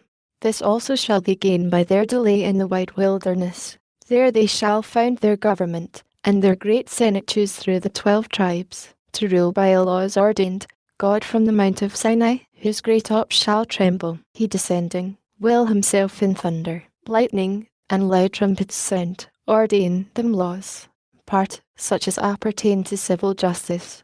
Part, religious rites of sacrifice, informing them, by types and shadows, of the destined seed to bruise the serpent, by what means he shall achieve mankind's deliverance. But the voice of God to mortal ear is dreadful. They beseech that Moses might report to them his will, and terror cease. He grants what they besought, instructed that to God is no access without mediator, whose high office now Moses in figure bears, to introduce one greater, of whose day he shall furl, and all the prophets in their age the times of great Messiah shall sing. Thus, laws and rights established, such delight hath God in men obedient to his will, that he vouchsafes among them to set up his tabernacle. The Holy One with mortal men to dwell. By his prescript a sanctuary is framed of cedar, overlaid with gold. Therein an ark, and in the ark his testimony, the records of his covenant. Over these a mercy seat of gold, between the wings of 2 bright cherubim. Before him burn 7 lamps as in a zodiac representing the heavenly fires. Over the tent a cloud shall rest by day, a fiery gleam by night, save when they journey, and at length they come, conducted by his angel, to the land promised to Abraham and his seed. The rest were long to tell. How many battles fought, how many kings destroyed, and kingdoms won, or how the sun shall in mid-heaven stand still a day entire, and night's due course adjourn, man's voice commanding, sun in Gibeon stand, and thou moon in the vale of Ailan, till Israel overcome. So call the third from Abraham, son of Isaac, and from him his whole descent, who thus shall Canaan win. Here Adam interposed, O sent from heaven, enlightener of my darkness, gracious things thou hast revealed, those chiefly, which concern just Abraham and his seed. Now first I find mine eyes true opening, and my heart much eased, erewhile perplexed with thoughts, what would become of me and all mankind. But now I see his day, in whom all nations shall be blessed, favour unmerited by me, who sought forbidden knowledge by forbidden means. This yet I apprehend not, why to those among whom God will deign to dwell on earth so many and so various laws are given, so many laws argue so many sins among them. How can God with such reside?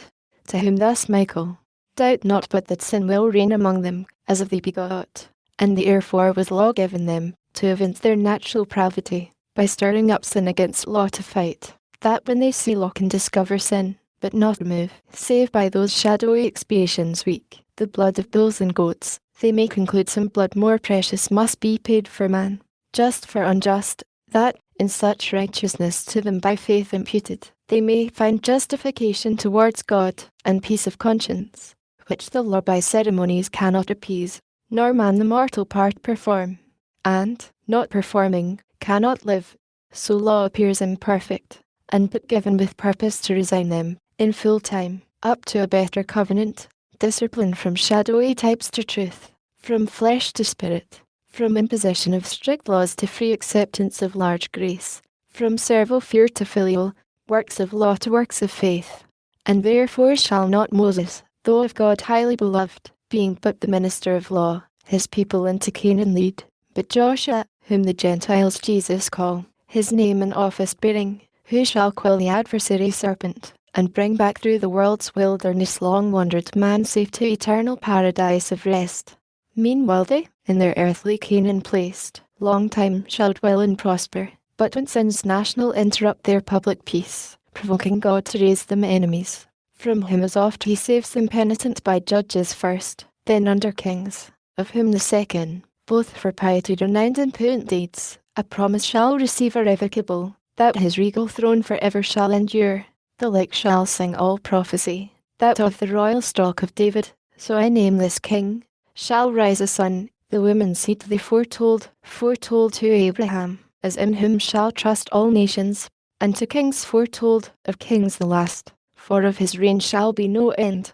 But first, a long succession must ensue, and his next son, for wealth and wisdom famed, the clouded ark of God, till then intense wandering, shall in a glorious temple enshrine. Such follow him, as shall be registered part good, part bad, of bad the longer scroll, whose foul idolatries, and other faults heaped to the popular sum, will so incense God, as to leave them, and expose their land, their city, his temple, and his holy ark, with all his sacred things, a scorn and prey to that proud city, whose high walls thou sawest left in confusion, Babylon thence called. There in captivity he lets them dwell the space of 70 years, then brings them back, remembering mercy, and his covenant sworn to David, established as the days of heaven.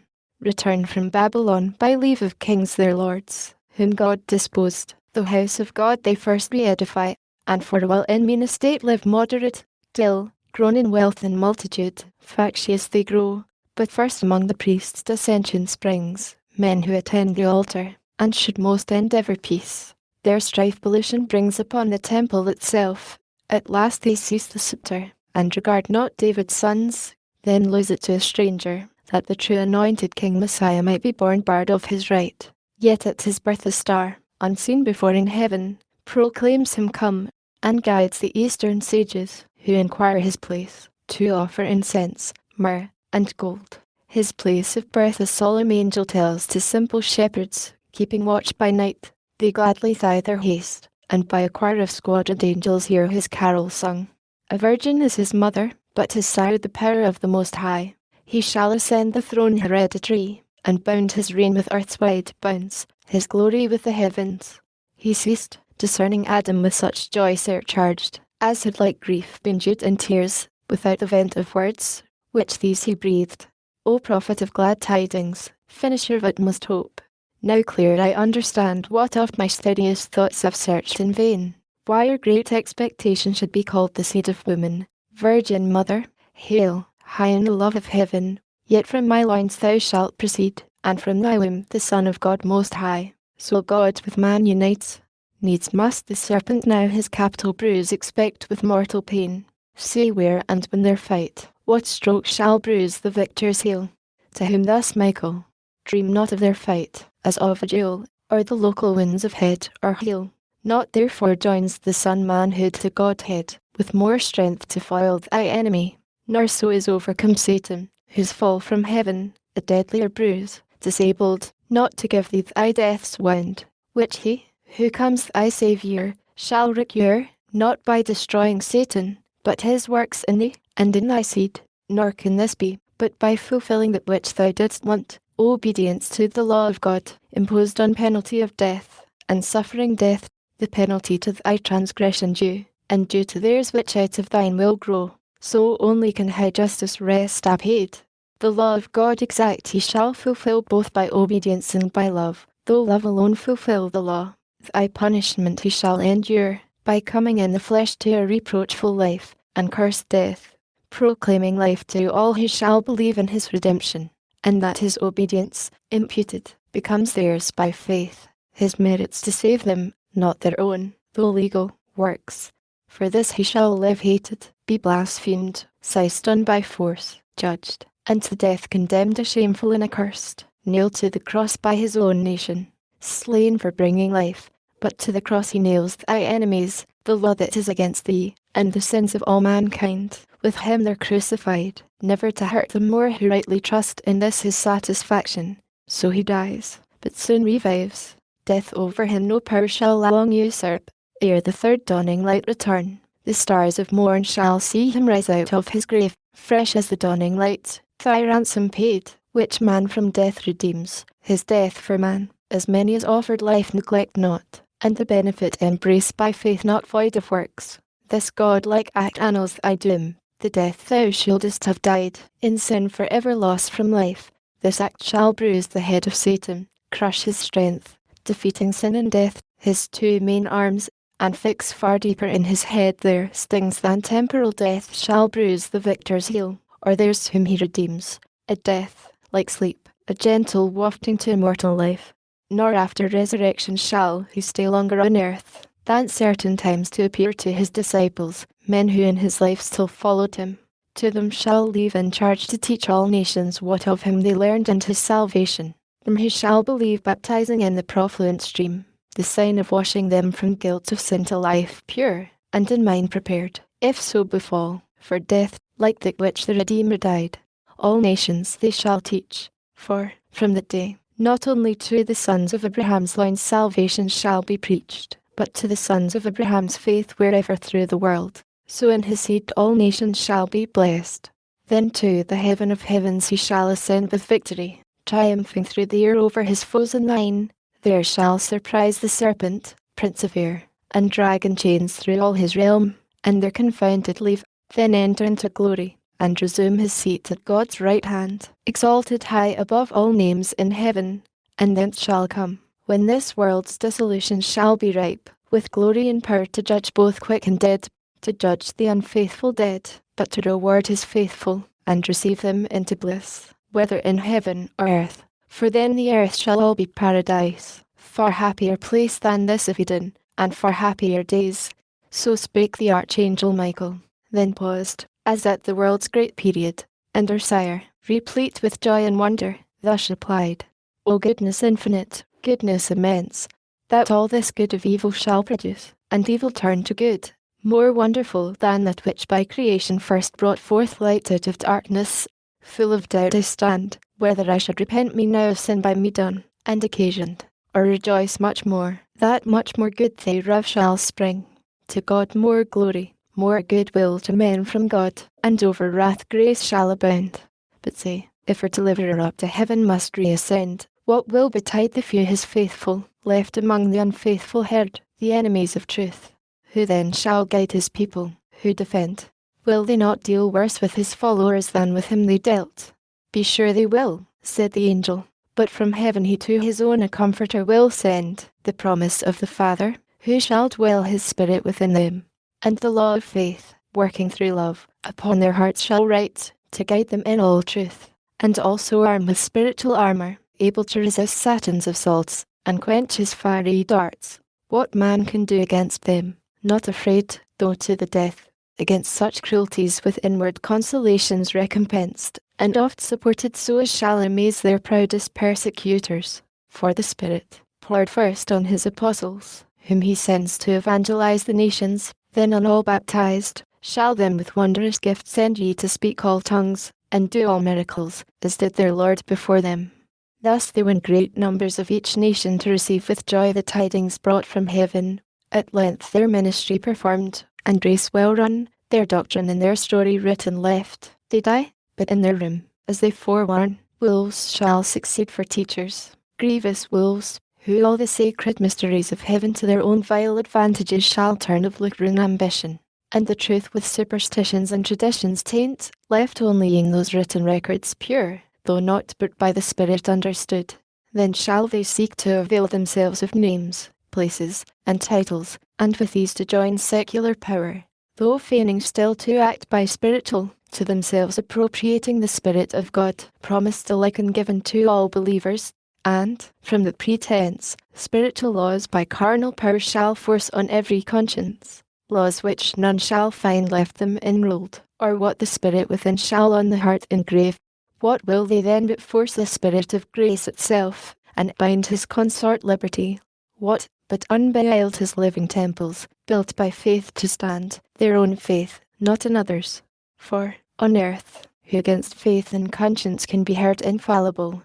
Yet many will presume, whence heavy persecutions shall arise on all, who in the worship persevere of spirit and truth. The rest, far greater part, will deem in outward rites and specious forms religion satisfied. Truth shall retire best with slanderous arts, and works of faith rarely be found. So shall the world go on, to good malignant, to bad men benign, under her own weight groaning, till the day appear of respiration to the just, and vengeance to the wicked, at return of him so lately promised-eyed, the woman's seed, obscurely then foretold, now ampler known thy Saviour and thy Lord, last, in the clouds, from heaven to be revealed in glory of the Father, to dissolve Satan with his perverted world, then raise from the conflagrant mass, purged and refined, new heavens, new earth, ages of endless date, founded in righteousness, and peace, and love, to bring forth fruits, joy and eternal bliss. He ended, and thus Adam last replied, How soon hath thy prediction, seer blessed, measured this transient world, the race of time, till time stand fixed. Beyond is all abyss, eternity, whose end no eye can reach. Greatly instructed I shall hence depart, greatly in peace of thought, and have my fill of knowledge, what this vessel can contain, beyond which was my folly to aspire. Henceforth I learn, that to obey is best, and love with fear the only God, to walk as in his presence, ever to observe his providence, and on him so depend, merciful over all his works, with good still overcoming evil, and by small accomplishing great things, by things deemed weak subverting worldly strong, and worldly wise by simply meek, that suffering for truth's sake is fortitude to highest victory, and, to the faithful, death the gate of life, taught this by his example, whom I now acknowledge my Redeemer ever blessed. To whom thus also the angel last replied, This having learned, thou hast attained the sum of wisdom. Hope no higher, though all the stars thou knowest by name, and all the ethereal powers, all secrets of the deep, all nature's works, or works of God in heaven, air, earth, or sea, and all the riches of this world enjoyedst, and all the rule, one empire. Only add deeds to thy knowledge answerable, add faith, add virtue, patience, temperance, add love, by name to come called charity, the soul of all the rest, then wilt thou not be loth to leave this paradise, but shalt possess a paradise within thee, happy or far. Let us descend now therefore from this top of speculation, for the hour precise exacts are parting hence, and see the guards, by me encamped on yonder hill, expect their motion, at whose front a flaming sword, in signal of remove, waves fiercely round. We may no longer stay. Go, waken Eve. Her also I with gentle dreams have calmed, portending good, and all her spirits composed to meek submission. Thou, at season fit, let her with thee partake what thou hast heard, chiefly what may concern her faith to know, the great deliverance by her seed to come.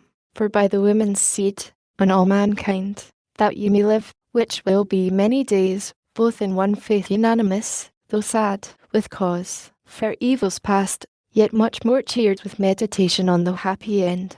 He ended, and they both descend the hill, descended, Adam to the bower, where Eve lay sleeping, ran before, but found her waked, and thus with words not sad she him received. Whence thou returnest, and whither wentest, I know, for God is also in sleep, and dreams advise, which he hath sent propitious, some great good presaging, since with sorrow and heart's distress wearied I fell asleep. But now lead on, in me is no delay, with thee to go, is to stay here, without thee here to stay, is to go hence unwilling. Thou to me art all things under heaven, all places thou, who for my wilful crime art banished hence. This further consolation yet secure I carry hence, though all by me is lost, such favour I unworthy am vouchsafed, by me the promised seed shall all restore. So spake her mother Eve, and Adam heard well pleased, but answered not, for now the archangel stood, And, from the other hill to their fixed station, all in bright array the cherubim descended, on the ground gliding meteors, as evening mist risen from a river o'er the marish glides, and gathers ground fast at the labourer's heel homeward returning. High in front advanced, the brandished sword of God before them blazed, fierce as a comet, which with torrid heat, and vapour as the Libyan air dust, began to parch the temperate clime, where each in either hand the hastening angel caught her lingering parents, and to the eastern gate led them direct, and down the cliff as fast to the subjected plain, then disappeared. They, looking back, all the eastern side beheld of paradise, so late their happy seat, waved over by that flaming brand, the gate with dreadful faces thronged, and fiery arms. Some natural tears they dropped, but wiped them soon. The world was all before them, where to choose their place of rest, and Providence their guide. They, hand in hand, with wandering steps and slow, through Eden took their solitary way,